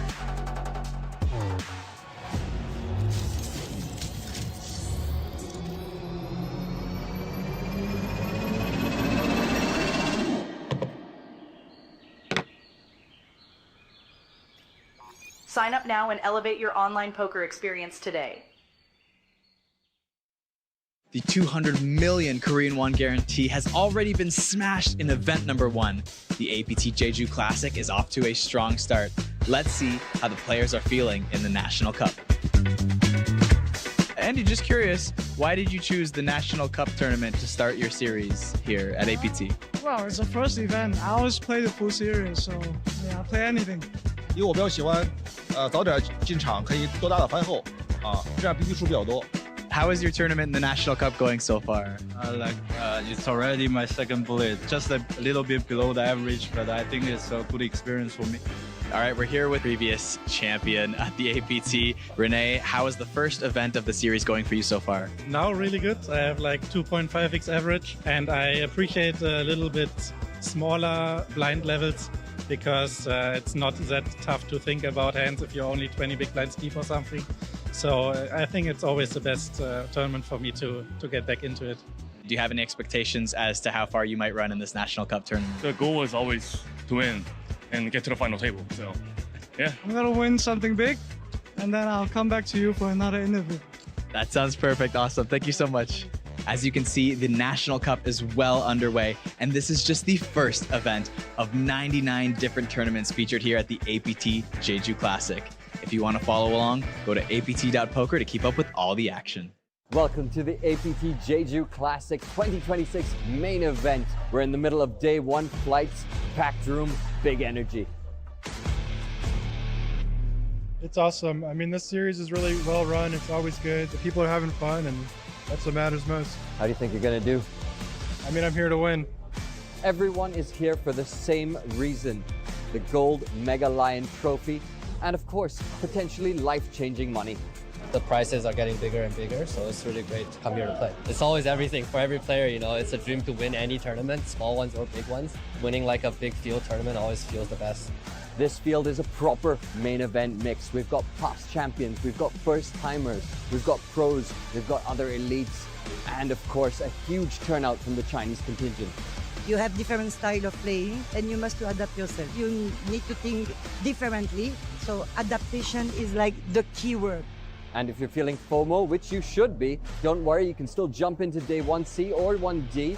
And if you're a max late reg fan, registration is open till the start of day 2.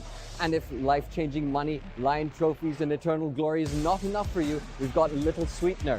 The top 3 finishers from this event will get a ticket to the APT Championship 2026 $5 million guarantee main event happening at the end of this year. We will be covering the action all the way here to the final table.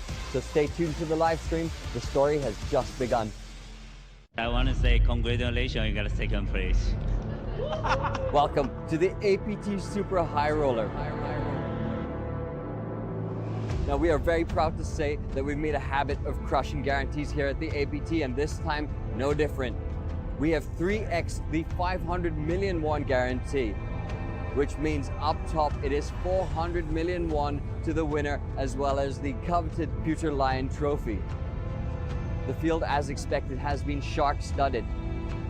Of course, in high rollers, just like Highlanders, there can only be one. Who's it gonna be?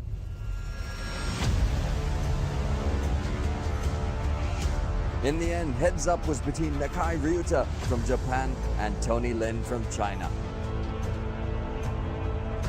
Oh no, he's made the call. Tony Lin Ren is your super high roller champion. 这个奖杯对我来说真的意义特别重大，因为我第一次看到 APT 这个奖杯，我就特别喜欢。APT 的奖杯应该是这世界上做的最好看的奖杯，我相信所有的扑克玩家都想要 APT 这个大狮子的奖杯。剩3个人的时候，我只剩2个 BB 了，我 NT 付完大麻付完只剩1点几，然后别人推我 all in， 然后拿着7-2同花。 这概率上是一定要 call 的，如果数学上这手牌是一定要 call 的，没有弃牌率。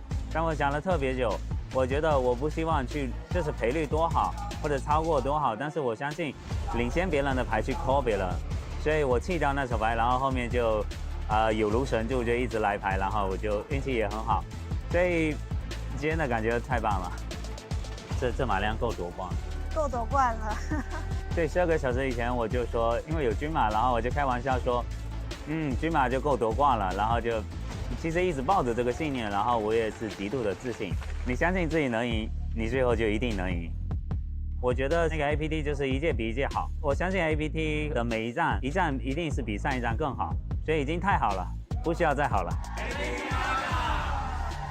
我觉得今年应该我会拿到我生涯最高的奖金，也会拿到年度最佳牌手。现在感觉自己强得可怕。我相信你。虽然我只能得到 min cap， 但我也有可能得到最大奖金。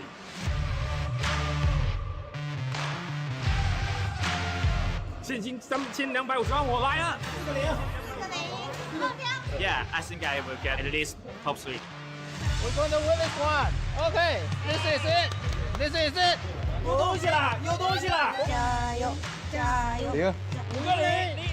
Yeah, it's nice to be able to like not run super deep in the tournament, but still pull a very big prize. 还有吗？17，170万。再来个空6个0，再来个0，16，600万。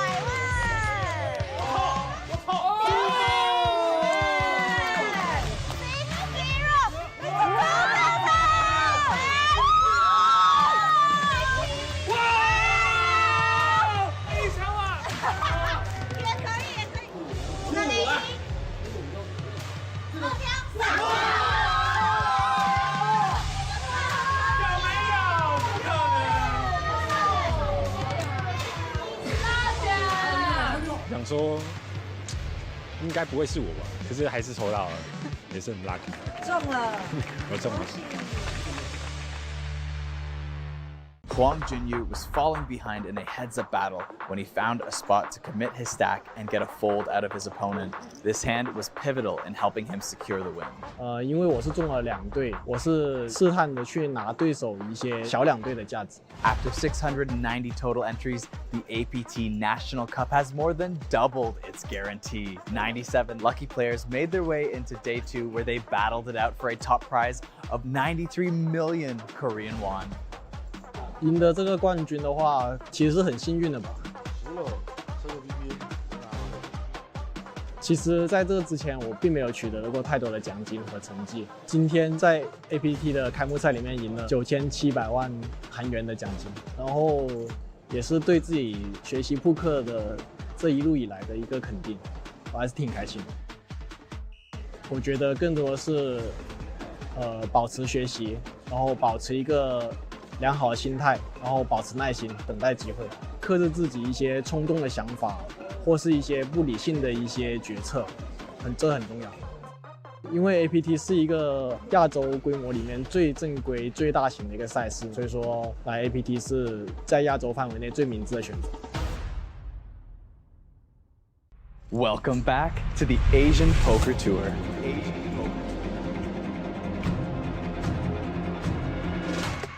APT 济州站经典赛2026今天正式开打，同时也是 APT 巡回赛20周年第一个巡回系列赛。Happy 20th! Happy 20th! Happy 20th anniversary! สุขสันต์ครบรอบ20 ปี APT เจ้าหลิงไฟเราเย้! このシリーズには20年にわたりプレイヤーを引きつけてきたおなじみの人気イベントが全て揃っています。 The APT National Cup featuring a 200 million Korean won guarantee, the Mystery Bounty Hunter 400 million, the APT Super High Roller $500 million, and of course, the main event with a whopping 2.2 billion Korean won guarantee. 約100イベントに及ぶフルスケジュールと各補助額の詳細は www.apt.poker をチェック、もしくはこの APT アプリをダウンロードしてください。我们将在所有的社交平台为大家带来本系列赛的每日精彩赛事报道，其中包含2月1号星期日起正式开播的赛事直播。记得追踪我们，掌握 APT 济州经典赛2026的所有精彩复刻瞬间。The 200 million Korean won guarantee has already been smashed in event number 1. The APT Jeju Classic is off to a strong start. Let's see how the players are feeling in the National Cup. Andy, just curious, why did you choose the National Cup tournament to start your series here at APT? Well, it's the first event. I always play the full series, so yeah, I play anything. 因为我比较喜欢，早点进场，可以多打打番后，这样 BP 数比较多。 How is your tournament in the National Cup going so far? It's already my second bullet, just a little bit below the average, but I think it's a good experience for me.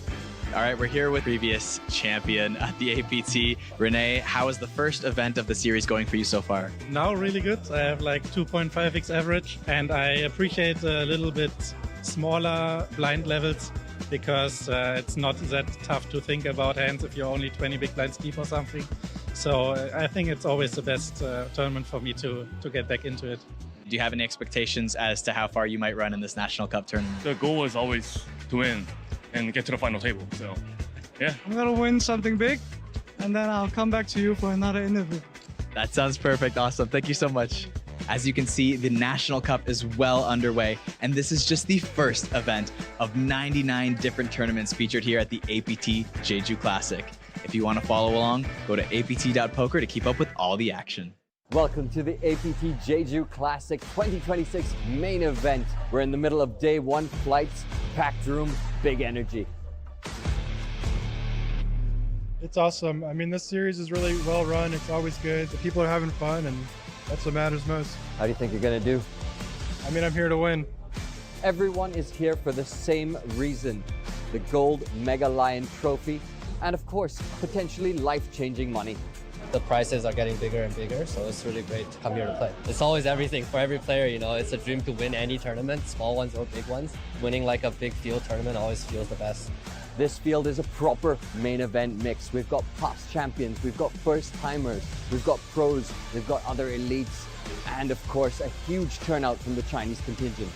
You have different style of playing, and you must adapt yourself. You need to think differently, so adaptation is like the key word. And if you're feeling FOMO, which you should be, don't worry, you can still jump into day 1C or 1D. And if you're a max late reg fan, registration is open till the start of day 2. And if life-changing money, lion trophies, and eternal glory is not enough for you, we've got a little sweetener. The top 3 finishers from this event will get a ticket to the APT Championship 2026 $5 million guarantee main event happening at the end of this year. We will be covering the action all the way here to the final table. So stay tuned to the live stream. The story has just begun. 虽然我只能得到 min cap， 但我也有可能得到最大奖金。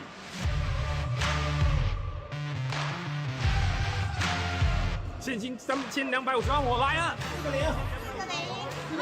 Yeah, I think I will get at least top 3. We're going to win this one. Okay, this is it. This is it. 有东西了，有东西了！加油，加油！ Yeah. 5个0，0。 Yeah, it's nice to be able to like not run super deep in the tournament, but still pull a very big prize. 还有吗？17，170万！再来个空，再来个0，16，600万！我操！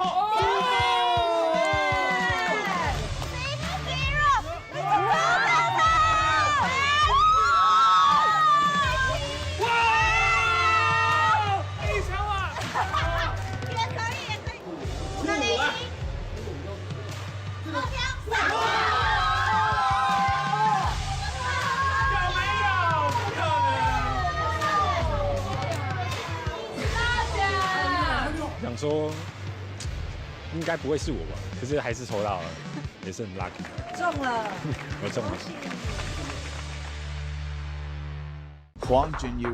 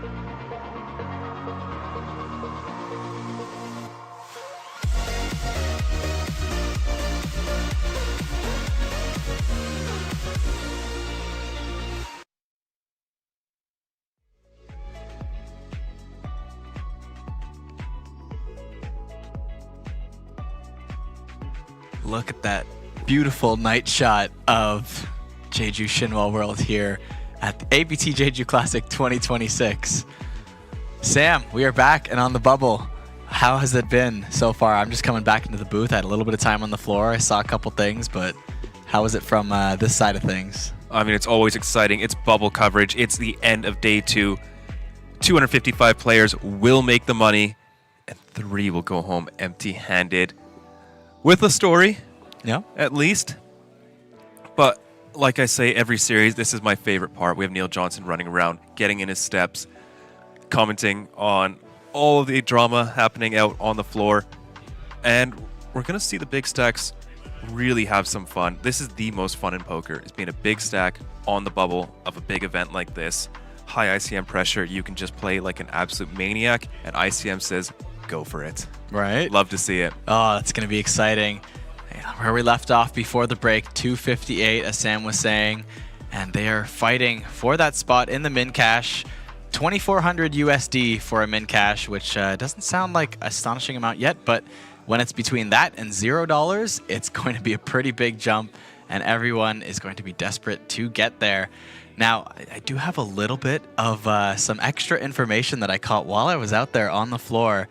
I did notice before the last break that there was someone who did not show up for day 2, but of course their chips were still here. And as you do in a poker tournament, those chips get blinded out, but they still have some chips left on this bubble.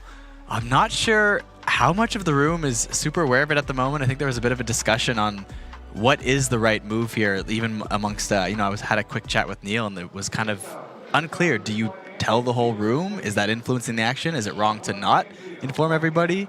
It seemed to be a bit of a gray area. It seems to be like a bit of an edge for the people who got the table drawn near that table, right? Right, yeah. That's a good point. He was, you know, it seemed to be a bit of a gray area, and he figured that not everyone would agree on that. He actually suggested maybe that's one for the stream, you know, see what people think. Throw it in there, and we'll have to see. I think if I did the count right with the blinds going up, they are in the small blind after break. And from there, they should have, I think, just enough. They will be all in on their big blind ante. So essentially 1 orbit left for that. Okay, so still 8 more hands. Yeah. 7 rather. But Wang does not need jacks to raise, but jacks will help nonetheless. I gotta say, I think we got a great feature table for bubble coverage. Wang has been putting those chips to work. Love to see it. Well, players have not been shy about playing back at him. Anticlimactic first hand.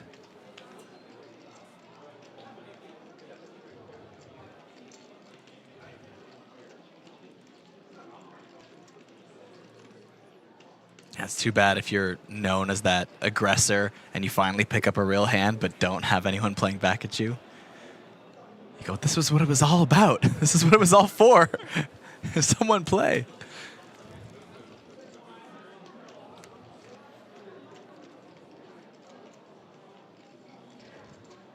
Now we have Gilbert weighing in, saying you think it should be announced to everyone to ensure fairness. And I remember I had a bit of a point I was going to address with Neil, but I had to make my way back to the booth for this frame, so...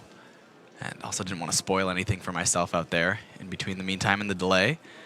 But I remember thinking that, you know, from Neil's perspective, it's one of those things where there isn't really any sort of standardized ruling on or anything that's happened with that before. So while it might seem like it might be fair to inform everybody of something, you would be going against the grain and taking a chance that if someone were to find something later and point out, hey, it wasn't fair for this reason, you now just put your neck on the line by changing the way a tournament works.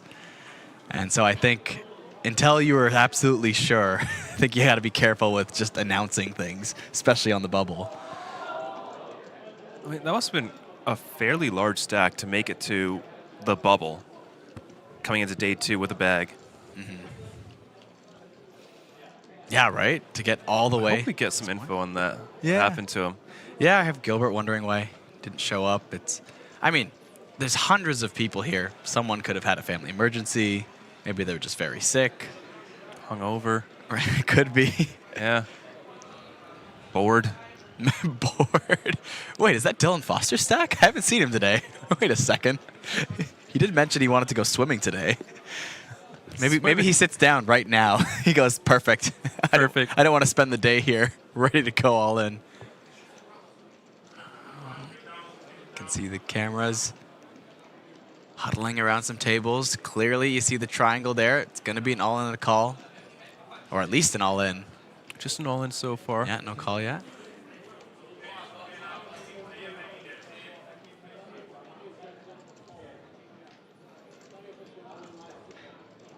Even though it's hand for hand, we still do need 3 eliminations. Might take a bit of time yet. Who else is in that? Ah, the button. Doesn't look like much, eh? Like 60K? 12 blinds? Yeah, who is all in? Because I see chips in front of every seat right now. Well, there would be chips in front of every seat. No, but yeah, but all the chips in the middle aren't all that person's chips, if you know what I mean. Sort of. I'm just wondering what the All action right, here is. we 'Cause are, small blind and everybody. big blind is- 2:58 remaining. We're on table 24. He must have Who's at called. risk, Alex? Okay. Number that 3. makes There we sense. go. Number 3, Pang from China is at risk. We're pre-flop, called by seed 4, Li Dong, also from China. Here we go. All right, we're pre-flop. Let's see, please. My all-in player has King 6 of spades. He's been called by Ace King Black, Ace of spades, King of clubs. It's King 6 suited against Ace King offsuit. Dealer, let's see the flop, please. I get an ace in the window and a 6 and a jack. They're all red. Neither player has red. Our all-in players caught a 6, but the caller's caught an ace. Our all-in player is looking for the other 6s in the deck in order to double through here. Dealer, let's see the turn card. It's an 8 of diamonds. There's 3 diamonds on board, and neither player has a diamond. We're going to need to see a 6 on the river in order to see a double up. River card. It's a 5. So we're going to have an elimination. We're down to 257 players. Over to you, Tyler.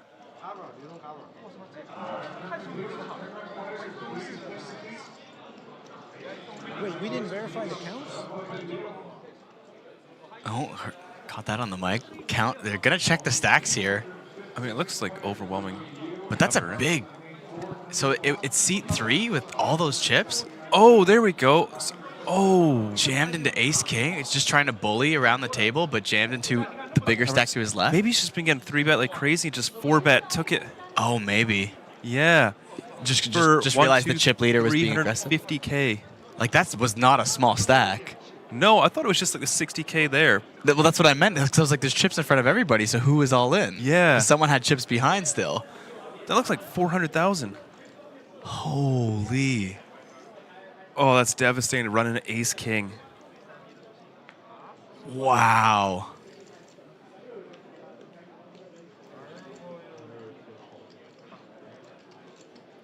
Well, 2 away. It's what, like 60, 70 bigs or something? Like 400K? Yeah. That's insane. Oh my gosh. Wow.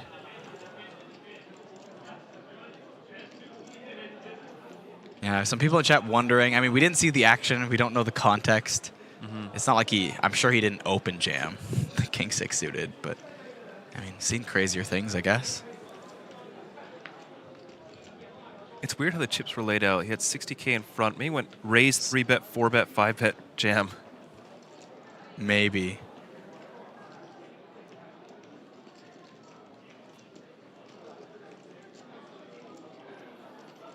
Wang might just get away with another one. Look at that, 10-8 off under the gun. Let's go, Wang.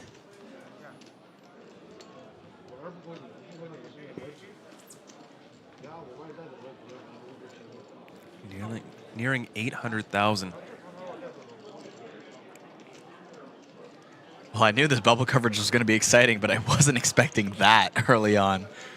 It's a shame we couldn't see exactly how that played out, but that is unexpected. And okay, so this comes into play a lot here. when I start to think about bubbles, even in a non-main event where you'd probably see more people, for lack of a better word, punt off their stack, you know? And, you know, you got to remember sometimes, too, you start thinking about the short stacks, but you just forget about human error sometimes and just go, someone's going to mess up. If I just fold, I think someone's just going to make a play, overvalue like ace-queen or something, you know? Yeah, that's definitely like a really real consideration. And in such a big field, I mean, if you're sitting there with 4 blinds, you've got a great shot at it. Yeah. We have seen it run very long, like Taipei comes to mind. Yep. Where, what were we, like 20 hands? Something like that?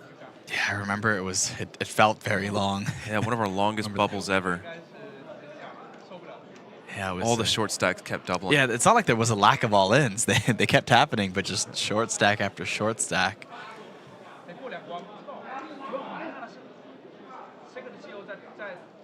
And then we had hey, it was here that Kitty Kuo bubbled, wasn't it, in Jeju? Yes, I think so. Yeah. You know, I didn't even look. Is she still in the mix? On live qualifier. Oh, okay. Straight to day 3. Really? I thought she was. I thought she had a bag on the table today. You did mention that. Maybe she just, you know, came into day 3 on live with like 20K and just try to run for, is it like your bigger stack? Largest stack continues kind of situation? Yep. Biggest stack forward, and then you'll get a min cash for your forfeited stack. Ah, okay. Okay. So that's probably what was going on today. Yeah. All right. Looks like an all-in and a call. They're waiting. I think that's seat 4 at risk. Looks like seat 5 made the call.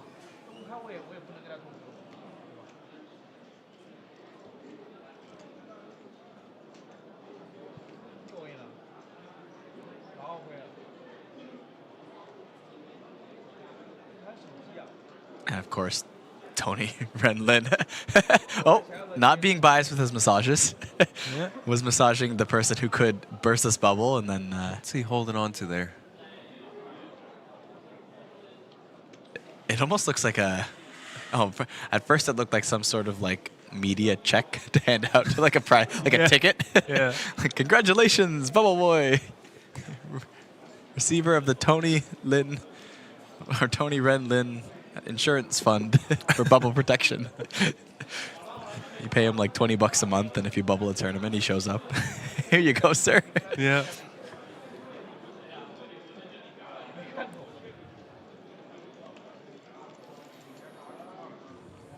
Man, the sweat here would just kill me.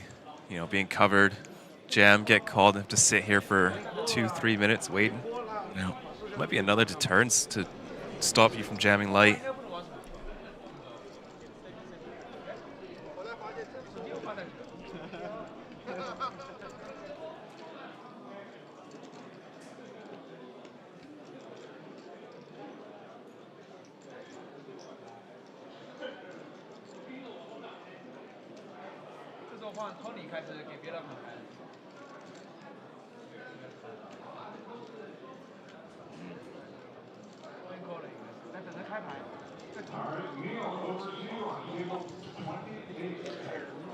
All right, we're over here on 28, seat 4, Zhao Yipai from China. He's our all-in player. We know he's got aces because he was really happy to show them.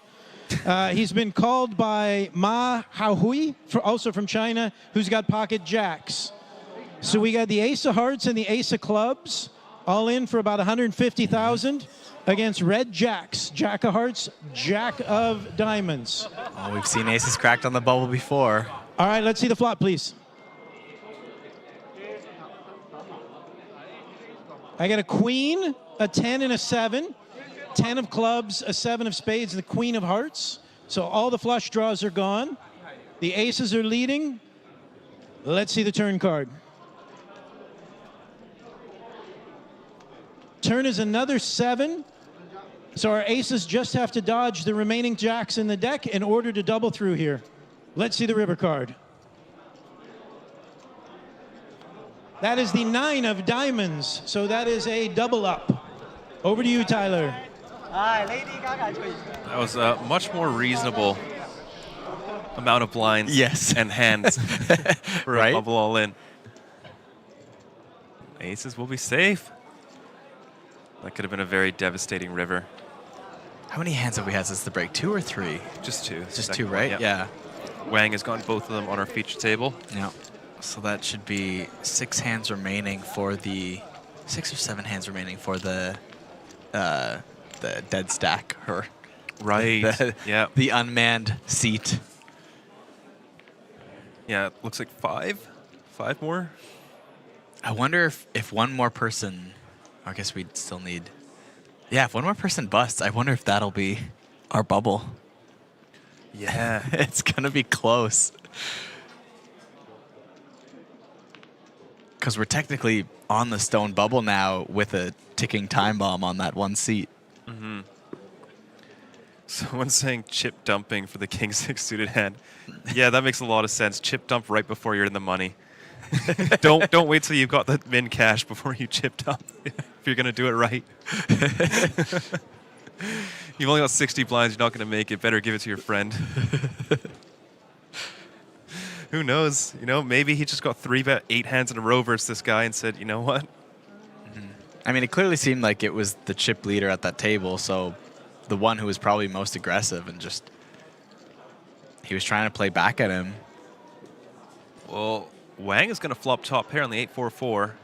Tomita with an overpair, very vulnerable one at that.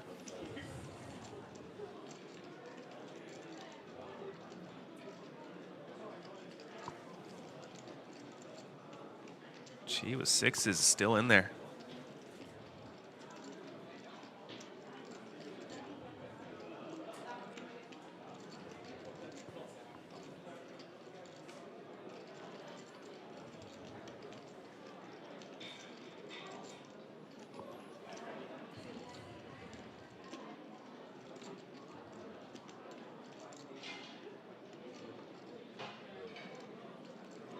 Oh, look at this. Coming in for the raise.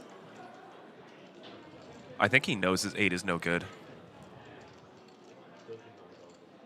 He knows Tomita's going to be very tight under the gun, and he knows he's not going to c-bet ace high on this board. Just straight away turning his 8 into a bluff. Wang's been very perceptive about these things.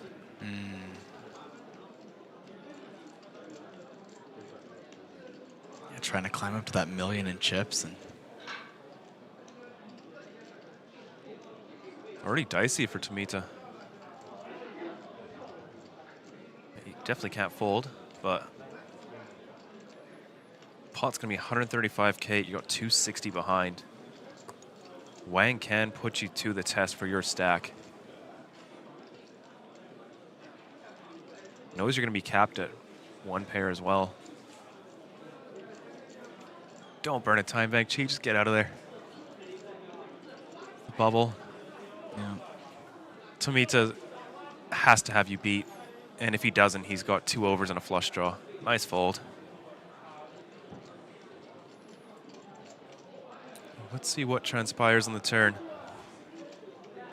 This could be an interesting one. 10 of hearts.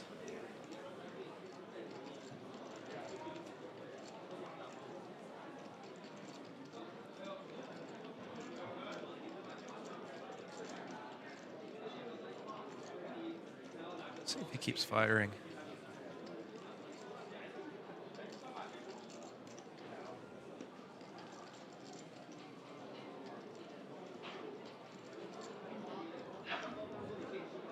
Oh, it's small. 46K, like 1/3. it's interesting. That doesn't really feel like a bluff anymore. For this size, yeah. Like, was that raise for value? Kind of would be odd. But If it was for value, then I don't think you're betting the turn. Okay. The line seems a bit, now with the small bet here, Maybe I feel a it's little just bit enough to confused. put pressure on. You know, maybe Sure. just thinks 46K is already putting Tomita in a rough spot with his overpairs. That's true. I mean, his stack's getting pretty short. It's already less than 1 SPR by the river. I hope this just like bricks out, like deuce of clubs, and he just shoves. All right. 3 of diamonds. Close. But the front row flush does get there. Yeah. Let's see what Wang does. I would love to see a jam here. Maximum pressure. Kind of sucks not having a diamond in your hand, but you could be repping a full house. Yeah. You can have 8-4 suited, pocket 8s, 4-3 suited.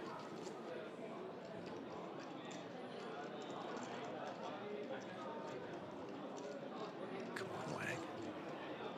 Was that it? Yep, there it is. Beautiful. So I think he was bluffing this whole time.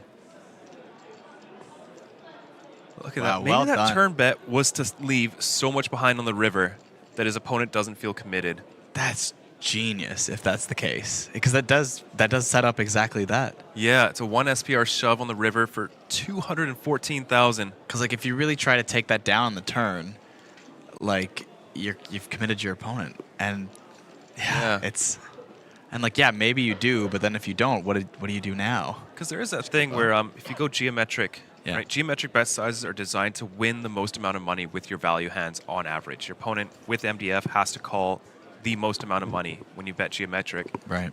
So maybe he's just going small in the turn, knows he's going to get called, and just sets himself up for this huge shove on the river. And Tomita, what do you do? 9s, no diamond. I'm not too worried about 10. I don't think Wang's going to have like 10-9 and shove river. 10 seems... Maybe he does, you know? He's got an 8, shove and river. Very perceptive, turning top pair into a bluff like this. And for Tomita, what do you beat? 7-6? Like even if you're 80% sure you're right here, do you still feel good enough to call? Wow, what a hand from Wang. Holy. Check raise top pair, bet small in the turn, pile in 214,000 into Tomita, whose range consists of overpairs and flushes. What a beast. Wang is 3 for 3. Wow. Back from the break. Astonishing.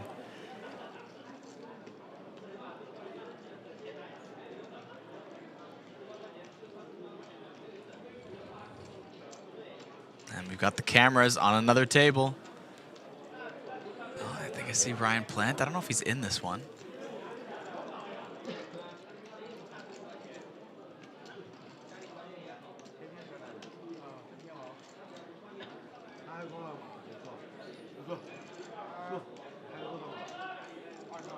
Oh, did he fold to the jam?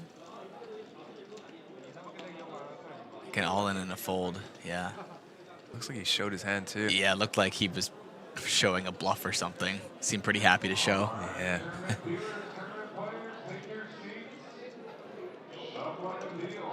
we go, one more hand. Yeah, right, Gilbert? Even if you're 80% sure he's bluffing, like, it still feels like suicide around, like, 2 away from the money. It does. I don't know, 80% sure. I might take it because then you're up to 700,000 rather than 200,000. I wonder if that's worth it for the min cash. I think the value of 700K chips might outweigh going home with nothing.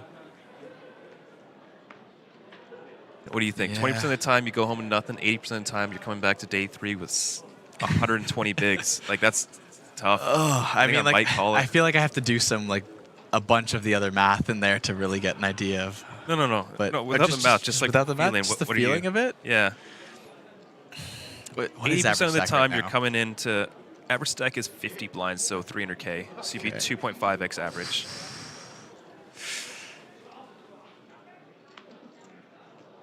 %80 of the time. Oh. Yeah, I'd probably take it. I'd probably take the spot. I feel uncomfortable, but I think I go for it. Yeah, I mean, you can always just come back to day 2 with 200K, which is slightly below average. It's going to be like 30 blinds when we get to the 8K level. Shu Liu putting it all at risk once again near the bubble. Very solid holding this time with jacks. We see an all-in and a call on our own table.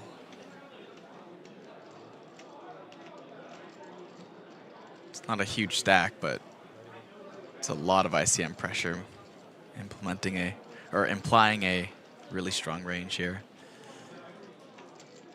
It's not nothing to call. 80K, still quite a bit of chips to just throw in here with 4s. I think it's a little bit too much this close to bubble. Ranges get really tight.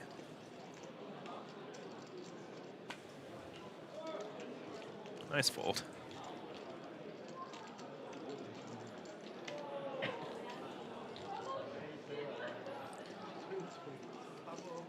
Yeah, I'm curious, Gilbert, because you had some opinions too on, like, you know, this is when everyone should be known of the MIA player, and you're talking about, you know, because then some short stack could just, who's been grinding, could probably fold and make it in the money.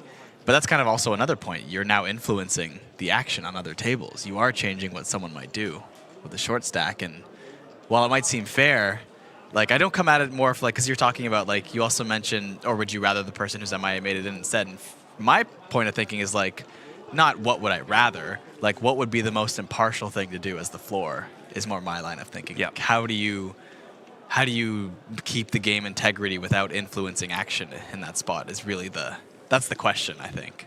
Yeah. Yeah.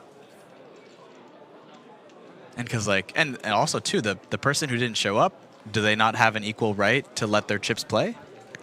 Should you be influencing their own demise? It would be a disadvantage for them, yeah. Yeah. Because now you're influencing their action.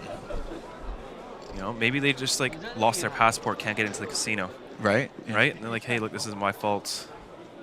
And then they're at an unfair advantage because everyone's stolen, waiting for them to bust. Yeah.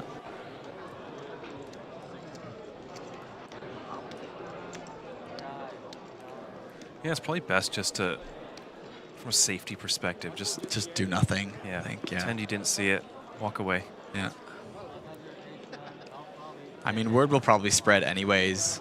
People on bubbles naturally get up and look around. Mm-hmm.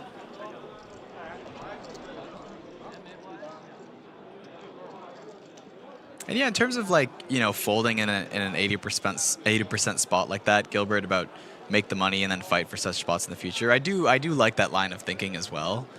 And it's kind of close, but 80% is pretty strong. Yeah. And it's a huge pot too.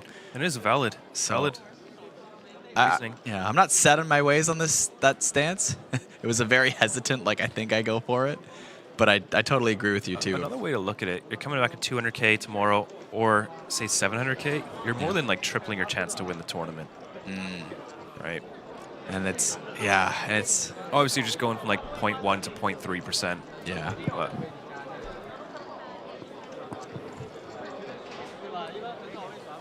yeah, and I mean, I guess in such a large field MTT, like, getting that big of a stack, it's still going to compress tremendously before you get anywhere near the final table. Mm-hmm. But you do get to play a bit wider with the big stack, so you get to make more plus EV decisions. Sure. So much to factor in poker. That's why we love the game, I think. It's I know, right? Solver can't tell you that. Yeah, infinitely complicated, and the situations on, like, a game like chess, like, are just constantly changing. Yeah. There's a lot less patterns that you'll see. At least exact patterns. You'll see similarities, but chess will always have same setups for the most part. Yeah.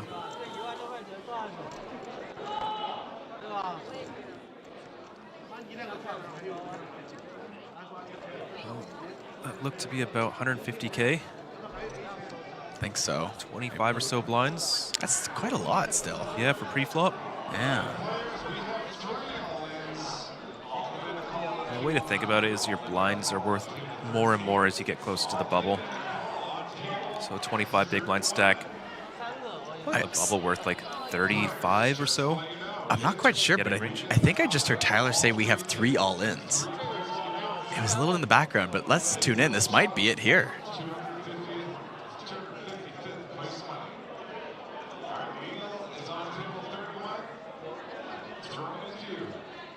All right, as he said, we've got 3 all-ins. We're starting over here at table 31. Seat number 2 for about 170,000 is all in. That's Shang from China. He's been called by seat 5. Seat 5, that's Xiao from China. We are pre-flop over here, so let's see the cards, gentlemen. Show hands, please.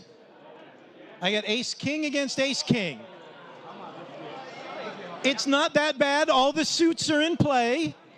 It's ace of hearts, king of clubs for the all-in against ace of diamonds, king of spades for the caller. All right, unless we see a lot of cards that look alike, we are going to chop this up. Dealer, let's see the flop.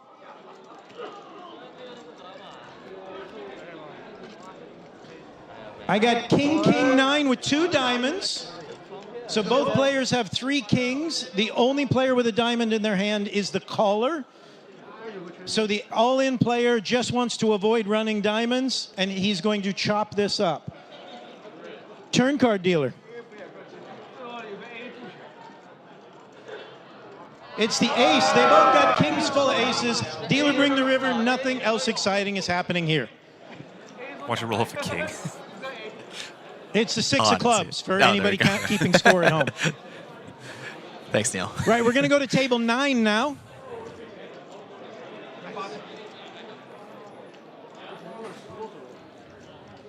All right, for everybody crowded around table 9, please let our cameras in. It's almost like this is a TV show, guys. Please let the cameras in. Yeah. No one's listening. I love producer Shan. I can't even get to the table. I hear people screaming for 2-2. So I'm going to go out on a limb and say there's a deuce involved. Save me a spot. Thank you, guys. All right, who's my at-risk player? At-risk player is seat number 8. Seat number 8 is Zhuo from China. At risk, that looks like, what, about 250,000? 250,000, and he's playing the 7 deuce game, everybody. He's got his 250,000 with 7 deuce off. He's facing aces. Oh my God. The 7 of spades and the deuce of hearts against the ace of spades and the ace of hearts. So the flushes are flushed. For anybody curious, he's been called by Lu Zhao from China. Dealer, let's see the flop. Aces against 7 deuce. Deuce in the window. Deuce 3-5. No way. Deuce of spades, 3 of hearts, 5 of diamonds. Do not climb on my table. All right, he's still looking for a 7 or a deuce. The aces have picked up a wheel draw. Dealer, let's see if they have a 7 or a deuce on the turn. It's a 5. Aces and 5s now for the aces. So the 7 deuce is definitely looking for ducks here. He needs a deuce on the river in order to double through. Dealer, let's go duck hunting. It's an 8, and that's going to be 1 elimination here. The aces are going to eliminate the 7 deuce. What? Oh my goodness. Now 7 deuce off covered suits against we're aces. over here on 13 where the big blind has been forced all in. Stone bubble. For 250K, that's 40-something blinds. All right, guys, please let the cameras through. Well, this could be it. 1 more elimination till we're all in the money. What did we just watch? I can't remember his name, but I think he won one of our super high rollers in Taipei. Oh, wow. Just donating back? Yeah, yeah. Wow. And there's still 1 more all in this hand. I believe if they both bust the bubble on the same hand, they will chop up. All right, over here on table 13, as I said, now we've made it to the turn. Our big blind was forced all in. Our big blind is seat 6, Song Li from China. He's at risk and has been called by Shun Surumi from Japan. The board is 10 of clubs, 7 of hearts, 3 of diamonds, 4 of diamonds. So we got 3, 4, 7, 10 with 2 diamonds. Gentlemen, let's see, please. Our all-in player has king 3 for a pair of 3s. Been called by 4-5 for a pair of 4s. All right, so the 4-5 does have a gut shot straight draw, but our at-risk player is behind, looking for a 3 or a king on the river in order to complete the double up. Dealer river, please. It's an 8. That's not going to do it. Unlucky, sir, but congratulations to everybody here for cashing the largest main event in the history of South Korea. Over to you, Tyler. Wow. Wait, Tyler, 1 second. Special congratulations to the player who did not show up today and made it with two big blinds. There it is. Special congratulations to Yu Zhao for not playing at all today and making the money. So many stories coming out of that bubble. The writers are going to have themselves one hell of a night tonight. Oh my gosh. 7 deuce effectively bursting that bubble, as well as the 4-stall in, and the player who did not show up today cashes and moves on to day 3. With just 2 big ones, cutting it fine. My goodness. And he was he in the big blind that hand? I don't think so. I think he had a few more hands to go. Let's see. Small blind, big blind. He had 2 hands remaining. So 2 more hands would have been forced all in. 7 deuce going after it. Probably 4-bet jamming into aces just for fun. Like we had him on our stream before. Seems like something he'd do. Yeah. And you could tell what high spirits he was in to be loving that moment. And he got a sweat out of it. You know, he got the deuce on the flop. Or even in the window. So there was always a chance all the way to the river. That's what you want to see. Man, that was the most fun bubble we've had in a long time. The biggest main event in South Korea history here in Jeju. That's astonishing. I'm still just breathless I'm speechless at what we just witnessed. Oh man, I mean the 4-stall in, those happens, but the 7 deuce and then the empty seat making it. I wonder how the 4-5 got involved that hand. It looks like he was in the cutoff. And then just didn't want to let the big blind get away with the... I guess so. Yeah. Yeah, because... Rule. Wow. It's like what happened to me in my tournament the other day. But congratulations to our remaining 255 players who will be coming back tomorrow for day 3, where we're going to play down to the final 48 players. Do you have any predictions for that? We still have some notables in the mix. Fan Chi-wei, Tony Renlin has made day 3 of the main event after winning the Super High Roller and then winning the Superstar Challenge the next day.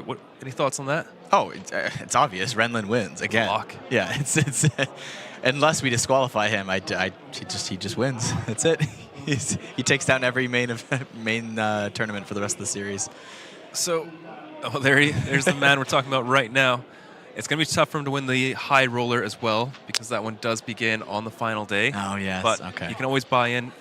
Late reg will be open until like 8:30 at night. Okay, so you just got to speed run the final table. Well, you can just buy in with 25 blinds, blind out for a couple hours, and then just pull a Azu or whoever was in that seat there. That's incredible. Doesn't show up, gets the min cash. How many chips do you need to have for that? I'm going to look this up. I'll get that info for you guys tomorrow on the stream. You could figure it out. You could do the math on that. Yeah, we can take a look at his stat coming in. Approximately how many hands per hour. Because that would be good information for how many chips you need to on day 2 to make it in the money. Because that will be the exact number. Right? Yeah. That would be astonishing. I mean, of course, some variables, but wow. Well, overall, that was so much fun. Thank you, folks at home, for joining us for what a ridiculous bubble. 7 deuce off versus aces. Can't find another deuce, but did get a little bit of a sweat. Yeah. Just for the love of the game. Gosh. Talk about, the love of the game is an understatement. 7 deuce, I guess, in honor of our previous host, Greg. Miss you in this series, but clearly someone wanted to honor you by bursting the bubble with 7 deuce. So thank you all for tuning in. I think we have, even still now, after it's done, like about 400 of you watching this tournament, and we're just going to keep going from here all the way down to a winner. Of course, our on-live qualifiers will join us tomorrow, and a few notables, like you said, Kitty Kuo, Dylan Foster, who took a rest day today, will be coming back. Can't wait to see him in the action. Ren Lin, I know, unfortunately, Renee did not make it. Saw him at the beginning on the grid walk. Saw him on the high roller. Punat Punsri will also be joining us. Yes. You know, the Thai favorite coming in. Haven't seen too much of him this series, but did catch him at the sushi restaurant and probably rested up, ready to win another main event. He will be coming back with 254 others as they compete for over $400,000. We eclipsed 400K at our main event here in Jeju. It's going to be amazing. Day 3 tomorrow down to 48 players. Day 4 down to the final table, and then boom, $400,000.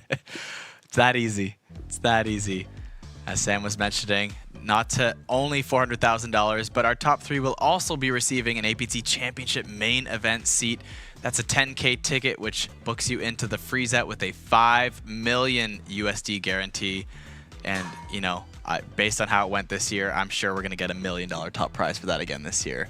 No doubt. Yeah, so that'll be astonishing, and all you have to do is make top 3 here. Don't forget, we also have the Natural 8 Last Longer still in effect. We'll finally have all the qualifiers who qualified through Natural 8 all together in the same room tomorrow for day 3, and whoever can last the longest, we'll see. Could it happen all the way as early as day 3? Probably unlikely, but probably by day 4 we might see one of those players, unless they just make a deep run and get all the way to that final table. Yeah, we do have over 200 players who have earned their seat in the main event, either through qualifiers, satellites, or on live straight to day 3. So 200 plus people coming in through Natural 8 that are eligible for that $8,000 Last Longer.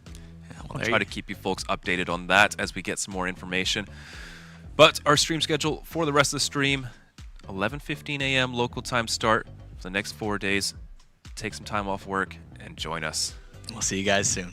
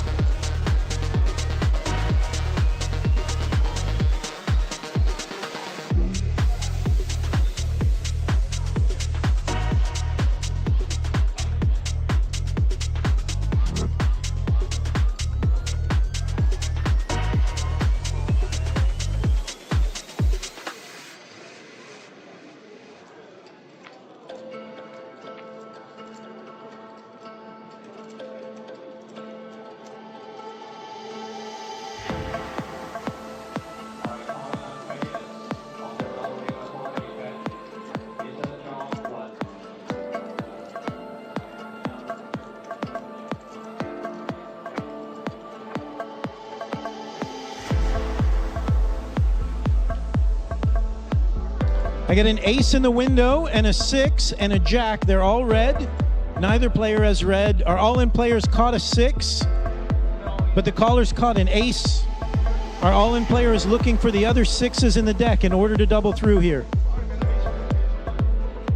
Dealer, let's see the turn card. It's an 8 of diamonds. There's 3 diamonds on board. Neither player has a diamond. We're going to need to see a 6 on the river in order to see a double up. River card. It's a 5. So we're going to have an elimination. We're down to 257 players. Over to you, Tyler. What about 250,000? 250,000, and he's playing the 7-deuce game, everybody. He's got his 250,000 with 7-deuce off. He's facing aces. 7. The 7 of spades and the deuce of hearts against the ace of spades and the ace of hearts. So the flushes are flushed. For anybody curious, he's been called by Lu Zhao from China. Dealer, let's see the flop. Aces against 7-deuce. Deuce in the window. Deuce 3-5. Deuce of spades, 3 of hearts, 5 of diamonds. Do not climb on my table. All right, he's still looking for a 7 or a deuce. The aces have picked up a wheel draw. Dealer, let's see if they have a 7 or a deuce on the turn. It's a 5. Aces and 5s now for the aces. So the 7-deuce is definitely looking for ducks here. He needs a deuce on the river in order to double through. Dealer, let's go duck hunting. It's an 8, and that's going to be 1 elimination here. The aces are going to eliminate the 7-deuce. All right, over here on table 13, as I said, now we've made it to the turn. Our big blind was forced all in. Our big blind is seat 6, Song Lee from China. He's at risk and has been called by Shun Surumi from Japan. The board is 10 of clubs, 7 of hearts, 3 of diamonds, 4 of diamonds. So we got 3, 4, 7, 10 with 2 diamonds. Gentlemen, let's see, please. Our all-in player has king 3 for a pair of 3s. Been called by 4-5 for a pair of 4s. All right, so the 4-5 does have a gut shot straight draw, but our at-risk player is behind, looking for a 3 or a king on the river in order to complete the double up. Dealer river, please. It's an 8. That's not going to do it. Unlucky, sir, but congratulations to everybody here for cashing the largest main event in the history of South Korea. Over to you, Tyler.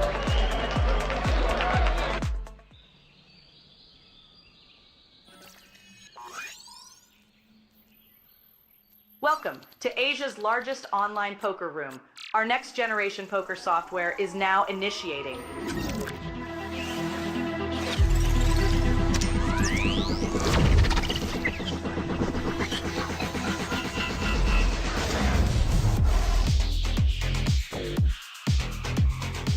Elevate your online experience with a wide variety of poker variations to choose from. Get fully immersed with fun and social features.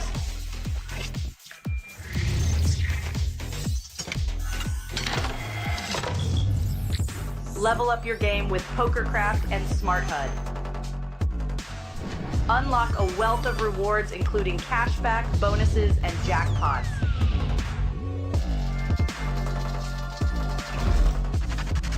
Join world-class poker tournaments featuring some of the world's most renowned brands and the largest guaranteed prize pools in the world. Experience the best in customer service and hassle-free transactions for a seamless online gaming experience. With online poker available on all your devices, you'll be able to play your favorite games anytime, anywhere.